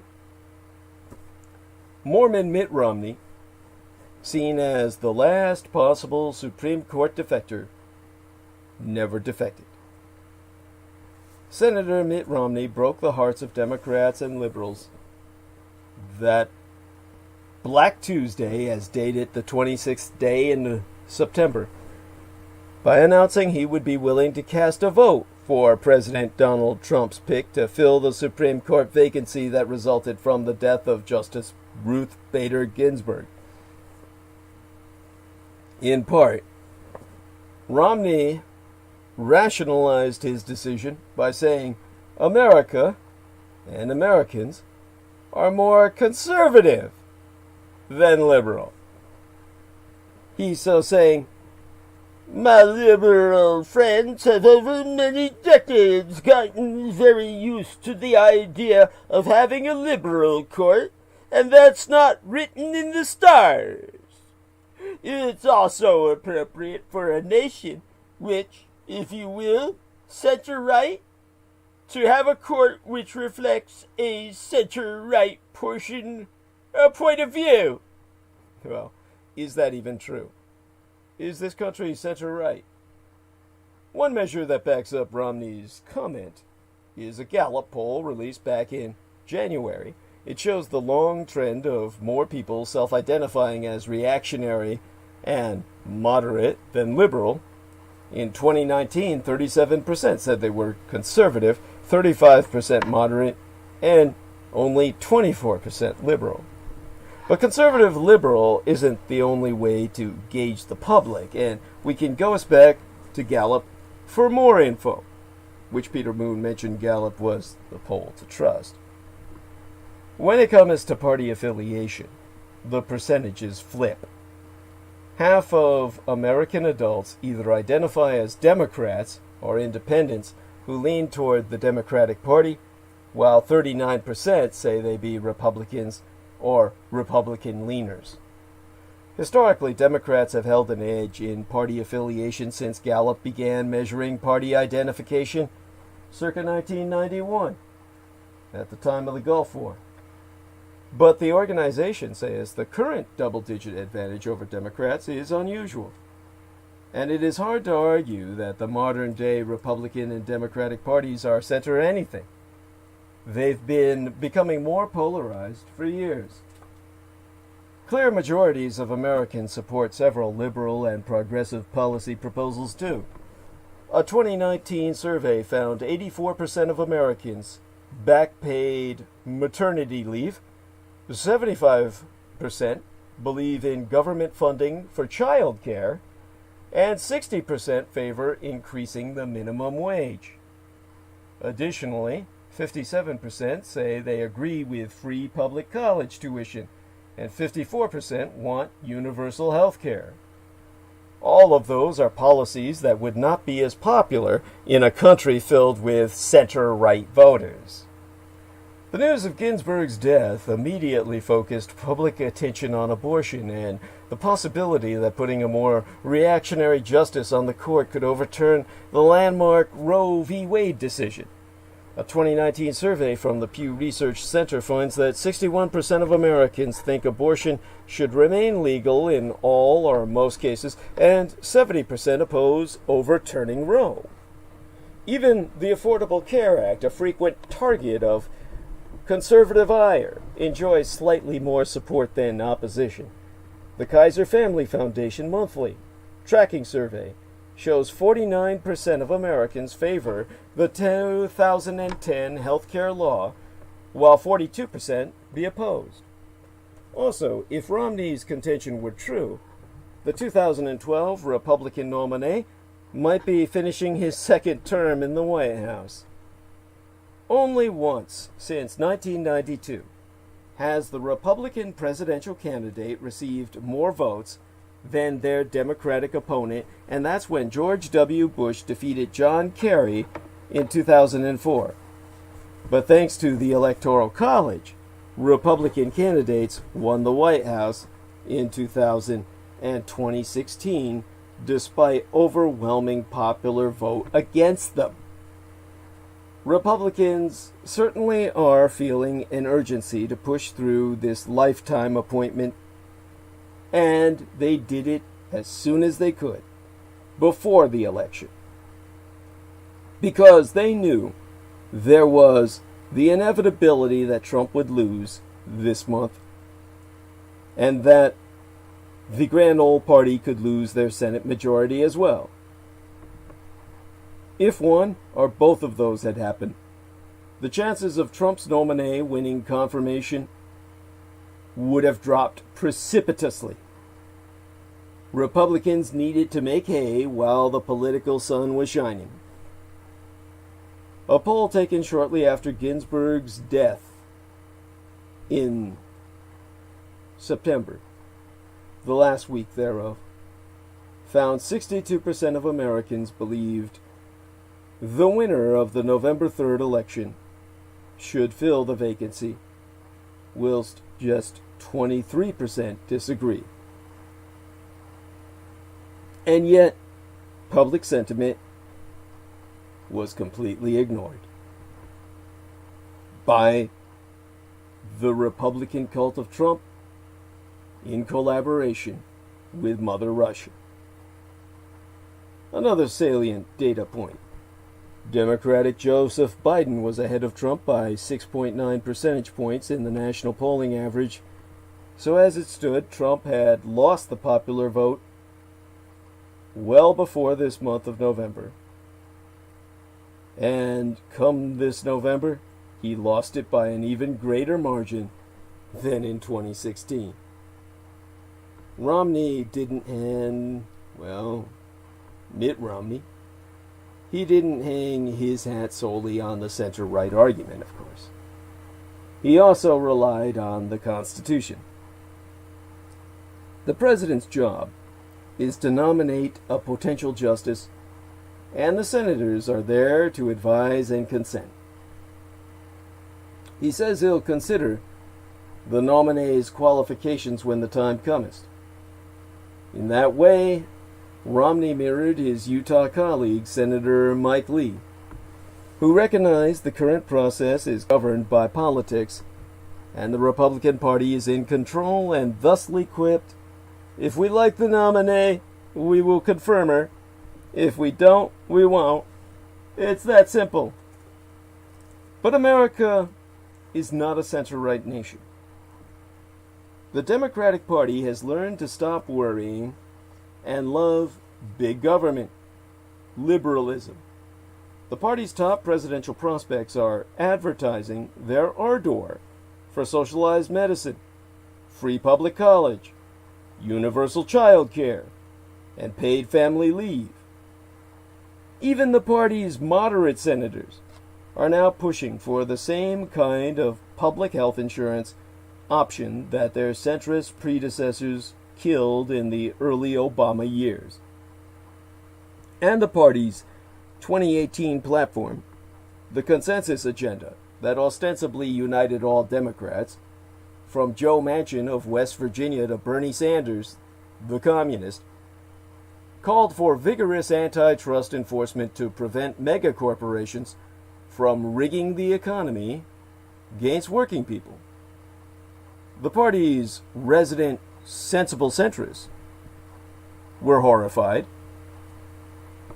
They cried, "Has the entire Democratic Party forgotten the words George McGovern?" In column after column, they began imploring their co-partisans to remember a fundamental fact. America is a center-right nation, where nearly 70% of voters are moderate or conservative and just 25% are liberal. Over the past decade, Democrats lost sight of this inconvenient truth and lost control of more than 1,000 state legislative seats, the House, the Senate, and the presidency.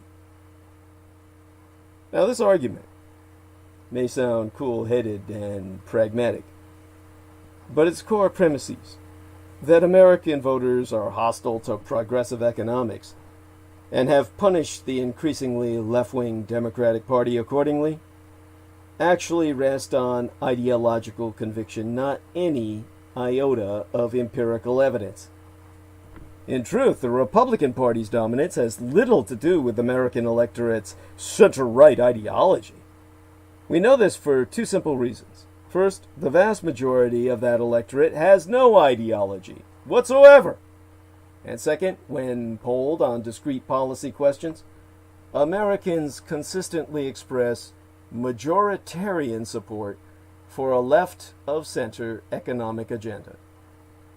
The political scientist Philip Converse first brought the first reality to national attention circa 1964 in his classic essay, The Nature of Belief Systems in Mass Publics. The full title, The Nature of Belief Systems in Mass Publics. Mr. Converse therein demonstrated that only 17% of American voters could both correctly assign the terms liberal and conservative to the nation's two major political parties and offer any sensible description of what those terms meant. The rest of the electorate did not understand politics as a fight over abstract theories of good government, but rather a conflict between interest groups.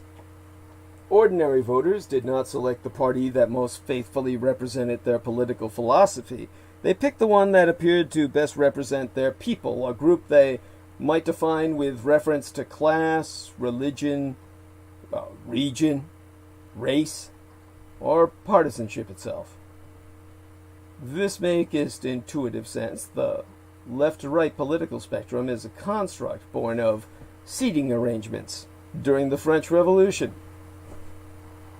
The impulse to define oneself in relation to an in-group, an opposition to an out-group, is a survival strategy that's been with us since the dawn of our species. And in their more recent book, entitled Neither Liberal Nor Conservative, subtitled Ideological Innocence in the American Public, the political scientists Donald Kinder and Nathan Kalmo prove that the electorate is scarcely more ideological today, at the peak of partisan polarization, than when it was at the height of the New Deal consensus, when Mr. Converse published his landmark study. Thus, while it's true that fewer Americans self-identify as liberal than as moderate or reactionary, they call it conservative, this tells us almost nothing about voters' policy views. Moderates do not actually display a preference for centrist positions, but merely for ideologically inconsistent ones.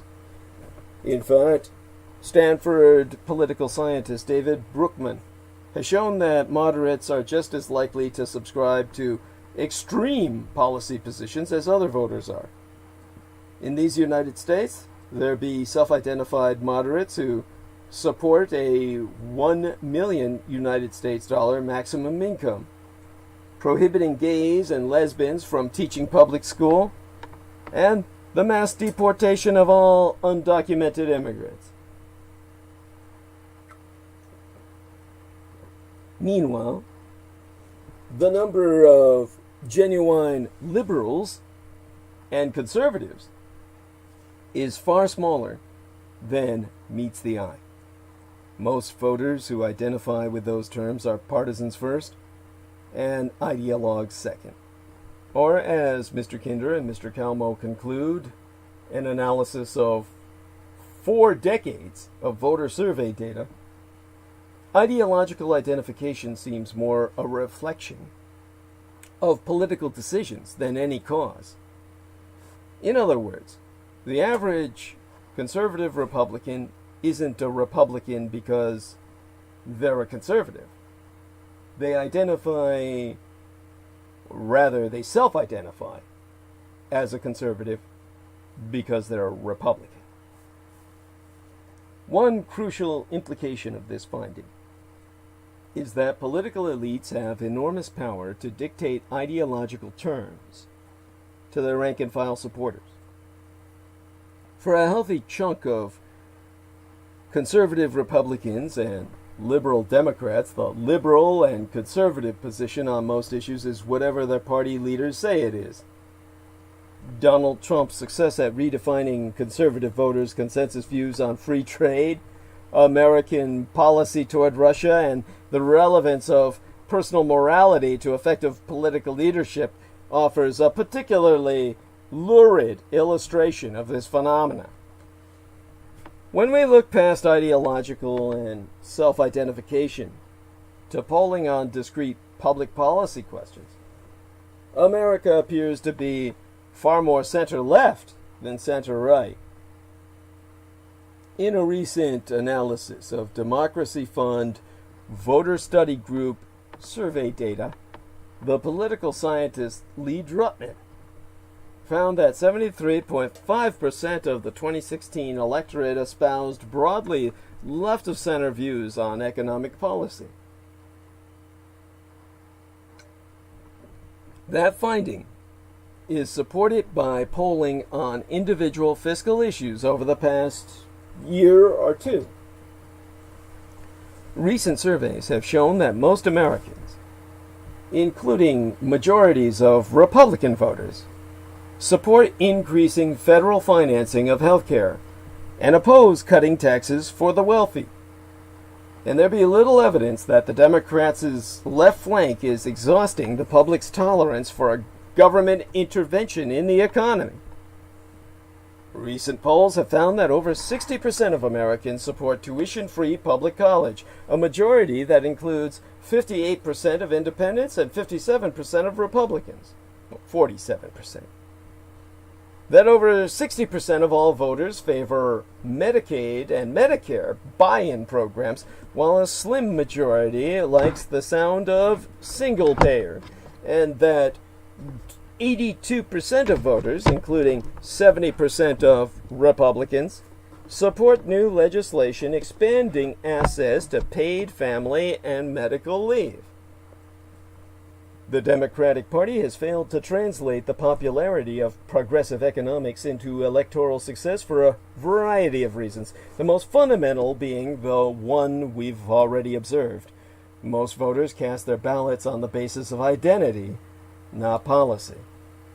And America's rapidly changing demographics and the radicalized Russo-collaborationist right's steadfast efforts to inflame and exploit anxieties about those changes have made racial identity increasingly salient to white voters, particularly rural ones. This development, combined with the disproportionate influence that our political system awards to white rural voters with the least education, has given Republicans a structural advantage.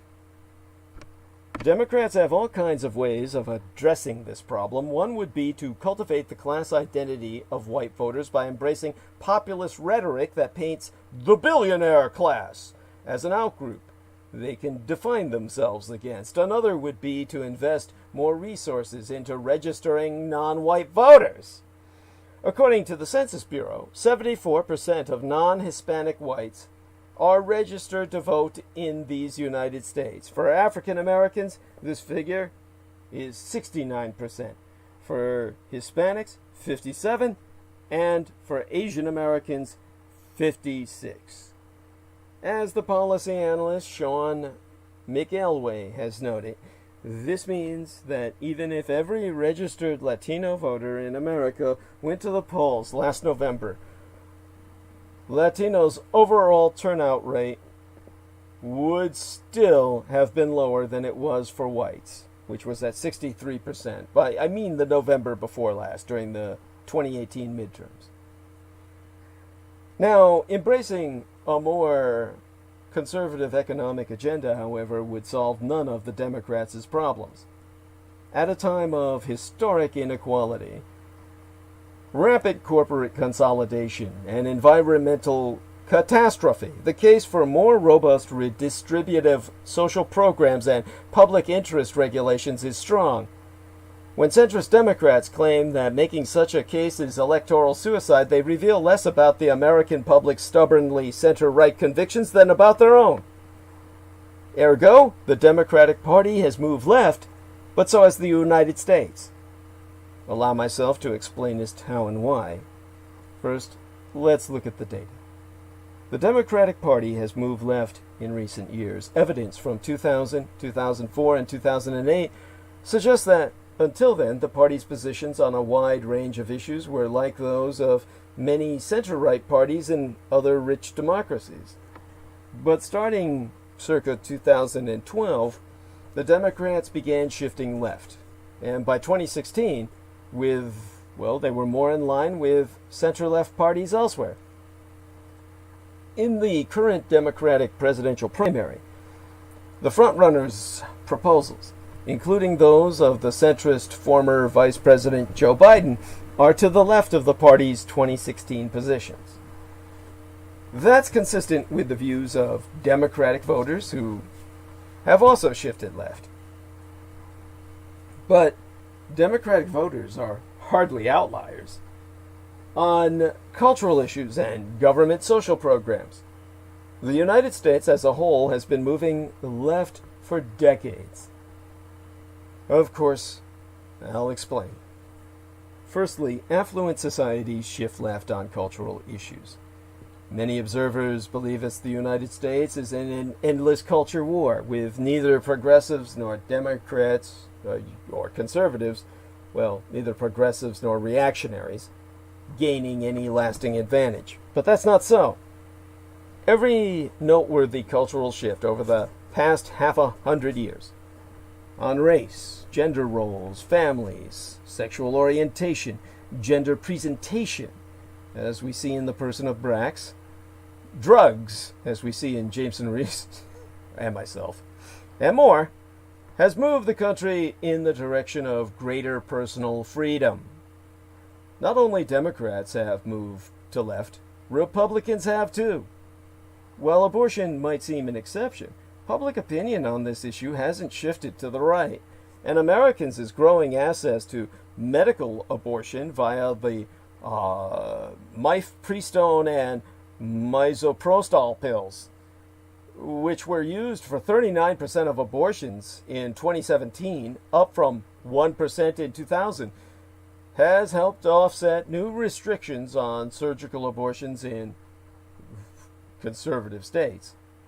Oh, this is predictable.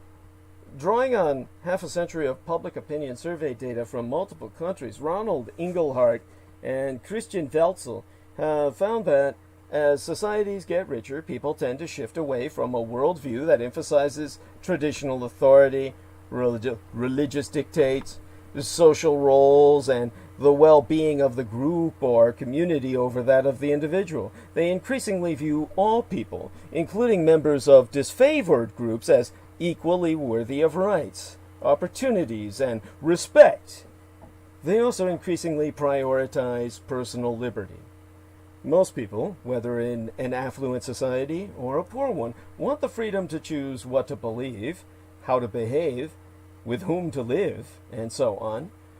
As a community's level of material well-being increases, this desire for freedom becomes more prominent. Secondly, well-off countries tend to offer more public benefits. Rising affluence also brings more expensive and generous government social programs. The higher someone's income, the more insurance they are generally willing to buy to minimize potential loss. Governments are the most efficient source of some kinds of insurance. Think of income in old age. Voluntary savings clubs could help people set money aside for retirement, but a public pension program does that more effectively and efficiently. So as countries get richer, the welfare state tends to grow. That includes these United States' welfare state, which has kept expanding, if slowly, even through the Reagan era and beyond. True, the United States now offers less money to fewer people through its main assistance program for poor families, the TANF, the TANF, or Temporary Assistance for Needy Families, formerly the AFDC, or Aid to Families with Dependent Children. But at the same time, the U.S. government has expanded many other programs. The average Social Security benefit, adjusted for inflation, increased from 11,500 United States dollars in 1980 to 17,000 United States dollars circa 2017.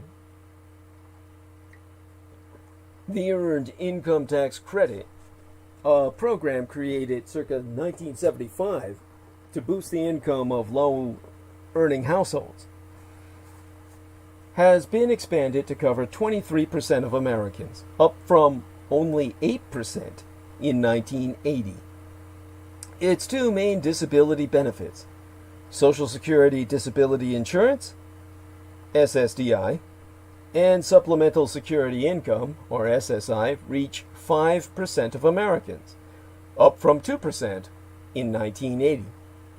Medicare and Medicaid now insure about 40% of Americans, double the share in 1980. Aggregate indicators paint a similar picture. Among households, in the bottom fifth of incomes, the average amount of government transfers received minus taxes paid, adjusted for inflation, rose from $7,300 in the 1980s to $9,400 in the 2010s.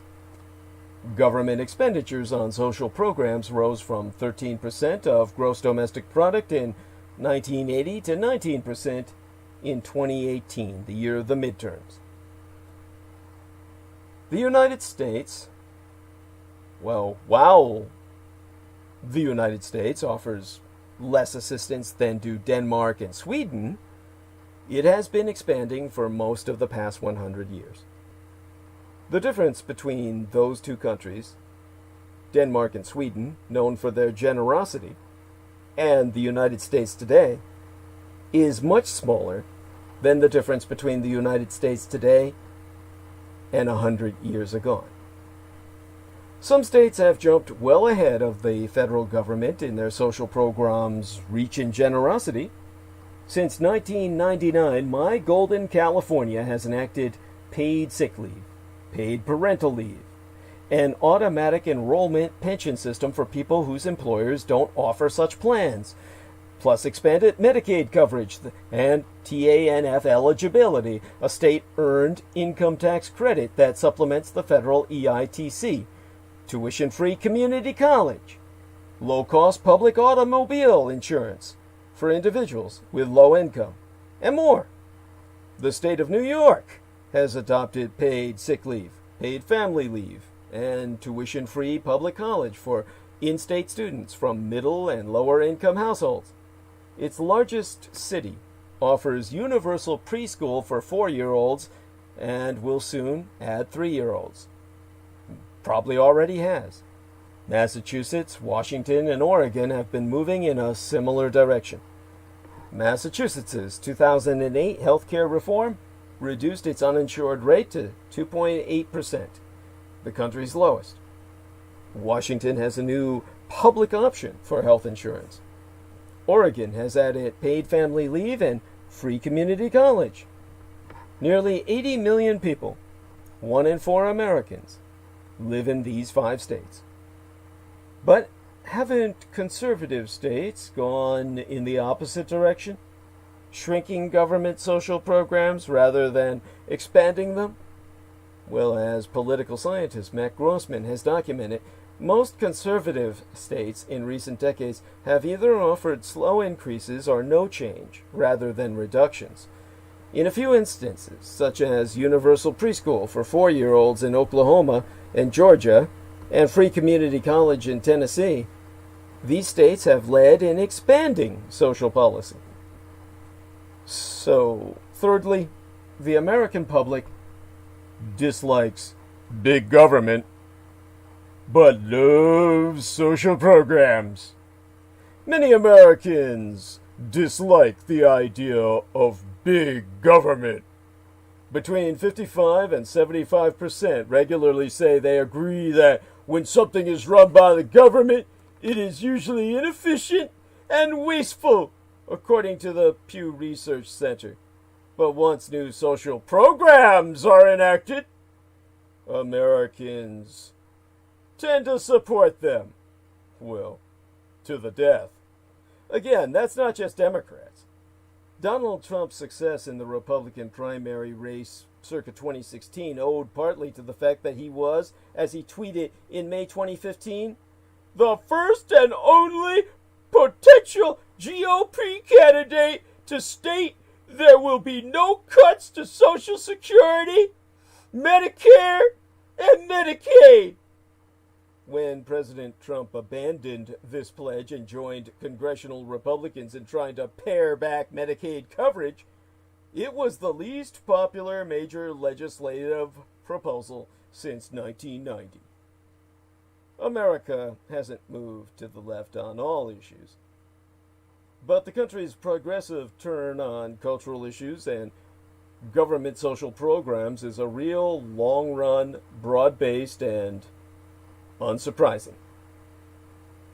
Because the center never held. You see, Democrats can abandon the center because the center doesn't exist. By now, Donald Trump was supposed to be selling herbal Viagra and 1,000-count packages of Trump Ice to reactionary survivalists over Facebook Live. Jeremy Corbyn was supposed to be resigning from the leadership of the moribund, that means death-bound Labour Party in England, to spend more time with his sewer grates.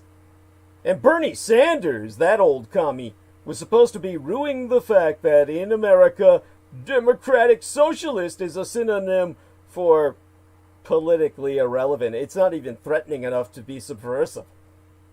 Alas, the pundits all supposed wrong. And they include myself, to a degree. The Republican Party nominated a xenophobic insult comic who had campaigned in support of political violence, religious discrimination, and mass murdering Muslim prisoners of war with bullets dripped in pig blood, and was punished with full control of the federal government. The British Labour Party fell into the hands of a radical leftist who had called Tony Blair a war criminal and Hamas his friends, and was punished with its largest increase in vote share since 1945. A septuagenarian self-avowed socialist ran a protest campaign on a platform of unabashed class warfare and ended up the most popular politician in America. A figure with so much grassroots support, he was welcomed into the leadership of a party that he refuses to join.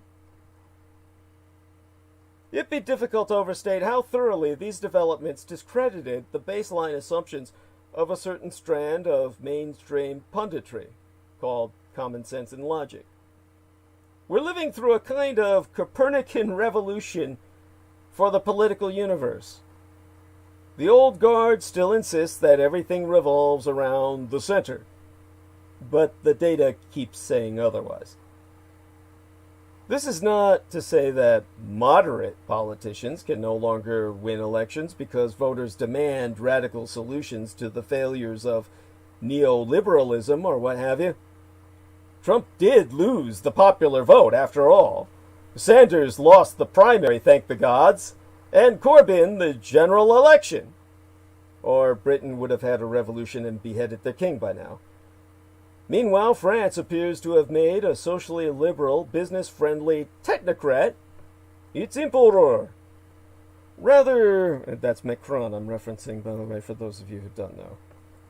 Rather, the point is that the relationship between electoral competitiveness and ideological extremism is far more complicated than conventional wisdom has suggested. Your average Sunday show or nonpartisan pundit paints a tidy political reality that's governed by a set of fundamental laws. First, the electorate is divided, almost evenly, between liberals and conservatives, with moderate swing voters marooned between them. The purple line. Between the blue and the red, there's the purple. Second, the ideological range of American public opinion is mirrored by that of the nation's elected officials. Third, thus, the more each party can move its platform in the direction of the others, sans alienating its base of support, the better its chances of capturing the center, and with it, political power. The purple grab. To be sure, most political commentary at highbrow publications and venues of communications and platforms offers a more nuanced portrait than what I've just articulated, but the spatial model of the electorate favored by the lowest common bloviator remains ubiquitous.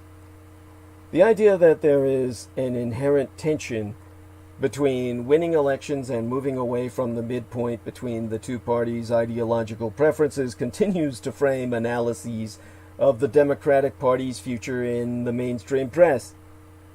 But this idea has little basis in reality. It is contradicted not only by the developments of the past 2 years, but by decades of political science research and much of recent American history. The political center's reputed importance is a dangerous myth, one that obscures the genuine obstacles parties face when deviating from status quo policy norms, how those norms came into being, and the electoral benefits that parties might enjoy by willfully violating them. Given the Democratic Party's present weakness, and I mean that it's a weakness that I'll articulate later, they should have had a blue wave and didn't even crash the surf. So given the Democratic Party's enervation and the severity of the threat that the postmodern Republican cult poses to America's welfare state, the world's climate, and democratic institutions throughout humanity, there has rarely been a greater need for a clear-eyed debate about Team Blue's future. But to have such a discussion, we will need to accept that the center doesn't hold. That leaves us in the political territory, my Sinitic accent comes out at times, where we're pioneering politics in the middle of nowhere. The notion that there is an easily identifiable median political ideology in America derives from the spatial model of the electorate, which first gained prominence in the middle of the 20th century. Originally formulated by economists, the model imagines a voting public composed of ideologically diverse but uniformly rational citizens seeking to advance their coherent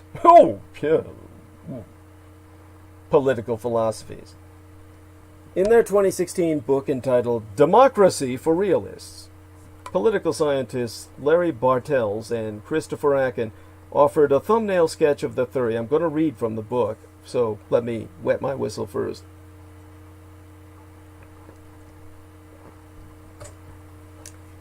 The political space consists of a single ideological dimension on which feasible policies are arrayed from left to right. Each voter is represented by an ideal point along this dimension, reflecting... Jameson Reese is rational. They must have been being sarcastic. Indeed. Anyhow, the political space consists of a single ideological dimension on which feasible policies are arrayed from left to right. Each voter is represented by an ideal point along this dimension, reflecting the policy they prefer to all others. Each party is represented by a platform reflecting the policy it will enact if elected.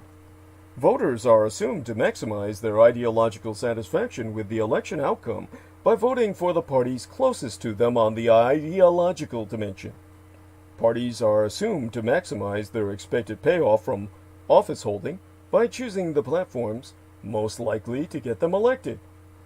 This framework is sufficient to derive a striking and substantively important prediction.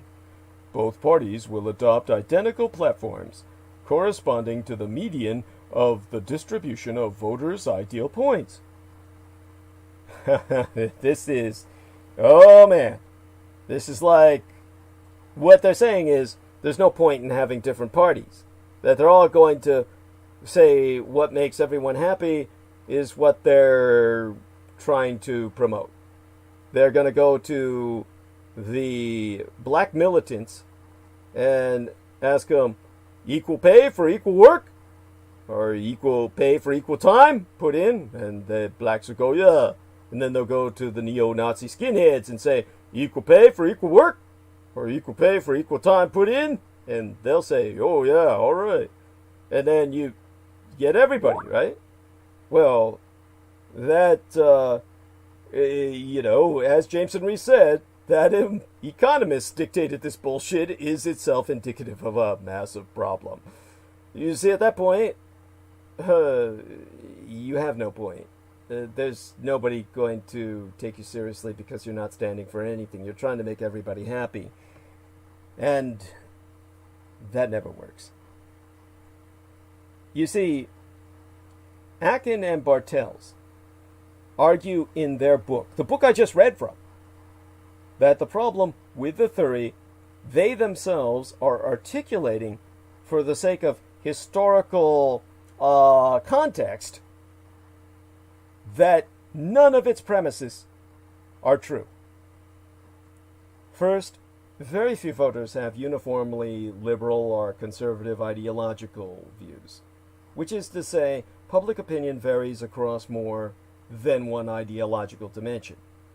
There are a good number of people in America who support increasing Social Security benefits and banning Muslims from immigrating to these United States, which shouldn't be surprising given that there is no inherent contradiction between those two beliefs.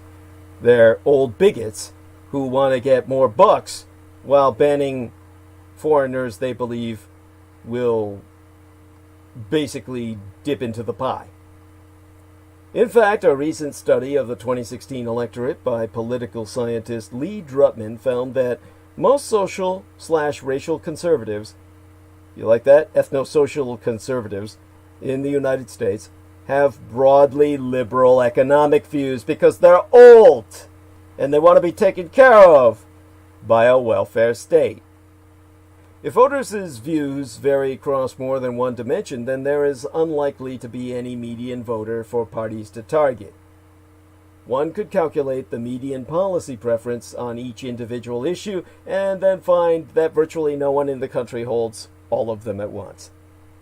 What's more, the consensus position on any single issue in these United States is rarely located at the center of a left-right ideological spectrum. As Jameson Reese says, that's not only dumb, but lazy.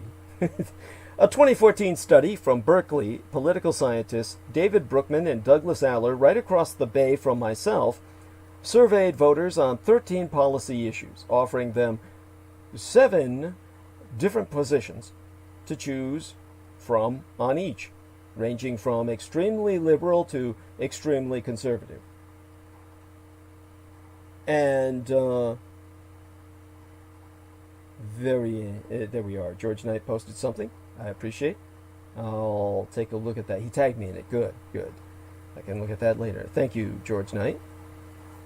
Now, on only 2 of those issues that were offered by David Brookman and Douglas Aller for people to choose positions on, ranging from extremely liberal to extremely conservative, on only 2 of those 13 issues, gay rights and the environment, was the centrist position the most common one.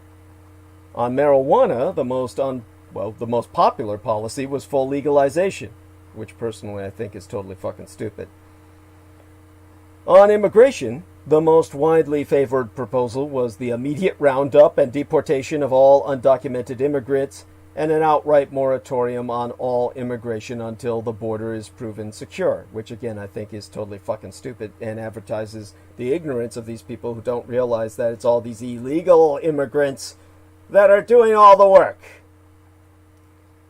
And on taxes, the most popular option was to increase the rate on income above $250,000 United States dollars by more than 5%.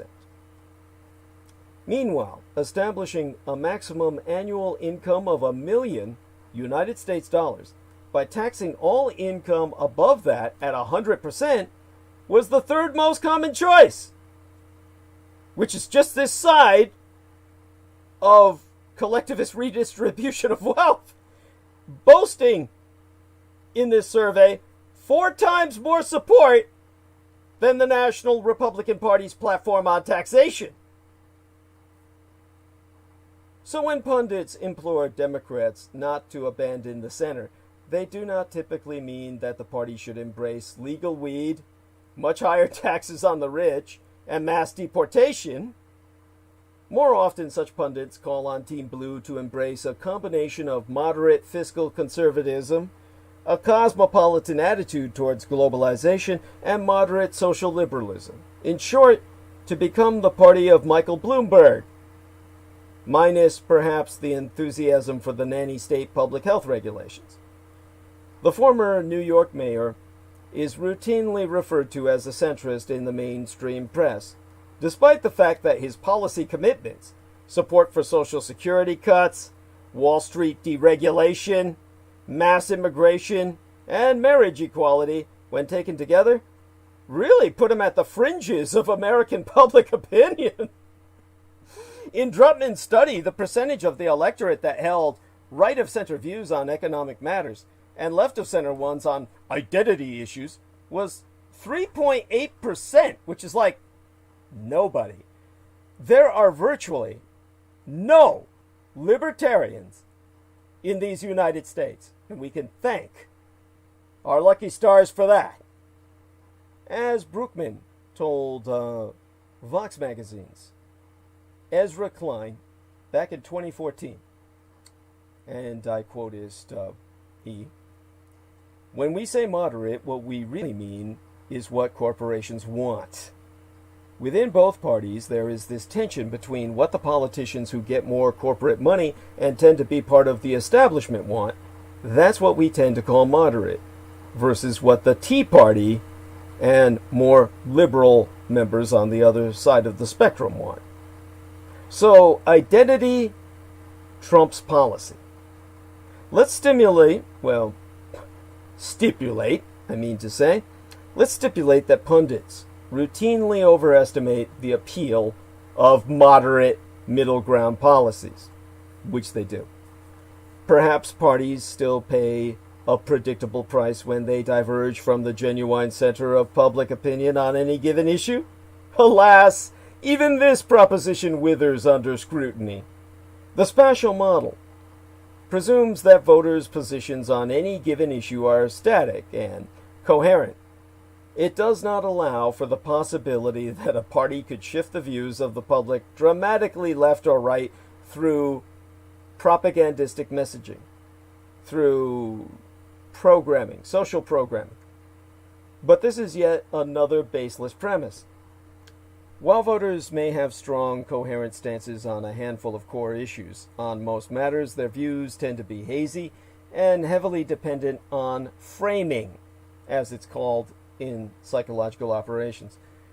As Akin and Bartels note in Democracy for Realists, during the Reagan years, surveys consistently found more than 60% of Americans agreeing that the federal government spent too little on assistance to the poor, while only about 20% said that the government spent too little on welfare. In the run-up to the 1991 Gulf War, in which I participated, nearly 2/3 of the public said it was willing to use military force against Iraq, but less than 30% said they supported going to war with that country. Think of the frame of mind that can accept that contradictory process. Use military force without going to war. In other words, illegal aggression. Yes, Jameson Reese says retardation by definition. And on almost every issue, voters are much more inclined to not allow something than to forbid it. In 1989, 32% of Americans said no when asked whether the law should allow marriages between blacks and whites, but only 19% said yes when asked if the law should forbid such marriages. 1989, mind you. The American electorate does have stable intuitions about a variety of perennial policy issues. But many of those intuitions are contradictory. A majority of voters want their nation's distribution of wealth and income to be vastly more equal than it is, but also oppose taxing the inheritance of multimillionaires. For whatever reason, there's apparently a mystique they try to maintain, a kind of monetary celebrity. A royalty, rather. Thus, whether a party's positions on redistributive policy attract or alienate voters likely depends less on how far right or left those stances be than on how effectively candidates weave those policies into a story about what and whom they stand for. Tell white voters a story about welfare and undeserving minorities, and you'll see a rightward shift in their views on redistribution immediately. Spin a tale about how millionaires and billionaires could afford to contribute more to assistance for the poor and other public goods, and you're likely to see a different result. It'll spin your head because all the whites think, oh, that's goodies for me. And they reach their hand out, palm up front. It's true that most voters appear to have stable policy priorities in that they choose to back either America's right or left-wing party year in and year out. But as UC Berkeley's Gabriel Lenz demonstrates in his work entitled Follow the Leader with a question mark, that's his 2012 book, in which reams of political science research suggests that this has less to do with the stability of voters' ideological preferences or even rationality of thought process than with the strength of their partisan identities. In other words, most voters develop a preference for one of the major parties, typically on the basis of the historic allegiances of their family, region, economic class, racial group, or religious community, and then take their ideological cues from their party's leaders, when they don't ignore the details of policy altogether. You can see this in the evolution, or de-evolution, of Republican voters' opinions on free trade before and after Donald Trump's candidacy and culthood. 1 month before Trump launched his campaign, 51% of Republicans told Pew Research that free trade agreements have been a good thing for these United States, while only 39% said the opposite. 15 months, and one anti-globalist, grand old party nominee later, 61% of Republican voters said that free trade had hurt America, while only 32% said that it had helped. And this kind of evolution/de-evolution is the rule, not the exception. Lenz's work proves that in elections all across the world, voters tend to pick a candidate or party first, and then adopt the ideological positions that rationalize their choice.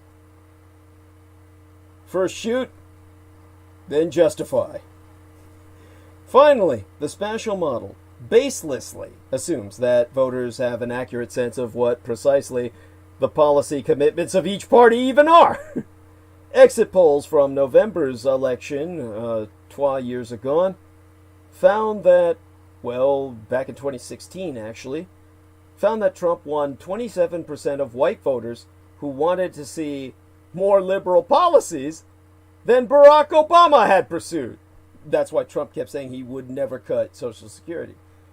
The mogul also won 1/3 of all voters who favored providing undocumented immigrants with a pathway to citizenship, which he claimed he would be on top of.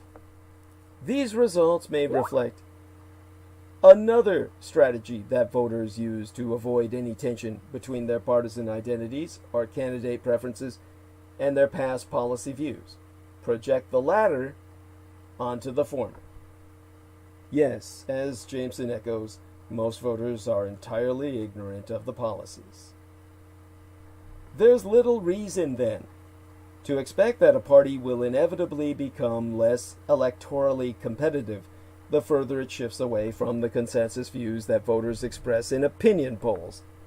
In fact, the Republican Party's domination of American government proves this isn't the case at all. More than 80% of voters say that the economy is one of their top issues. But in Drutman's study, only 26.5% of the 2016 electorate espoused right-of-center views on economic policy. And yet, Trump lost to Clinton in the popular vote by only a couple of percentage points, while Republican House candidates received more votes than Democratic ones. In sum, almost no one in these United States has uniformly moderate policy views on individual issues. The electorate's consensus positions are often ideologically extreme. Partisan voters are typically drawn to one party over the other for reasons of group identity rather than personal ideology. Such voters take their ideological cues on most policies from party elites. And many voters don't know enough about each party's policy commitments to vote on the basis of their ideological preferences, even if they wanted to. So, if the center is dead, is everything then permitted? In America today, the loudest fight about the costs and benefits of political moderation is being waged within the Democratic Party. Blue America's ascendant progressive wing is convinced that the path back to power lies to the left of the one that Hillary Clinton pursued 4 years ago.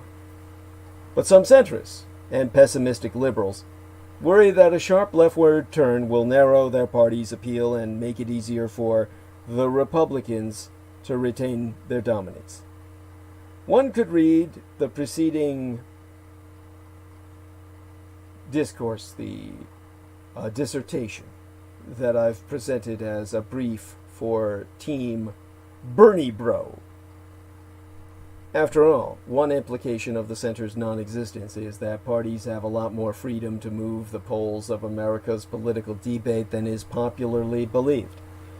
If swing voters aren't actually ideological moderates, but relatively uninformed citizens who switch allegiances on the basis of identity appeals, economic conditions, and/or candidate charisma, whilst partisans take their policy positions from party leaders, then there's little reason to believe that Democrats would inevitably lose votes by endorsing Medicare for all instead of the Affordable Care Act, free public college instead of tuition subsidies, or a federal job guarantee instead of infrastructure spending.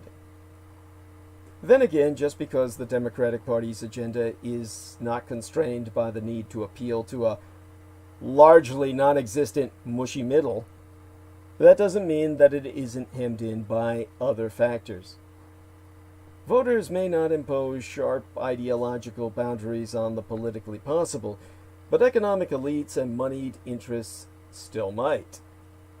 Part of what makes the concept of the center dangerous is that it used to legitimize the constraints that the powerful place on policymakers by pretending that those limitations are actually being imposed by the will of the people. In truth, what's politically tenable in Washington has relatively little to do with what's acceptable to most voters. As Martin Gilens and Benjamin Page found in their famous 2014 study on the relationship between public opinion and policy making in America, well, just to read from their work, economic elites and organized groups representing business interests have substantial independent impacts on United States government policy, while mass-based interest groups and average citizens have little or no independent influence whatsoever. Thus, for Democrats, one genuine risk of moving left is that doing so might invite the enmity of elite and corporate donors. Running on single-payer healthcare, for example, would surely gift the Russo collaborationist insurgency of Republicans a greater share of insurance and pharmaceutical industry dollars. And if voters' views are malleable and sensitive to framing, then a well-funded ad campaign painting Medicare for all as the first step on the road to Soylent Green, meaning turning people into corpse cakes, could plausibly erode the public's current enthusiasm for socialized medicine.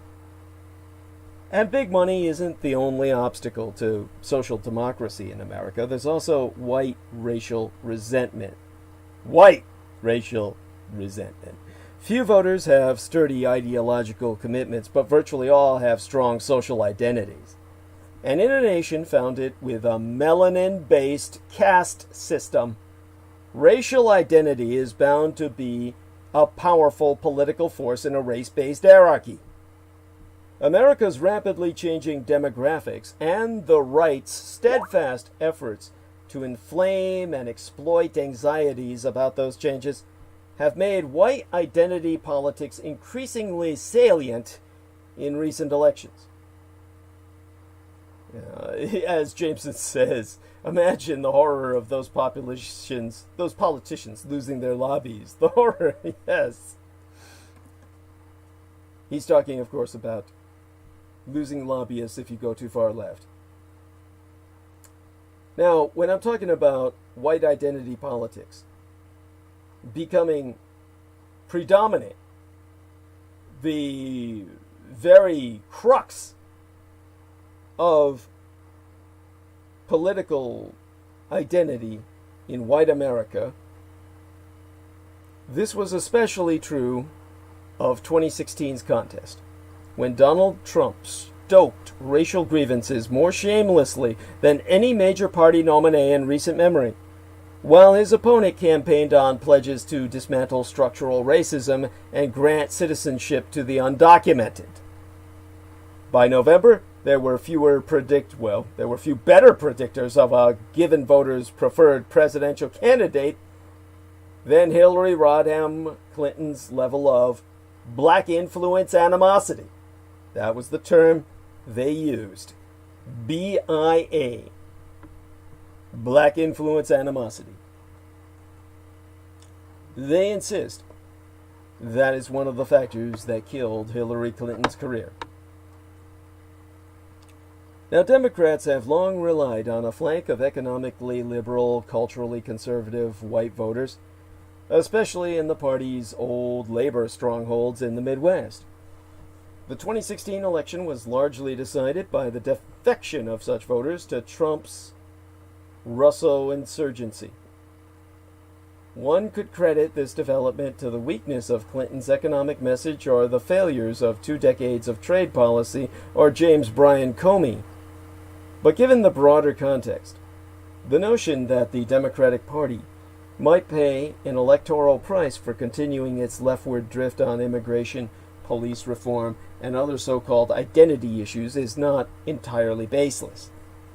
A separate, but related, potential constraint on Team Blue's ideological freedom is the party's growing dependence on the votes of the affluent. You know, the rich progressives. The Silicon Valley boys. As the electorate has grown more polarized around attitudes towards multiculturalism, and less so along class lines, the Democrats have lost support from white working-class voters and gained it among suburban professionals. The upper-middle-class tax increases contained in Bernie Sanders' plans for expanding the welfare state could theoretically undermine the party's appeal in Panera Land, and thus its prospects for taking back the House in 2018, if that's what everyone was concerned about. But it turned out that wasn't the problem at all. We blue-waved it in 2018. Finally, there is some evidence that ideologically extreme candidates in legislative races do more to mobilize the other party's base than to turn out their own. This rundown of the potential electoral headwinds facing progressivism isn't intended to be comprehensive or dispositive. Rather, I'm articulating the reality that the paradigm needs to change within the processing of power. So rather, it's just to say, abandoning the concept of the center doesn't require us to deny that the wishes of a party's most ideological activists and the ambitions of its most single-minded campaign consultants can come into genuine conflict. For the Democratic Party, moving sharply left would come with real risks. But so would moving right, or staying put. The great benefit of forfeiting the commentariat's favorite incoherent metaphor and the knee-jerk presumptions that it dictates is that doing so allows us to weigh the risks of a leftward lurch against the potential electoral benefits of honoring the Sandernistas' demands. Because the left is right enough. You see, Bernie Sanders, Elizabeth Warren, and their sympathizers have long argued that the Democratic Party must adopt a more adversarial posture toward corporate power and a more robustly redistributive economic platform in order to address the inhumane inequities of the American economy. They're also confident that, had the party done so in 2016, Donald Trump would not be president. Generally speaking, when a political movement describes its agenda as a moral necessity and, coincidentally, an electoral panacea, it's best to take the latter judgment with a speck of salt. But this particular political movement, whose ideological goals I can sympathize with to a degree, is right, or right enough for Democrats to err on its side. The strength of the populists' case lies in a simple fact. Democrats have everything to gain by polarizing the electorate around issues of economics. In Drutman's analysis, 73.5% of 2016 voters espoused broadly liberal views on economic policy. If people voted solely on the basis of their intuitions about how government should intervene in the economy, when interrogated about such matters by pollsters, Democrats would dominate all levels of government. As I've established, that isn't how most people vote. Rather, people generally cast their ballots on the basis of which candidate or party they identify with, which is to say, the one that seems to best represent people like themselves. The Grand Old Party has built a formidable coalition through its mastery of white middle class and reactionary Christian identity politics. But all voters possess myriad social identities, including latent ones. A single individual may understand herself in relation to a political party, religious group, line of work, ethnic heritage, gender, and socio-economic stratum.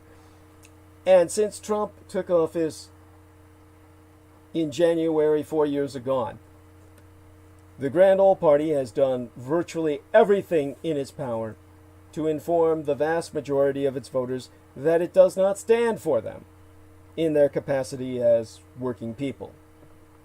Congressional Republicans have spent the bulk of the past 4 years trying to make health care more expensive and less accessible for lower middle class, elderly Americans, especially those who reside in rural areas, in other words, a wide swath of their own base. They have done this largely for the sake of carving out budgetary space for cutting taxes on the very wealthy. There are already signs that these betrayals are bringing some Republican voters' class identities to the fore.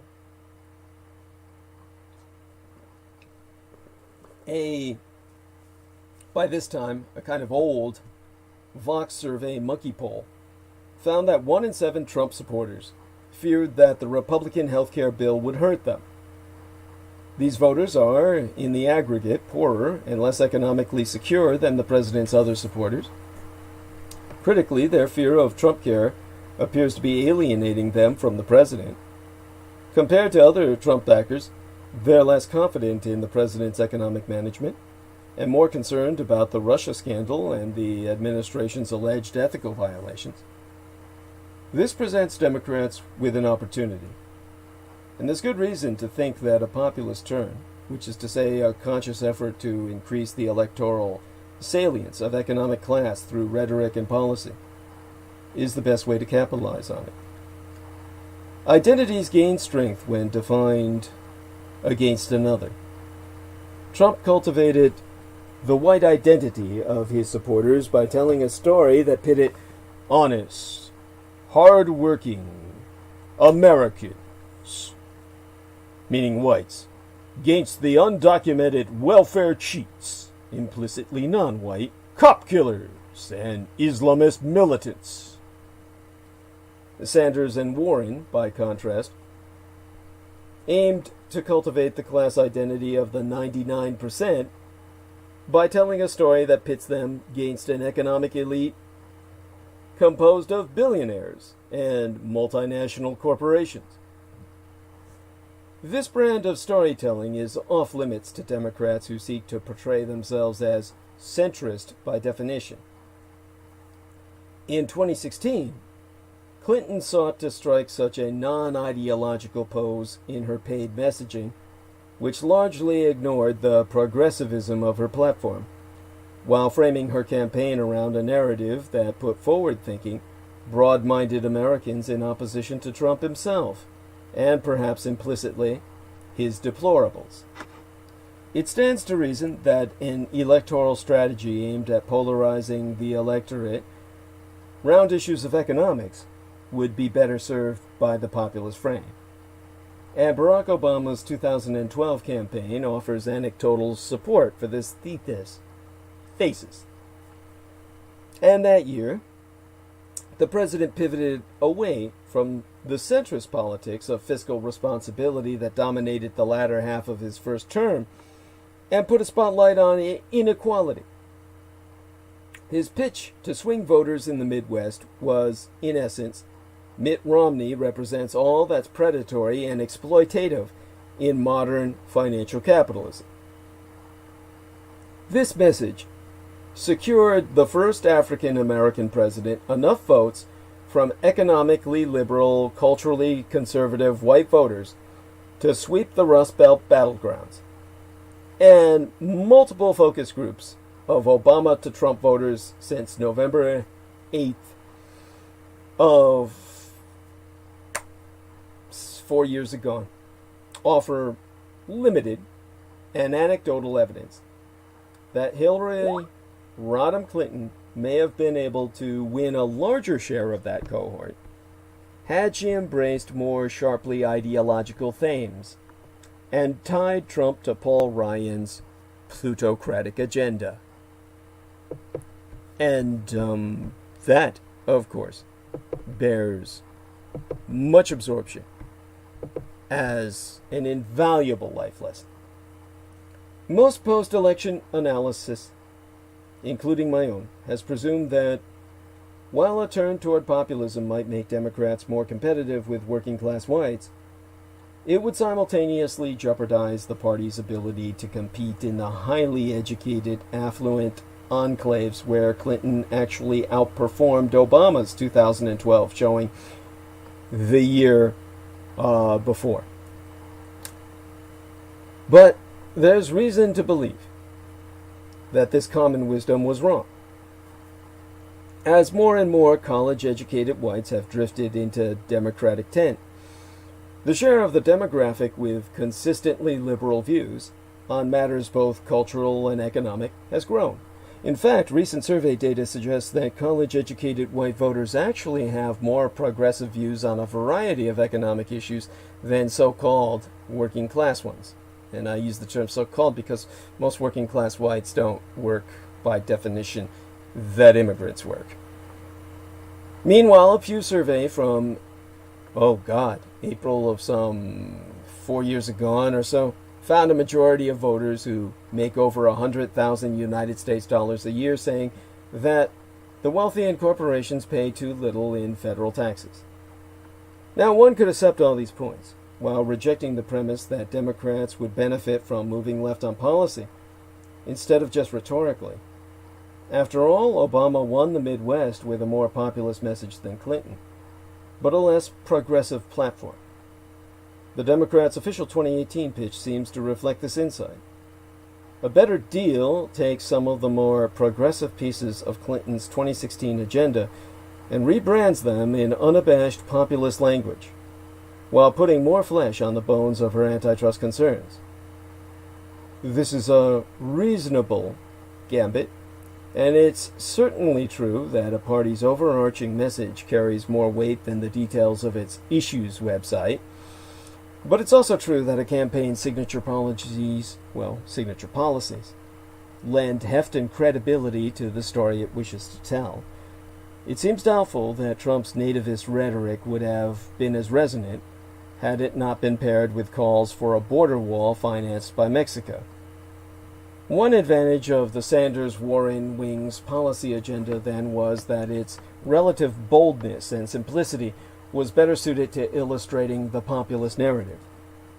Universal free public college, funded by a financial transaction tax to the rich, or on the rich, tells a clear story. Wall Street has too much money. America's young people have too little opportunity, and something should be done to balance those scales. By contrast, allowing students to refinance their loans at a lower rate may be a worthwhile policy, but it does little narrative work. Similarly, Sanders' plan to create millions of green energy jobs through direct government investment offers a much more intuitive mechanism for expanding economic opportunity than does a tax credit for small businesses that invest in job training. Medicare for all is easier to assimilate than the Affordable Care Act. Breaking up the big banks, more straightforward than aggressive enforcement of the Volcker Rule. A separate argument for leaning left on healthcare and education, as well as on the so-called identity issues of policing and immigration, is that doing so would strengthen the nascent progressive movements organized around those issues. Movements that could help increase the woeful registration and turnout rates of young, Latino, and black voters. It's worth remembering, the modern Republican Party did not gain dominance by spurning grassroots activists who challenged the status quo policy consensus, abandoning the center on social issues, so as to nurture the mobilization of the evangelical right, a demographic that had historically voted at lower than average levels, was one of the best strategic decisions the Republican Party ever made. Trump's election would have been impossible without it. Now, that autumn, some 3 years ago or so, 2, the year before yesterday, the autumn thereof, white evangelicals turned in high numbers and backed Trump over Clinton by a margin of 80 to 16%. 80 to 16% 4 years ago. Ultimately, however, the argument for moving left on policy is primarily substantive. The potential benefits of enacting progressive policy goals are so great, and the argument for their electoral viability so plausible, it is worth erring on the side of ideological incaution. America has more wealth than any nation in human history, and one of the highest rates of child poverty in the developed world. Tens of thousands of our citizens die each and every year for want of health insurance. The millennial generation's 1.3 trillion United States dollars student debt load is dampening demand throughout the economy. The richest top 0.1% of Americans own as much as the bottom 90% combined.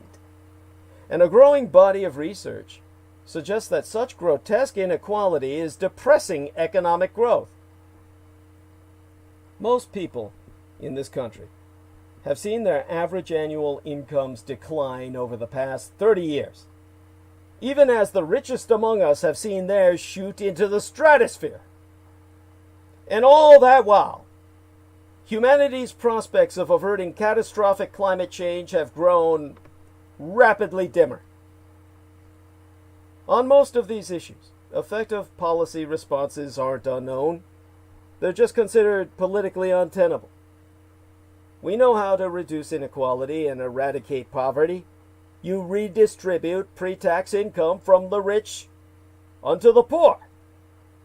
When America expanded the welfare state, its poverty went down. When it scaled back the safety net, the opposite occurred.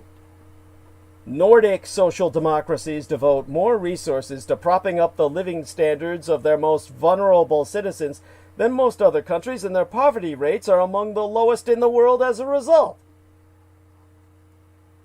We know how to reduce student debt. You have the government directly subsidize the cost of higher education. And we know how to reduce medical costs while achieving universal coverage. You let the state cap reimbursement rates and subsidize the medical costs of the sick and the poor until everyone can afford basic medical care, as they do in virtually every other developed nation on earth. And while we can't be certain about exactly what it will take to avert ecological catastrophe, we know that the more rapidly we transition our energy infrastructure toward renewable fuels, the better our odds will be. But we won't be able to do any of these things without moving our nation's consensus on government intervention in the economy dramatically leftward.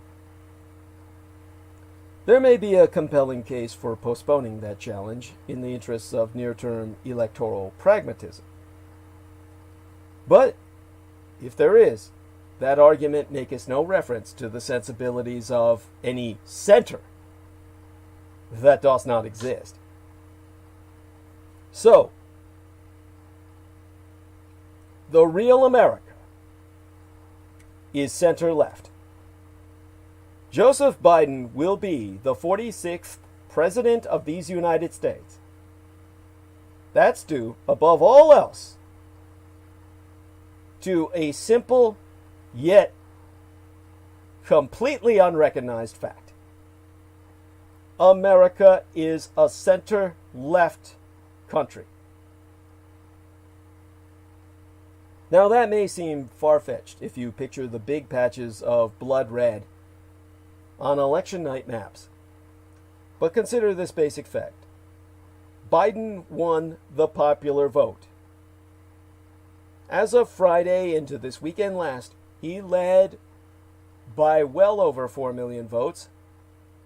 That number seemed likely to rise with the recounts. That means Democrats will have won the popular vote in 7 of the last 8 presidential elections. That has never happened before in American history. And when you look more closely at the numbers, the scope of Democratic dominance becomes ever clearer. Since 1988, Republicans have won more than 47.9% of the popular vote once. Democrats have done it in every election except one, the 1992 contest, when Ross Perot received 19% of the vote as a third-party candidate. In 2016, Donald Trump became the second Republican in 16 years to take the White House without winning the popular vote.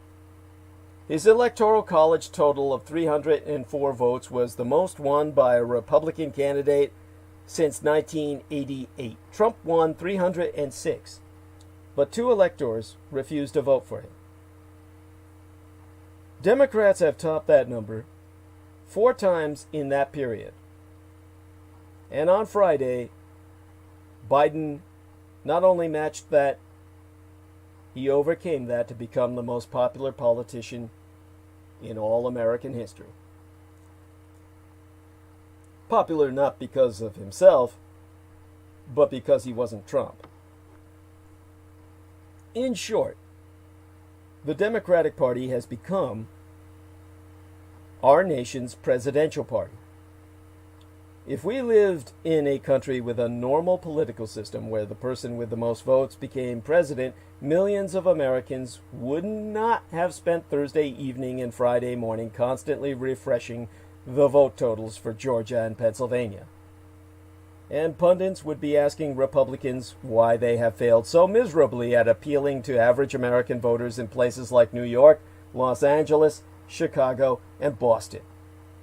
Of course, we don't live in that country. We reside in one where the political system is guided by an antiquated electoral system designed by plantation-owning, slave-owning, propertied white male supremacists that gives disproportionate power to small rural states like those motherfuckers identified with.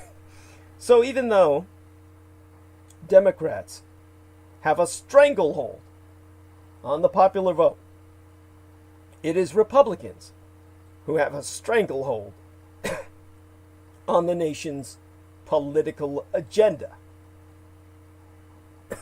It chokes me to even relate that. Republican presidents have appointed 6 of the 9 Supreme Court justices, even though voters have consistently chosen Democrats to have that responsibility. And it is Republicans who will continue to have a majority in the United States Senate, in large measure because of their small state advantage engineered by traitors to the crown who wanted the ability to own slaves while Britain was rendering such propertyship illegal, and the advantage of invasion of native lands, which the King of England had forbade. Consider, for example, that my own Golden, California and New York have a combined population of 59 million people, and yet we get only 4 votes in the Senate. That's the same number as Wyoming and Alaska, 2 states with a combined population of 1.3 million people that are almost exclusively white. That seemingly unbreakable structural advantage of the Republican Party has taken what should have been a big election for Democrats, defeating an incumbent president, and turned it into a bittersweet moment. Since Democrats were unable to defeat Republican Senate candidates in predominantly Republican states like Montana, Iowa, and South Carolina, they will once again struggle to enact their policy agenda, even though it has the broad support of all the American people. While it's easy to point the finger at Democrats for their failure to break through, it's not as if the party didn't recruit strong candidates and raise incredible, astronomical amounts of cash for them. In an era of intense political polarization, that simply wasn't enough. With the exception of Susan Collins of Maine, no Senate candidate appears to have prevailed in a state won by the other party's presidential nominee. And that works fine for Republicans. With conservative voters holding sway in enough key states, they didn't need to moderate their image and appeal to Democratic voters. They could simply ride on Donald Trump's coattails and rally their cult base of fanatical followers. And once a new president is inaugurated and a new Senate sworn in, they can follow the same course of action they did with President Obama. Obstruct, obstruct, obstruct. The same Russo collaborationist, insurgent, red Republican voters who would not turn on Donald Trump for his corruption, incompetence, and indecency likely are never going to turn on Senate Republicans for blocking Democrats. None of this, however, stopped political pundits from suggesting that Democrats need to engage in soul-searching and think about how they can appeal to voters who pulled the lever for Republicans this year. But how exactly do Democrats appeal to those so unbothered by Trump's tenure as president? How do they win in states where bear-hugging the president and enabling his bad behavior is rewarded. In one sense, the pundits are right. The soul-searching is in order, but not just for Democrats, for all Americans. How can any of us take pride in a democracy that is so unrepresentative and so susceptible to gridlock and dysfunction?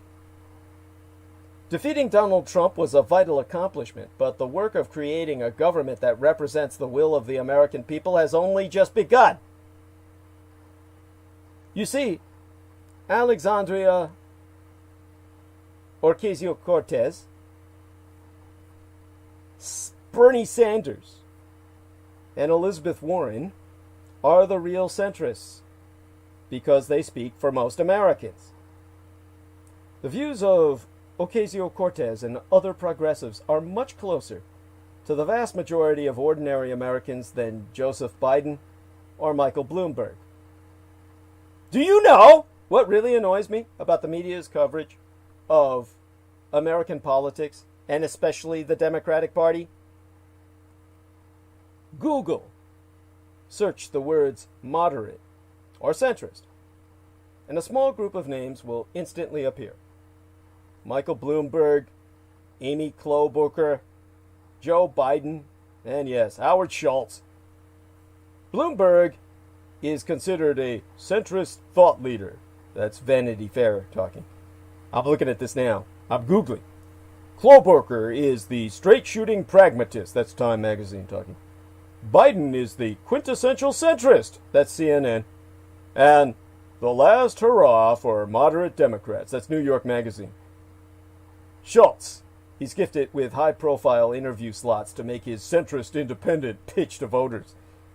Now Google the freshman House Democrat Alexandria Ocasio-Cortez.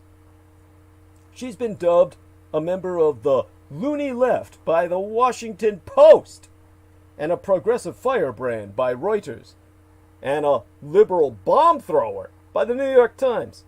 Got that?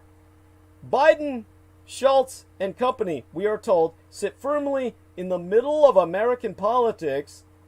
Ocasio-Cortez stands far out on its fringes. This is a brazen distortion of reality, a shameless and demonstrable lie that is repeated day after day in newspaper op-eds, the opinion editorials, and cable news headlines. Nick Hanauer, the venture capitalist and progressive activist, told MSNBC in January that it's easy to call what Alexandria Ocasio-Cortez is doing as far lefty, but nothing could be farther from the truth. When you advocate for economic policies that benefit the broad majority of citizens, that's true centrism. What Howard Schultz represents, the centrism that he represents, it's really just trickle-down economics. He's not the centrist. AOC, Alexandria Ocasio-Cortez, is the centrist. And Hanauer is right. And Bernie Sanders is centrist too, smeared as an ideologue by The Economist and dangerously far left by the Chicago Tribune. So too is Elizabeth Warren, dismissed as a radical extremist by the Las Vegas Review-Journal and a class warrior by Fox News.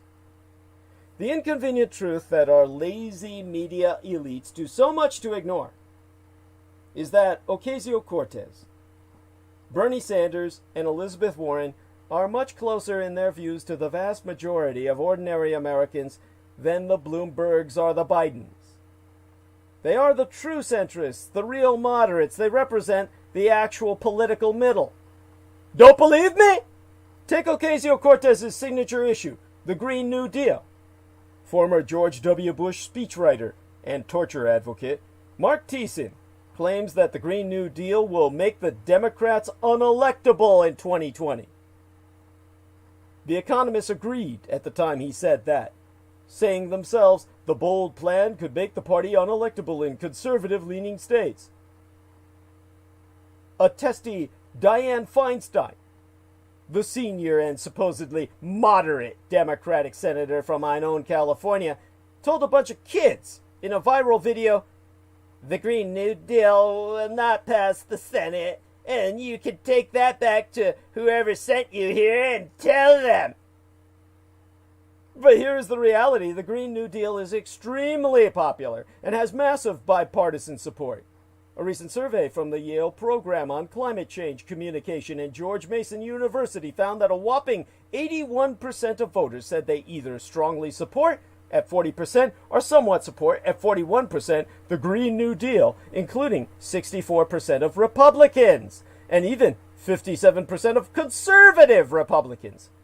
What else do Ocasio-Cortez, Liz Warren, and Bernie Sanders have in common with each other and with the voters? They want to soak the rich. Ocasio-Cortez suggested a 70% marginal tax rate on incomes above 10 million United States dollars, condemned by centrist Schultz as un-American, but backed by a majority, 51% of Americans.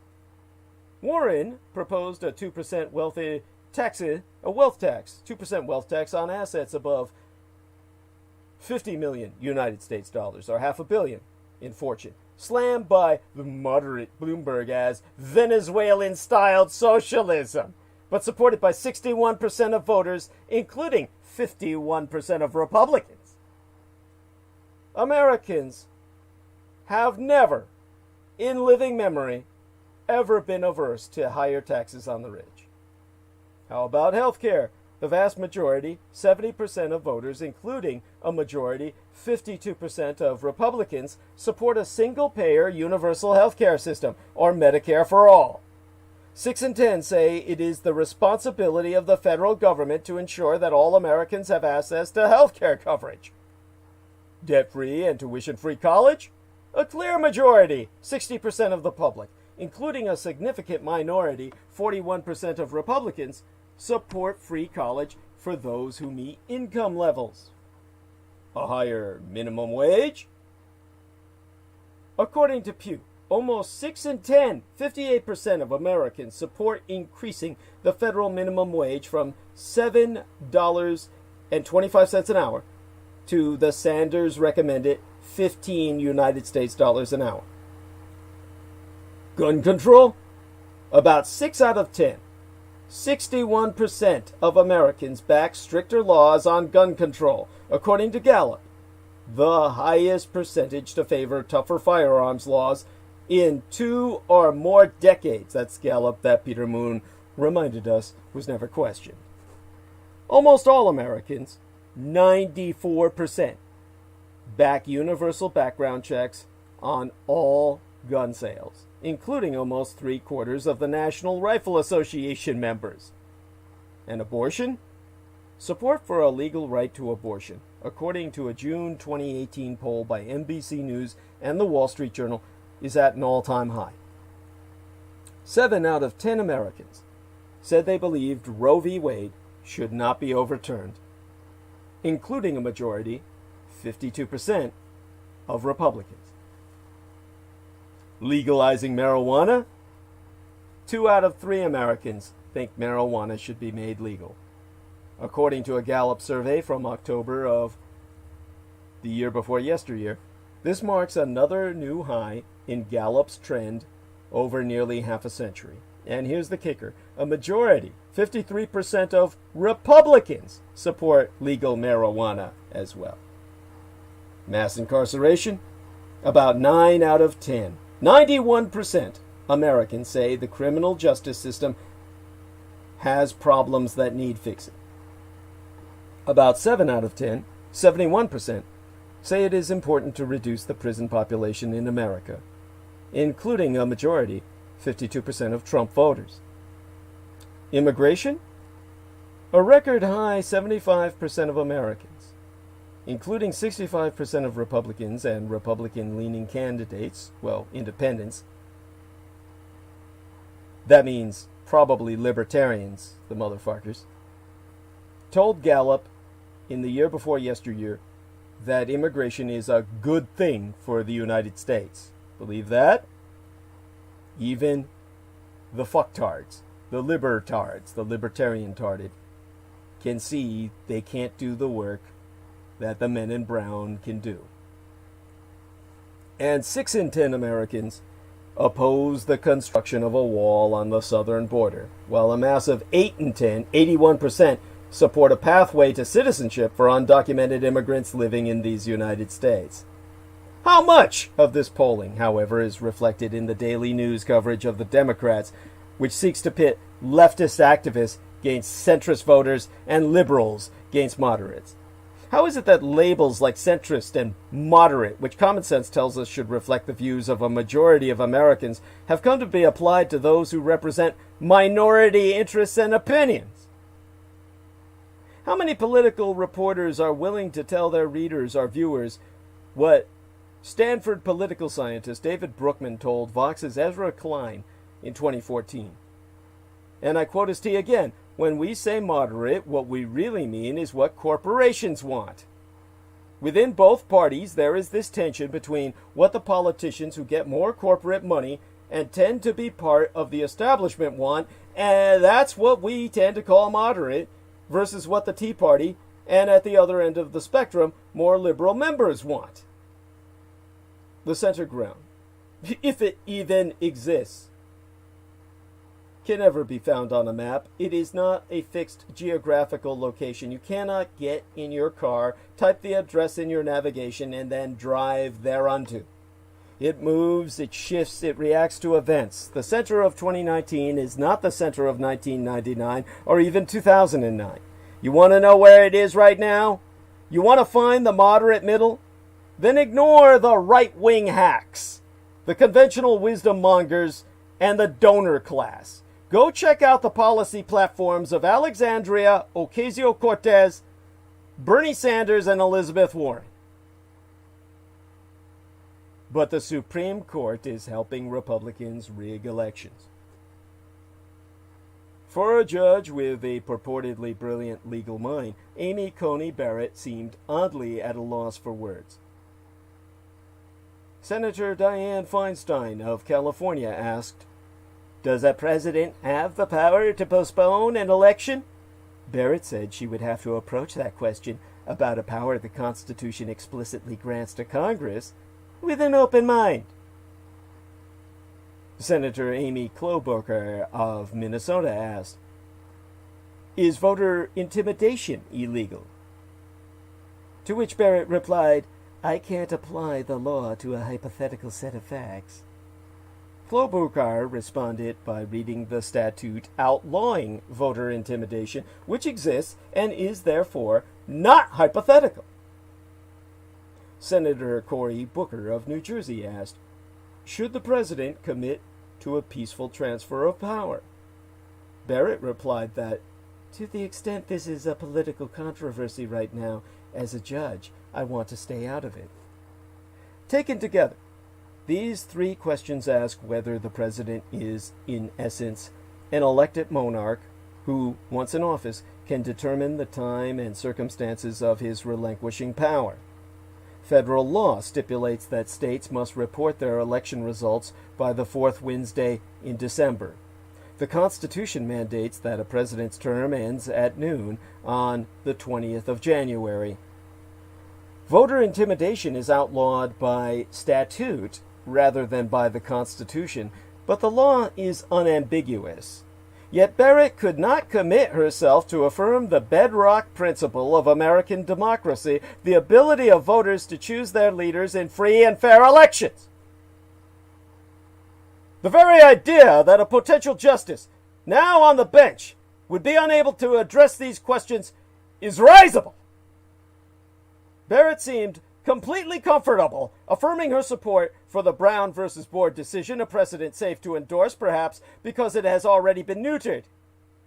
The most charitable explanation of her reluctance to do the same for the basic elements of election law is that Barrett is trying to avoid antagonizing President Donald Trump, who has said he needs her on the bench to decide the election in his favor. That explanation itself must be disqualifying. Yet there she sits. Barrett's evasions are all the more alarming in light of the Republican Party's decades-long campaign to ensure victory by targeting Democratic constituencies with voting restrictions and other measures designed to limit their political representation, while disproportionately enhancing the influence of reactionary white supremacist voters. Barrett's successful confirmation moves the Supreme Court, dominated by reactionary appointees since the 1970s, even further to the right on such matters as civil rights, environmental protections, and business regulations. But the more urgent threat is how a 6-3 conservative court will work to entrench the Republican Party's ability to wield power sans the consent of the governed. In the past few months alone, reactionary judges have amply displayed their contempt for Democratic constituencies' right to the franchise. On the 12th of October, Trump appointees to the federal bench in Texas upheld Governor Greg Abbott's decision to permit counties to designate only a single drop-off point for absentee ballots, a choice that caused few problems in rural counties where white Republicans typically dominate, but as has already created chaos in more populous counties where Democrats were likely to draw a significant number of votes. In Harris County, which covers nearly 2,000 square miles, 5 million voters were then left with a single drop box. The court concluded, one strains to see how it burdens voting at all. In September, Trump appointees upheld the Jim Crow logic of a Florida poll tax that disenfranchised the formerly incarcerated by forcing them to pay restitution before having their voting rights restored, even though the state had provided them with no means of finding out what they owe. That week, Governor Ron DeSantis ordered that they be purged from the voting rolls outright, which then completed the nullification of the 2018 referendum restoring voting rights to the formerly incarcerated. One voters approved by an overwhelming margin. That dark Tuesday afternoon, mid-October, while Barrett was testifying that she did not know whether voter intimidation was illegal, the Supreme Court allowed the Trump administration to shut down the census early, effectively collaborating in an attempt to diminish the political influence of minority communities by undercounting them, a scheme hatched by a Republican operative as part of what he described as a plan to enhance the power of Republicans and non-Hispanic whites. Barrett's ascension to the High Court portends tremendous headwinds for progressive priorities and legislation. But this is not sufficient reason for Democrats to consider drastic measures such as expanding the Supreme Court. What does justify such measures is that the Republican political project has gone beyond shaping policy to rigging the electorate. In politics, sometimes you lose, and the court's rightward tilt for the past 100 years has reflected the left's losses, the losses of us all.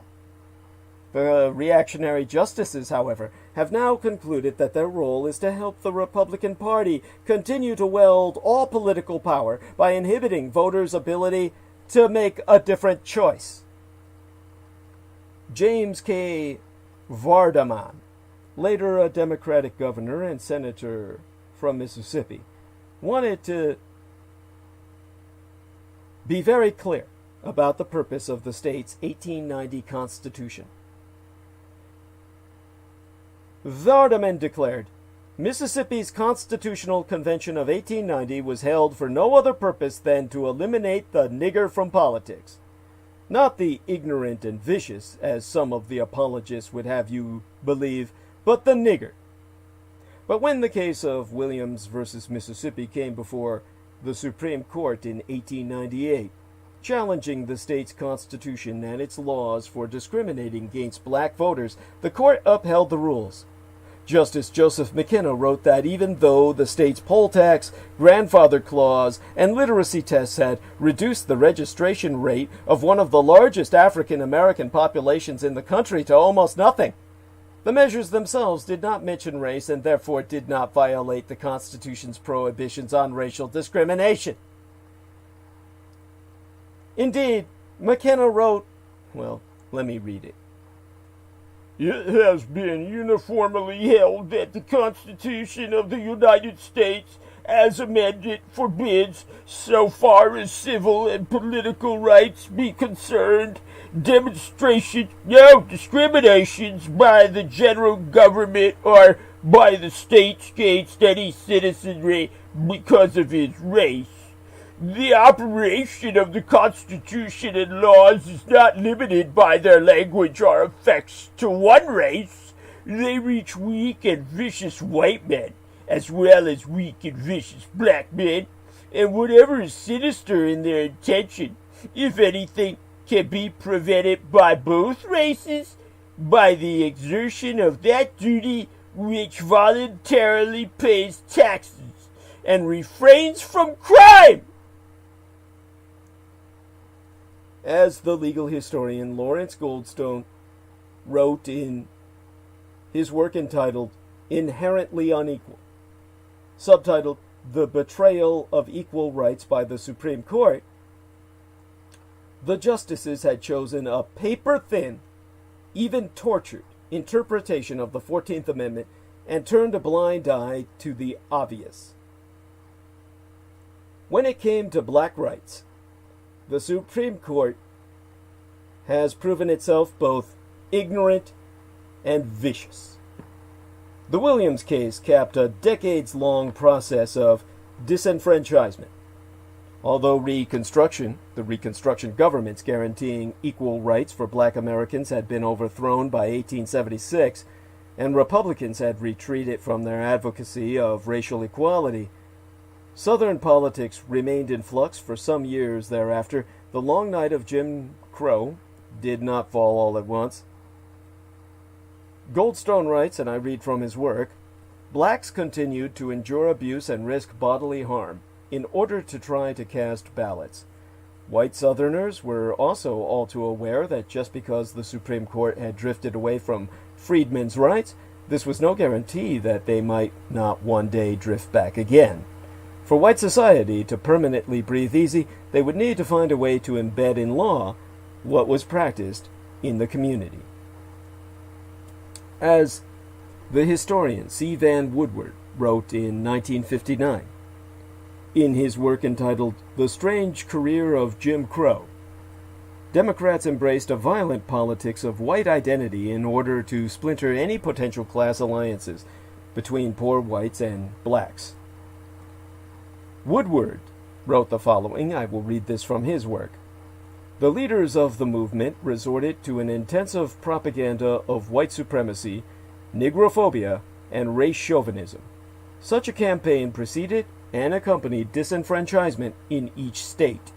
In some of them, it had been 30 years or more since the reign of the carpetbagger, but the legend of Reconstruction was revived, refurbished, and relived by the propagandists as if it were an immediate background of the current crisis.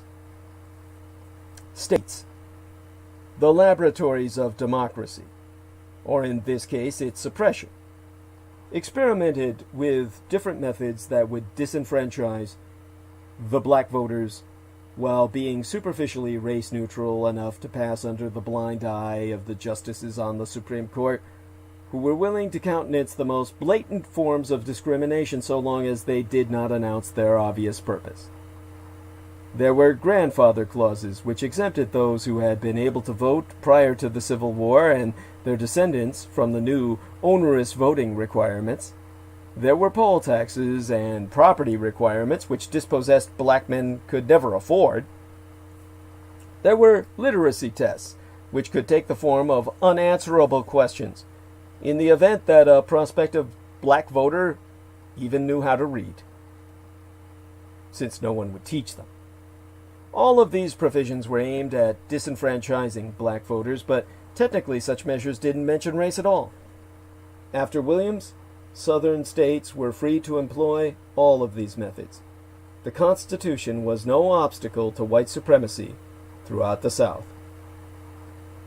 There were also explicitly racist methods of disenfranchisement, such as the exclusion of non-white voters from Democratic primaries in much of the one-party South. The white primary would pass constitutional muster well into the 20th century, under the rationale that the 14th Amendment applied only to state actions, not private actors.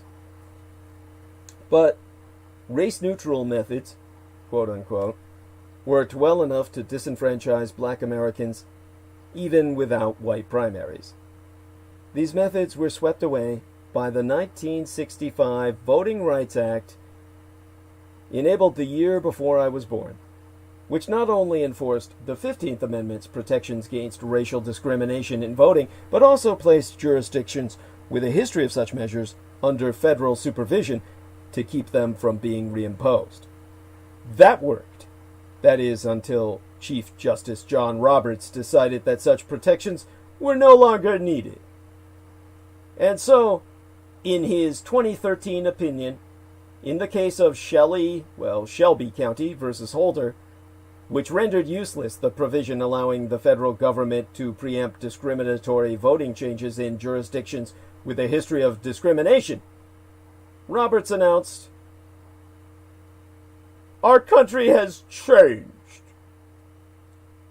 The question is whether the Act's extraordinary measures, including its disparate treatment of the states, continues to satisfy constitutional requirements." In effect, the Chief Justice held that the real prejudice was not the disenfranchisement of black Americans, no longer a serious risk, but the Voting Rights Act's treatment of states with a history of disenfranchising black Americans. This is state rights bullshit. States don't have rights. People have rights. Now, Roberts' opinion doesn't actually say what part of the Constitution the formula that Congress developed for enforcing the Voting Rights Act violated. Instead, he declares it a dramatic departure from the principle that all states enjoy equal sovereignty. This principle does not appear in the text of the Constitution at all, but it was the basis for several infamous decisions, including the 1857 Dred Scott ruling, in which Chief Justice Roger Taney declared that black Americans could not be United States citizens. For that reason, the legal scholars James Blacksher and Laney Winier wrote in 2014 that Roberts' rationale in Shelby County was based on the jurisprudence of slavery. The Chief Justice's affection for equal sovereignty reflects not the overt racism of a McKenna or a Taney, but a nostalgia for an antebellum constitution that was forever changed by the Reconstruction Amendments, a revolution the rights jurists have been loath to accept. So instead of citing Dred Scott, Roberts chose a few minor cases and an opinion he had written in 2009, which had invoked the concept of equal sovereignty for the first time in decades. Roberts knew which knife he wanted to use to gut the Voting Rights Act, but he had to wipe Taney's fingerprints from the handle first. Shelby County ushered in a new era of experimentation among Republican politicians in restricting the electorate oft along racial lines. The country, it turned out, had never changed, as much as Roberts insisted. As subsequent decisions showed, the Chief Justice was far more interested in ensuring that a greater injustice, federal supervision of voting rights, would be rectified. A greater injustice in the eyes of the white man. Roberts' decision in Shelby County surprised few legal observers. As a judge, he has frequently ruled that state measures addressing racism are worse than racism. This is a deeply held philosophical perspective, one he has advanced since he was a young attorney in the Reagan Justice Department. In that role, he argued against adding a disparate impact provision to the Voting Rights Act. He was unsuccessful, but the provision would have barred voting restrictions that have discriminatory effects, whether intentional or not. Such a standard, Roberts argued, would provide as a basis for the most intrusive interference imaginable. The intrusive interference he feared was not with the ability of Americans to cast a ballot, but with the ability of states to prevent Americans from casting ballots. That southern states employed facially race-neutral methods to disenfranchise their black populations for the express purpose of evading the Constitution didn't matter to Roberts then, and it doesn't matter to him now. From the perspective of the court's conservative right wing, the avalanche of voting restrictions Republicans have adopted since Shelby County are no crisis. The real concern is the incivility of liberals, pointing out when these restrictions be discriminatory. Under the logic of Roberts' court jurisprudence, not only would most Jim Crow voting restrictions pass constitutional muster, but even Vardaman's boasting would be meaningless. As Roberts wrote in his opinion upholding the Trump administration's travel ban targeting Muslim countries, Trump's explicit declarations of discriminatory intent did not matter because the attorneys who wrote the order didn't mean religion, or didn't mention it. Roberts insisting, "The text says nothing about religion," echoing McKenna's assertion that the voting restrictions in Mississippi's Constitution were not limited by their language or effects to one race. McKenna believed in the inherent biological inferiority of black men. Roberts does not, but his rulings offer no obstacle to those who want to act on such belief. The Chief Justice may claim that only deliberate discrimination counts as racism, but in practice he rules even overt racism acceptable if sufficiently competent attorneys clean it up first. And Roberts is the most sympathetic reactionary judge when it comes to voting rights. Indeed, the reactionary wing of the court has yet to find a Republican effort to rig the electorate that it does not love. In 2018, as it blessed a flimsy Republican rationale for voter purges that, as Justice Sonia Sotomayor put it, appears to further the very disenfranchisement of minority and low-income voters that Congress set out to eradicate. Her colleague Samuel Alito sniffed that Sotomayor could not point to any evidence in the record that Ohio instituted or has carried out its program with discriminatory intent. The reactionary wing said there was no problem with voter ID laws that disproportionately affect minority and low-income voters, even though Republicans openly acknowledged that those laws were passed with the intent to swing elections. The reactionaries threw up their hands about partisan gerrymandering, even as Republican politicians explained that the rural white residents, say that 3 times fast, of their states had more of a right to have their votes count than black Democrats in cities had. The court's conservatives have consistently found that state restrictions on the franchise do not justify their intervention. Just as consistently, they have seen almost any attempt to protect the voting rights of American citizens as impermissibly intrusive, despite the existence of constitutional amendments adopted to empower Congress to protect those very rights. During the pandemic, they have resisted even the modest adjustments designed to help voters exercise the franchise, forcing them to needlessly risk infection, their very lives, in order to vote. Truly, you value voting with your life. But the judges don't value you. The court rules against you. They issue such decrees from the safety of their remote deliberations, while you stand in the snow to cast a ballot.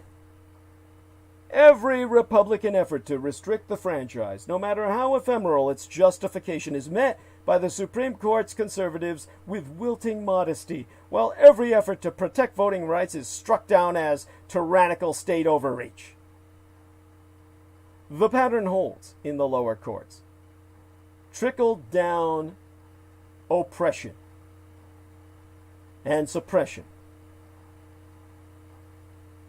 Maddening.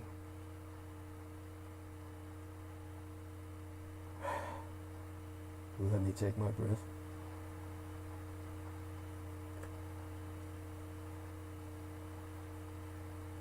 And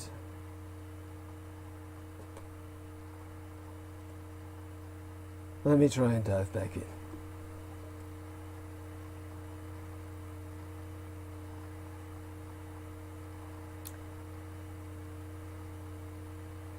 As I said, the pattern holds in the lower courts.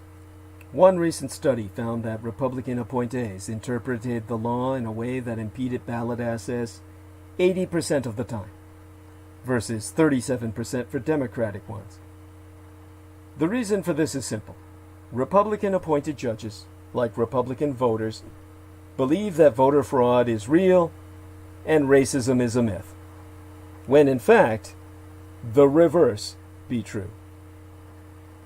As the Republican-appointed judge Jerry E. Smith of the Fifth Circuit wrote, but some few weeks ago, in a ruling allowing Texas to reject signature matches on mail-in ballots without giving voters a chance to prove their identity, Texas's strong interest in safeguarding the integrity of its elections from voter fraud far outweighs any burden the state's voting procedures place on the right to vote. Set aside that signature matching is a useless process. This is exactly backward. Protecting the right of citizens to cast a ballot is far more important than giving the state an arbitrary pretext to toss out people's votes. Until this past May, the Trump Justice Department had not filed a single new case seeking to protect the voting rights of racial minorities. Perhaps the most ominous recent sign of the Republican Party's current direction, however, was the administration's effort to exploit the census to give more political influence to rural whites, those country crackers, countryside hill crackers, at the expense of educated urban minorities under the transparently false pretext that it was just trying to enforce the Voting Rights Act, a statute that the administration had previously shown no interest whatsoever in enforcing, until they tried to empower their morbidly inbred white trash hillcrackers to outvote you and I in the cities. The plan was to add a citizenship question to the census in order to depress minority turnout and undercount Democratic-leaning areas for the purposes of congressional redistricting. The case was already before the Supreme Court when the files of Thomas Hofeller, a Republican operative, posthumously became public. The files prove that Hofeller had not only designed the census scheme with an objective toward reducing the political power of minority voters, he had also practically ghostwritten the Justice Department's memo on the subject, despite the sworn testimony of Trump officials to the contrary. Roberts blinked, as he occasionally does when the facts of a case threaten to harm the court's legitimacy. He joined the Democratic-appointed justices to reject the administration's bid on a technicality. The Chief Justice's conservative colleagues were quick to remind him, however, that his ruling against the administration was inconsistent with his prior jurisprudence. Alito complained that the transparently racial census scheme had been attacked as racist, while Neil Gorsuch and Brett Kavanaugh joined a Thomas opinion condemning the din of suspicion and distrust that seems to typify modern discourse, as if it were irrational to doubt the administration's motives. Not long after, Trump blurted out the truth himself, confirming that the purpose of manipulating the census was to give Republicans partisan advantage. The court rewarded that confession of malice. Just yestermencies, this month last, by giving the administration explicit permission to shut down the census count early. Modern methods of voter suppression have been nowhere near as successful as the terror and murder of the post-Reconstruction South. Some actually backfire, strengthening the resolve of the communities they target, although no amount of voter enthusiasm can tip a state that has gerrymandered its black communities into electoral insignificance. But absent a court willing to preserve Americans' right to the franchise, Republicans are free to keep experimenting until they find more effective methods. There were 2 decades between the end of Reconstruction in 1877 and the complete alienation of black men from the franchise at the dawn of the 20th century. It's unlikely to take the Republican Party nearly as long to devise effective methods of disenfranchisement that can pass muster with the Roberts Court. That the schemes of Republicans have devised thus far have failed to completely suppress Democratic constituencies does not excuse their efforts, nor is it any reason to allow them to keep on trying. Since Barack Obama's election, circa 2008, at the time of the collapse of our economy, which has never recovered, some conservatives have grown insistent that they, and only they, can legitimately wield power, and that members of their rival parties' constituencies be but usurpers. Fox hosts darkly warned that Latin American countries are changing election outcomes here by forcing demographic change on this country, and the Democrats want to replace you, the American voters, meaning the whites, with newly amnestied citizens and an ever-increasing number of chain migrants. Before going on to serve in the Trump misadministration, the reactionary writer Michael Anton published an essay arguing that only a Trump presidency could reverse the ceaseless importation of third world foreigners with no tradition of taste for or experience in liberty, leading to an electorate that grows more left, more democratic, less Republican, and less traditionally American with every cycle. He means to say less white. These arguments have seeped into the Republican base. Neither party has a monopoly on voters with illiberal instincts, but according to a 2020 study by the political scientist Larry Bartels, a majority of Republicans and Republican-leaning independents believe that the traditional American way of life is disappearing so fast that we may have to use force to save it. And 3/4 believe that it is hard to trust the results of elections when so many people will vote for anyone who offers a handout. You know, like them fucking whites. Surveying the source of anti-democratic attitudes among Republicans, Bartels concluded that in every case, the factor most strongly associated with support for anti-democratic sentiments is ethnic antagonism. Ethnic antagonism, you like that? That's academic for racism, people. Even the prevalence of the voter fraud myth, the brittle foundation of post-Shelby voting restrictions, reflects a sense of denial that the electorate could ever legitimately reject Republican dominance. Where race proves an unacceptable method of discerning the worthy from the unworthy, the true citizens from imposters, sectarianism will do. Little William Billy Barr, the Attorney General of these United States, recently argued that the founders believed that free government was only suitable and sustainable for a religious people, not the militant secularists against whom he envisions himself waging war for civilization. The actual faith of non-Republicans is irrelevant. They be secularists by virtue of their opposition to conservatism. As Finton O'Toole has writ, in little Billy Barr's mind, what there be of it, these secularists are condemned to an exterior darkness beyond the realm of the authentic citizenship of the holy elect.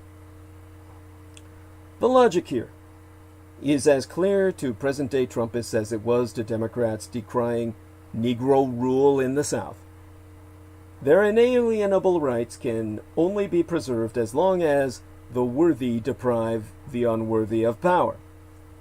As Woodrow Wilson wrote in the January 1901 issue of the Atlantic magazine, It was natural for Southern legislatures to restrain the rights of those unpracticed in liberty, unschooled in self-control, never sobered by the discipline of self-support, never established in any habit of prudence, excited by a freedom they did not understand. Americans who fail to vote Republican are similarly unschooled in the virtues of liberty, and their ability to choose their leaders must be constrained until they be disciplined enough to choose the right ones, as in, the radicalized reactionary right. Conservatives might retort that liberals regard Trump as an illegitimate president. The difference, which many conservative intellectuals avoid acknowledging with monk-like discipline, is that there be no democratic efforts to deprive Republican constituencies of the franchise. Many Democrats see Trump's presidency as illegitimate because of his reciprocal acceptance of aid from foreign adversaries in 2016. They do not view Republican constituencies themselves as illegitimate and unworthy of a right to participate in a democracy, as I do. Although both parties engage in partisan gerrymandering, the absence of a concerted democratic effort to, for example, deprive non-college educated white trash pieces of shit of the male gender, or white trash evangelicals of the ballot, illustrates that this retort be but empty farce. The diversity of the Democrats' political coalition means that they cannot engage in such schemes without hurting their own constituents. The Republican Party's uniformity has led it to see disenfranchisement rather than inclusion as a viable path. This political project is authoritarian in nature, as it seeks to win elections by keeping the other side from being able to participate. In any democracy, there will be a fight over the rules, some trivial, some serious. But disenfranchisement of rival constituencies is not the same as boxing out a primary challenger or arguing over the shape of a ballot. It is an attack on democracy itself. The Robert Courts' eager acquiescence to the Republican Party's political project of restricting the electorate along racial lines for partisan advantage makes the question of how Democrats should respond much more urgent. It is one thing for fortune and politics to produce a conservative majority on the court to resolve the usual questions of law and policy in favor of the radicalized, reactionary, Russo-collaborationist right. It is another matter entirely for a majority of the justices to adopt the posture that it be acceptable for the party that anointed them to rig democracy on its own behalf. Competing and losing is part of democracy. Voters being locked out of competition by a rival faction is not. The reactionary justices' attack on the franchise will not resurrect Jim Crow, but it will continue to enable the Republican Party to wield power sans the consent of the majority. In doing so, or rather in so doing, it will prolong the racial and religious chauvinism at the heart of Trumpism long after Trump be gone. Mitch McConnell is angry that Democrats would describe filling court vacancies as court packing. It is not court packing when the Senate confirms nominees to fill actual vacancies, he said on the 14th of October. When leaders abuse language, it is because they seek to abuse power. That's the McConnell of October 2020. The McConnell of May 2013, however, thundered that then-President Obama was seeking to pack the D.C. court with appointees. Texas Senator John Cornyn rallied conservatives against Obama's efforts to pack the D.C. court, the D.C. circuit, and supported shrinking the court. Iowa Senator Chuck Grassley denounced Obama's efforts to pack the D.C. circuit, while Senator Mike Lee of Utah accused Obama of trying to pack the D.C. circuit with unneeded judges simply in order to advance a partisan agenda. The term court packing was popularized during the backlash against President Franklin Delano Roosevelt's proposal to expand the Supreme Court after the justices ruled several aspects of his New Deal unconstitutional. But to Republicans in 2013, Democrats simply appointing judges to existing vacancies was court packing, a definition they now decry as an abuse of language and as a prelude to an abuse of power. Back then, no, not in the time of FDR, I wasn't around back then,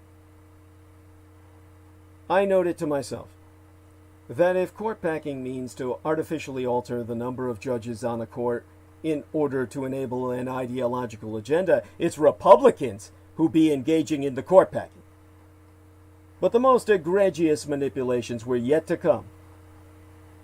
In the 2016 year in our Lord, Antonin Scalia died, leaving a vacancy on the Supreme Court. Senate Republicans refused to consider Obama's replacement nominee, Merrick Garland, a moderate, who several Senate Republicans had previously publicly insisted would sail through confirmation. Rather, they held the seat open in the hope that a President Trump might fill it, arguing that the people should decide who should fill the vacancy. Republicans, from the right-wing Ted Cruz to the secular saint of moderation John McCain, were vowing to prevent Hillary Clinton from filling any vacancy on the court had she prevailed in the 2016 election. At least court packing requires a party to gain enough popular support to control both the White House and the Senate. Then, when the Democratic appointee Ruth Bader Ginsburg died, in the month preceding the October natal menses of both mine own late and sainted sire and myself, Republicans rushed to the confirmation of Amy Coney Barrett to replace her just weeks before an election that they knew that they would lose. I'm not recounting all this because I want to denounce Mitch McConnell and the Republicans for all their dastardly deeds. That would be impossible because such dastardliness is done ad infinitum. They commit to crime as they breathe and soil the very air with their excretions. I do not wish to rail against their hypocrisy, rebuke their partisanship, or condemn their villainy. I am rehearsing all of these details because everything they did was completely rational and understandable and even constitutional. Republicans want to control the courts, and they have done everything within their power and within the rules to make us that happen.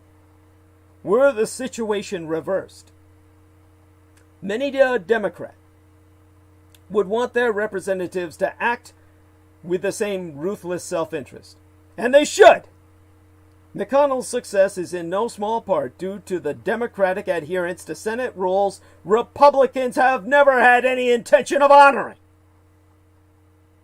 There be no argument in favor of what Republicans have done in order to solidify their majority on the high court.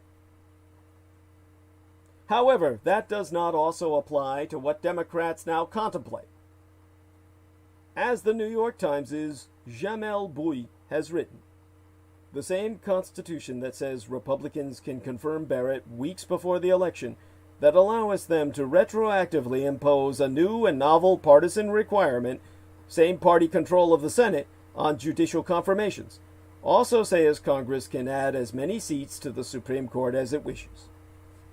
What McConnell and the Republicans did was cold, calculating, and constitutional, and so is expanding the Supreme Court for Team Blue.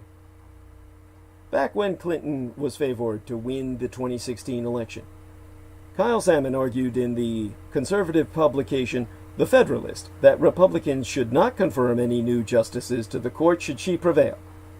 There is, he pointed out, precedent for manipulating the size of the court in defense of the suffrage. Republicans temporarily shrank the court circa 1866 to prevent President Andrew Johnson, an ardent white male supremacist, from making appointments, then expanded it again after he was gone.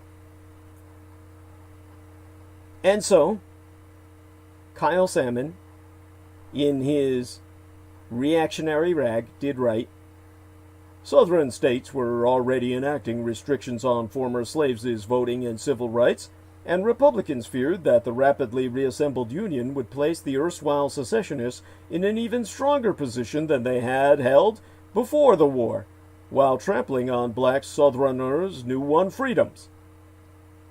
Those measures presented an unusual solution to an unusual situation, but it was also popular, constitutional, and arguably necessary for the survival of the Republic.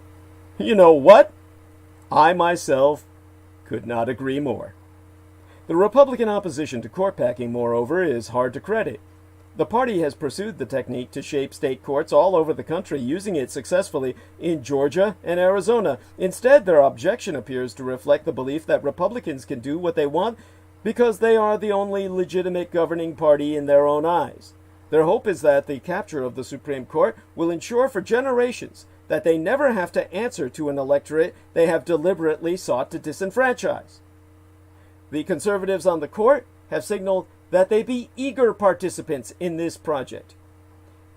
As Barrett has been confirmed, there will be as many Republicans who worked on Bush versus Gore on the court as there be Democratic appointees. In that 2000 case, the court stopped Florida from completing a recount in the presidential election using the absurd rationale that counting votes would violate the Equal Protection Clause of the 14th Amendment. That court, the court, infamously announced that our consideration is limited to the present circumstances, an inadvertent confession that the ruling was so arbitrary it could never even function as a precedent. Indeed, it could not function as precedent, or you would dismiss all law itself. Rule of law would be rendered moot. The court's conservatives are happy to use the Reconstruction amendments to prevent votes from being counted, but not to ensure that voters are allowed to cast them. Alito, Thomas, Gorsuch, and Kavanaugh have made no secret of their commitment to allowing Republicans to disenfranchise all Democratic constituencies. But some weeks ago, all four indicated their support for a Republican lawsuit seeking to overturn a Pennsylvania Supreme Court ruling allowing absentee ballots postmarked November 3rd to be counted, even if they are received up to 3 days after the election. Indeed, that was Monday opening last work week, when the court, Roberts, in one of his rare breaks with the right wing of the court, joined the liberals in a split 4-4 decision that allowed the original ruling to stand. Let me check into the live stream where Spartan O Negative donated $1.11. My gratitude, Brother Spartan O Negative. By the way, he's very versed in the occult and has been able to hold his own with Jameson Reese discussing such. Gratitude, dear Spartan. O Negative.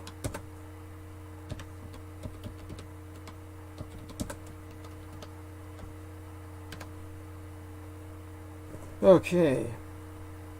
Thank you so much for informing myself of that, dear Jameson.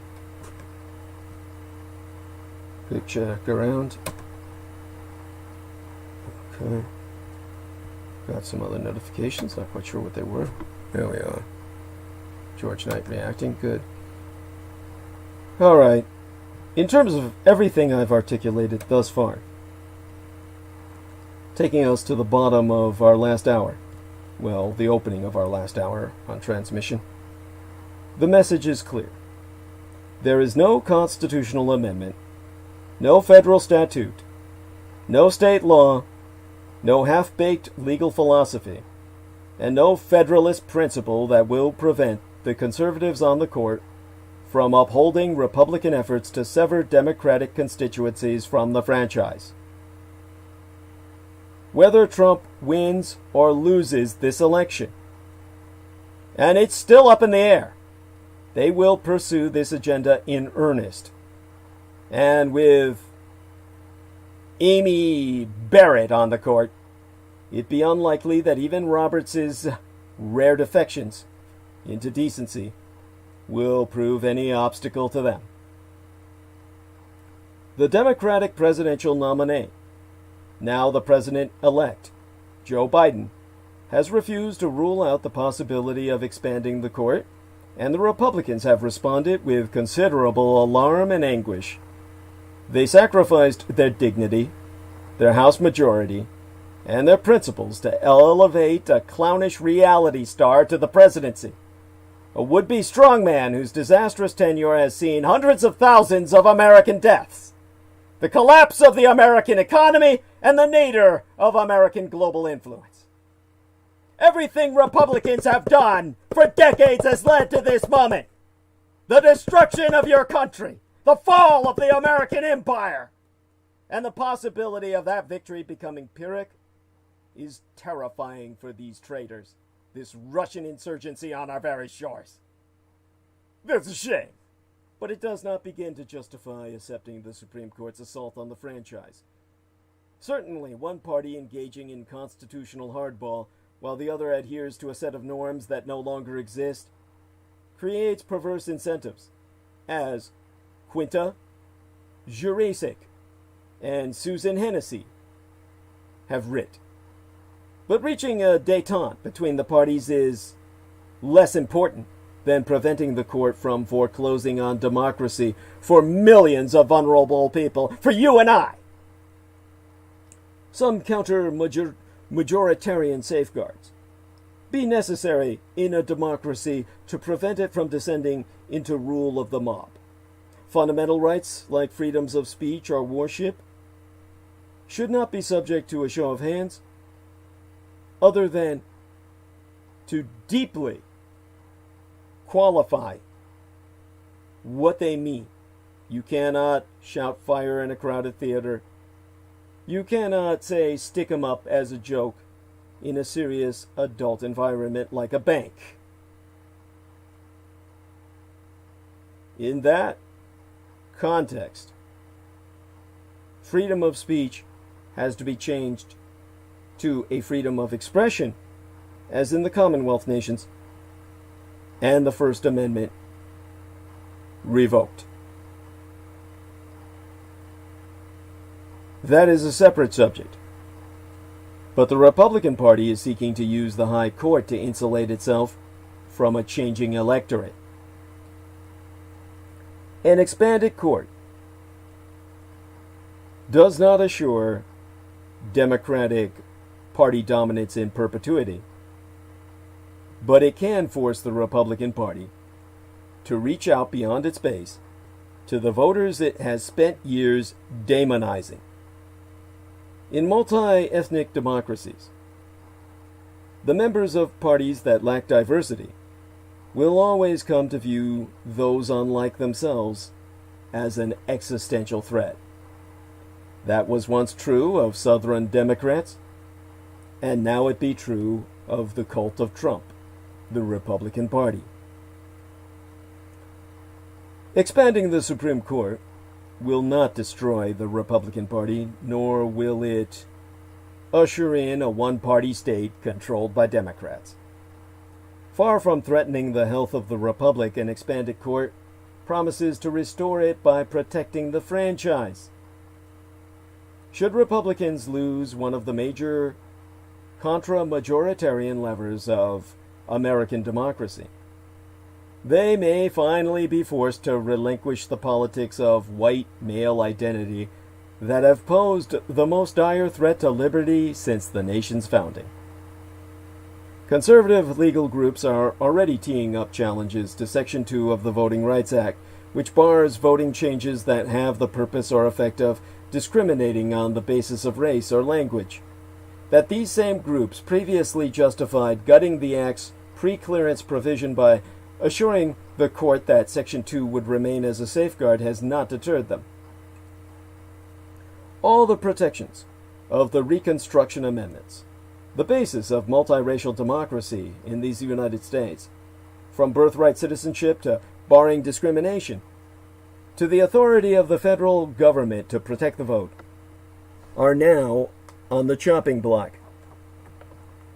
The assumption that such protections are no longer needed because America has evolved into a post-racial society has been made laughable over the past 4 years.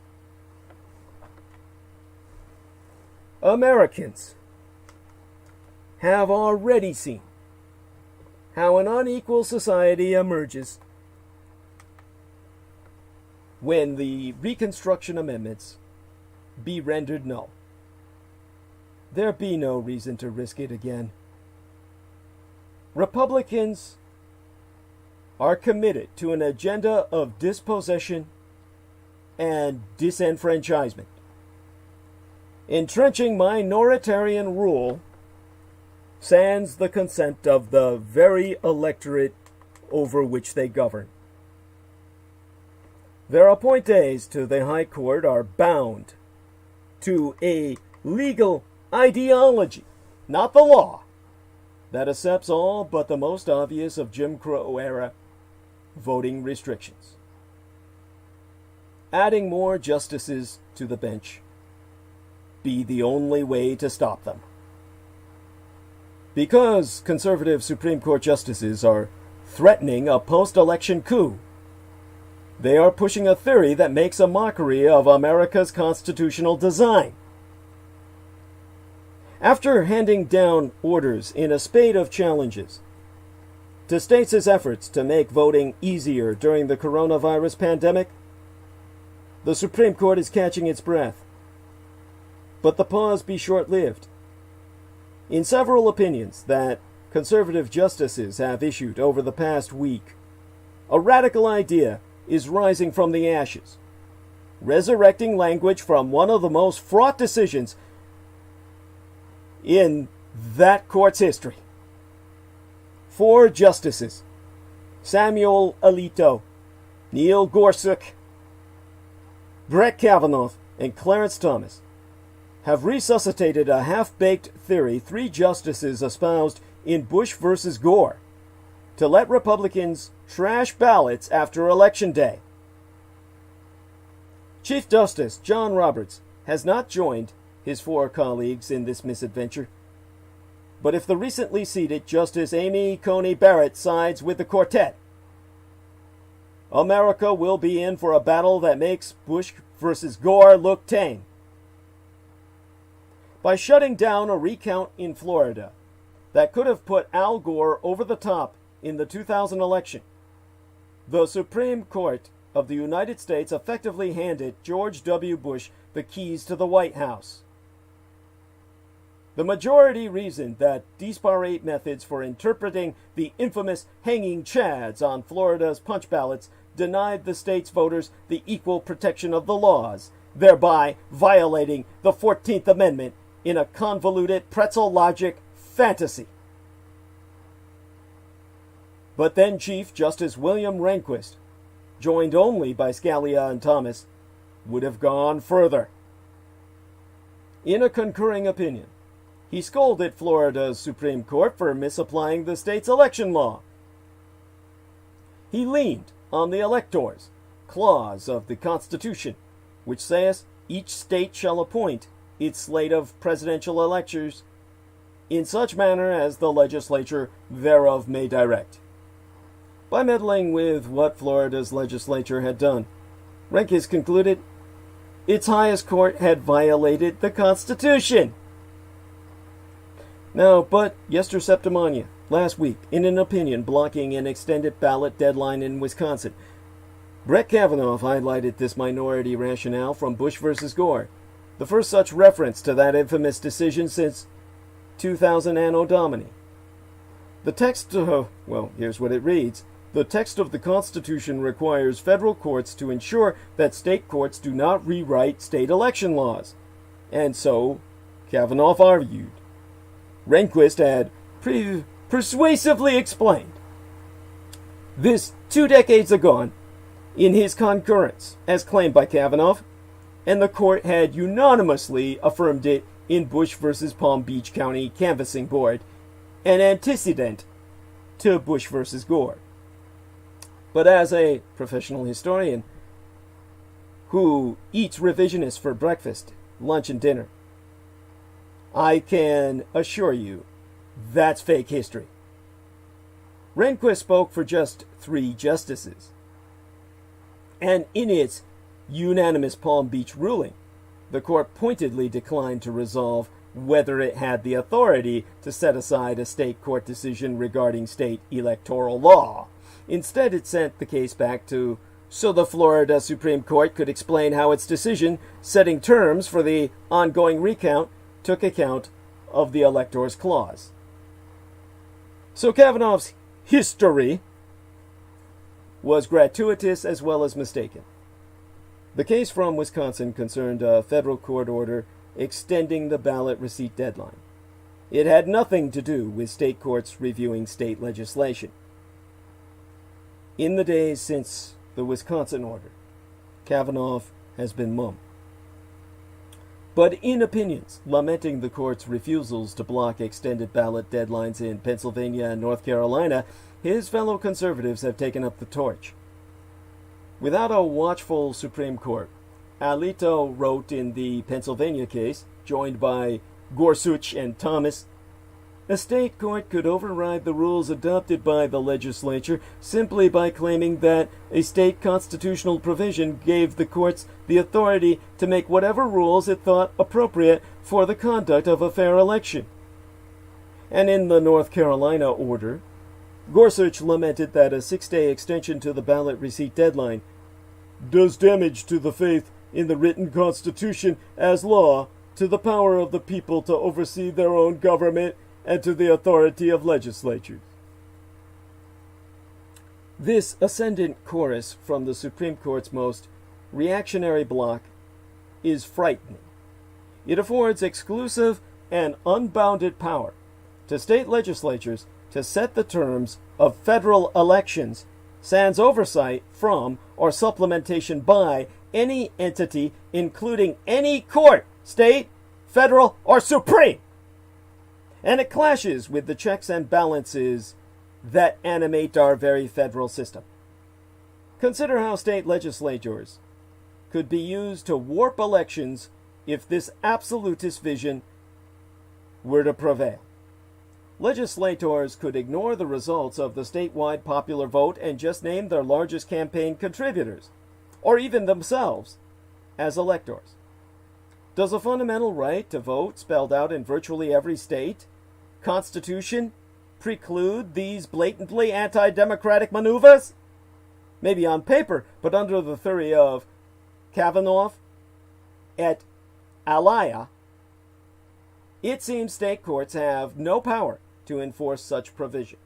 The legislature is supreme. State legislators could scrap elections entirely if they like. Article 2 of the Constitution gives them unlimited power. Sound absurd? That's because the whole argument clashes with core features of America's constitutional design.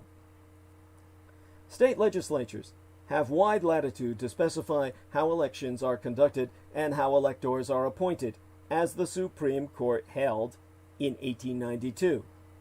But in 2015, the court clarified in a dispute over Arizona's redistricting that legislature refers broadly to a state's lawmaking process rather than simply to the building where lawmakers gather. In all states, a governor must sign a bill before it becomes law. Do the 4 reactionary justices really believe a legislator may dictate an election's result without overriding the state's gubernatorial veto? There be no mistaking the message the right-wing 4 are inviting Barrett to join. Any measures not explicitly endorsed by a state's legislature can be overturned by the Supreme Court, even if local authorities are reasonably striving to facilitate voting during a pandemic in a manner that upholds the state's constitution. On Halloween, the scariest night of the year, When Brexit was supposed to go down, Texas Republicans brought this extreme theory to a federal district court in a quest to throw out more than 100,000 drive-through ballots in the Democratic stronghold of Harris County. They say the Electors Clause and the Elections Clause of Article 1, Section 4, giving states authority to regulate the time, places, and manner of elections, empower a federal judge to trash ballots collected through a measure adopted by a county clerk to keep voters safe. Why? Because that measure circumvents the Texas legislature.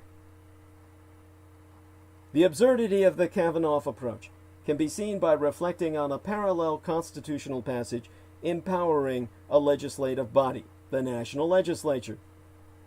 Article 1, Section 8 says, Congress shall have the power to tax, spend, borrow money, regulate interstate commerce, and do a number of other necessary and proper things. Are we to take these declarations to mean federal officials cannot implement federal laws in ways designed to keep people safe? Of course not. That Congress can legislate free of oversight from the federal judiciary? Again, I say the nay. The Bill of Rights, among other constraints enforced by the Supreme Court, curbs all these powers. Likewise, each state Supreme Court enforces its constitution to ensure the lawfulness of what its legislature does. Yet 4 members of the United States Supreme Court are poised to strike down state court decisions, applying state constitutional rights that serve as a check on state legislatures. In Yester Septimanius, last week's Pennsylvania case, Justice Alito invited Republicans to renew their plea after Election Day. He seemed to promise a receptive audience for a request to trash ballots arriving after November 3rd. If you keep those votes separate from the on-time arrivals, he wrote, we'll have an easier time shredding them. It's hard to imagine a more effective way to suppress voting and to confuse voters' days before a presidential election. Go ahead and mail in your ballots or drop them off curbside, Americans. They'll count when you cast them, but maybe a week or 2 later they won't count anymore. Alito and his colleagues would do well to listen to their late colleague, Antonin Scalia, Amy Coney Barrett's own former boss and her mentor. And what he wrote in his opinion in Bush versus Gore was, count first and rule upon legality afterwards.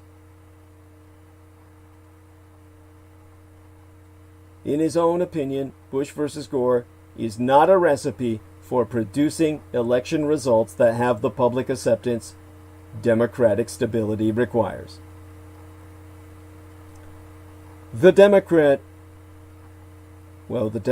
Party is left with only one option if it wishes to defend the most fundamental rights of its constituents and the vitality of American democracy. Pack the goddamn court!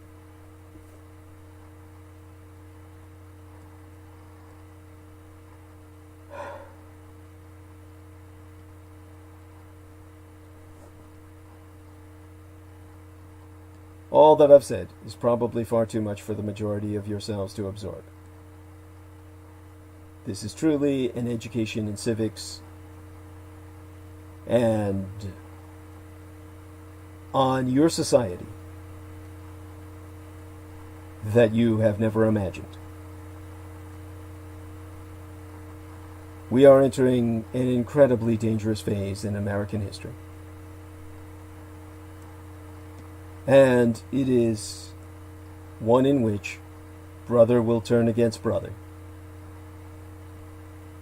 and civil war will decide by force majeure divine right of who emerges the victor.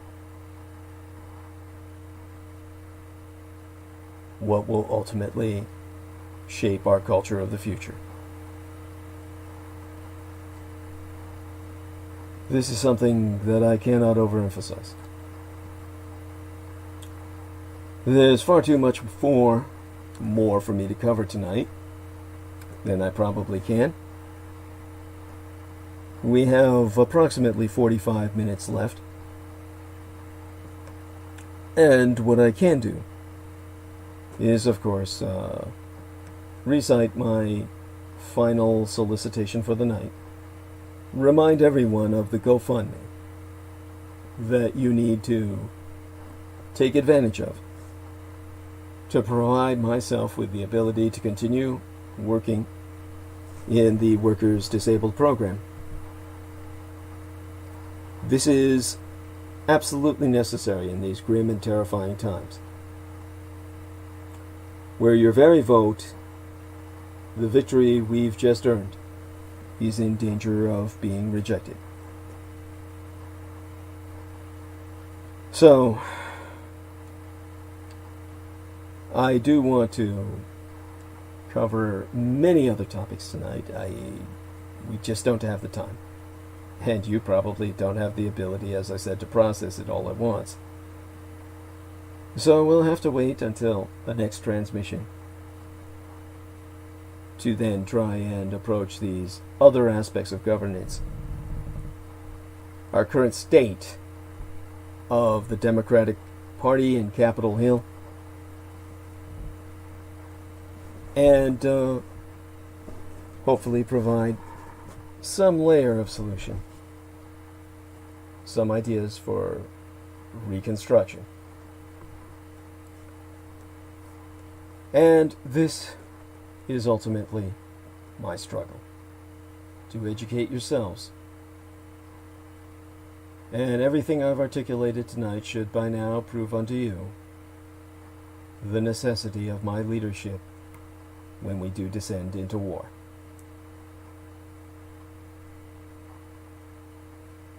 Now, the war is already here,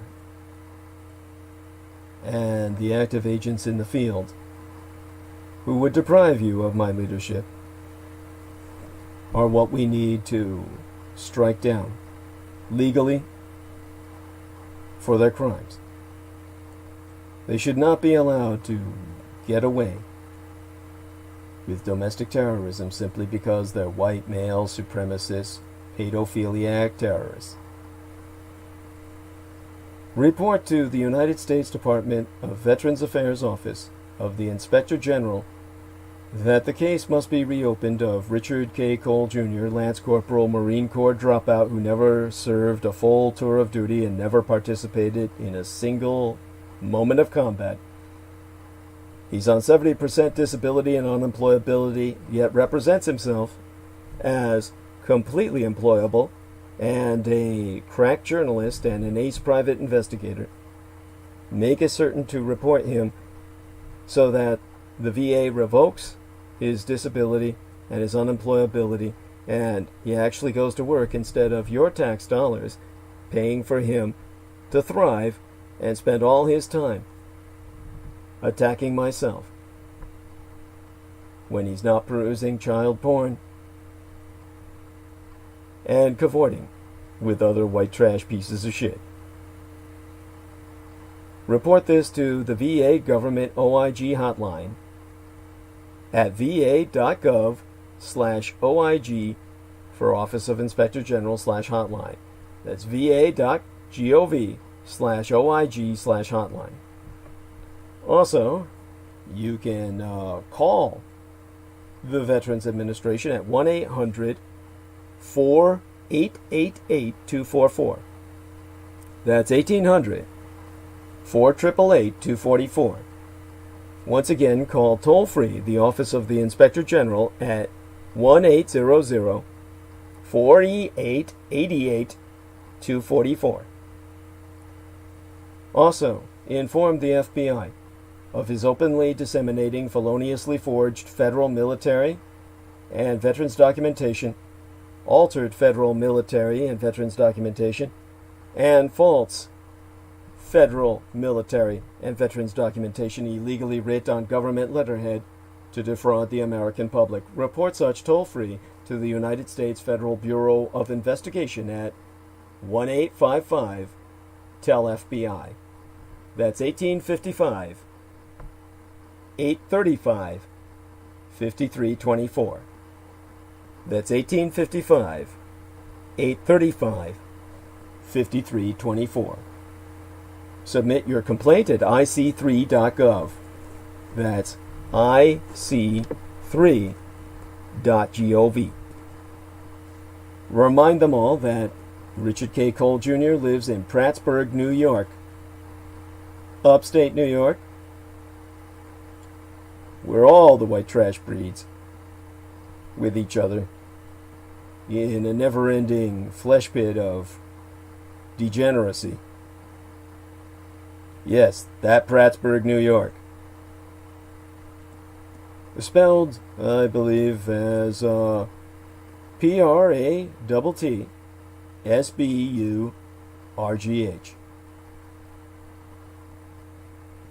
All right, this be Mein Kampf, fighting on your behalf.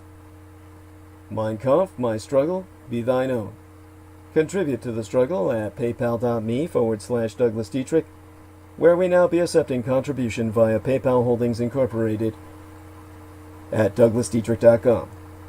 And in all due acknowledgement unto our own personal hero, we asketh of everyone moral and our fiscal support on behalf of our dearest English brother in battle, John Henry McMills Warrington, whom you can friend and follow via his Facebook Incorporated timeline at facebook.com/John.War. And of course, subscribe to his YouTube channel, The Maggot Channel, at youtube.com/C/Maggotour, at MAGGOTAUR, he being the property manager thereof, who also serves as Team Drax, Dietrich's or Dragon's Ultimate, post-episodic producer, and our final productions archivist at douglasdietrich.com. For were it not for he, nigh all videographic works of the internationally recognized renegade military historian would have been lost. So if financial aid no be prohibitive per budgetary constraints, electronically relay thy assistance, monetary assistance, via PayPal, where you can donate to the Maggot Man, aka John Warrington, by clicking send on your PayPal account page and then entering his email address, john_war@hotmail.com. And you can PayPal him at paypal.me/Maggotour, which be spelled MAGGOTAUR. He, of course, took it on his own initiative to download the majority of what I produced on YouTube into his personal hard drive so that we could reconstruct my legacy online when it was scrubbed no less than thrice, 3 times in the past, enabling my legacy to be preserved and providing context for my virtual persona, which interacts with yourself in the data matrix, rendering the Maggot Man, in a very real sense, my creator. And now you too can do your part to help in the fight against total annihilation, which be the ultimate objective of the cultists of the kings of Edom. Spread the word about Douglas Dietrich, that he, the biological son of Adolphus Jacob Hitler, which you can find out more about at douglasdietrich.com/2019/05/08/Douglas Dietrich, son of Adolf Hitler, fighting against white supremacist neo-Nazis. Confer while there a footnote on mine bio, sire, on the homepage of showsdd.com, explaining the meaning behind my father Adolf Hitler's name, the name what made the man, and take it upon yourselves to spread the word far and wide to all and sundry that the scion of Adolf Hitler, Douglas Dietrich, be alive and well and resident in the city and county of San Francisco, and, if at all possible, educate, enlighten, and inform all those you encounter to electronically relay their own contributions at paypal.me/Douglas Dietrich. For people are forever asking, Renegadus humanus arma maza erudicio, the renegade human weapon of mass instruction, what they could do to fight the pedopathophalacracy, such being our present Slavo-Western government by patriarchy of pathological pedophiles. You can all help spread awareness by supporting myself. We have a new contribution page on douglasdietrich.com where you can make a donation online using either thy credit or debit card. Simply go us to douglasdietrich.com and click the yellow donate button. And that will take you to the PayPal page. Go to the red donate button to take you to showsdd.com, where ye can log into my archives. All sponsors will be granted exclusive electronic access to both my videographic and audio recorded archives through to this year, from the 2011th year in our Lord, the very year mine own late and sainted matriarch, the Grandma Dame Diana Lin Suchin Takabayashi Hideko Dietrich, was murdered, assassinated nigh immediately aftermath San Juichi Sensemi, the 3/11 terror attack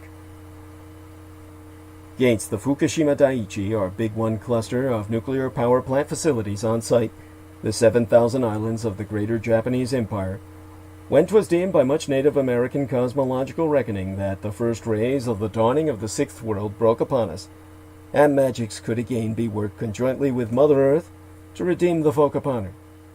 They're not on YouTube anymore, whereon the intra-global crises analyst Douglas Duane Dietrich long ago established his high-profile visibility platform per rationale of personal security by way of public promotion.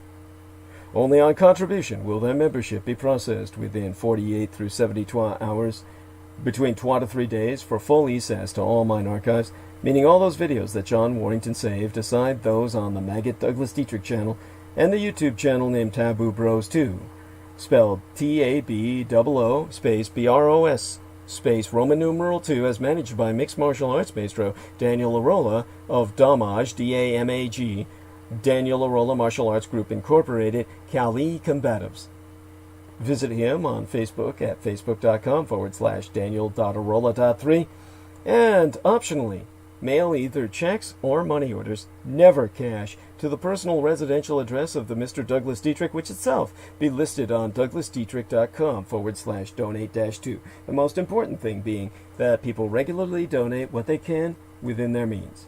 Foremost among Axis Daddy D's donors, aside his mistress and manageress, Selena Khan, be our most beloved greater British brother in battle, the Team Thrax, Dietrich's or Dragons heavyweight lifting keeper of the spirits, and YouTube Bazaar HD managing mixologist, George Edward Knight, whom you can friend at facebook.com/George.E.Knight.7, he being mine own personal hero who has substantially delivered towards my salvation from the streets, and whose self-produced videos entitled How the United States Won World War I and Why We Are Still Legally at War with the Third Reich both be factually substantiated per mine own expositions. You can find them and review them when you subscribe at youtube.com/user/BazaarHD, which be spelled BIZAREHD. And, of course, he has trailered thereon his new production, which is still in production, his project currently under production, The 1,000-Year Reich in Exile, subtitled The Third Reich's Flugelrad and Hanabu Technologies. Indeed, the last Dietrich Guvies, son of Dietrich's or son of a dragon's, pronounced, Anglo-corrupted as Dracula's. Expositions via YouTube would not be possible sans generous benefactions from my listeners on a monthly basis.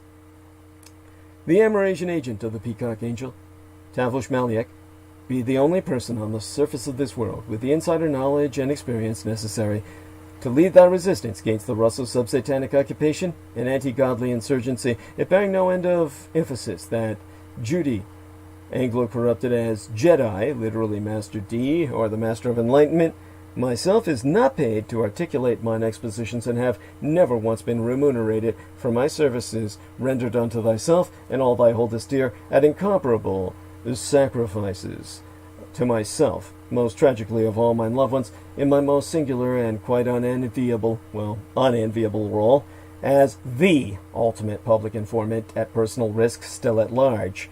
Your taxation cannot support myself, as I be denied access to the United States Department of Veterans Affairs, benefits and or services due dishonorable discharge. So again, go to paypal.me/Douglas Dietrich and enter mine remunerative compensation. The very survival of the human species be at stake, and I am not exaggerating. Do not wait. Donate now. It be appreciated beyond my ability to express in any language. As well, forget not to subscribe to the Douglas Dietrich YouTube channel at youtube.com/C/Douglas Dietrich, and click on that notification bell in order to receive notifications that live streams have started. Even if you be subscribed, you will only receive notifications if you select all in notifications. To reemphasize, subscribe to the Douglas Dietrich YouTube channel at youtube.com/c/Douglas Dietrich. Tune in at 8 p.m. Eastern Daylight Time. That's 5 p.m. Pacific Daylight Time every Wednesday and Sunday. And click that notification bell in order to receive notifications that live streams have started. Finally, most importantly, above and beyond all else, subscribe and support at douglasdietrich.com and donate at paypal.me/Douglas Dietrich. Sponsors will be granted exclusive access to the online archives, including all video and MP3 recordings of Douglas Dietrich from 2011 through to the present by going via the red donate button, to the showsdd.com page where you can log in and subscribe to the archival access as rewarding yourself for contribution. And of course, that brings us to what cannot be overemphasized, the GoFundMe that you can find at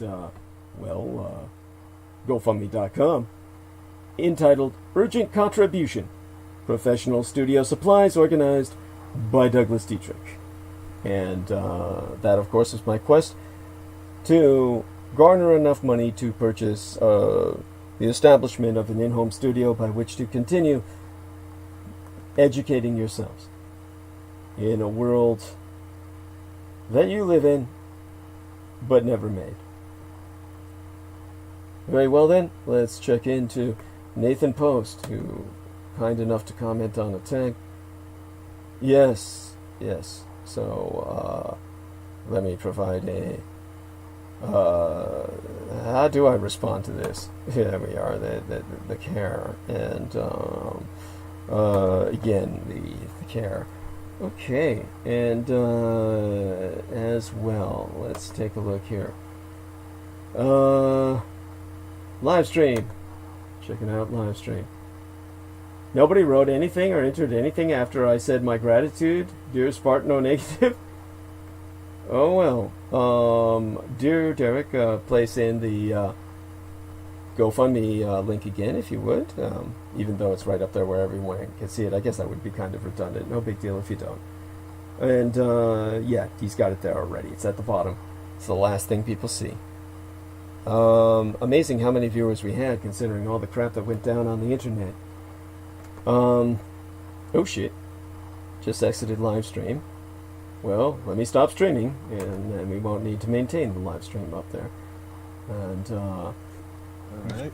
my best be unto all. I'm going to stop the streaming now and say good morning to everyone before Good morning, you wonderful people. Wonderful people. You humans out yes, there. There we are. That was Mr. Sunshine. Yes, that's right. And love you dearly,